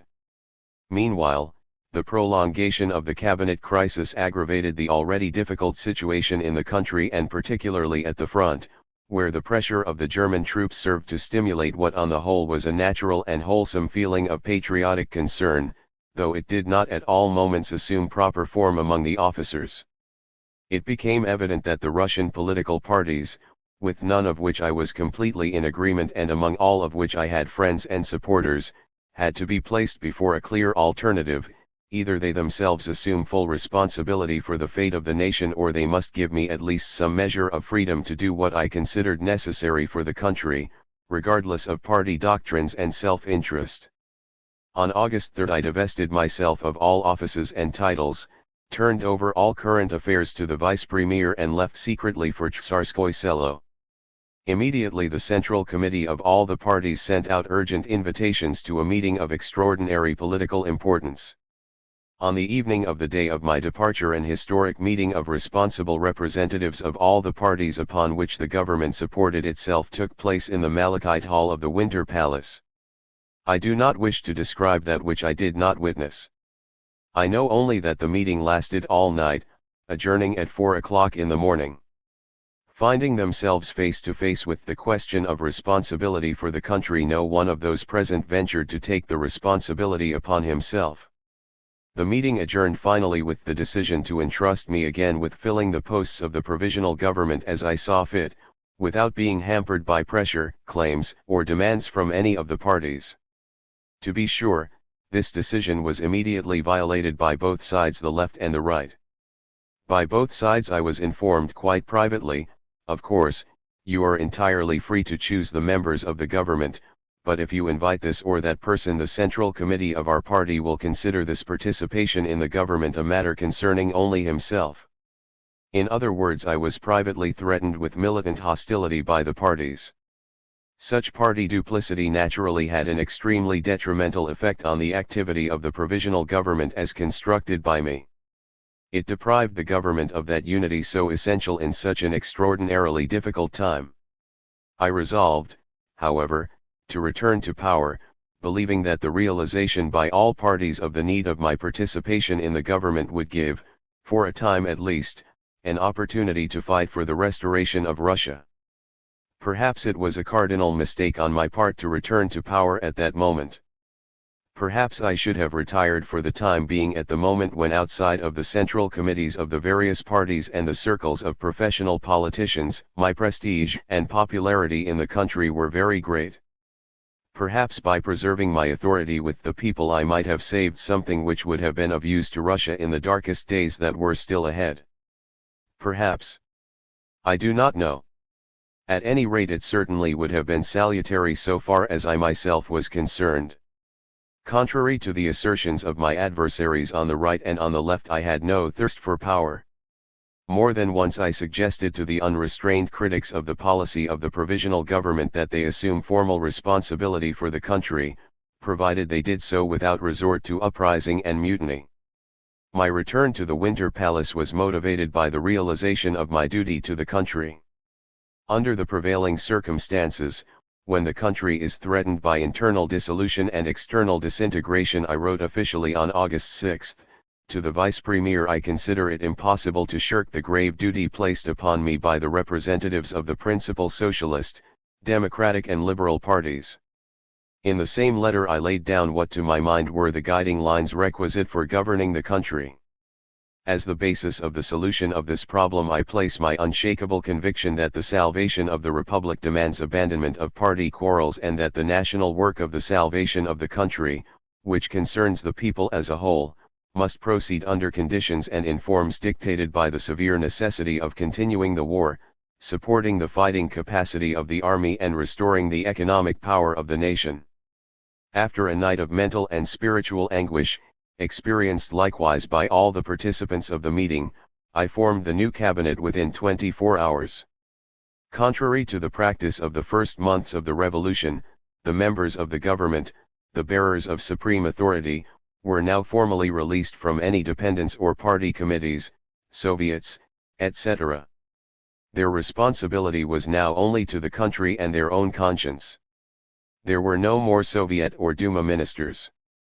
There were only ministers of the Russian government. The practice of collective, long ministerial declarations, of use only to the extreme party dogmatists, was likewise abandoned now. The composition of the new cabinet corresponded to the nonpartisan, national governmental program. Of the 16 ministers, only 3 were opponents of a bourgeois democratic coalition. 2 of these, Urenov and Kokoshkin, representing the Constitutional Democratic Party, favored a purely bourgeois government, while the other, Minister of Agriculture Chernov, leader of the Socialists Revolutionists, wanted a purely socialist government. All the other ministers were firm supporters of a government combining within itself all the creative political forces of the nation, regardless of party or class distinction. The very marked change of popular attitude after the crushing of the Bolsheviki, the strengthening of the state and the independence of the governmental machinery from partisan political organizations, was evidenced by the fact that of the 16 members of the government, only 2, Chernov, Socialist Revolutionist, and Skobelev, Social Democrat, were connected closely with the Executive Committee of the Petrograd Soviet.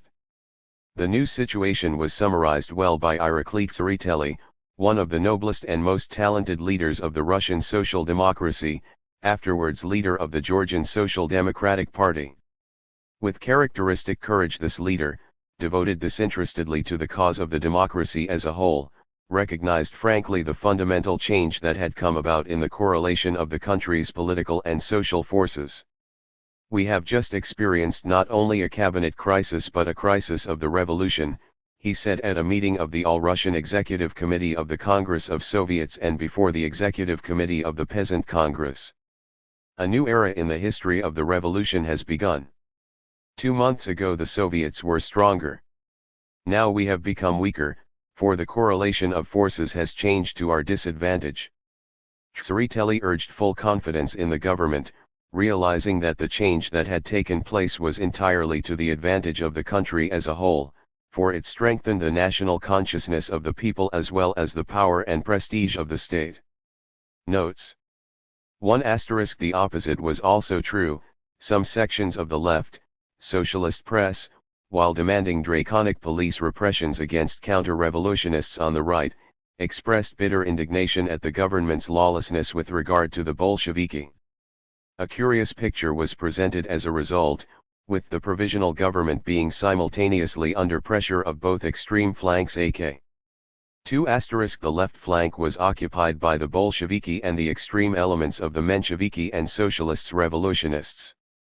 The center was composed of Menshevist Social Democrats, Lavorites, populist socialists, backed by the cooperatives, the majority of municipal dumas chosen on the basis of universal suffrage, the front and army committees, etc. Chapter 12. The ex-Tsar and his family. In the foregoing chapter I made reference to some of the measures taken by the provisional government which really made it possible for it to govern, i.e., to command. I will not undertake to enumerate here the many symptoms of convalescence in the administrative apparatus which were in evidence everywhere at the end of the summer of 1917. I will only say that government orders were now being executed as they were before the revolution. The principle of departmental confidence, of political trust, without which no administrative machine can function properly, was restored. The secret preparations for the equally secret transfer of the former emperor and his family from Tsarskoye Selo to Tobolsk, Siberia, may serve as a striking illustration of the smooth operation of the administrative machine by the summer of 1917. At the beginning, before the revolution had evolved its burning problems, the masses were especially concerned about the fate of the Tsar and his family. The press also began to discuss extensively, and with much relish, all court matters which it had been forbidden to mention under the old regime. Although there was great excitement about the members of the imperial family after the revolution had been well underway, they soon were almost forgotten. It seems incredible now that, after signing his abdication at Pskov, the Tsar was able to proceed quite freely to general headquarters at Mohylev to take leave of his staff. The provisional government was in no way concerned about the Tsar's movements, and Prince Lvov readily gave his consent to the Tsar's journey. We remained so calm and unapprehensive because we were certain that he would find no sympathy or support anywhere in the army, and that he would make no effort to rally a following. But, of course, this state of affairs could not last long. The former emperor's prolonged sojourn at general headquarters gave rise to rumors that his suite was negotiating with Germany for the dispatch of several German army corps into Russia, to save the autocracy. Absurd as they were, these rumors gained widespread circulation, and about a week after the crash an outburst of fury and hatred broke loose against the imperial family, particularly against the former empress, Alexandra Fyodorovna. On my visit to Moscow on March 20 or 21, the local Soviet angrily demanded a detailed account of the measures taken by the government against the former emperor and his family. The Soviet was so insistent that I finally said, "As General Public Prosecutor I have the power to decide the fate of Nicholas II. But, comrades, the Russian Revolution is unstained by bloodshed and I will not permit it to be disgraced. I refuse to be the Marat of the Russian Revolution." At the moment when I was saying this in Moscow, the provisional government in Petrograd was deciding to arrest Nicholas II and Alexandra Fyodorovna. Following is the government's resolution ordering the arrest. 1. That the ex-emperor Nicholas II and his wife be deprived of their liberty and that the former be taken to Tsarskoye Selo. 2. That the deputies Bublikov, Vershinin, Gribunin, and Kalinin be delegated to go to Mohylev and request General Alexeyev to place at their disposal a guard to act as escort for the former emperor. 3. That the Duma members delegated to accompany the former emperor from Mohylev to Tsarskoye Selo present a written report of the mission entrusted to them, and 4. That this decision be made public. Once under arrest, the former autocrat was to come under my immediate custody and jurisdiction. As far as I remember, he was arrested on March 22. Alexandra Fyodorovna had been under arrest in the Alexandrovsky Palace at Tsarskoye Selo since March 14. I may mention incidentally that the former emperor's parting visit to general headquarters had made a very bad impression on the rank and file of the army, inspiring the soldiers with distrust of the general staff and especially of General Alexeyev, and stimulating their suspicions of the counter-revolutionary sympathies of the high command. The leave-taking between Nicholas II and the staff was said to have been very touching. Many were even moved to tears. However, it did not occur either to the former Tsar, or to those who saw him off, to resist his arrest or to protest against it. It was indeed remarkable how quickly the faithful subjects and most of the immediate attendants of the Tsar and his family deserted them. Even the Tsar's children, who were ill at that time, were left without anyone to nurse them, and the provisional government had to provide the necessary help. Deserted by most of those upon whom they had showered favors, the Tsar's family was left helpless and miserable, at our mercy. I had hated the Tsar when he was all-powerful and had done all I could to bring about his downfall. But I could not revenge myself upon a fallen enemy. On the contrary, I wanted this man to know that the revolution was magnanimous and humane to its enemies, not only in word but in deed. I wished that for once in his life he should feel ashamed of the horrors that had been perpetrated in his name. This was the only revenge worthy of the great revolution, a noble revenge, worthy of the sovereign people. Of course, if the judicial inquiry instituted by the government had found proof that Nicholas II had betrayed his country either before or during the war, he would have immediately been tried by jury, but he was proved beyond doubt innocent of this crime. The provisional government had not yet finally decided the fate of the Tsar and his family. We took it for granted that if the judicial inquiry into the conduct of the Rasputin clique should establish the innocence of the former emperor and empress, the whole family would be sent abroad, probably to England. I mentioned this suggestion in Moscow and it aroused great indignation in the Soviets and in the Bolshevist press. The demagogues represented the suggestion as an actual decision and even as an accomplished fact. The executive committee of the Petrograd Soviet had received reliable information that the Tsar's departure had been fixed for the night of March 20, and there was general confusion. The committee sent out orders along all the railways to have the Tsar's train stopped, and that night the Alexandrovsky Palace at Tsarskoye Selo was surrounded by troops in armored motor cars and searched. I heard that the leader of the searching party had intended to remove the Tsar, but changed his mind at the last moment. All these plans had been kept secret from the government in order to catch us in the act. Of course, the Soviet expedition failed to reveal any preparations for the Tsar's departure, but, nevertheless, on the following day the Soviet issued a long report describing its triumph over the underhand dealings of the government. The Soviet demagogues kept up a recurrent agitation about the condition of the imperial family.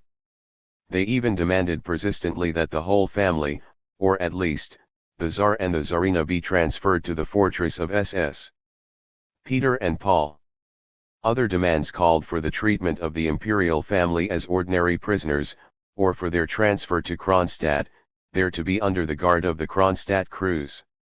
The guards at Tsarskoye Selo were criticized for their alleged carelessness and leniency, whereupon the guards themselves, who had considered it a particular honor to watch over the former Tsar, lost their heads and, in turn, demanded more severity towards the prisoners. I remember clearly my first interview with the former emperor, which took place at the end of March, at the Alexandrovsky Palace. On my arrival at Tsarskoye Selo I inspected the entire palace thoroughly and inquired into the regulations of the guard and the general regime under which the imperial family was being kept. On the whole I approved of the situation, making only a few suggestions for improvement to the commandant of the palace. Then I asked Count Benkendorf, former marshal of the court, to inform the Tsar that I wished to see him and the empress. The miniature court, composed of the few retainers who had not deserted the former monarch, still kept up the ceremonial. The old count, sporting a monocle, listened to me and answered, "I will let His Majesty know." He treated me as if I were someone come, as in the old days, to be presented to the Tsar, or a minister reporting for an audience. In a few moments he returned and announced solemnly, "His Majesty has consented to receive you." This seemed a trifle ridiculous and out of place, but I did not want to destroy the Count's last illusions, so I did not explain to him that his manner was somewhat behind the times. He still considered himself First Marshal to His Majesty the Emperor. It was all they had left. I did not disturb it. To tell the truth, I had been looking forward to the interview with the former Tsar with some anxiety, and feared I might lose my temper when I came face to face for the first time with the man I had always hated.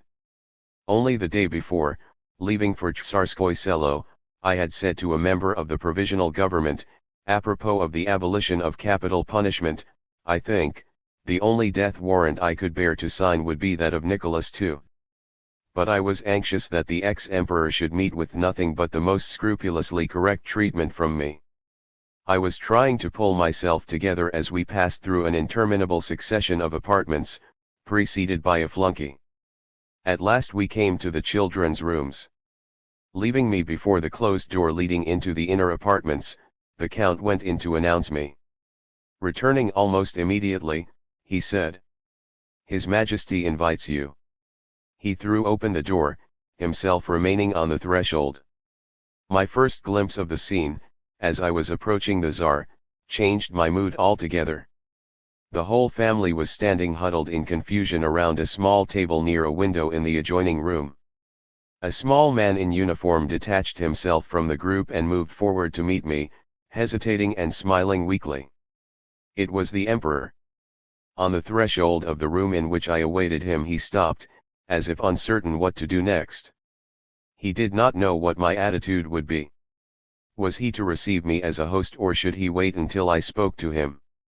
Should he hold out his hand, or should he wait for my salutation? I sensed his embarrassment at once, as well as the confusion of the whole family left alone with the terrible revolutionary. I quickly went up to Nicholas II, held out my hand with a smile, and said abruptly, "Kerensky," as I usually introduce myself. He shook my hand firmly, smiled, seemingly encouraged, and led me at once to his family. His son and daughters were obviously consumed with curiosity and gazed fixedly at me. Alexandra Fyodorovna, stiff, proud and haughty, extended her hand reluctantly, as if under compulsion. Nor was I particularly eager to shake hands with her, our palms barely touching. This was typical of the difference in character and temperament between the husband and wife. I felt at once that Alexandra Fyodorovna, though broken and angry, was a clever woman with a strong will. In those few seconds I understood the psychology of the whole tragedy that had been going on for many years behind the palace walls. My subsequent interviews with the Emperor, which were very few, only confirmed my first impression. I inquired about the health of the members of the family, informed them that their foreign relatives were solicitous about their welfare and promised to transmit, without delay, any communications they might wish to send to those relatives. I asked if they had any complaints to make, how the guards were behaving and whether they needed anything. I begged them not to be anxious or distressed but to rely on me. They thanked me and I began to take my leave. Nicholas II inquired about the military situation and wished me success in my new and difficult office.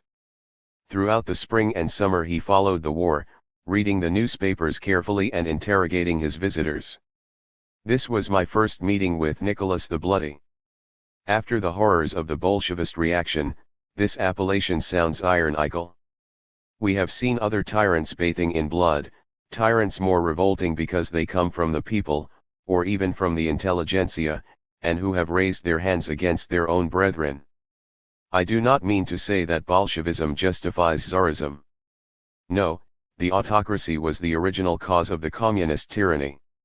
It is the consequences of the autocracy which have brought such suffering upon the people.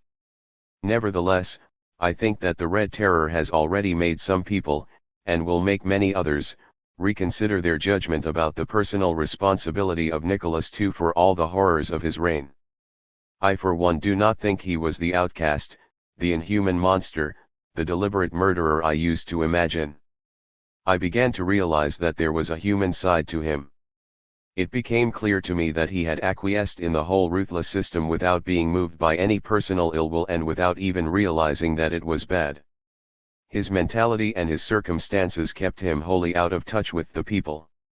He heard of the blood and tears of thousands upon thousands only through official documents, in which they were represented as measures taken by the authorities in the interest of the peace and safety of the state.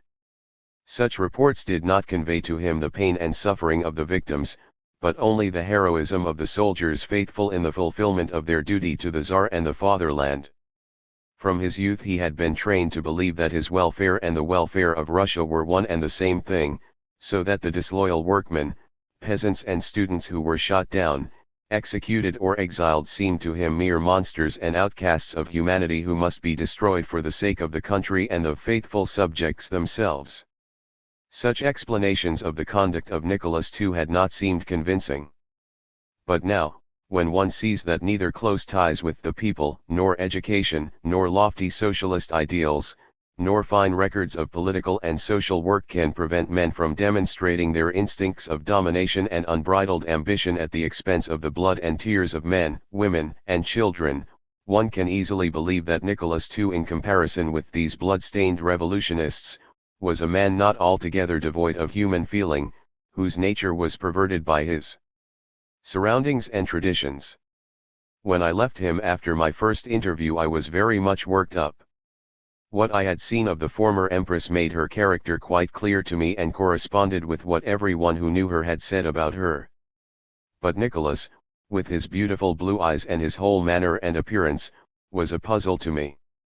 Was he deliberately using his art of charming, inherited from his ancestors? Was he an experienced actor, an artful hypocrite? Or was he a harmless innocent and entirely under the thumb of his wife? It seemed incredible that that slow-moving, diffident simpleton, who looked as if he were dressed in someone else's clothes, had been Emperor of all Russia, Tsar of Poland, Grand Duke of Finland, etc., etc., and had ruled over an immense empire for 25 years. I do not know what impression Nicholas II would have made upon me had I seen him when he was still the monarch on the throne, but, when I first met him after the revolution, I was struck chiefly by the fact that nothing about him suggested that only a month before so much had depended on his word. I left him with the firm determination of solving the riddle of this strange, terrible, and ingratiating personality. After my first visit I determined to send a new commandant to the Alexandrovsky Palace, a man of my own who would set my mind at rest about the imperial family. I could not leave them alone with the few faithful attendants who still clung to the old ceremonial ** and the soldiers of the guard who kept close watch over them. Later, there were rumors of a counter-revolutionary plot in the palace simply because the court used to send a bottle of wine to the officer on guard, for his dinner. It was necessary to have a faithful, intelligent and tactful intermediary in the palace. I chose Colonel Korovichenko, a military jurist and a veteran of the Japanese and European wars, whom I knew to be a courageous and upright man. I was justified in putting my trust in him, for he kept his prisoners strictly isolated and managed to inspire them with respect for the new authorities. In the course of my occasional short interviews with Nicholas II at Tsarskoye Selo, I tried to fathom his character and, I think, on the whole I succeeded. He was an extremely reserved man, who distrusted and utterly despised mankind. He was not well educated, but he had some knowledge of human nature. He did not care for anything or anyone except his son, and perhaps his daughters. This terrible indifference to all external things made him seem like some unnatural automaton. As I studied his face, I seemed to see behind his smile and his charming eyes a stiff, frozen mask of utter loneliness and desolation. I think he may have been a mystic, seeking communion with heaven patiently and passionately, and weary of all earthly things. Perhaps everything on earth had become insignificant and distasteful to him because all his desires had been so easily gratified. When I began to know this living mask I understood why it had been so easy to overthrow his power. He did not wish to fight for it and it simply fell from his hands. Authority, like everything else, he held too cheap. He was altogether weary of it. He threw off authority as formerly he might have thrown off a dress uniform and put on a simpler one. It was a new experience for him to find himself a plain citizen without the duties or robes of state. To retire into private life was not a tragedy for him. Old Madame Narishkina, the lady-in-waiting, told me that he had said to her, "How glad I am that I need no longer attend to these tiresome interviews and sign those everlasting documents. I shall read, walk, and spend my time with the children." And, she added, this was no pose on his part. Indeed, all those who watched him in his captivity were unanimous in saying that Nicholas II seemed generally to be very good-tempered and appeared to enjoy his new manner of life. He chopped wood and piled up the logs in stacks in the park. He did a little gardening and rode and played with the children. It seemed as if a heavy burden had fallen from his shoulders and that he was greatly relieved. His wife, however, was a proud and strong woman with altogether earthly ambitions, who felt keenly the loss of her authority and could not resign herself to the new state of affairs. She suffered from hysteria and was at times partly paralyzed. She depressed everyone around her by her languor, her misery, and her irreconcilable animosity. People like the former empress never forget or forgive. While the judicial inquiry into the conduct of her immediate circle, Vyrubova, Voyakova, Rasputin, etc., was going on, I had to take certain measures to prevent her from acting in collusion with the Tsar, in case they had to give testimony. It would be more true to say I had to prevent her from bringing undue influence to bear on her husband. So, while the investigation was in progress, I separated the couple, allowing them to meet only at meal times, when they were forbidden to allude to the past. I gave the Tsar my reasons for this act of severity and asked him to help in carrying it out, so that no one should have anything to do with the matter beyond those who knew of it already: Korovichenko, Narishkina and, I think, Count Benkendorf. They did all I asked and carried out my injunction strictly as long as it was necessary. Everyone concerned told me what a remarkably good effect the separation had upon the Tsar and how it made him livelier and altogether more cheerful. When I told him that there was to be an investigation and that Alexandra Fyodorovna might have to be tried, he did not turn a hair and merely remarked, "Well, I don't think Alice had anything to do with it. Have you any proof?" To which I replied, "I do not know yet." In all our conversations we avoided using names or titles and simply addressed each other as you. "Well, so now Albert Thomas is with you. Last year he dined with me. An interesting man. Remember me to him, please." I delivered this message. The way he compared last year with now showed that Nicholas II may have at times brooded over the past, but we never really discussed the change in his position. We only touched upon such things casually and superficially. He seemed to find it difficult to mention these things and especially to speak of the men who had deserted and betrayed him so quickly. With all his contempt for mankind, he had not expected quite so much faithlessness. I gathered from the hints that slipped out in his conversation that he still hated Gutchkov, that he considered Rodchenko shallow-minded, that he could not imagine what Miliukov was like, that he respected Alexeyev greatly and also Prince Lvov to a certain extent. Only during one incident did I see Nicholas II get excited like any other human being. Either the Soviet of Soldiers and Workmen or the Garrison Soviet, I forget which, had decided to follow the Petrograd example and organize an official funeral for the victims of the revolution. It was to be held on Good Friday, in one of the main avenues of the park at Tsarskoye Selo, at some distance from the palace, but exactly opposite the windows of the rooms occupied by the imperial family. The Tsar was to witness the ceremony from the windows of his gilded prison, to see his guard with red banners paying the last honors to the fallen fighters for freedom. It was an extraordinarily poignant and dramatic episode. The garrison was still well in hand at that time and we were not afraid of any rioting. We even felt convinced that the troops wished to show their self-control and sense of responsibility, as indeed they did. But as the day of the ceremony approached, Nicholas II became more and more perturbed and begged me to have the funeral demonstration held somewhere else or, at least, to have it postponed for another day. For some reason or other he was especially anxious not to have it held on Good Friday, when he was fasting. Was he afraid of the crowd, or was he thinking of other Good Fridays in the past? However, when later on I told him that he must prepare for a long journey, he remained perfectly calm. It was at the beginning of August. Since early in the summer the question of the imperial family had been attracting too much attention, giving us a great deal of anxiety. People began to recall forgotten episodes of the Tsar's reign, as the reactionaries appeared to grow hopeful and their opponents became filled with hatred and a thirst for revenge. The discipline of the Tsarskoye Selo garrison was weakening, and I feared that, if there were new disturbances in Petrograd, the Alexandrovsky Palace would not be safe. In addition, agents provocateurs had begun to circulate rumors about counter-revolutionary conspiracies and attempts to kidnap the Tsar, which spread rapidly within the garrison. One night a motor car had broken through the fence of the palace park, and it was said that the car had tried to reach the palace grounds. Of course, it was a case of nothing but hooliganism. But still we were obliged to place an extra guard where the fence had been broken. The disturbing rumors continued to spread, however, and finally I decided to transfer the Tsar and his family temporarily to some remote place, some quiet corner, where they would attract less attention. Although the government's inquiry into the doings of the Rasputin clique had cleared the Empress, the royal family could not be sent abroad because Great Britain had refused to give hospitality, during the war, to relatives of its royal house.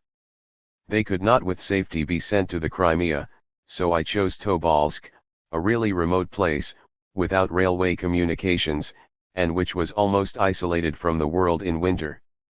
The governor's house at Tobolsk was fairly comfortable, and tolerable accommodations could be arranged for the family. We made the preparations for their departure with the utmost secrecy, for publicity might have led to all kinds of obstacles and complications. Not even all the members of the provisional government were informed of the imperial family's destination. In fact, only 5 or 6 persons in all Petrograd knew it. The ease and success with which we arranged the departure showed how much the authority of the provisional government had been strengthened by August. In March or April it would not have been possible to move the Tsar without endless consultations with the Soviets, etc. But, on August 14, the Tsar and his family left for Tobolsk at my personal orders and with the consent of the provisional government. Neither the Soviet nor anyone else knew of it until afterwards. When the date for the departure had been settled, I explained the situation to the Tsar and told him to prepare for a journey. I did not say where he was going, but only advised him to take as much warm clothing as possible. The Tsar listened attentively, and, when I told him not to be anxious, that the arrangement was being made for the benefit of his family, and generally tried to reassure him, he looked me straight in the face and said, "I am not worrying. We believe you. If you say this is necessary, I am sure it is." And he repeated, "We believe you." As he said this I thought of another scene, one that had taken place in days gone by, the trial of that remarkable man, Karl Trauberg, head of the Northern Terrorist Organization, before the Petrograd Military District Court. This organization had already had many successes, and was preparing for still more serious attacks, among them on the Grand Duke Nicholas Nikolaevich Skiglovatov and others. Trauberg was about to be condemned to death. General Nikiforov presided. He was a brutal and cynical man, who held nothing sacred. All through the trial Trauberg had distinguished himself by his manly behavior, like a true revolutionist. Calmly, courageously, and without hesitation, he was giving evidence against himself, to shield his friends. When the public prosecutor tried to trip him up and catch him contradicting himself, the judge, cynic that he was, turned upon the prosecutor and said sternly, "The court believes Trauberg, the court knows that he speaks the truth." I remember how the face of the accused flushed with joyful pride, and how there was a general movement in court, a tribute to the moral victory of the revolutionary spirit. 2 days later Karl Trauberg was hanged by order of His Majesty. All this came back to me in a flash as I looked at the Tsar. I think he read triumph in my eyes, for when he said "we believe you," I felt that all those who had perished for the victory of the great revolution were avenged at last. He believed me. He, the autocrat who had not really trusted anyone, confided himself and his children to the revolution. It was not I but the revolution itself, which had conquered the arch-reactionary. A mob drunk with blood cannot understand such a revenge, such a triumph. The assassins now in power in Russia and all the so-called practical politicians will smile at such naivete, but I am convinced that this is the only kind of revenge worthy of a great revolution, which should always represent the triumph of human kindness and mercy. The departure of the Tsar and his family for Tobolsk took place on the night of August 14. All the arrangements were completed to my satisfaction and, at about 11 o'clock in the evening, after a meeting of the provisional government, I went to Tsarskoye Selo to supervise the departure. I first made the round of the barracks and inspected the guards, chosen by the regiments themselves, to accompany the train and guard the Tsar on his arrival at his destination. They were all ready and seemed cheerful and contented. There had been vague rumors in the town concerning the departure, and from early evening curious onlookers had begun to collect around the palace park. In the palace the final preparations were underway. Luggage was being brought out and stored in motor cars, etc. We were all rather on edge. Before their separation I permitted the Tsar to see his brother, Michael Alexandrovich. Naturally, I had to be present at this interview, much as I disliked the intrusion. The brothers met in the Emperor's study at about midnight. Both seemed much agitated. All their experiences of the last months came back to them. For a long time they were silent, and then they began the casual, fragmentary conversation characteristic of such hurried interviews. "How is Alice?" "And how is mother?" asked the Grand Duke, etc. They stood facing each other, fidgeting all the while, and sometimes one would take hold of the other's hand or the buttons of his uniform. "May I see the children?" Michael Alexandrovich asked me. "No," I answered. "I cannot prolong the interview." "Very well," the Grand Duke said to his brother. "Kiss them for me." They began to take leave of each other. Who could have thought that this was the last time they would ever meet? This unusual and exciting night seemed to fill the Tsar's young son with mischief. As I sat in the room near the Emperor's study, giving the final orders and awaiting news of the arrival of the train, I could hear the youngster running about noisily, trying to get across the corridor to where I was, to see what was going on there. The time was passing and still the train from the Nikolaevsky Railway did not arrive. The employees had hesitated about making up the train and delayed carrying out orders until confirmed by some reliable authority. It was daylight by the time the train arrived. We motored over to where it was waiting, just outside the Alexandrovsky station. We had previously arranged the order of seating in the cars, but everything was muddled at the last moment. For the first time I saw the former empress simply as a mother, anxious and weeping. The son and daughters did not seem to mind the departure so much, though they too were excited and nervous at the last moment. Finally, after the last farewells had been said, the motor cars moved, with Cossacks in front and behind. The sun was already shining brightly when the convoy left the park, but fortunately the town was still asleep. When we reached the train we checked the list of those who were going. Another farewell and the train was off. They were leaving forever, but no one foresaw the terrible end that was awaiting them. I must go back to an interview I had with Alexandra Fyodorovna. Old Madame Narishkina, who, by the way, considered the former empress the cause of all the calamities of Russia and Nikki, was waiting in an adjoining room. We carried on the conversation in Russian, which Alexandra Fyodorovna spoke hesitatingly and with a strong accent. Suddenly her face flushed and she flared up. "I don't understand why people speak ill of me. I have always liked Russia from the time I first came here. I have always sympathized with Russia. Why do people think I am siding with Germany and our enemies? There is nothing German about me. I am English by education and English is my language." She became so excited that it was impossible to continue the conversation. She may have thought at the time that she liked Russia, but to tell the truth she did not give me the impression of being sincere. I knew perfectly well that she had never liked Russia. I believe that, in spite of my careful approach to the subject, she realized that I was trying to learn from her what I could about the part her circle had taken in the scheming for a separate peace.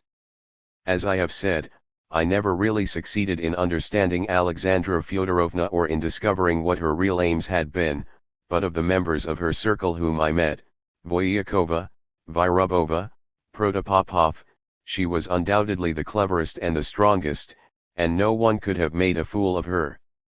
As I never saw Rasputin, I am unable to judge what influence or, rather, what hypnotic force he possessed.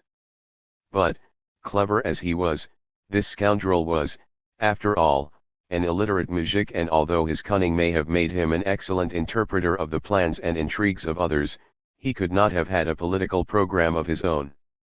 However, I know definitely that from the beginning he was instinctively and violently opposed to the war. On the very eve of the declaration of war, the emperor sent a wire to Rasputin asking him what he should do.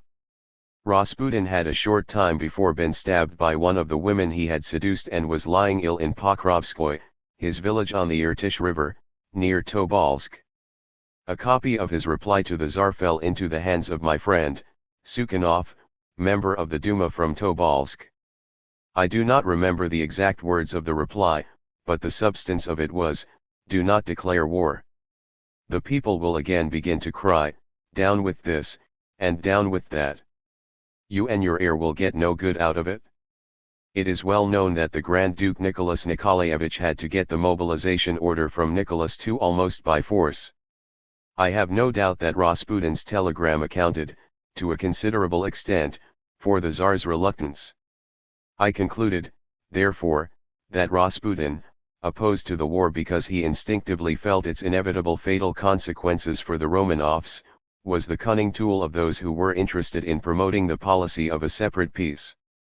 It is clear that someone cleverer and better versed in politics than all those Vyrubovas and Protopopovs was using them to further his or her own policy. I do not know who that person was. At any rate, it is certain that Alexandra Fyodorovna was directing the affairs of state during the last months of the autocracy, that she was the real ruler of the country. One had only to examine the visitors' book at the Alexandrovsky Palace, and see who were the people who called on the Empress, to understand the part she played in public affairs. It is also certain that she saw clearly that the condition of the country made it impossible to continue the war and retain the old methods of government at home.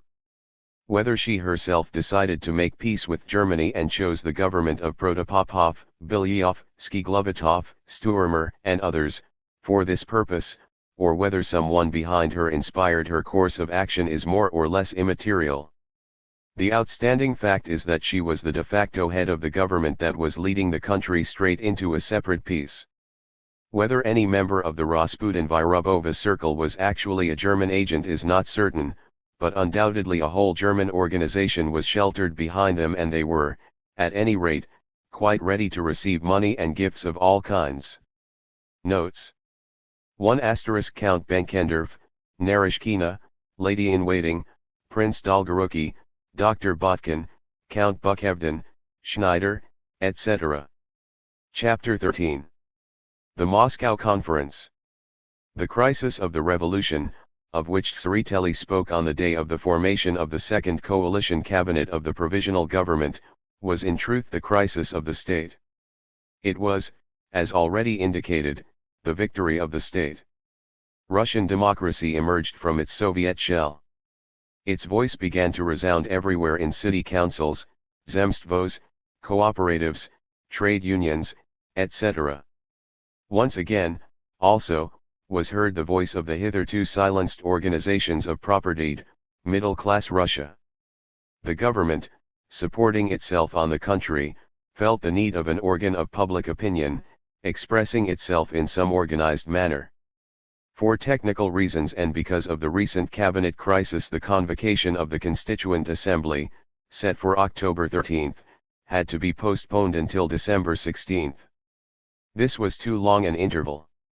A new Congress of Soviets would have been inadequate, for its opinion would have been regarded less than ever as the opinion of the whole of Russia. At the very beginning of the cabinet crisis, immediately after the departure of Prince Lvov, the provisional government had decided to convoke an all-Russian state conference in Moscow, with the purpose of finding therein a new support for the strengthening of the government. Now we were no longer confronted with this need. The government had gained new confidence and felt its strength.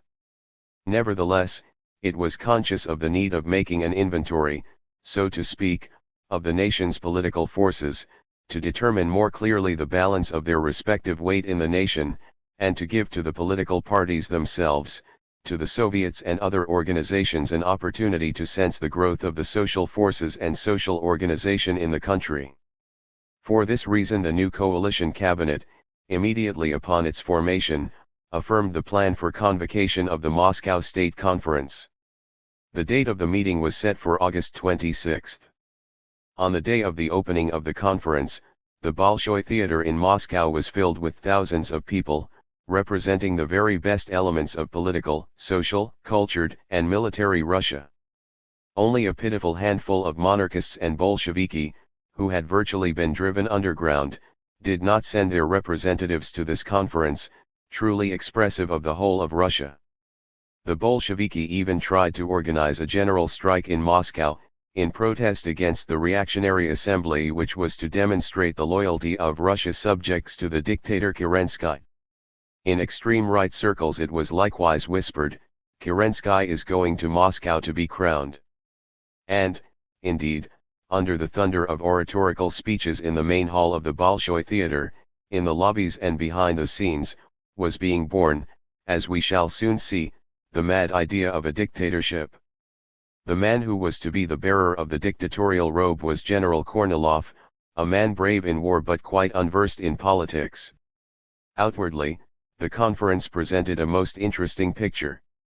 Running from the stage to the main entrance was the middle aisle, dividing the conference into two equal sides.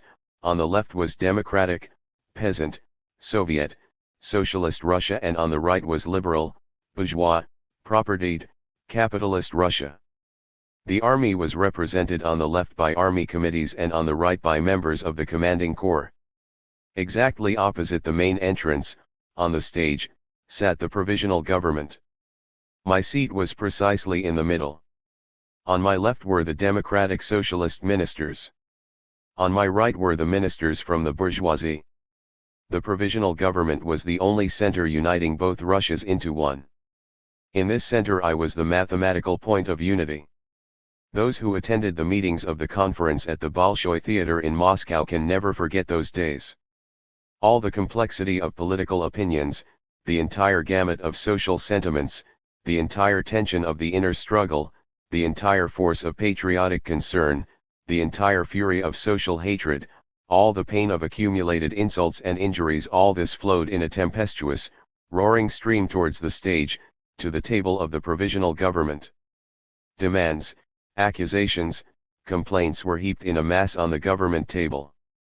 Both sides wanted to help the government, from which some miraculous message was expected. Each of the two Russias wanted the government to be only with that particular side. But the government was only on the side of the state, for we of the provisional government saw independently and as a whole what each of the struggling sides observed only from the point of view of the part that interested it alone. We saw that both sides were equally necessary to Russia. The significance of the Moscow Conference was, of course, not in the programs embodied in the various declarations, resolutions, and speeches, but in the determination of the measure of power represented by the various social organizations participating. The government sought to feel the pulse of the country, to sense its will. The representatives of the respective parties and organizations sought to weigh the authority of the government in the state, some aimed at strengthening it, while others searched for its Achilles heel. The most acute, the most tense moment of the conference was the appearance of General Lavra Kornilov, Commander-in-Chief. For the left side of the conference he was the symbol of future counter-revolution. For the right side he was almost a national hero, destined to overthrow the weak-willed provisional government, the prisoner of the Soviets, and to establish a strong authority. Which of the two sides represented the majority of the people at that time, August 26 to 28? The answer to this question was quite clear to all who were not blinded by party passion and social hatred. To learn the answer, it was only necessary to examine the list of organizations which signed the declaration read by Chij, President of the All-Russian Executive Committee of the Congress of Soviets.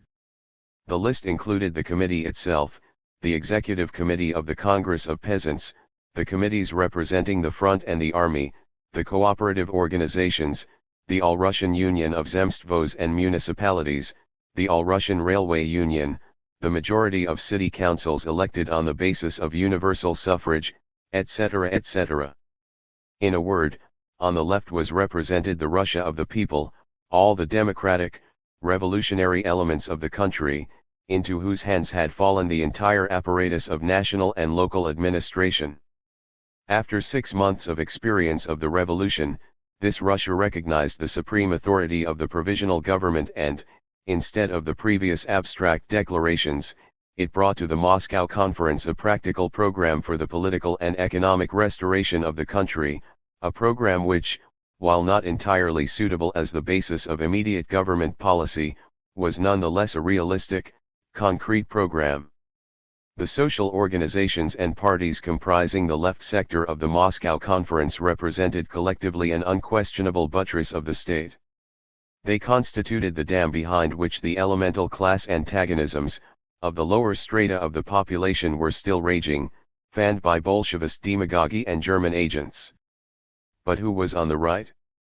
The entire financial and industrial aristocracy of the country. The elite of the urban liberal intelligentsia. These two forces were necessary to the new Russia. But at the Moscow Conference they were already represented by a majority of has-beens, speaking for groups which as such had disappeared into history on March 12, 1917. Here were representatives of the Duma, the State Council, the Union of the Landed Nobility appearing under its new name of the Union of Landowners, former city and Zemstvo officials, professors, journalists and, finally, representatives of the High Command, the All-Russian Union of Officers, the Council of Cossacks, the Union of the Knights of St. George and other military organizations. As a matter of fact, the officers' organizations, headed by the commanding corps, represented the only physical force at the disposal of the entire right sector of the conference. Shortly before the opening of the conference, the propertied elements of Russia had set up in Moscow a permanent political center under the name of the Conference of Public Leaders. This conference became a real Soviet, the nucleus of what was then White Russia, and which, under certain circumstances, behaved exactly as did the Soviet in the first weeks of the revolution. On the last day of the conference occurred the celebrated scene when Tseretelli, chief spokesman of the left wing of the conference, and Bublikov, leading representative of industrial and financial Russia, shook hands on the stage of the Bolshoi Theater, symbolizing thus the union of all the people around a nonpartisan, national provisional government, the armistice between capital and labor in the name of the struggle for Russia. But at that very moment, behind the scenes of the conference, certain leaders of the right sector, together with former and active commanders at the front, were signing the death warrant of the new coalition, of the union of the labor and bourgeois forces of the country, by giving their sanction to the mad effort of a pitiful group of officers and political adventurers to destroy the provisional government, i.e., to destroy completely the sole levy which alone could save Russia from a new outburst of anarchy. On my return from the Moscow conference I felt more than ever that Russia could be saved only by following unswervingly the path along which the provisional government had led it from the very first day of the revolution. To be sure, at the beginning of August there were only 3 members of the original provisional government in the cabinet: Terestchenko, Nekrasov, and I. But the changes in the composition of the ministry did not in any way change the line of policy laid down by the government created by the revolution. All 3 of us, who for more than 6 months had followed the course of events in Russia from day to day from the very central point of vantage, perceived how slowly but surely the new Russia was growing in strength and stability, overcoming one after another all political, economic, and psychological obstacles.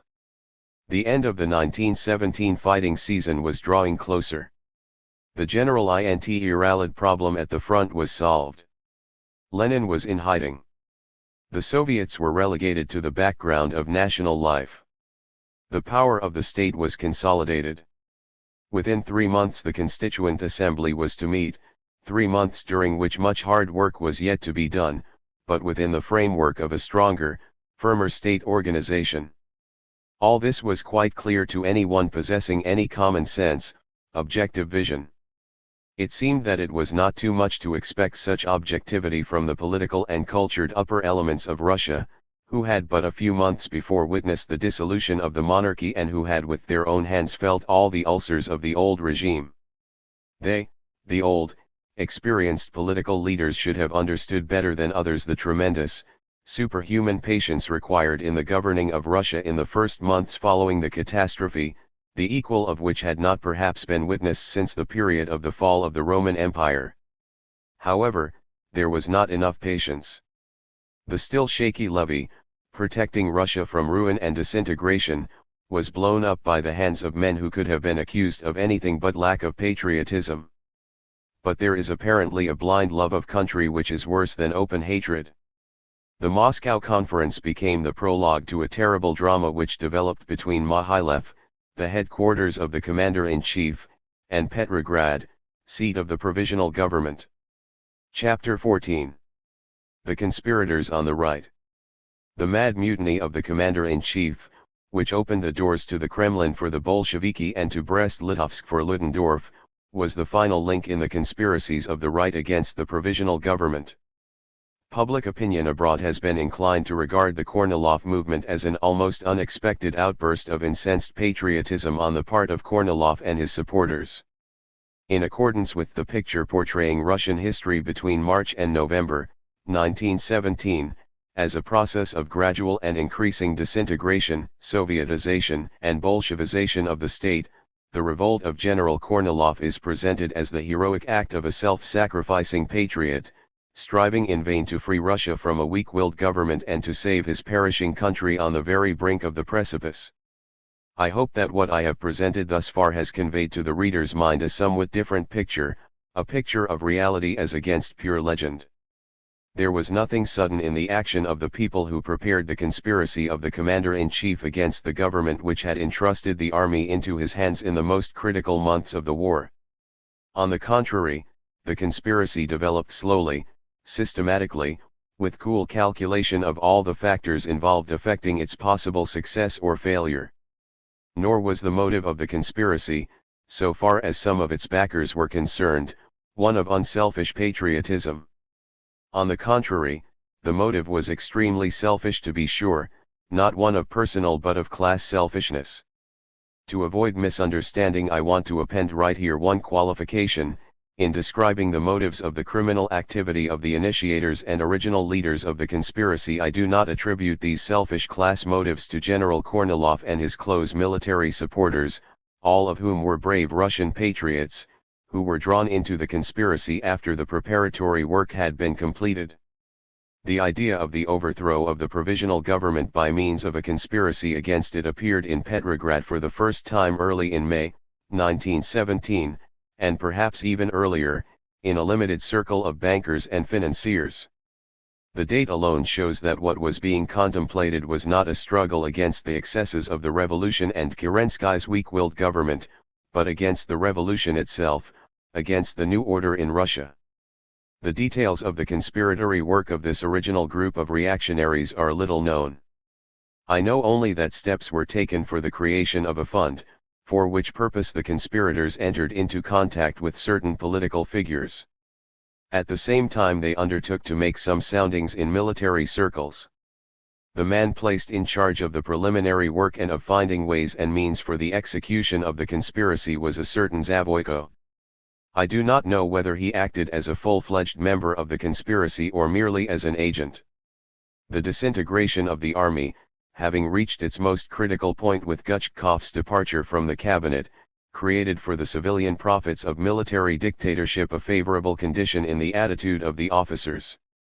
On May 20, in Mohilev, at the headquarters of the Commander-in-Chief, General Alexeyev, was convened the first conference of officers, which led to the formation of the Union of Officers, an organization which gained much influence in circles close to the General Staff. The connecting link at General Headquarters between the civilian and military organizers of the conspiracy was Colonel L. Novosiltsev, a reserve officer called into service during the war, and president of the Union of Officers. He was an experienced zemstvo and political worker, a member of the Central Committee of the Constitutional Democratic Party, who had been elected to a seat in the 4th Duma but had resigned from it shortly afterwards. Novosiltsev belonged to the right wing of the Constitutional Democratic Party and by his origin and social interests was connected with the landed aristocracy. Colonel Novosiltsev made regular trips between General Headquarters and Moscow. Because of his political and social position he was extremely valuable to the conspiracy. At the beginning of June, i.e., previous to our military offensive and while Prince Lvov was still the premier, the conspiracy stood as follows. At the front, individual emissaries of the Central Committee of the Union of Officers were carefully enlisting supporters in the active army. Incidentally, the heads of the conspiracy at General Headquarters were very much incensed by the removal of General Alexeyev and the appointment of General Brusilov in his place, as Commander-in-Chief, for General Alexeyev, from the very beginning, was cognizant of the work of Novosiltsev and his close associates, and was helping them by his advice and connections in the two capitals. General Alexeyev, the first one to be mentioned as candidate for dictator, declined from the very beginning to play any such active role. After the break between Admiral Kolchak and the Black Sea Fleet, the admiral was brought forward as the candidate. But nothing came of this either, and when Admiral Kolchak went to the United States on a special mission for the provisional government, the search for a general on a white horse continued. Up until the July uprising of the Bolsheviki, the government's attention was concentrated on the left, from which alone, it seemed, there was danger of new perturbations. I think that the conspirators themselves had scant hope of success. I repeat, moreover, that they had not yet found a hero, that very same general on a white horse who is so essential for a classic pronunciamento. Finally, the conspirators themselves were not as yet sufficiently united and organized. And, what was most important, there was not as yet that general social-psychological atmosphere necessary to their enterprise. The financiers, staff officers, and those politicians of Petrograd and Moscow who were swept aside by the fall of the monarchy were merely gathering forces slowly for eventualities, to be used in case of need, while Zavoyko, their messenger at the front, who had built himself a nest close to Kornilov, was not as yet giving tangible evidence of his work. The psychological preparation for the coup. The psychologic prerequisites for serious development of the military conspiracy appeared only after the July uprising of the Bolsheviki and the beginning, on July 19, of the retreat of our armies from Galicia. The beginning of the new retreat of the Russian armies, accompanied by the usual horrors of such an operation, by panic and demoralization, aggravated acutely the general feeling of injured patriotism in all army circles, affecting equally the high command, the government commissars and the army committees. I have already emphasized that the fundamental strategic significance of the campaign of 1917 on the Russian front was in the restoration of military operations and the return of German divisions to our front.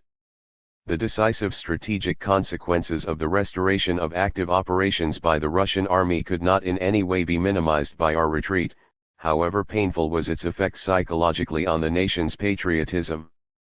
This simple military truism should, of course, have been clear to such men as General Alexeyev or General Denikin. Moreover, as we of the provisional government knew, they knew well that the situation in the Austro-German trenches was by no means in order. They knew that the plan of a crushing offensive in the direction of Kiev and Odessa, conceived by Ludendorff, had completely failed, because of the disorganization of the Austrian army. But these cold considerations were not comprehensible to the mind of the broad masses of the people and the troops. They experienced most painfully only the outer pictures of our new military failure, to which the revelations of Lenin's cooperation with Ludendorff lent a particular acute touch. At midnight on July 20, I received the first telegram telling of the enemy's break through the Russian lines in the direction of Tarnopol. On July 21 to 22, this break developed into a determined offensive, in the course of which our troops, failing to show proper resistance in the mass and, in places, failing to obey orders, were retreating with increasing speed. On the western front of General Denikin, the operation begun at Krivo ended without result on July 23, due to our inability to develop our initial success because of the unreliability and moral weakness of some of our units. In the autumn of 1914 the armies of Samsonov and Rennenkampf in East Prussia had been not only smashed but virtually destroyed as lighting units. In 1915 the Russian troops had been swept from the Carpathian Heights and Przemysl in western Galicia and rolled back almost to the Russian frontier. With equally astounding rapidity the Russian army in the same year had lost Warsaw and the entire Polish line of fortresses. But then those terrific defeats were being reported only through curt, dry communiques from the general headquarters of the Grand Duke Nicholas Nikolaevich, while the commanding corps, indignant and resentful, either kept a severe silence or was compelled to feign an official optimism. The nation, held within the grasp of military censorship, had been fed on only vague rumors and, suffering in stifled misery, had been unable to do anything for the army. Now exactly the opposite was the case. With the very first German blow the entire country emitted a cry of pain. And first to speak of its travail was the army itself, at times too loudly and in tones of exaggerated apprehension. On July 22, the third day of the Tarnopol break, when General Brusilov was still commander-in-chief, the Provisional Government, the All-Russian Committee of Soviets and the Executive Committee of the Peasant Congress received simultaneously a telegram signed by the Army Committee of the Southwestern Front and the Committee and Commissar of the 11th Army, against which the enemy attack was directed. I will quote the telegram, because it illustrates well what I am trying to describe. The offensive begun by the Germans on July 19 is developing into an immeasurable disaster. The morale of the units moved recently into action by the heroic efforts of a conscious minority has undergone a fatal change. The fighting spirit has been quickly exhausted. Most units are in a state of increasing disintegration. Persuasion and argument have lost their power. They provoke only threats and even shooting. Some units desert their positions without waiting even for the approach of the enemy. There have been cases when orders for immediate advance to the assistance of hard-pressed units were discussed for hours at meetings. Positions are not infrequently being deserted at the very first shot of the enemy. Long columns of deserters, with and without rifles, are moving along a line hundreds of versts long, without any consciousness of possible punishment. At times whole units desert in this manner. In the unanimous opinion of the commissars the situation demands the most extreme measures and effort, for we must stop at nothing to save the revolution from perishing. Today the Commander-in-Chief of the Southwestern Front General Kornilov, just appointed by me to this post AK and the commander of the 11th Army, with the approval of the commissars and committees, issued orders to open fire on those who flee from positions. Let the entire country know the whole truth of the situation here. Let it rouse itself and find the strength and determination to crush mercilessly all those who by their weakness are destroying and betraying the revolution. The army committees who signed this significant telegram were all composed of members of socialist parties, and some of those men had but recently returned from hard labor in Siberia, following the amnesty proclaimed by the provisional government. Similar telegrams were received by us in Petrograd from all sections of the front. The country's immediate reply to this call of woe was a mighty determination to overcome the disintegration. The Soviets, city councils, and similar organizations began to speak in a new language, summoning the nation to new and unyielding effort to save the revolution and the state. Active operations are absolutely essential as a curative measure for the restoration of the fighting capacity of a weary, shattered army, but such curative measures have a violent and, therefore, dangerous reaction. As an example, we may recall the French experience 3 months before our own July offensive. I refer to the unsuccessful offensive under General Nivelle, which ended in disastrous failure and immediate mutiny in the army. This, it will be remembered, occurred in a country unshuttered by any revolutionary upheavals and with a firm political organism. 1 After the war, Painleave himself, Minister of War at the time of the Nivelle disaster, told of the critical night when he learned that one division was preparing to march on Paris. It was only 3 months after the Austro-German break at Tarnopol when not only the Austrian armies themselves were in a state of complete disintegration but Germany herself began giving indications of collapse, with the first serious disorders in the Kaiser's fleet. In Russia, in the 4th year of the war, the manifestations of weariness in the army took place under circumstances of the very greatest difficulty and in the wake of the most profound political, social, economic, and psychologic disturbances. Concluding my references to the situation at the front, following the German counter-offensive, I will say here that the rapid retreat begun by the Russian armies on July 19 was not of long duration. The new psychology of the nation, the revived wave of patriotism and the unforgettable self-sacrifice of the commanding corps performed a miracle.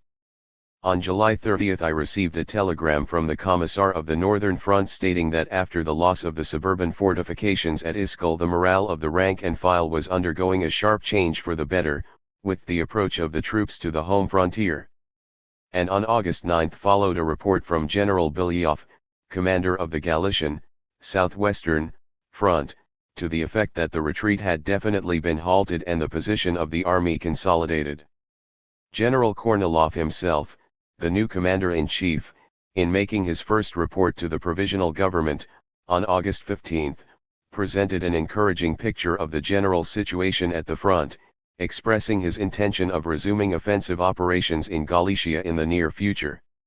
I have devoted so much space to a description of the acutely patriotic and extremely tense reactions experienced by Russia in July-August, 1917, in order to make clear to the reader the whole work of the supporters of the contemplated military revolt in the psychological preparation of their attack on the government. This preparation consisted, 1. In deliberate exaggeration of the difficulties at the front and of the very great sufferings experienced by the army, 2. In demanding from the government demagogic measures, obviously unenforceable, for the restoration of discipline, 3. In vilifying all democratic organizations in the army, and 4. In waging an open press campaign in behalf of General Kornilov as the only possible savior of Russia.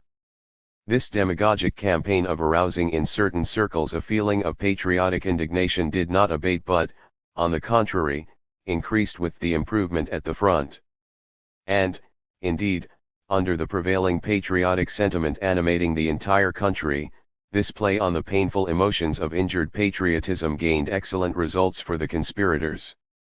By the middle of August both capitals were sufficiently filled with various conspiratory organizations, military and civilian, while the practical preparations for a coup d'état in the name of the military dictatorship of General Kornilov proceeded apace. Notes. 1. In general, it may be said that the entire development of the summer campaign of 1917 would have taken a different course if there had been cooperation among the Allies, England, France, and Russia. For example, the Nivelle offensive would have in all probability been successful if it had been timed with ours, and if the British command had supported us. AK. Chapter 15. Lavra Kornilov. The reminiscences of my childhood in Simbirsk connect me with the Lenin, Ulyanov, family. In my youth fate brought me together with Kornilov. Following our removal from Simbirsk, my father was chief inspector of schools in Turkestan. My high school years were spent in Tashkent. The capital of Russian Turkestan was, above all, a military center. Many of the leading figures of the Great War, particularly officers of the General Staff, served at one time or another of their career in Tashkent. Among them was the young Captain Kornilov, who came to Tashkent immediately upon his graduation from the military academy. Slight of build, thin and wiry, with slanting, slightly Kalmyk eyes, Kornilov was of simple origin. "I am General Kornilov, peasant, son of a Cossack," wrote the future rebellious general in one of his proclamations to the people. General Kornilov spent little time in fashionable drawing rooms, although their doors were always open to any officer of the General Staff, and had no liking for the ladies of the social set. He was regarded as rather shy and even somewhat of a savage. Very soon Captain Kornilov became the talk of the capital. Having mastered one of the local dialects, Captain Kornilov carried out a very brave enterprise. Alone, disguised as a native merchant, he made his way into the buffer state between Russian Turkestan and British India, at that time heart of Afghanistan, forbidden ground to all foreigners, particularly military men. On his return to Tashkent, the young captain became the hero of the hour. However, he did not permit himself to be carried away by the prospect of social success. Very soon he again astonished the high society of the provincial capital by marrying the daughter of a minor official in my father's department. This was too much, the doors of society were closed to him. Many years later, almost on the eve of his revolt against the provisional government, General Kornilov, Commander-in-Chief, breakfasted with me at the Winter Palace. After a rather tense conversation in my office, we engaged in light chatter at breakfast. "You probably do not remember me," said General Kornilov to me jocularly. "I used to visit your people and even danced in your house in Tashkent." "Of course, how can one fail to remember that," I said, recalling the impression produced on all by his bold expedition to Afghanistan. Kornilov remained all his life a man of simple tastes, a man of the people. There was nothing of the hereditary bureaucrat or of the aristocratic landed noble in him. Incidentally, all the three leading figures of the White movement, Kornilov, Alexeyev, Denikin, were of lowly origin and had made their way to the top of the military hierarchy by their own efforts. Being poor, they experienced fully the burdens of an officer's career under the old regime. All three were distinctly hostile to the privileged elements in the army, represented by the Guards. All three made brilliant records at the military academy. And all three made rapid advances with the war, which ruined so many brilliant careers, of the kind promoted in court circles and ministerial anterooms. Already in 1915, Alexeyev made his way to general headquarters as Chief of Staff to the Commander-in-Chief, Nicholas II. The outbreak of the revolution found Denikin and Kornilov at the front. Both did remarkable work in all operations on the Galician front. In one unfortunate operation, in which he showed all his personal daring and bravery, Kornilov was taken prisoner by the Austrians. His bold escape and spectacular return to the Russian lines became the source of a kind of Kornilov legend, although it did not reach the broad masses of the people and of the army rank and file. Of all the three future leaders of the White Armies, Kornilov was least fit for political work. On the other hand, General Alexeyev had considerable political acumen but was too much of a politician. In military science, Kornilov was not a strategist but only a tactician, which corresponded entirely with his impulsive, unthinking nature, given to no consideration in moments of danger and acting in such moments with lightning-like boldness, oblivious to the possible consequences. Apparently, it was this very characteristic of all too great and unthinking determination and zeal, not always desirable in responsible military leaders, that impeded Kornilov's advancement. Up until the revolution he remained in the shade. After the revolution, his career developed contrary to the will of his immediate military superiors. His very appointment in the first days of the revolution as commander of the Petrograd military district failed to win the approval of General Alexeyev. However, in this post General Kornilov proved himself entirely weak, and, being unable to handle the Petrograd garrison, he returned to the front in May. Immediately preceding his resignation as war minister, Guchkov wanted to appoint Kornilov commander of the Northern Front, but met with the strong disapproval of General Alexeyev, who under threat of his own resignation compelled Guchkov to abandon his intention. Kornilov thereupon became commander of the 13th Army in Galicia, where Zavoyko found him. When at the time of the Tarnopol break and the beginning of the German counter-offensive in Galicia, I suggested to General Brusilov, Commander-in-Chief, the removal of the obviously incompetent General Kauder and the substitution for him as commander on the Galician front of General Kornilov, I met with almost the same opposition from Brusilov as was experienced by Guchkov from Alexeyev. Nevertheless, Kornilov was appointed to the post. Contrary to similar opposition by military authorities, General Kornilov was at my suggestion named, on August 1, Commander-in-Chief of the Russian armies, in place of Brusilov, who had lost his will to command. I have set down this account of General Kornilov's career in order that the reader may understand the events that followed and may realize why I did not and could not to the very last moment see General Kornilov among the conspirators, despite all the indications of the military conspiracy in preparation against the provisional government and the great amount of evidence gathered on it by myself. In pushing him forward to the highest post in the army, in the face of the opposition of his superiors and of his unpopularity among the political left, in ignoring his own extremely undisciplined utterances with regard to the provisional government and in exercising on occasion all too much patience in this respect, I believed firmly that the incomparably brave soldier would not engage in political hide-and-seek games and would not shoot from ambush. To Russia's great misfortune this did happen. Chapter 16. The conspirators take the offensive. I do not know to this day when and where the final decision was taken to make General Kornilov dictator.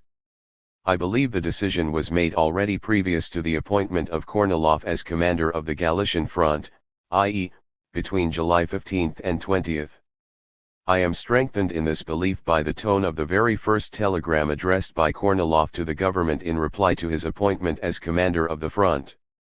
It is possible, however, that Zavoyko, the emissary of the conspirators, having received some liberty of direct initiative from his friends in Petrograd, determined to force developments. In its content the telegram showed only partial opposition to my demands as war minister, but in its form it was clearly threatening and insistent, bearing distinctly the character of an ultimatum. After presenting a very sharp description of the situation at the front, General Kornilov wired. I, General Kornilov, whose entire life, from the very first day of my conscious existence, has been devoted only to serving my country, declare that the motherland is perishing and, therefore, although not asked to express my opinion, I demand the immediate cessation of the offensive on all fronts. It is necessary to introduce immediately capital punishment in the territory of military operations. I declare that if the government fails to give its approval to the measures I propose, depriving me thereby of the sole means of saving the army and using it as the instrument for which it was intended, the defense of the motherland and of liberty, I, General Kornilov, will divest myself of my office as Commander-in-Chief. As was shown later, this document, so astounding for a general, was written by none other than Zavoyko. I had already made the proper suggestion to General Brusilov with regard to halting the offensive. The application of armed force in the struggle with deserters, looters, and similar traitors had already been made obligatory on all commanders by my repeated orders. The demand for the restoration of capital punishment at the front had been previously presented by army committees. Thus, the significance of General Kornilov's telegram was not in the content but in its gesture, the gesture of a strong man. The same gesture was repeated soon at General Headquarters at Mohilev by the Central Committee of the Union of Officers. In a telegram to the Provisional Government signed by Colonel Novosiltsev, it was declared already without any compunction that all members of the government would be responsible with their heads for failure to approve the measures proposed by General Kornilov. The future impartial historian will not fail to note that in comparison with the inadmissible and shocking excesses of speech resorted to by the Soviets and democratic organizations in the first weeks of the revolution, no one had yet dared to use such words with respect to the government. General Kornilov's and Novosiltsev's telegrams went unpunished. Why? Simply because the provisional government regarded as excusable and, perhaps, natural the exaggerated excitement of military men who were experiencing directly the new blows at the front, and at a time when many people even in the rear had lost almost all mental and moral equilibrium.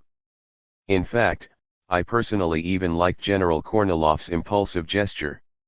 In the fourth month of the revolution we of the provisional government could no longer be surprised by excesses of speech.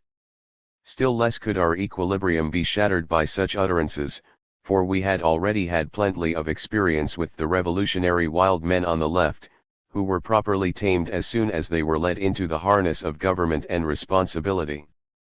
I believe that General Kornilov and his close military friends would likewise be tamed and disciplined by the consciousness of responsibility.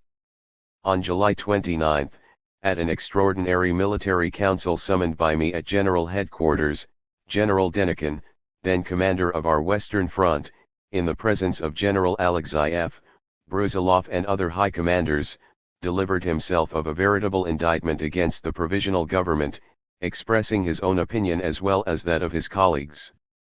He was more bitterly incisive than General Kornilov, Zavoyko, accusing the provisional government of besmirching our banners with mud. He demanded that the provisional government recognize its mistakes and guilt before the officer corps, and even ventured to doubt whether the members of the provisional government had any conscience. Terestchenko, the Minister of Foreign Affairs, and I, the Prime Minister and Minister of War and Marine, listened quite calmly to this cry of the scorched soul of an officer. At the conclusion of the grave Philippic, amidst the confused and alarmed silence of all those present, I rose, shook hands with General Denikin and said, "I thank you, General, for your courageous and sincere words." General Denikin's declaration constituted in reality a formulation of the military program upon which the propaganda of the supporters of the military conspiracy was based, which I then dubbed the music of the future military reaction. This program was reiterated in even sharper form before the Moscow conference by General Kaldin, of the Don Cossacks. This program was more than justified. Its substance was the demand for the restoration of normal military discipline and unity of command and the abolition of the system of commissars and army committees. This had been all along the aim of everybody and, in particular, of the provisional government. The dispute was not in the aim but in the best way of attaining it. It was quite impossible to restore army discipline immediately and at one stroke. For this reason General Kornilov himself, in his remarks before the military council, did not demand immediate abolition of commissars and army committees but, on the contrary, continued to the very last day before his revolt to emphasize the positive role of the army commissars and army committees and the need of their preservation. General Kornilov wanted only to circumscribe more definitely their rights and activities, which the provisional government itself had been assiduously and unswervingly engaged in from the very first day of Gutchkov's departure from the War Ministry. Being unable to attend the military council at General Headquarters on July 29 because of active operations on his front at that time, General Kornilov forwarded his demands by telegraph. To a large extent these demands corresponded with those of Denikin but emphasized, however, the need of extending the activity of the commissars in the army and reorganization of the commanding corps. On my return to Petrograd from the military council I suggested to the provisional government the removal of Brusilov as commander-in-chief and the appointment of Kornilov in his place, recommending also the appointment of Savinkov, former terrorist, member of the Socialist Revolutionary Party and the commissar attached to Kornilov's army, as my immediate assistant. In reply to the new appointment, General Kornilov sent to the government a veritable ultimatum, striking in its defiant tone and political ignorance. Asserting that as a soldier obliged to be an example of military discipline, he was ready to obey the order making him commander-in-chief of the army, General Kornilov, speaking already as such, immediately made himself the instrument of violation of all discipline. In an open, uncoded telegram to the provisional government, made public immediately by the newspapers, he informed the provisional government that he accepted supreme command but on the following conditions, that his responsibility be only to his own conscience and to the people direct, 2. That there be no interference with his orders and appointments, 3. The application to the rear, where army reserves were located, of recent measures at the front, i.e. restoration of capital punishment, and 4. Acceptance of his proposals as wired to the military council at General Headquarters on July 29. Reporting Kornilov's ultimatum to the provisional government I suggested his immediate dismissal and prosecution. I no longer remember clearly the motives which prompted both the right and left wings of the provisional government to show leniency to General Kornilov. Savinkov tried to convince me that General Kornilov simply did not understand the meaning of the telegram concocted by Zavoyko. In consequence, I withdrew my proposal and Kornilov remained commander-in-chief.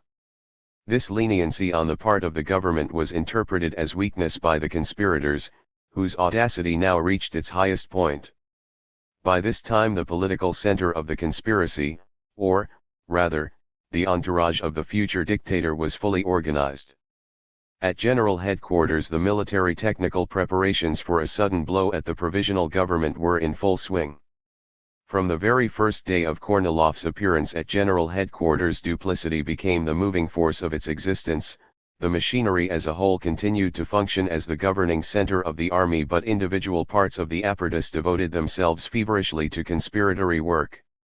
In General Kornilov's office matters military were considered together with matters conspiratory, the latter receiving much more attention.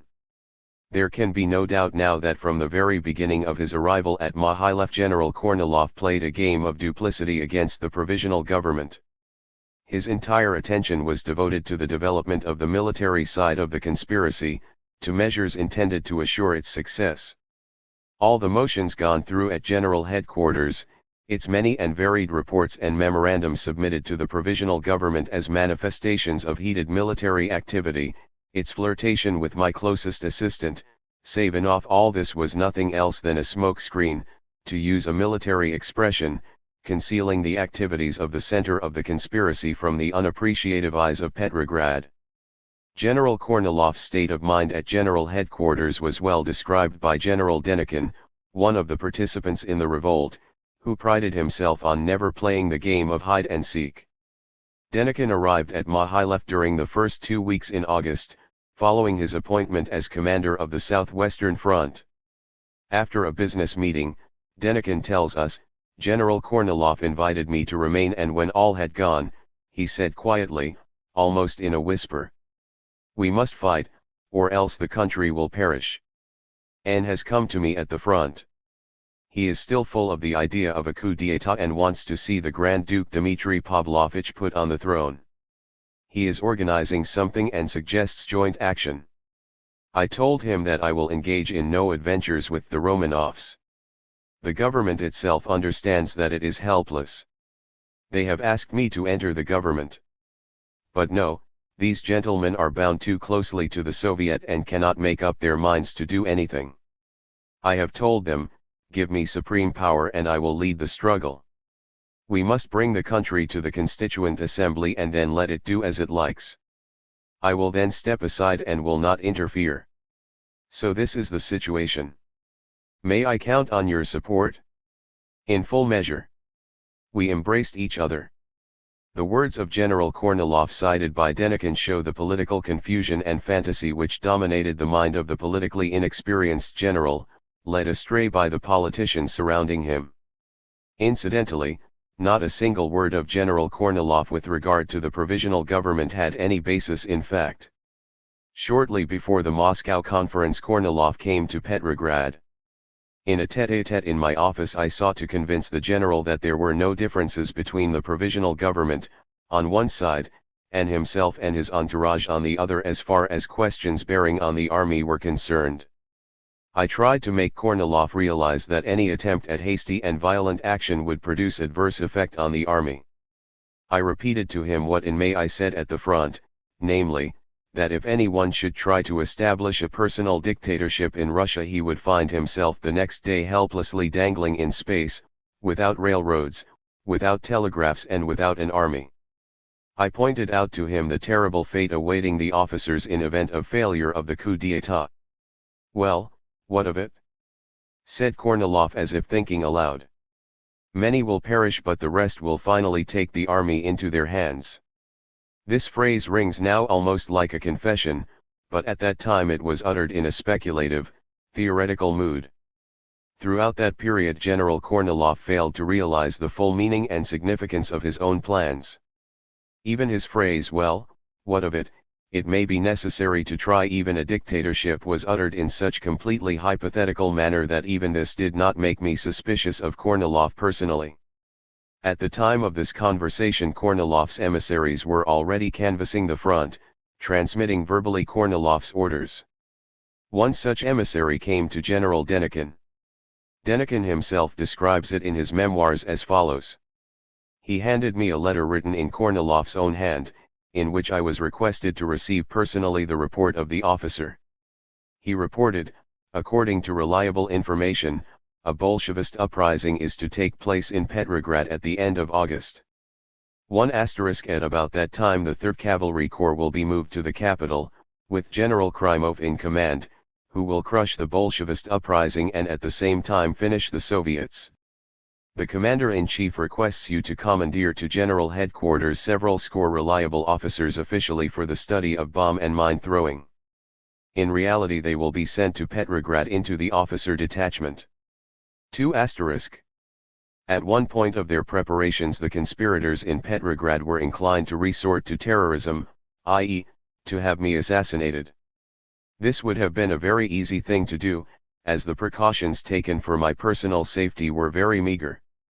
Moreover, no precautions would have been sufficient to prevent my assassination, for the terrorists themselves had unrestricted access to me, some of them being members of my guard and immediate entourage. Among these was a colonel of the General Staff whose duty it was to report to me every morning on the situation at the front. Usually, we were quite alone, discussing the military situation, with a map of the front before us. On being informed that he had been ordered by the conspirators to kill me, I kept close watch on him at our morning conferences, without, however, changing in the least the mode of procedure. The colonel, usually restrained, well poised and calm, did begin to show indications of peculiar nervousness. After several days of this game, I finally bid the colonel goodbye and asked him not to come to me any more. He did not ask for the reason of his dismissal and disappeared with a bow. The hero of a second unsuccessful plan to assassinate me was a young officer of Marines. His task was to shoot me at the Winter Palace, where the guard on the eve or at the very beginning of the Kornilov rebellion consisted of Marines. The young man could have performed his patriotic task without the slightest difficulty or risk. But at the last moment he was not in the Winter Palace but at the home of some relatives. In great excitement and weeping he revealed to them the whole story of the plot for my assassination and the fact that he had been chosen to be the instrument of my death. The Marine officer's relatives, acquaintances of a high official of the city militia, immediately reported the matter to that official. Without giving the incident any publicity, I ordered the removal of the Marines from the Winter Palace and the substitution of another guard. The Marine officer was permitted to return undisturbed to his unit. I must say that the idea of beginning the revolt with my assassination was in itself strategically a proper one, for only by dislocating at one blow the government apparatus could the conspirators hope for any measure of success. Of course, the conspirators had intended to do away with me but had finally decided to do so under circumstances of least danger and risk to themselves. In general, the officers involved in the conspiracy, brave on the field of battle, preferred to follow in their plot against the provisional government a policy of cunning duplicity rather than of frank, straightforward action. In this respect these officers, in addition to showing a lack of civic courage, were less courageous than the Bolsheviki, who never pretended to be loyal to the provisional government. The conspirators were compelled to adopt this policy of duplicity because of the sentiments of the people and of the rank and file of the army. In their revolt against Nicholas I, on December 14, 1825, the Petrograd Guard officers were able to address themselves directly to the barracks and to march at the head of their troops. But now the conspirators were without any following in the barracks, maintaining their authority only in so far as it had been delegated to them by the provisional government. At the time of the Kornilov advance on Petrograd, the officers did not dare to reveal the purpose of the expedition even to the Cossack regiments or to the celebrated Wild Division, which led the advance, the conspirators being compelled to keep secret from their own troops their aim of overthrowing the provisional government. On the contrary, the Cossacks and the men of the Wild Division were told that a Bolshevist uprising was in progress in Petrograd and that it was necessary to rush to the defense of the capital and of the provisional government. Simultaneously with the preparation for the treacherous blow against the provisional government, General Kornilov's immediate associates conducted negotiations with certain military and political allied circles. The political aspect of the conspiracy was not in the hands of General Headquarters, where General Krymov was in charge of the military preparations, but was being taken care of in certain quiet and comfortable studies in Petrograd and Moscow. On their visit to Moscow during the conference, officers of the General Staff conferred secretly with the political leaders of the conspiracy. To this very day, however, the conservative and liberal politicians who took part in the conspiracy, who know in detail its plan and purposes, continue to speak of the misunderstanding between the provisional government and Kornilov, placing upon me the responsibility for the result and catastrophe. I will not cite here all the data at my disposal. The readers interested in a detailed account of the Kornilov affair will find it in my book The Prelude to Bolshevism, wherein I present the complete documentary evidence. The conspiratory machinery at General Headquarters and in Petrograd was already in operation by the time of the convocation of the Moscow Conference. The conspirators sought to utilize the conference for a trial of strength, planning to proclaim General Kornilov dictator, should circumstances prove favorable during the course of the conference. With this end in view, they carried out a mobilization of their political and social forces several days preceding the conference. Quite accidentally, the central committees of the respective military organizations involved in the conspiracy passed resolutions which, while differing in text, were quite similar in content. The Cossack Council, the Union of the Knights of St. George, the Central Committee of the Union of Officers, the Conference of the Military League, etc., proclaimed General Kornilov as the permanent and irremovable commander-in-chief. The Cossack Council even went so far as to threaten the provisional government with mutiny in the event of Kornilov's removal. With the resolution embodying this threat, representatives of the Cossack Council appeared before me. Needless to say, they received a proper answer. On August 21, with the convocation of the Reactionary Conference of Public Workers, Rodchenko sent a telegram to Kornilov, expressing in the name of the conference his agreement with the resolutions of the military organizations. The result was outwardly an imposing picture.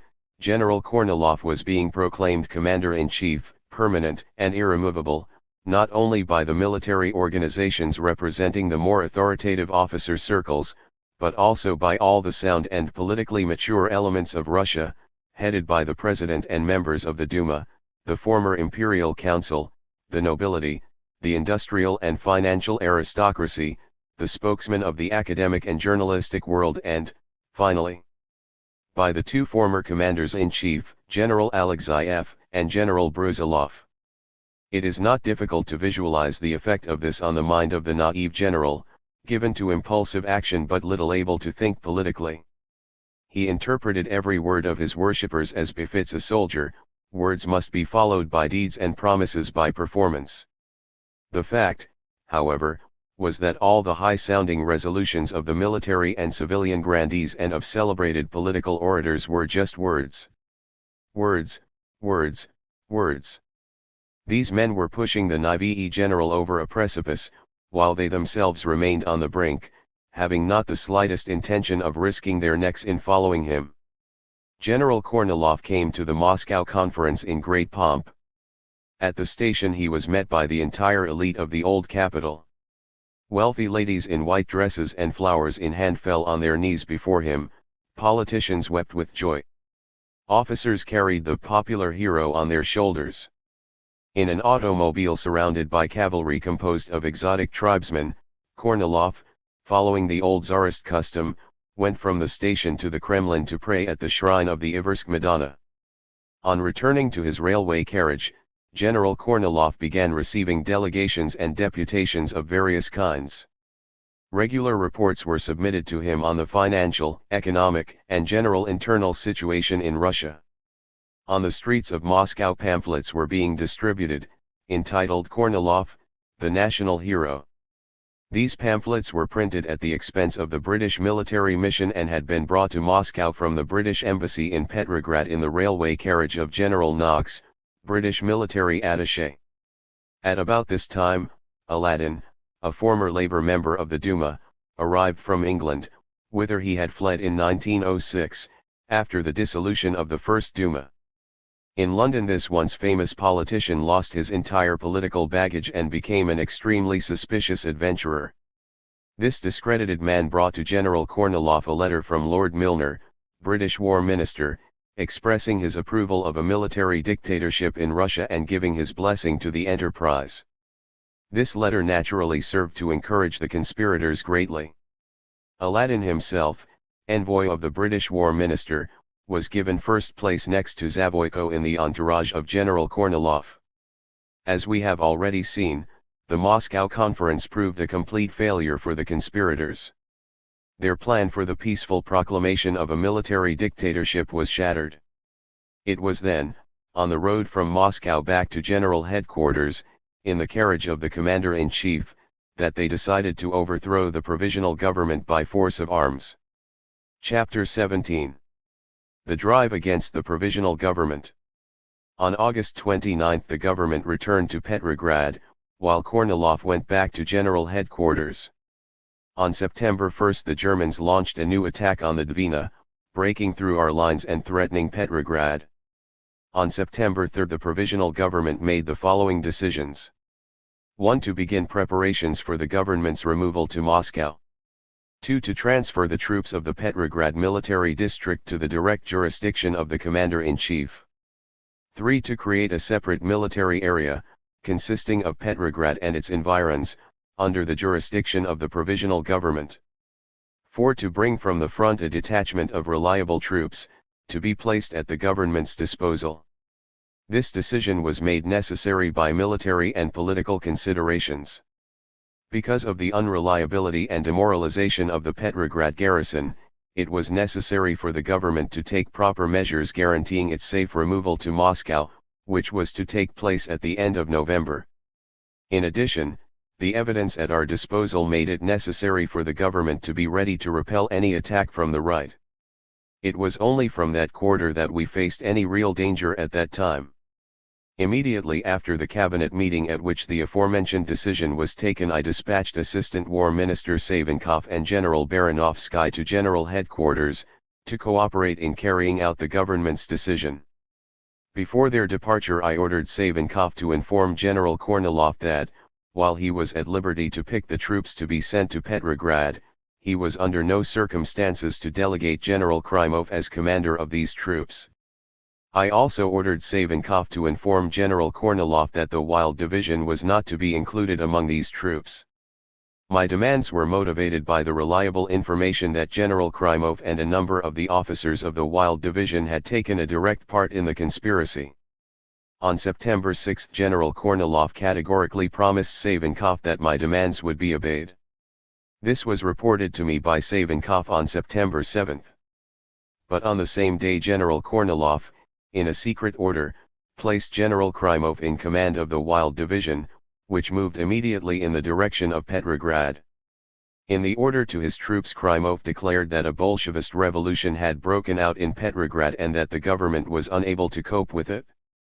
On September 9, when according to the calculations of General Headquarters Krymov's troops were to have arrived near Petrograd, there appeared before me in the Winter Palace a former member of the provisional government, Vladimir Lvov, who placed before me a verbal ultimatum from General Kornilov.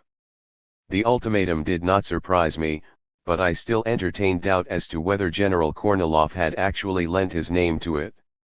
The entire tragic significance of what was being contemplated appeared clearly before me. Only by quick action was it possible to save the situation. I immediately took myself in hand and pretended that I did not believe in the authenticity of the ultimatum. Lvov became greatly excited, assuring me on his word of honor that all he said was true. I then demanded that he put the ultimatum in writing. I told him this was necessary as otherwise the provisional government to whom I, as Premier and War Minister, was to carry Kornilov's ultimatum demanding the government's resignation would consider me mad. Lvov wrote down the ultimatum point by point. 1. Proclamation of martial law in Petrograd. 2. Immediate resignation of the government. 3. My departure the same night, together with Savinkov, for General Headquarters, where we were to put ourselves at Kornilov's disposal. I put the written ultimatum into my side pocket and agreed with Lvov to meet him at 7 o'clock in the evening at the long-distance telephone at the War Ministry, when we were to converse with General Kornilov at General Headquarters. En route to the War Ministry, I still entertained some hope that the ultimatum and my whole conversation with Lvov were a horrible dream. Lvov was late for the appointment. There was no time to lose. I called Kornilov at General Headquarters, and in my name and Lvov's, who had not yet arrived, I began to question Kornilov on all the points of the ultimatum, with the ostensible purpose of verifying the general's demands. I wanted to make absolutely sure that the ultimatum was in his name. I asked leading questions, which could be answered only by a person thoroughly familiar with the contents of the ultimatum. General Kornilov's replies showed he was well versed in the matter and had given it his full approval. Especially convincing was his final reply. Without mentioning Savinkov, whose name appeared in the ultimatum, I asked, "Am I to come to General Headquarters?" General Kornilov replied, "Yes, and with Savinkov." There could no longer be any doubt. It was necessary to act with utmost rapidity. On my leaving the telephone, I was met by Lvov. We returned together to the Winter Palace. There, in my office, I repeated to him my conversation with General Kornilov. Lvov again confirmed and explained everything. In a dark, far corner of the large office, unnoticed by Lvov, sat an official of the Ministry of the Interior. He heard our conversation and noted Lvov's statement.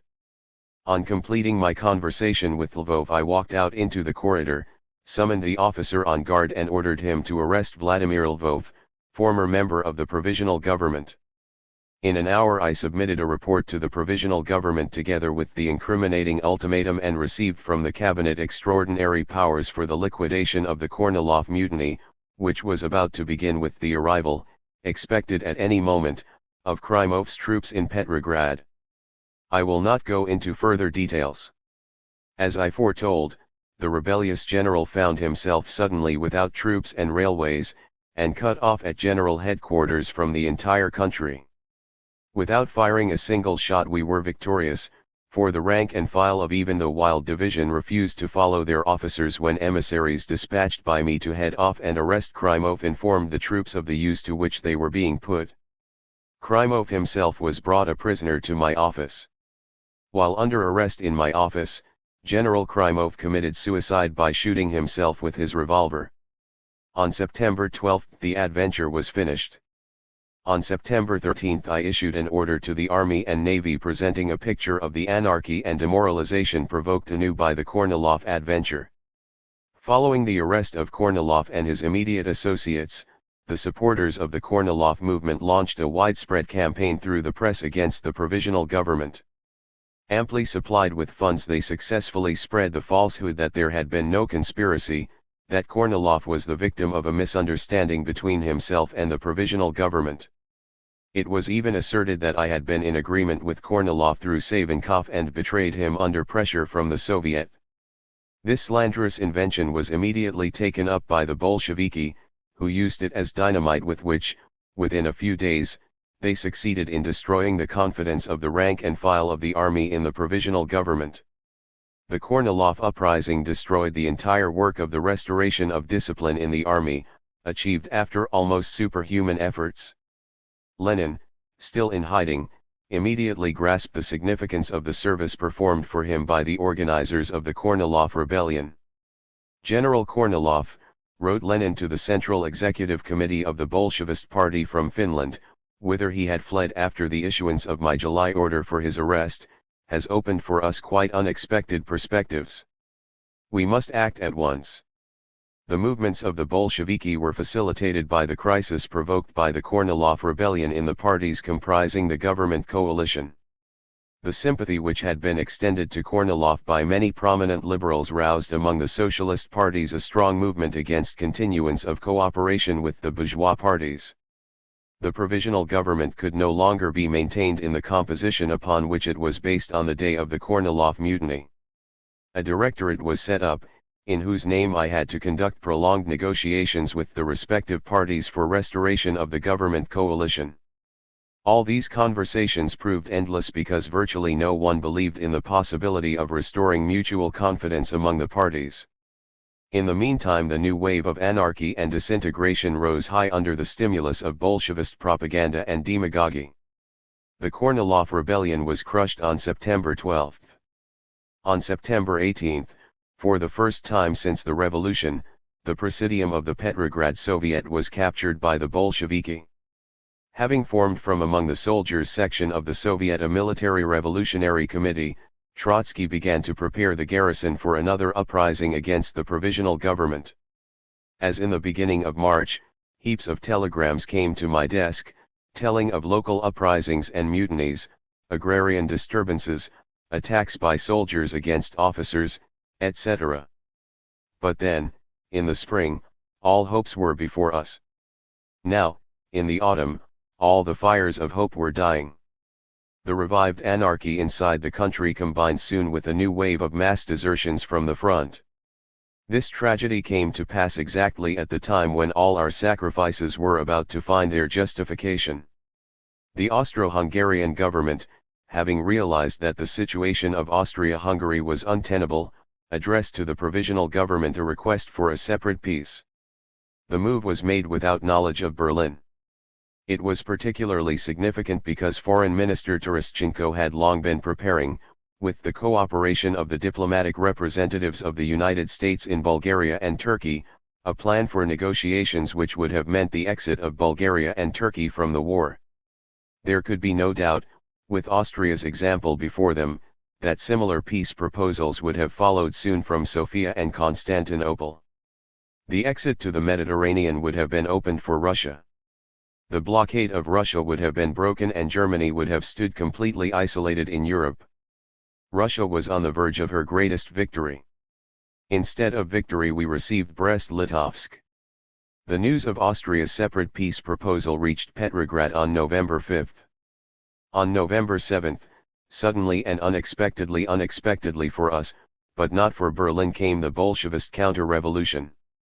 The Bolshevist General Staff had originally planned the uprising for the day of the contemplated transfer of the provisional government to Moscow, which was not to have taken place before the middle of November. Chapter 18. Gatchina. The last act in the struggle of the provisional government against the Bolsheviki on the right and on the left was played between November 6 and 14, 1917. After the abortive attempt of the conspirators behind General Kornilov, so fatal in its consequences for the entire country, to overthrow the provisional government, the social groups supporting the dictator decided to give no aid to the government in the event of its collision with the Bolsheviki. Their strategic plan was not to hinder in any way the success of an armed Bolshevist uprising and, then, after the fall of the provisional government they so hated, quickly to suppress the Bolshevist mutiny. In this way were to be realized finally the aim set for the Kornilov rebellion. The military and civil strategists who were the authors of this plan were thoroughly convinced that the Bolshevist triumph would entail no serious danger and that within 3 or 4 weeks the sound elements of the Russian people would make short shrift of the mutinous mass and establish a strong government in Russia. Alas, having successfully carried out the first, so-called passive part of this plan, having overthrown the provisional government with the hands of the Bolsheviki, the patriots found themselves absolutely unable to execute the second, activist part of their program. They failed to defeat the Bolsheviki not only in 3 weeks but in 10 years. On November 6 it had become quite evident that the uprising was inevitable, that it had already begun. At about 11 o'clock in the morning I appeared before the Council of the Republic and requested from N.D. Avksentiev, the President, permission to make an urgent statement. On taking the floor I informed the Council that I had in my possession unmistakable evidence of the organization by Lenin and his lieutenants of an uprising against the provisional government. I declared that all possible measures were being taken by the provisional government for the suppression of the uprising and that the government would fight to the end against the betrayers of the motherland and of the revolution. I declared that the government would resort without qualms to the use of force, but that to ensure the government's success the immediate cooperation of all parties and groups, and of the entire people, was necessary. I demanded from the Council of the Republic full confidence and cooperation. The atmosphere of the meeting and the sentiments of those assembled were indicated by the ovations which greeted my declaration, the members punctuating their approval and expressing their solidarity with the provisional government in its fight against the enemies of the people by rising from their seats. In those moments of general national indignation, only a handful of leaders, representing the two extreme political flanks, could not subdue in themselves their fierce hatred against the government of the March Revolution. They kept their seats when the rest of the assembly rose as one man. Convinced that the representatives of the nation were fully conscious of the seriousness of the situation and of their own responsibility, I returned, without awaiting the actual vote, to staff headquarters to resume important unfinished business, confident that within an hour or two I would be informed of the decisions and active preparations of the Council of the Republic in support of the government. Nothing of the sort happened. The Council, torn by inner discords and irreconcilable differences of opinion, could not come to a decision until late into the night. Instead of organizing all their forces for the difficult struggle against the traitors, the leaders of all the anti-Bolshevist and democratic parties wasted the entire day and evening in useless quarrels and disputes.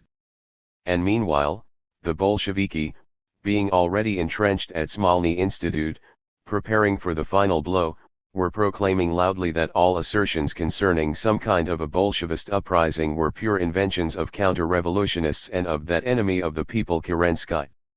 By this maneuver, knowing well the psychology of their opponents, the Bolsheviki were successfully attaining their aims.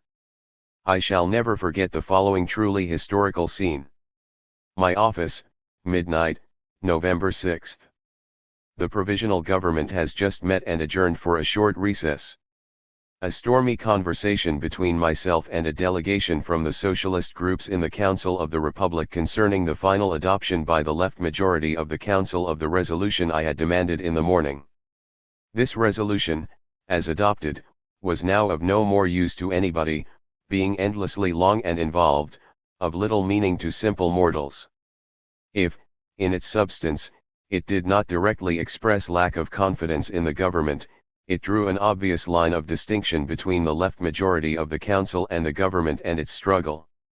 Enraged, I informed the delegation that after such a resolution the government would resign tomorrow and that the authors of the resolution and all those who had voted for it must take upon themselves all responsibility for events, although apparently they seemed to have little conception of the situation. The reply to my outburst was delivered calmly and analytically by Dan, at that time not only leader of the Mensheviki but also president of the All-Russian Executive Committee of Soviets. I cannot, of course, repeat Dan's historic reply textually, but I vouch for the substance.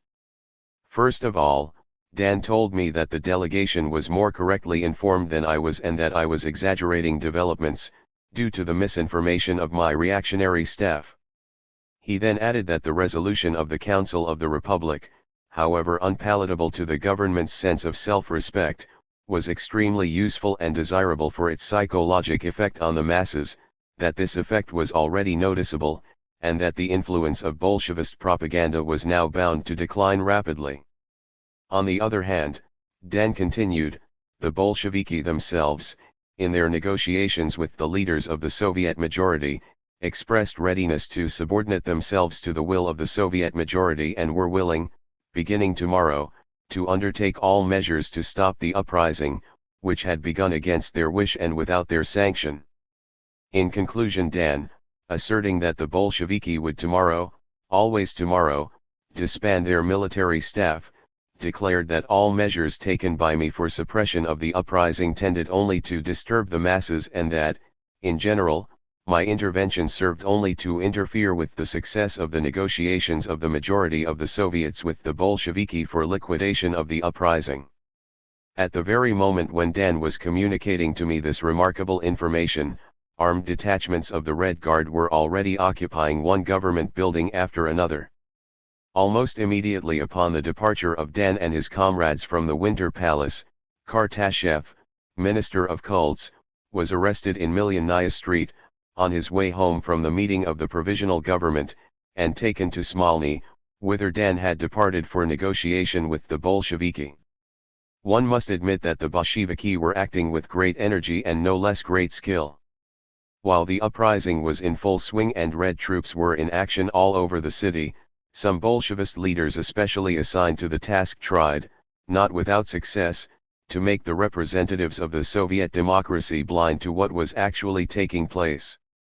The entire night was spent by these acrobats in endless disputes on various formulae, supposed to serve as conditions of peace and liquidation of the uprising. By this method of negotiation the Bolsheviki gained a great deal of valuable time. The fighting forces of the socialists, revolutionists and Mensheviki were not mobilized in time. I had hardly concluded my conversation with Dan and his comrades, when into the room came a delegation from the Cossack regiments then stationed in Petrograd, consisting, if I recall aright, of 2 or 3 officers and as many Cossacks. The delegation informed me, first, that they wanted to know what forces I had at my disposal for suppression of the mutiny.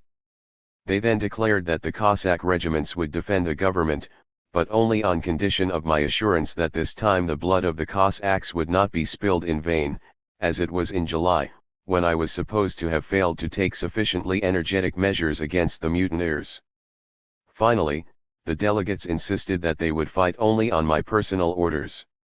In reply, I first of all pointed out to the Cossacks that declarations such as they were making were quite inadmissible from men of military duty, particularly when the nation faced great peril, and that it was incumbent upon every one of us to fulfill his obligation to the end. I then added, you know full well that at the time of the Bolshevist uprising of July 16 to 19, I was at the front where the offensive was then beginning. You know that, after leaving the front, I arrived in Petrograd on July 19 and immediately ordered the arrest of all the Bolshevist chieftains. You know, also, that I immediately dismissed General Polovtsov as commander of the troops because of his indecision during the uprising. As a result of this conversation, the Cossacks declared categorically that all their regiments in Petrograd would do their duty. I thereupon signed a special order to the Cossacks, commanding them to place themselves at the disposal of the district military staff and to carry out all its instructions. At that moment, at 1 a.m. on the night of November 6, I had not the slightest doubt that these 3 regiments of Don Cossacks would not violate their oath, and I immediately sent an adjutant to staff headquarters with the information that the Cossacks could be relied upon fully. As in the morning, at the meeting of the Council of the Republic, I made a grave mistake. I did not know that while I was conversing with the regimental delegates, the Council of Cossack Troops, meeting all night, had proclaimed the neutrality of the Cossacks in the struggle of the provisional government against the Bolshevist uprising. Following my conversations with Dan and with the Cossacks, I returned to the meeting of the provisional government. One can imagine the tension that marked the meeting, particularly after the arrival of information concerning the seizure by the Red Guard of the central telephone station, the main post office and other government buildings. None of us, however, thought for a moment of the possibility of any negotiations or agreements with the traitors at Smolny. As I remember, the government concluded its meeting at 2 a.m. and the ministers went home. I remained alone with Konovalov, Vice Premier and Minister of Commerce and Industry. We worked together all night, after M. Terestchenko, who had tarried a while longer at the Winter Palace after the departure of the other ministers, had gone. Meanwhile, the uprising in the city was developing with tremendous speed. Armed detachments of Bolsheviki were closing in upon the Winter Palace and the military district staff headquarters. Some soldiers of the Pavlovsk Guards regiment set up a real ambush in their barracks at the end of Millionnaya Street, near the Field of Mars, arresting all suspicious persons coming from the direction of the palace. The palace was guarded only by military cadets and a small squadron of armored motor cars. Immediately upon adjournment of the cabinet meeting, the commander of the garrison and his chief of staff appeared before me. They offered to organize an expedition of all the forces loyal to the government, including the Cossacks, for the capture of Smolny Institute, the staff headquarters of the Bolsheviki. During this conversation I followed with more and more interest the ambiguous behavior of Colonel Pokhovnikov, being increasingly impressed by the crying contradiction between his all too optimistic and reassuring reports and the sad reality of the situation as I already knew it. It became more than evident that all his reports of the past 10 to 12 days concerning the attitude of the troops and the preparedness of his own staff for a decisive struggle with the Bolsheviki had no basis in fact. The government's commissar attached to the municipal administration, Rogovsky, appeared during my conference with the commander of the troops. He brought alarming news, contradicting in every way the reports just presented by Colonel Polkovnikov. We learned from Rogovsky, among other things, that a considerable number of warships from the Baltic Fleet had entered the Neva in battle formation, that some of these ships had moved as far as the Nikolaevsky Bridge, and that this bridge had been, in turn, occupied by detachments of mutineers, who were already advancing farther toward the Palace Bridge. Rogovsky drew our attention especially to the fact that the Bolsheviki were carrying out their plan without any trouble, meeting no resistance on the part of the government troops. To me personally, Rogovsky reported his observation that the staff of the Petrograd military district was watching the developments with utter indifference, showing no inclination for activity on its part. The contradiction between the report presented by Rogovsky and that of Colonel Polkovnikov was shockingly obvious. There was not a minute more to lose. It was necessary to hurry to staff headquarters. Together with A.T. Konovalov and accompanied by an adjutant, I left for the staff building, passing through the endless, almost dark corridors and lower chambers of the palace, where the military cadets who were off duty were preparing for bed. The staff building was filled with officers of all ranks and ages and delegates of various military units. Amidst this military throng moved about some strange civilians. Rushing up to the third story, directly into the office of the commander of the troops, I requested Colonel Polkovnikov to present a report on the situation immediately. The report convinced us, Konovalov and me, that it was no longer possible to rely on Colonel Polkovnikov and the majority of the officers of his staff. It became urgent in this 11th hour to take command into one's own hands, not only for an offensive against the mutineers but for the defense of the government itself, pending the arrival of fresh troops from the front and reorganization of the government's forces in the capital. Within the district staff there were a number of high-ranking officers upon whom I could rely with absolute confidence. But there were too few of them. I summoned by telephone those of them whose presence appeared most necessary and asked them to come to staff headquarters without delay. Then I decided to bring into action the volunteer military organizations of the parties, particularly the considerably numerous organization of the Party of Socialists Revolutionists. The hours of the night dragged on painfully. From everywhere we expected reinforcements, but none appeared. There were endless telephone negotiations with the Cossack regiments. Under various excuses the Cossacks stubbornly stuck to their barracks, asserting all the time that everything would be cleared up within 15 or 20 minutes and that they would then begin to saddle their horses. On the other hand, the volunteer military forces at the disposal of the party organizations likewise evinced no activity. This rather puzzling circumstance was to be explained by the fact that the party centers, engrossed in endless negotiations with Smolny, and relying more on the force of resolutions than on the power of bayonets, had failed to issue the necessary orders in time. Meanwhile the night hours passed. And the closer morning approached, the tenser grew the atmosphere at the staff headquarters. One honest and devoted officer, summoned to duty, came to me and after observing what was going on in the staff building and following closely the actions of Colonel Polkovnikov, declared that he could not term the things he had seen otherwise than betrayal. The many officers assembled in the staff building conducted themselves in their attitude towards the government, and particularly towards me personally, in an increasingly defiant manner. As I learned afterwards, they were engaged, on the initiative of Colonel Polkovnikov, in an agitation for my arrest. At first they did this quietly, in whispers, but towards morning they began to talk quite loudly, almost without embarrassment and without regard to the presence of strangers. A mad idea had struck the minds of many of them in those moments: without Kerensky it would be easier to finish the Bolsheviki and establish finally that so-called strong government. And there is no doubt that throughout that night Colonel Polkovnikov and certain other officers of the district staff were in constant contact with conservative anti-government organizations, such as the Council of Cossack Troops, the Union of the Knights of St. George, the Petrograd branch of the Union of Officers and other similar military and civil organizations. Naturally, this suffocating atmosphere could not remain without effect on the spirits of those defenders of the government who were in touch with the staff. Already on the previous evening the military cadets, who had been in a confident state of mind, had begun to lose courage. Later, the crews of the armored cars began to grow panicky. Every moment of futile waiting for reinforcements lowered the fighting spirit of both.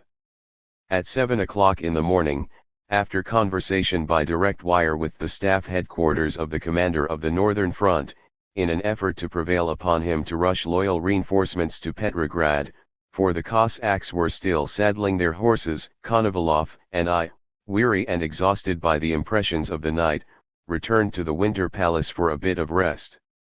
I remember how on the way we were surrounded several times by groups of excited military cadets. I remember how I had to reassure them and to explain all the probable consequences to the nation of a success for the Bolsheviki. I had intended, on arriving in my rooms, to get together all my correspondence and all documents in my keeping and have them sent somewhere else for safekeeping, but I abandoned this intention, realizing the discouraging effect this would produce on all those in the palace. As a result, some of my papers, among them documents of not inconsiderable interest, fell into the hands of the Bolsheviki, while others disappeared. After parting with Konovalov and issuing some urgent instructions to cover possible eventualities, I remained alone in my study. Without undressing I lay down on the couch in my room. To sleep was impossible. I lay with my eyes closed, dozing, in a kind of semi-consciousness. Hardly an hour had passed when I was roused by a non-commissioned officer, who came in with urgent information. The Bolsheviki had captured the central telephone station and all our palace wire communications with the city had been cut. The palace bridge, beneath my windows, was occupied by Bolshevist sailor pickets. The palace square was dead and empty. Not a word from the Cossacks, as was to have been expected. In another 10 minutes, both of us, Konovalov and I with all my adjutants, were racing back to staff headquarters. Nothing had changed there in the 2 hours of our absence. No, something had changed. Some of the units operating the armored cars had disappeared. The armored cars were now about as useful as water wagons. The approaches to the palace and to staff headquarters, separated from one another by the palace square, were absolutely undefended. There was no news of any reinforcements from the Northern Front, although they should have been by this time in Gatchina. There was the beginning of panic. The staff building, filled to capacity all the previous evening and all night, was being gradually deserted. I had hardly entered the staff headquarters when a delegation of the military cadets guarding the palace appeared. It developed that the Bolsheviki had sent them a formal ultimatum demanding surrender of the palace on pain of merciless repressions. The delegates wanted instructions, saying that the majority of their comrades were ready to do their duty to the end, if there was any hope of at least some reinforcements. It was evident, under the circumstances, that only the quick arrival of reinforcements from the front could save the situation. But how to obtain those reinforcements? There was but one thing to do, to lose no more time and go to meet the echelons, delayed somewhere near Gatchina, and hurry them forward to Petrograd, regardless of all obstacles. After conferring with Konovalov and Kishkin, who had arrived in the meanwhile, and consulting with several loyal officers of the staff, I decided to break through the Bolshevist lines and personally meet the advancing troops approaching, as we believed, in the direction of Petrograd. To do this it was necessary, first, to cross the entire city in full view of everybody, without arousing the attention of the Bolshevist troops and Red Guard patrols scattered throughout the capital. This was most difficult of all. After some consideration it was decided to stake all on one play. To remove all suspicion we determined to act openly. I called for my open touring car. My soldier chauffeur, with whom I had covered the entire front, was a brave and devoted man. One of my adjutants made clear to him the task we were embarking upon. Without a moment's hesitation he accepted it. As luck would have it, the supply of gasoline was not sufficient for the long journey, nor were there reserve tires. We preferred to take the risk of running out of gasoline and of the absence of the reserve tire to the possibility of attracting attention by prolonging the preparations. I took along with me Captain Kuzmin, assistant commander of the garrison, and a staff officer. I do not know how it happened, but the news of my proposed departure reached the Allied embassies. Just as we were about to leave, representatives of the British and, as far as I can remember, of the American embassies arrived, saying that the Allied envoys desired that I be accompanied by an automobile flying the American flag. Although it was more than evident that the American flag could not save me and my companions in the event of our failure, and that, on the contrary, it would only attract unnecessary attention on our passing through the city, I accepted the suggestion as evidence of the interest of the Allies in the Russian Provisional Government and their solidarity with it. Shaking hands for the last time with Kishkin, who took upon himself the direction of the defense of the capital in my absence, I went out into the yard of the staff building, together with my companions. We entered my car. Close at hand was the American machine. One of my officers, unable to find room in my car, decided to travel alone, but on the condition that in passing through the city he was to keep his machine, flying the American flag, at a respectful distance from ours. Finally, we moved. We followed closely all the details of my daily travel through the city. I occupied my usual seat on the right, in the rear. I wore my customary semi-military uniform, which had become so familiar to the population and to the troops. The automobile moved at the usual city speed. At the very beginning of the Morskaya, near the telephone station, we passed the first Bolshevist guard. Some distance beyond, at the Astoria Hotel and at the Mariinsky Palace, were additional patrols and detachments of Bolsheviki. I need hardly say that the entire street pedestrians and soldiers recognized me immediately. The soldiers straightened up, as they would ordinarily have done. I saluted, as usual. In all probability, the moment after I passed, not one of them could account to himself how it was possible for him not only to have permitted this counter-revolutionist, this enemy of the people, to pass, but also to have saluted him. Having passed safely through the center of the city, on entering the workmen's section and approaching the Moscow toll gate, we increased our pace and, finally, moved with breakneck speed. I remember how at the very exit from the city Red Guardsmen, patrolling the road, came rushing towards our machine from all sides of the chaussee, but we had already passed them, while they had not only failed to make an effort to stop us, but had not even had time to take a good look at us. At Gatchina we drove up straight to the palace gate leading to the commandant's quarters. We were chilled through and through by the mad drive.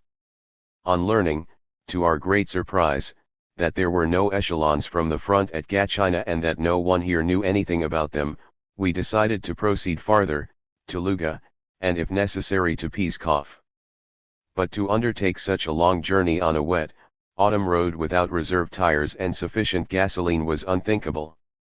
We resolved to spend a half-hour at the commandant's office, to have some tea and warm up, while our machines were to be taken to the garage of the local military automobile command to take on the necessary materials. However, the moment I stepped into the commandant's office his conduct appeared very strange to me. He tried to speak as loudly as possible and kept close to an open door leading into an adjacent room, from where we were being closely eyed by some soldiers. As if responding to the warning of some inner voice, I suddenly ordered my machine detained and proposed to my companions that we resume the journey at once, without waiting for tea. Only the car with the American flag and one officer went to the garage for the necessaries. We had left in time. 5 minutes after our departure a machine all decorated with red flags raced into the palace yard. Members of the local military revolutionary committee had come to arrest me. It developed that some traitors in the staff building in Petrograd had informed Smolny of my departure for Gatchina. From Smolny had come an order to have me arrested here. Our automobile managed, however, to escape from the city. But our other machine fell into serious difficulty. For more than an hour it wandered about the streets of Gatchina. After breaking through 2 ambushes, under a hail of shots, it found escape from the 3rd ambush not quite so easy. 1 bullet pierced a tire and another struck the chauffeur in the hand. My officer, deserting the machine, was compelled to seek refuge in a nearby wood. We learned of this only next day, on our return to Gatchina from the front. But on leaving Gatchina we counted only the minutes, jumping with every jerk of the machine, trembling for the fate of our tires. There is no use to describe in detail our mad hunt for the elusive echelons from the front, which we did not find until our arrival at Pskov. When we entered that city at 9 o'clock in the evening we knew nothing of what had possibly taken place here. Nor had we any knowledge of the extent to which the people were familiar with events in Petrograd, or of how these events had been received here. For this reason we decided to move with great care, and instead of going directly to the staff headquarters of the commander of the Northern Front, General Cheremisov, we went to the home of his quartermaster general, Baranovsky, formerly chief of my military cabinet. Here I learned that the news from Petrograd was very discouraging, that a Bolshevist military revolutionary committee was already functioning in Pskov itself, and that it had telegraphed an order for my arrest, signed by Lieutenant Krylenko and the sailor, Dybenko. In addition, I learned what was even worse, namely, that Cheremisov himself was making all sorts of advances to the Revolutionary Committee and that he would not take any measures for the dispatch of troops to Petrograd, believing such expedition to be useless and detrimental. Soon, upon my order, the commander himself appeared. A very unpleasant conversation followed. The general did not conceal his intention of not binding his fate in any way with that of the doomed government. He also tried to show that he had no troops he could spare from the front, and declared that he could not guarantee my personal safety in Pskov. Cheremisov informed me also that he had countermanded the order, given in response to my demand from Petrograd, for the dispatch of troops, the 3rd Cavalry Corps included. Have you seen General Krasnov? Does he share your opinion? I asked. I expect General Krasnov any minute from Ostrov. In that case, General, direct him to me at once. I obey. The general left, saying he was going straight to a meeting of the Military Revolutionary Committee to get a clear idea of the attitude of the troops and that he would come back to me to report. My conversation with this clever, able, extremely vain man, who had so completely forgotten the call of duty, made a disgusting impression upon me. Considerably later I learned that upon leaving me the general did not go to a meeting of the Military Revolutionary Committee. He even tried, by long-distance wire, to prevail upon General Balyaev, commander of the Western Front, not to give any aid to the government. Cheremisov's absence seemed endless. Meanwhile every minute was costly, for every delay meant irreparable damage in Petrograd. It was 11 p.m. How could we in Pskov know that at that very moment the Winter Palace, where the provisional government was sitting, was withstanding the final bombardment and the last attacks of the Bolsheviki? Finally, at 1 o'clock in the morning, General Cheremisov returned to declare that he could not give any aid to the government. And if, he continued, I still held to my conviction that resistance was necessary, I should go immediately to Mohilev, as my arrest here, in Pskov, was inevitable. In mentioning Mohilev, General Cheremisov did not, however, tell me that General Dukhanin, Chief of Staff at General Headquarters, had tried twice to speak to me by long-distance wire and that twice Cheremisov had refused to permit him to do so, without asking me. And Krasnov? I asked. He has already been here and gone back to Ostrov. But, look here, General, didn't I ask you to send Krasnov to me? As far as I can recall there was no answer to this exclamation. His criminal shirking of his duty was obvious and I was in a hurry to get rid of him. For there was no hesitation in my mind. One felt I must return to Petrograd, even if only with 1 regiment. After considering the situation with General Baranovsky and my young companions, I decided to proceed immediately to Ostrov, staff headquarters of the 3rd Cossack Cavalry Corps and, in the event of failure there, to continue to Mohylev. While waiting for my automobile I lay down to rest. In the silence of the night I could almost hear the onward lightning-like rush of the seconds, and the realization that every passing moment was bringing everything closer to the abyss was unbearable. Suddenly, a ring at the main door. It was Krasnov with his chief of staff. He wanted to see me at once. At one jump I was in the room where the two officers awaited me. It appeared that having received from General Cheremisov an order, signed ostensibly by me, countermanding the move on Petrograd, which had already been begun, General Krasnov somehow doubted the authenticity of the order, and instead of leaving for Ostrov he had begun to look for me here in the night. And I, General, was just making ready to go to you, to Ostrov, relying on your corps and hoping, regardless of obstacles, to march on Petrograd.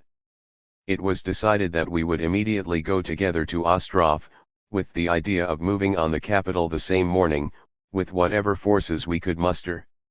At this point it is necessary to stop for a moment in order that all the fatal events that followed may be made clearer. It is necessary to stop and recall the past history of the Third Corps, with which it pleased fate to bind my last effort to save the country from Bolshevist destruction. The 3rd Cavalry Corps was the very same celebrated corps which together with the Wild Division, under command of General Krymov, had been hurled against the provisional government by General Kornilov on September 7. After the collapse of the rebellion the demoralized parts of this corps had been scattered all over the northern front. That was why instead of a corps I found only several regiments in Ostrov. On the other hand, the participation of the corps in the Kornilov adventure had seriously lowered its spirits, shattered its military discipline and sowed mistrust of the officers on the part of the Cossack rank and file. The officers, on their part, could not reconcile themselves to the collapse of the Kornilov enterprise and hated all its opponents, particularly me. General Krasnov himself conducted himself, in his relations with me, with great but proper restraint.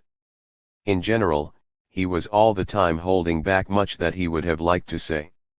However, I did get the impression immediately that he was ready to do all he could to crush the Bolshevist mutiny. Moreover, not in vain did it please fate to make it possible for me to continue the struggle by pushing Krasnov to my side. Late in the night we left for Ostrov, arriving there at dawn. The order stopping the move on Petrograd was in turn recalled. The advance on Petrograd was announced. We did not know then that the government, to whose aid we were rushing, was already in the hands of the Bolsheviki and that the ministers themselves were in the fortress of SS. Peter and Paul. But we could see how quickly events in Petrograd reacted on the front, destroying everywhere all the discipline and order barely restored anew after the Kornilov affair. We had hardly entered Ostrov when we began to hear reports on all sides that the local garrison had decided to use force to prevent the Cossacks from leaving the town. In the morning, addressing a meeting of garrison and Cossack delegates, at the request of General Krasnov, I had opportunity to convince myself that every hour's delay in the town made the departure of the Cossacks from Ostrov increasingly more problematical. Gradually, the soldier mass, disorderly and partly armed, gathered in increasing numbers around the staff headquarters of the Third Corps. At last, at about 10 o'clock in the morning, we received word from the railway station that the military trains were ready for the entrainment of the troops. Our automobiles moved to the station under a Cossack convoy, to the accompaniment of the threatening cries of the infuriated soldiery. At the station new difficulties developed. Under various excuses, with the object of paralyzing our enterprise, our trains were not permitted to pass. Only my personal presence among the troops finally removed all apparent and concealed obstacles. With much delay, the trains loaded with the echelons of the 3rd Cavalry Corps moved on their journey. The entire fighting force of the corps consisted of 500 or 600 Cossacks and several cannon. However, with these forces and at any cost we decided to fight our way to Petrograd, without awaiting any reinforcements or stopping anywhere. Only towards evening of that day, in the train, near Luga, did I receive the first report of the capture of the Winter Palace.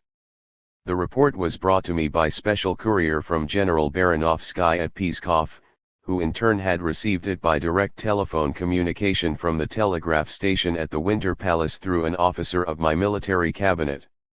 Although based apparently on unimpeachable authority, it appeared to us, as often happens in life, improbable, while the courier from Pskov himself roused our suspicion. For with us in the train was an officer who had left Petrograd on the morning of November 8. According to him, the government was at that time still defending itself while resistance to the Bolsheviki was increasing in the city. Comparing this testimony of the eyewitness with the report from Pskov, we involuntarily questioned the authenticity of the latter, believing the tragic information to have been fabricated by a Bolshevist agent in order to provoke panic and demoralization in the ranks of the government forces.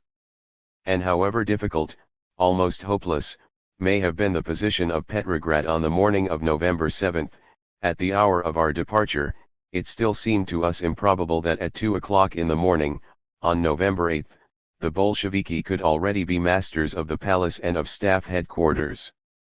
At dawn, on November 9, our detachment was approaching Gatchina, which was by this time already in the hands of the Bolsheviki, under the authority of the local Military Revolutionary Committee and of the local Soviet. The town was filled with all kinds of Bolshevist troops, local infantry, artillery, Kronstadt sailors, armored cars from Petrograd, etc.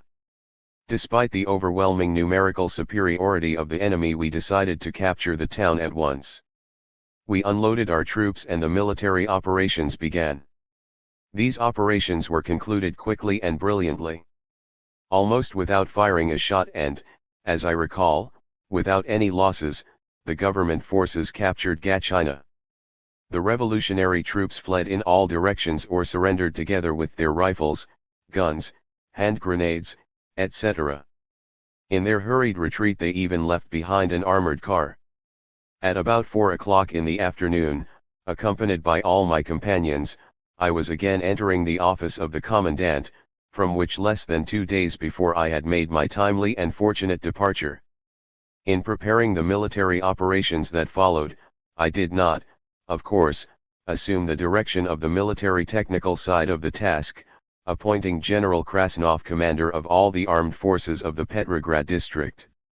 I was prepared, however, to support him at any point at which his personal authority might prove inadequate. The first prerequisite of continued success was the arrival of reinforcements from the front, especially of infantry. From Gatchina I sent out many telegrams demanding the dispatch of troops.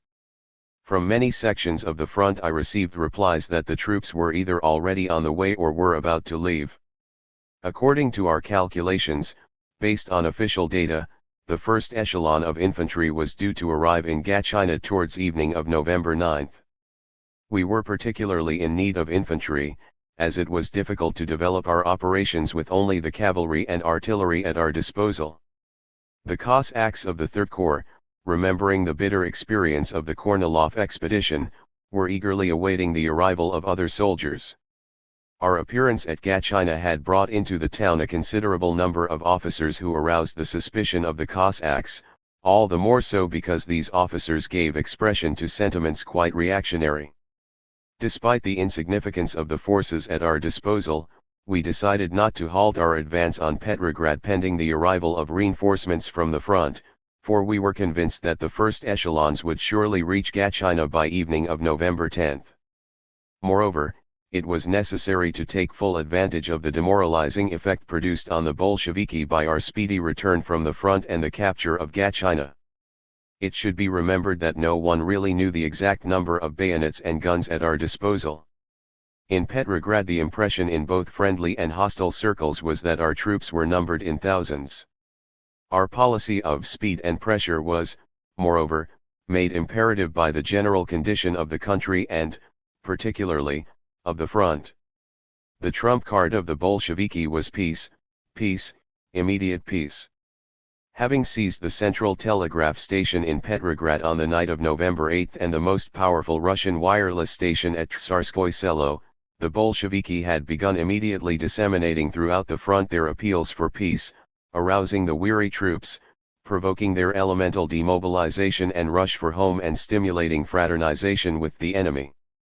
It was necessary to destroy all communications between the Bolsheviki in Petrograd and the front and to stop the stream of poisonous propaganda coming over the wires and the radio.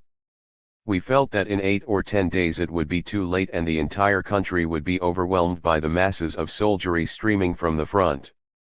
There was no other way out. It was necessary to act, however great and mad the risk. Incidentally, I may say that the legend that the provisional government disappeared from the face of the earth amidst general indifference is in no way borne out by the facts. Simultaneously with our advance on Petrograd, civil war broke out all over the country and at the front.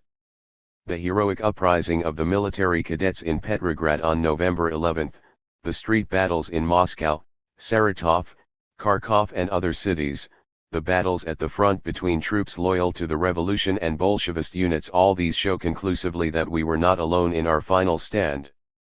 And so, making Gatchina our base and taking stock of our forces and all possible reinforcements, we decided to move on Tsarskoye at dawn of November 10, intending to capture it by noon of the same day. General Krasnov himself was full of courage and confidence, believing that he would not require reinforcements until after the capture of Tsarskoye Selo, when the direct operations against Petrograd would begin. The attitude of the Cossacks on that day, November 9, was still quite satisfactory. At dawn, on November 10, the Cossacks moved from Gatchina and soon their ranks were advancing along the Tsarskoye-Selskye chaussee. On the same morning we received our first reinforcement, a splendidly equipped armored train, abundantly supplied with guns and light quick-firing field pieces. But already on that morning we began to be worried by the delay in the advance of the echelons from the front. This delay appeared quite strange and mysterious. Later, we learned the reasons for it. On the one hand, we were being sabotaged by various military authorities, like the aforementioned Cheremisov, and, on the other, railroad and telegraph workers were hindering the troop trains going in the direction of Gatchina. About 3 hours after the departure of our forces, I followed them in an automobile. I found the Cossacks at a place where I did not expect them to be. They were not advancing at the rate of speed expected of them, and it soon became clear that they would not reach Tsarskoye Selo by noon. Observing strictly my rule not to interfere in actual military operations, I stopped halfway between Gatchina and Tsarskoye Selo, at the meteorological observatory at Pulkovo, from the dome of which the battlefield was clearly visible through field glasses. Here I learned that the Bolsheviki had apparently organized some kind of resistance near Tsarskoye Selo and that General Krasnov, following an artillery bombardment, was attacking the town. Indeed, very soon after our arrival at the observatory we heard a short cannonade. Then everything grew still.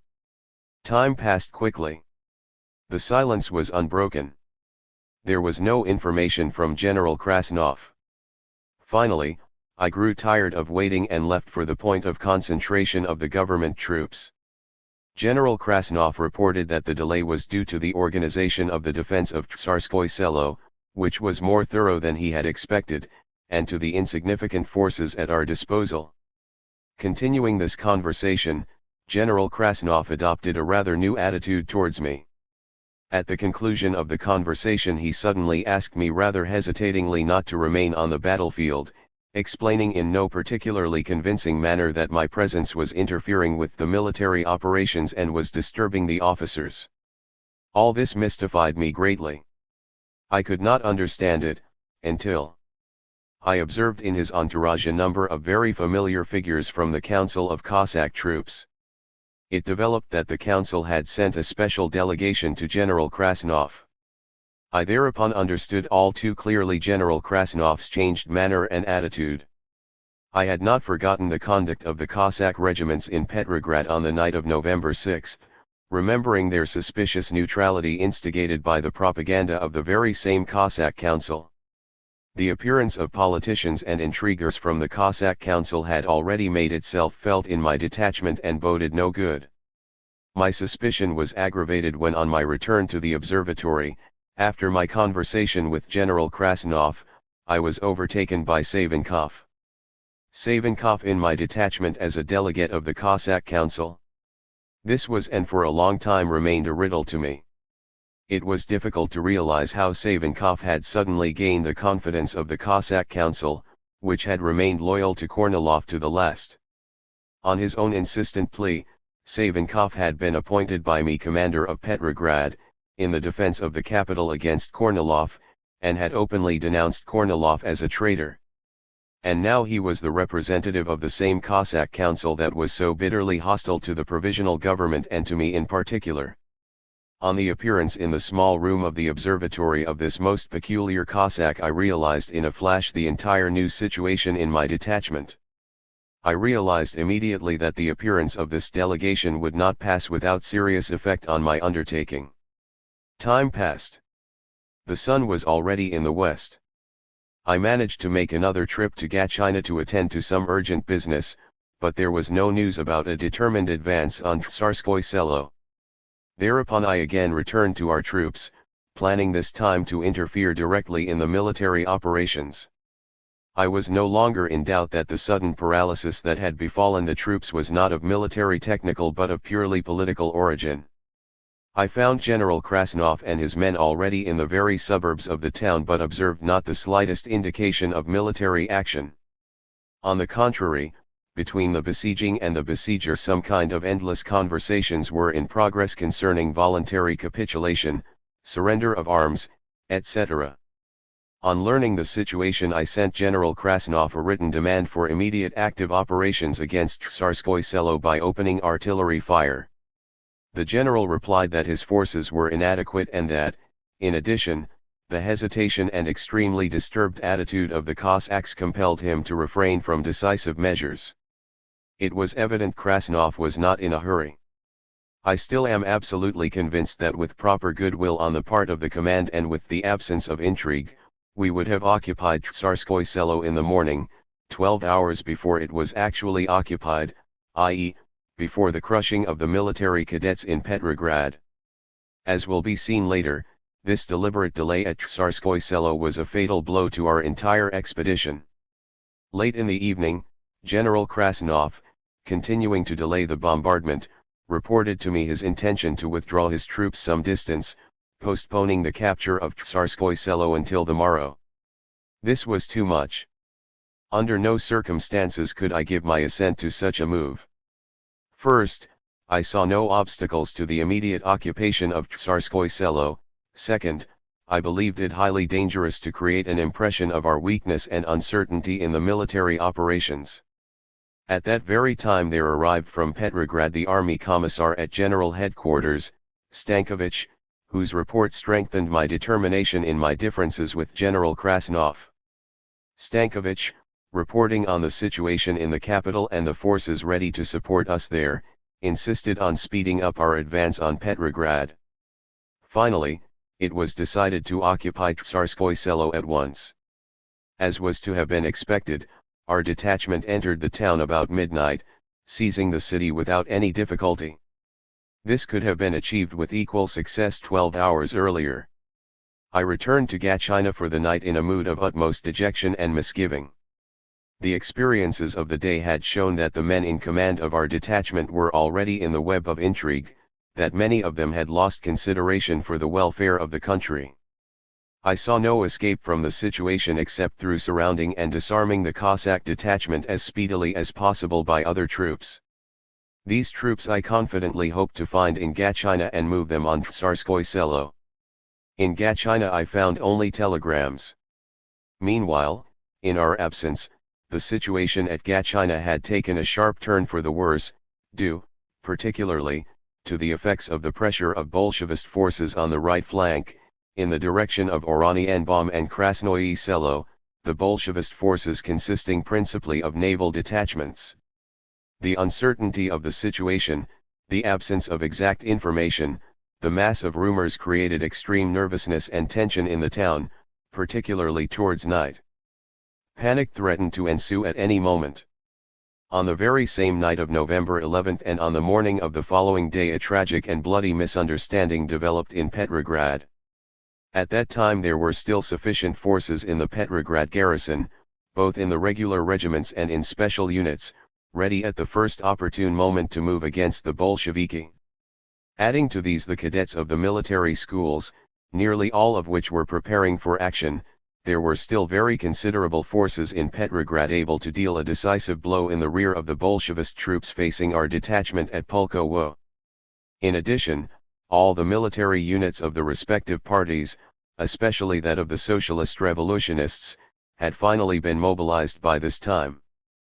But due to misunderstanding of the confused situation and the misleading activity of agents, provocateurs and traitors, all the anti-Bolshevist forces in Petrograd had gone into action too soon, before we could be of any assistance to them or, at any rate, before we could take advantage of the fighting in Petrograd to attack the Bolshevist forces at Pulkowo.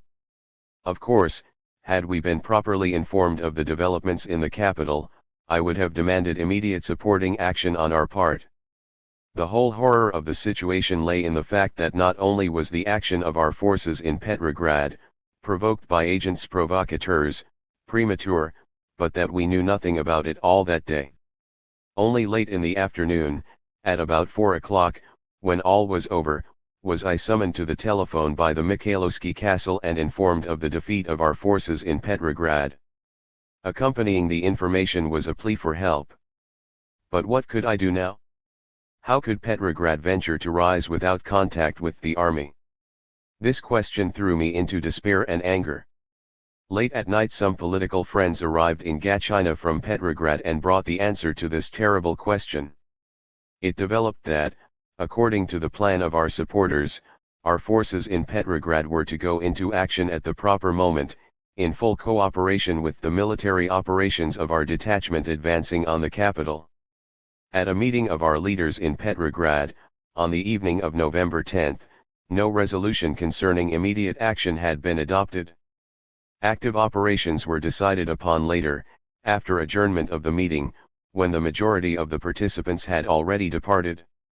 At that moment a group of military men, highly excited, appeared at the place of the meeting with the hardly reliable information that the Bolsheviki, having learned of the contemplated action, had decided to begin the disarmament of the military schools next morning, and for this reason it was necessary to take risks and begin operations immediately. And, indeed, the morning of November 11 opened with a cannonade, the meaning and purpose of which were at first a mystery to the majority of the civilian and military leaders of the anti-Bolshevist movement in Petrograd. The provocateurs had been completely successful in their aim. Our own detachment could no longer hope for any assistance from Petrograd, while the Bolshevist forces facing us were greatly encouraged. At this point I must emphasize the conduct of the Cossack regiments in Petrograd throughout the tragic uprising of our forces on November 11. Although the Cossacks had given me their solemn promise to do their duty, they continued throughout the fighting, as they did on the night of November 8, saddling their horses. These Cossack regiments remained true to themselves. Despite their promise, ignoring the horrors in the streets of Petrograd, when the military cadets and their civilian supporters were being shot and drowned in the Neva by the hundreds, the Cossacks remained neutral. Old Tchaikovsky, accompanied, I think, by Avksentiev, made the round of the barracks, pleading for help from the Cossacks. According to the testimony of participants in the fighting, Colonel Pokovnikov and his associates remained faithful to their policy of permitting the Bolsheviki to smash the provisional government and the democracy they so hated, in order to establish afterwards a strong national dictatorship. But let us return to Tsarskoye Selo. The entire day of November 11 was devoted to preparations for battle, which was to begin at dawn on Monday, November 12. The Bolshevist lines ran along the heights of Pulkowo. On their right flank was Krasnoye Selo, from which they were in a position to undertake a flanking movement against Gatchina. The reports of our scouts showed that we were faced by 12,000 to 15,000 troops of various branches. The heights of Pulkowo were occupied by Kronstadt sailors, splendidly trained, as we learned later, by German instructors. We had several hundred, 600 to 700, Cossacks, a limited quantity of artillery of excellent quality, an armored train and a regiment of infantry, which had meanwhile arrived from Luga. Not much. To be sure, we had also heaps of telegrams informing us of the approach of additional echelons. About 50 military trains from many sections of the front were fighting their way towards Gatchina against all obstacles. But it was impossible to delay any further. The Bolshevist command was feverishly assembling its forces, preparing to take the offensive at any moment. Early in the morning, November 12, the fight at Pulkowo began. In general it was developing satisfactorily. The great portion of the Bolshevist forces, consisting of troops of the Petrograd garrison, deserted their positions as soon as our artillery opened fire and under the slightest pressure of our men. But the right flank of the Bolsheviki held fast. Here the Kronstadt sailors and their German instructors were in action. The report presented to me in the evening of that day by General Krasnov stated that the sailors were fighting in accordance with all the rules of German tactics and that among the prisoners taken by us were men who spoke only German, or Russian with a foreign accent. The fight at Pulkowo was concluded in the evening successfully for us, but we could not follow up this success by pursuit or consolidate it because of the insignificant numbers at our disposal. Towards evening, General Krasnov retreated to Gatchina. At about 8 o'clock in the evening, General Krasnov and his staff, accompanied by his weary troops, entered the gates of the Gatchina palace. From the military point of view, this maneuver was quite proper and reasonable. But in the tense, political atmosphere of the situation this retreat provoked complete demoralization in the ranks of the government forces. It meant the beginning of the end. Before I describe these last 36 hours of our agony, let us return to the picture presented by our detachment before the battle at Tsarskoye Selo. This will explain more clearly the psychology of the final events at Gatchina. Unfortunately, all the negative aspects of the situation at Gatchina had attained full bloom at Tsarskoye. On the one hand, our handful of Cossacks was virtually lost in the mass of the local garrison. Everywhere in the park avenues, in the streets, at the barrack gates meetings were in progress, with agitators doing their best to confuse and discourage our men. The main argument of the propaganda consisted in comparing my expedition, with Kornilov's. Once more, comrades, as under the Tsar and under Kornilov, you are being compelled to shoot down peasants and workmen in order that the landlords, the bourgeoisie, and the generals may be returned to power. The rank and file of the Cossacks did not long remain indifferent to this demagogic agitation and began looking askance at the commanders. And at the same time, the commanders, without exception, from the highest staff officers to the very last non-commissioned officer, having forgotten their duty, were devoting themselves to playing politics.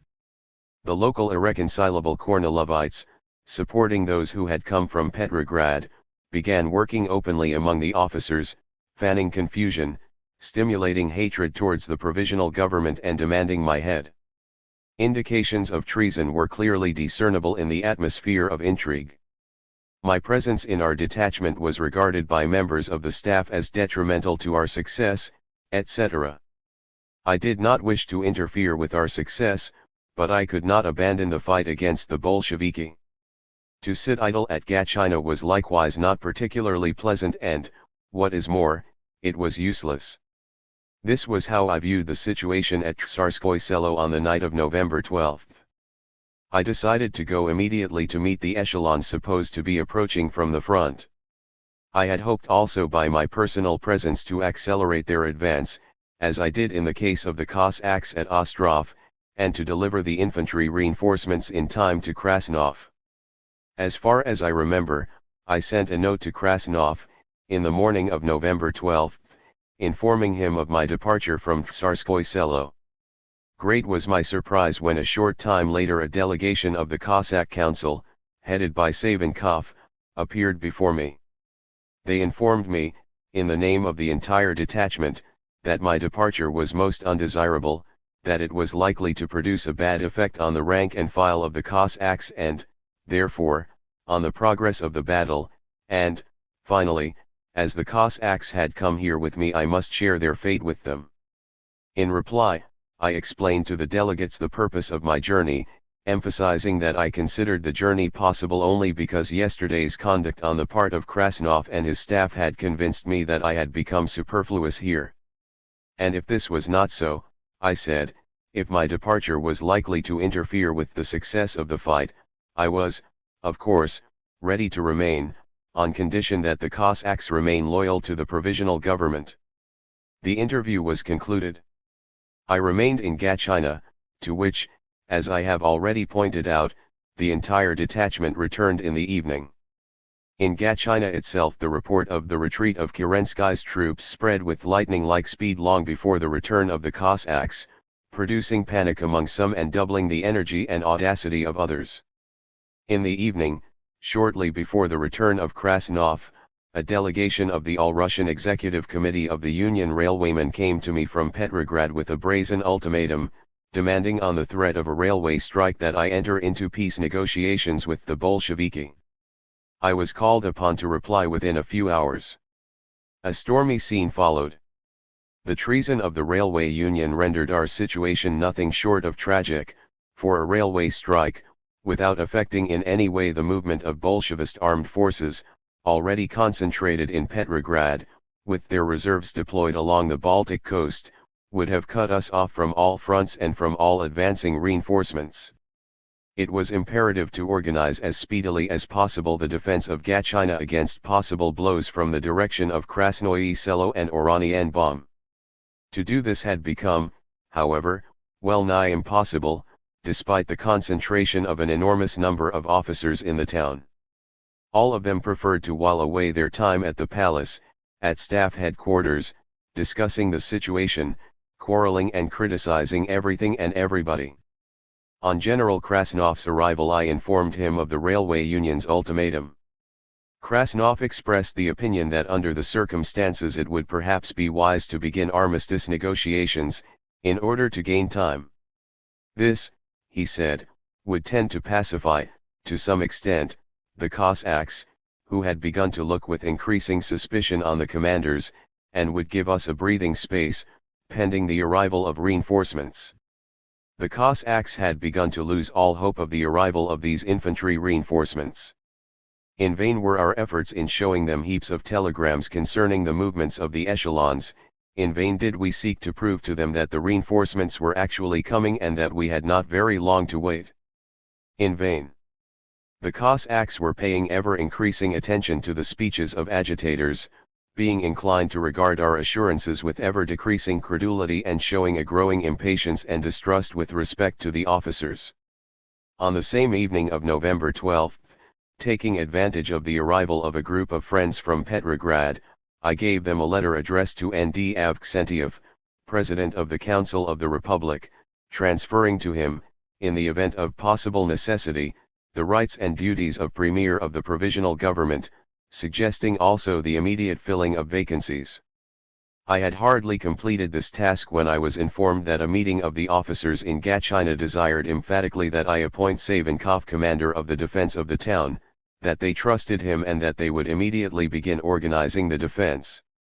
I appointed Savinkov to the post, which was utilized the same night by the Bolsheviki as new evidence of my counter-revolutionism. Only late at night did I find myself alone, with my two young adjutants, Lieutenant Kovenko and Lieutenant Vinier, who remained faithful to me to the last. It was now possible for me to think of my own fate, which did not appear particularly uncertain. One of my adjutants had just become a father.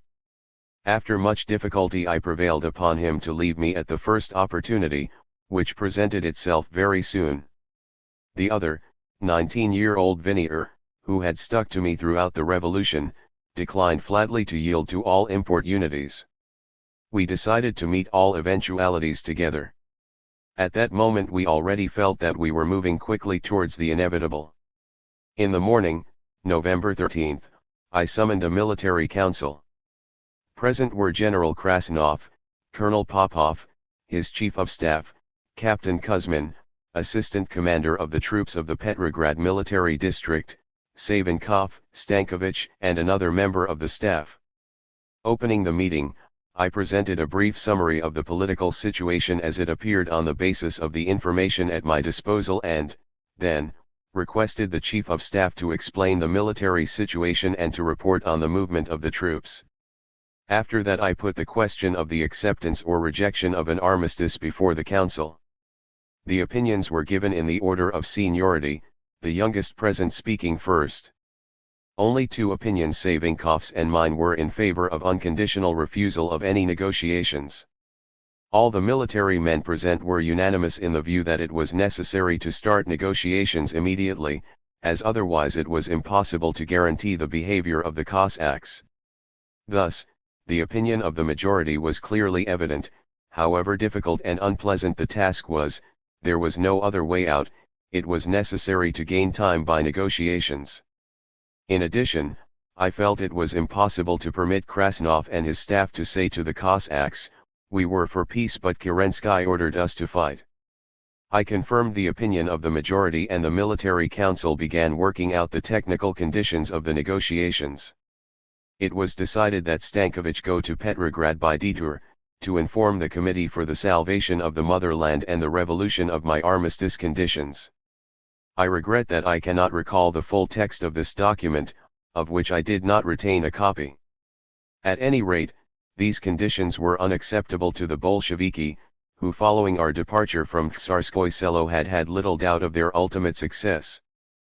But I remember clearly 2 of my conditions: first, the immediate laying down of arms by the Bolsheviki and their promise to obey the provisional government, which was to be reorganized, and, second, the reorganization of the government and its program to be determined by agreement of the existing provisional government with the representatives of all the political parties and the Committee for the Salvation of the Motherland and the Revolution.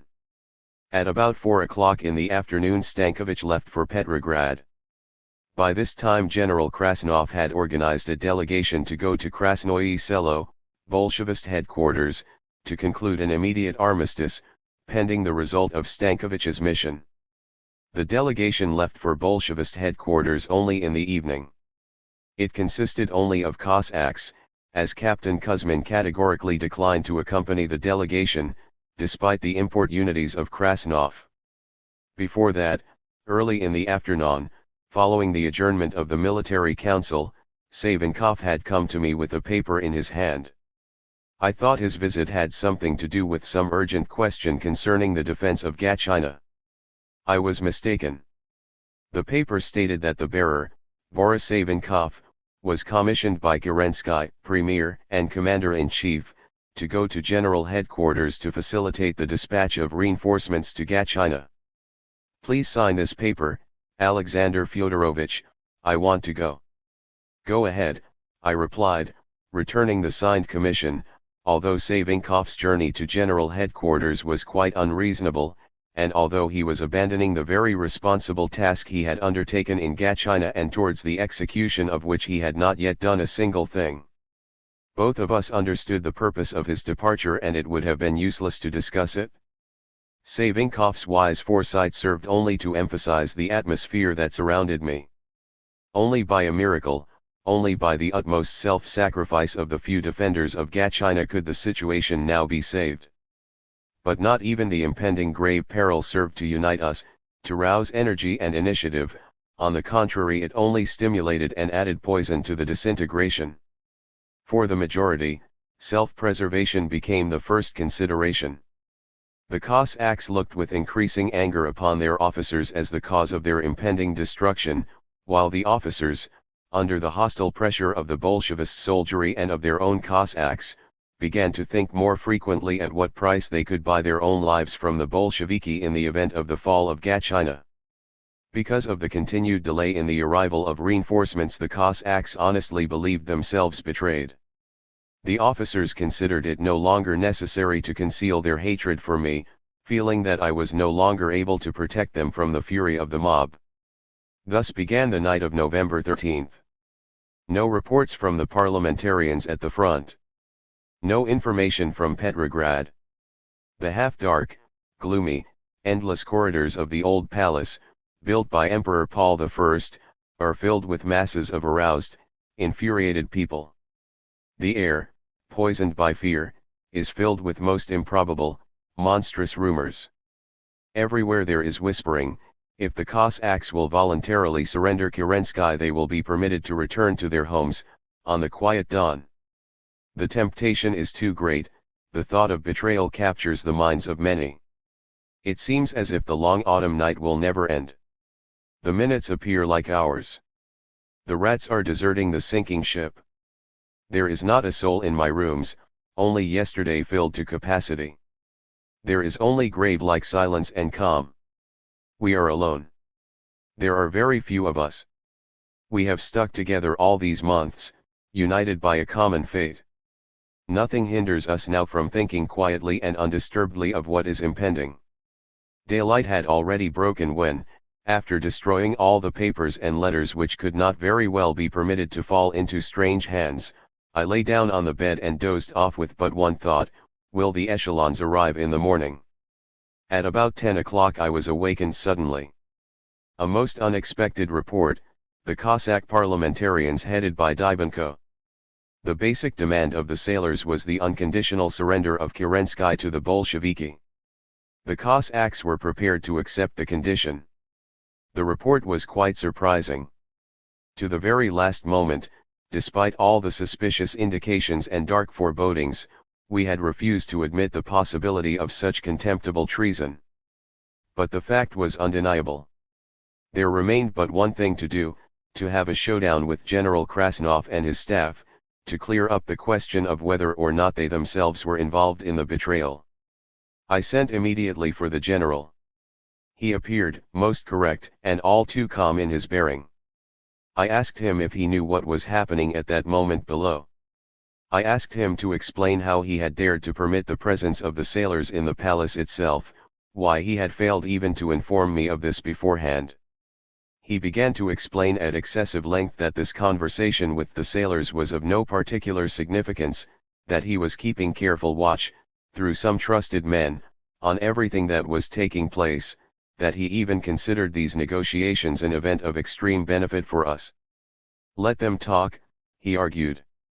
The day will pass in conversation and argument, and towards evening the situation will clear up, the infantry will arrive and we will change our tone. So far as the surrender of myself was concerned, he assured me he would never accept anything of the kind, saying I could remain perfectly undisturbed on this point. He thought, however, that it might be useful if I personally, accompanied, of course, by a good escort he offered to supply it, would go to Petrograd and try to reach an agreement with the various parties and even with Smolny Institute itself. To be sure, he added, the enterprise was rather risky, but was it not worth trying for the sake of the salvation of the country? Thus spoke General Krasnov to me. It was my last meeting with the general. The general's nervousness following upon the outward calm with which he had entered my room, the unsteady eyes, the strange smile, all this left no doubt of the actual situation. The bargaining for my head in progress downstairs was by no means as innocent as it was painted to me. The general left. I revealed the whole truth to those who were still with me. What was to be done? All my relations with the Cossack detachment were now broken by the Cossacks themselves. It would have been quite proper for me to consider myself no longer bound to those who had already betrayed me. But there was no way of escape. I had prepared no measures for my personal safety. Nor were any preparations made for departure from Gatchina.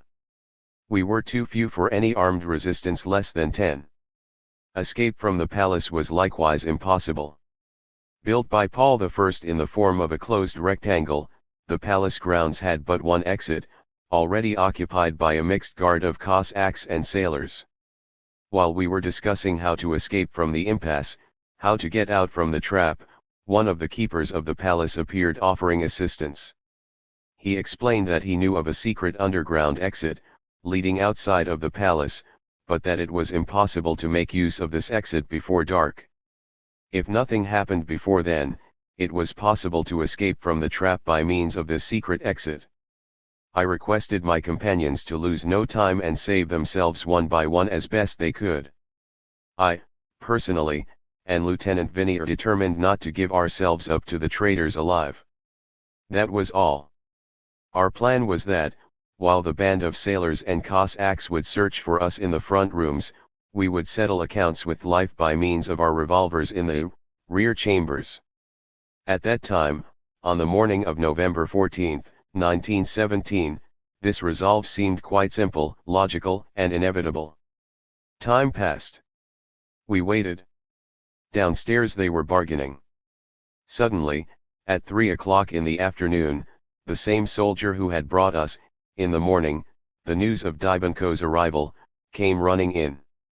His face was pale as death. The bargain had been concluded, he explained.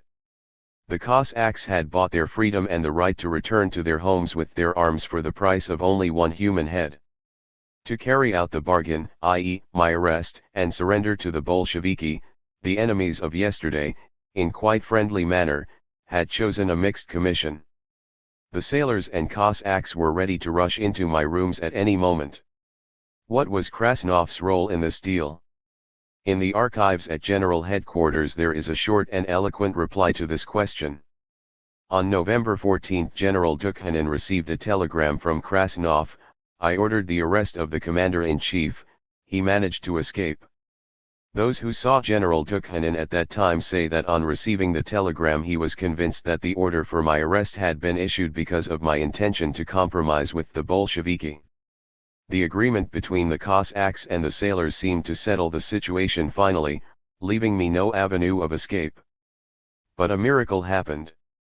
Two men whom I had never met or known before come into the room, a soldier and a sailor. There is no time to lose. Put this on. This consists of a sailor's cloak, a sailor's hat and automobile goggles. The cloak is too short for me. The hat is too small and persists in falling back on my neck. The masquerade attire appears ludicrous and dangerous.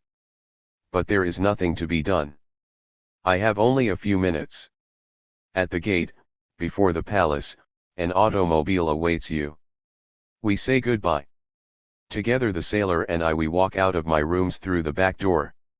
Two sailors come passing the door. They walk slowly across the empty corridor, engaged in quiet, nonchalant conversation. The rectangular corridor seems endless. Finally, we are at the stairway. We go below to the only exit, already occupied by a mixed guard of Cossacks and sailors. The least mistake, an uncertain step, we will be discovered and all will be lost. But we do not seem to think of that possibility at all. Our bodies move quite automatically, with perfectly balanced precision, like good machines. We pass the guard at the entrance door. Nothing. We move under the arch. We look around. I certainly do look ludicrous. Again nothing. We pass to the elevation before the palace. All is empty. There is no one to be seen. No automobile. We cannot understand at first what has happened. We walk on. Where? We don't know. To move faster is impossible. There has been a mix-up, says my new comrade. Let us go back, I reply. We turn back. We are again under the arch. We look around. We are now being observed. We re-enter the palace, through the door opposite to the one through which we left. This door leads straight to the guard room. We hear a diminishing distant roar. Dybenko's sailors and Krasnov's Cossacks are running upstairs to arrest me. At this moment we are met by the same friend who told us that an automobile would be waiting for us at the exit. Imperceptibly, with an air of complete indifference, he passes us, saying, "There has been a misunderstanding, the automobile is waiting for you at the exit from the town, at the Egyptian gates." We turn and appear for the third time under the arch. This is already too much. A guard takes a step forward in our direction. But here, under the arch, stands a trusted friend, an officer placed there for possible necessity. He is covered with bandages, his face and body bear the scars of war. He suddenly grows faint and falls straight into the arms of him, a sailor or Cossack I do not remember, who was about to approach us. All eyes turn upon the officer who has fainted. We slip through. We march through the city. The road is long. Gradually we put on speed. We meet a cab. We jump in. Go. From the distance we see the machine at the Egyptian gates. It seems as if we will never reach it. We almost stifle with impatience. Finally we are at our destination. We push into the hand of the cabman a ridiculously large bill. His eyes look with surprise at the machine, flying at breakneck speed. The machine is an excellent one. So is the chauffeur, an aviator. We speed along the chaussée towards Luga at a fantastic rate. The chauffeur is master of the wheel. Inside the car are hand grenades. In the event of necessity we will hurl them at our pursuers. A few minutes after our escape the pursuit begins. Where and how I escaped is a puzzle to everybody in the palace. Some friends at the palace take a most active part in the preparations. Our soldier, a chauffeur, a man absolutely devoted to me, appears infuriated at the escape. He volunteers to lead the pursuit. In my own machine, one I had used at the front, he follows along the route of our escape. Others take the opposite direction. The automobile driven by my pursuer is filled with enemies. But this does not disturb him. While at full speed the excellent machine suddenly breaks down. We can no longer be overtaken. But we do not know this. We speed on. But where are we going? Surely, not to Luga? We have not the slightest idea of what has taken place there in these last hours. Nearby, in the woods, there is a little peasant homestead. The occupants are simple folk, with no interest in politics, but honest. They are acquaintances of the sailor friend with whom I escaped from the palace, although he has not been to see them for more than a year. We look around the chaussée. Not a soul is to be seen either in front or behind. We stop. Both of us jump out and disappear in the thick of the wood. The automobile proceeds. From afar we hear the farewell of its horn. While we had been speeding along the chaussée towards Luga, the trains with our long-awaited infantry were approaching Gachina from the opposite direction. But it was too late. The first part of the strategic plan so cleverly conceived by the civilian and military Kornilovites was carried out brilliantly. With the hands of the Bolsheviki the provisional government was overthrown. The hated man was no longer in power. There remained only the task of executing the second and more important part of the plan, to finish the Bolsheviki within 3 weeks and to establish in Russia a national and, above all, a strong government. These 3 weeks have dragged out too long. Chapter 19.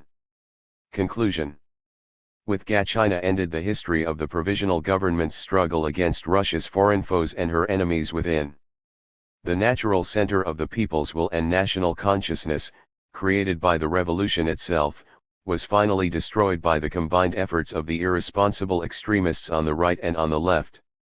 Under the social, political, and international conditions of that period as described in this book, it was inevitable that of the two extremes seeking dictatorship over Russia the victory should go to the dictators on the left.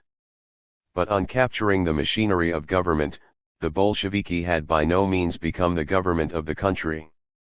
On the contrary, the day of the official victory of Leninite reaction became only the first day of a long, most cruel, and extremely bloody armed struggle of the Bolsheviki for power over the Russian people and the Russian state, which continues to this day. The transfer of supreme power by the entire country into the hands of the provisional government in March, 1917, amidst the sudden outburst of anarchy in the first days of the revolution, signified the prevention of civil war. The forcible seizure of the machinery of government by the Bolsheviki in November opened for Russia the period of civil war and terrorism, the period which has not yet found a conclusion. It is imperative to transform the exterior war of peoples into an interior war of classes, wrote Lenin in 1915. In November, 1917, this product of the madman's delirium became a reality for Russia. I repeat, there is nothing more ridiculous than the opinion widely prevalent abroad that the Bolsheviki seized power in Russia without any serious resistance on the part of the passive nation. In reality, there was not a city of importance in Russia where street fighting was not in progress. In the autumn of 1917, in the summer of 1918, the democratic forces of Russia created in the Volga region a government and an army for the defense of a free, republican order. The constant and stubborn resistance of the peasantry more than once provoked open rebellions. The struggle of the organized forces of democracy ended in complete failure, under the pressure of the supporters of dictatorship on the right and the left. The centrifugal political forces of Russian democracy were temporarily wiped off the stage of history, while the representatives of two dictatorships, Red and White, Kolchak, Denikin, Rajul, contended for supremacy on the battlefields of civil war. It is a common failure of people to fail to comprehend events occurring before them or to perceive the causation and connection of these events. It is because of this that the Bolsheviki have been able to deceive public opinion abroad into the belief that the civil war and the reign of terror had been forced upon them by the white generals and the other bourgeois counter-revolutionists. I have always been an uncompromising opponent of the activities of the so-called white dictators. I was and I remain an opponent of the blockade of Russia and of foreign military intervention in her struggle against the Bolsheviki. Nevertheless, one must not forget that all the evil done to Russia by the heirs of General Kornilov and by foreign intervention was only the inevitable consequence of the unpardonable crime committed by Lenin, the violent coup d'état carried out in the name of a minority dictatorship, on the eve of the convocation of the Constituent Assembly. Even after their reactionary coup d'état of November 7, the Bolsheviki still had an opportunity to extinguish the growing flames of civil war and to halt the destruction and dissolution of Russia. This they could have done by submitting to the authority of the Constituent Assembly. Under the provisional government, the Bolsheviki passed as the most devoted supporters of democracy. The speediest possible convocation of the Constituent Assembly was one of their most insistent demands.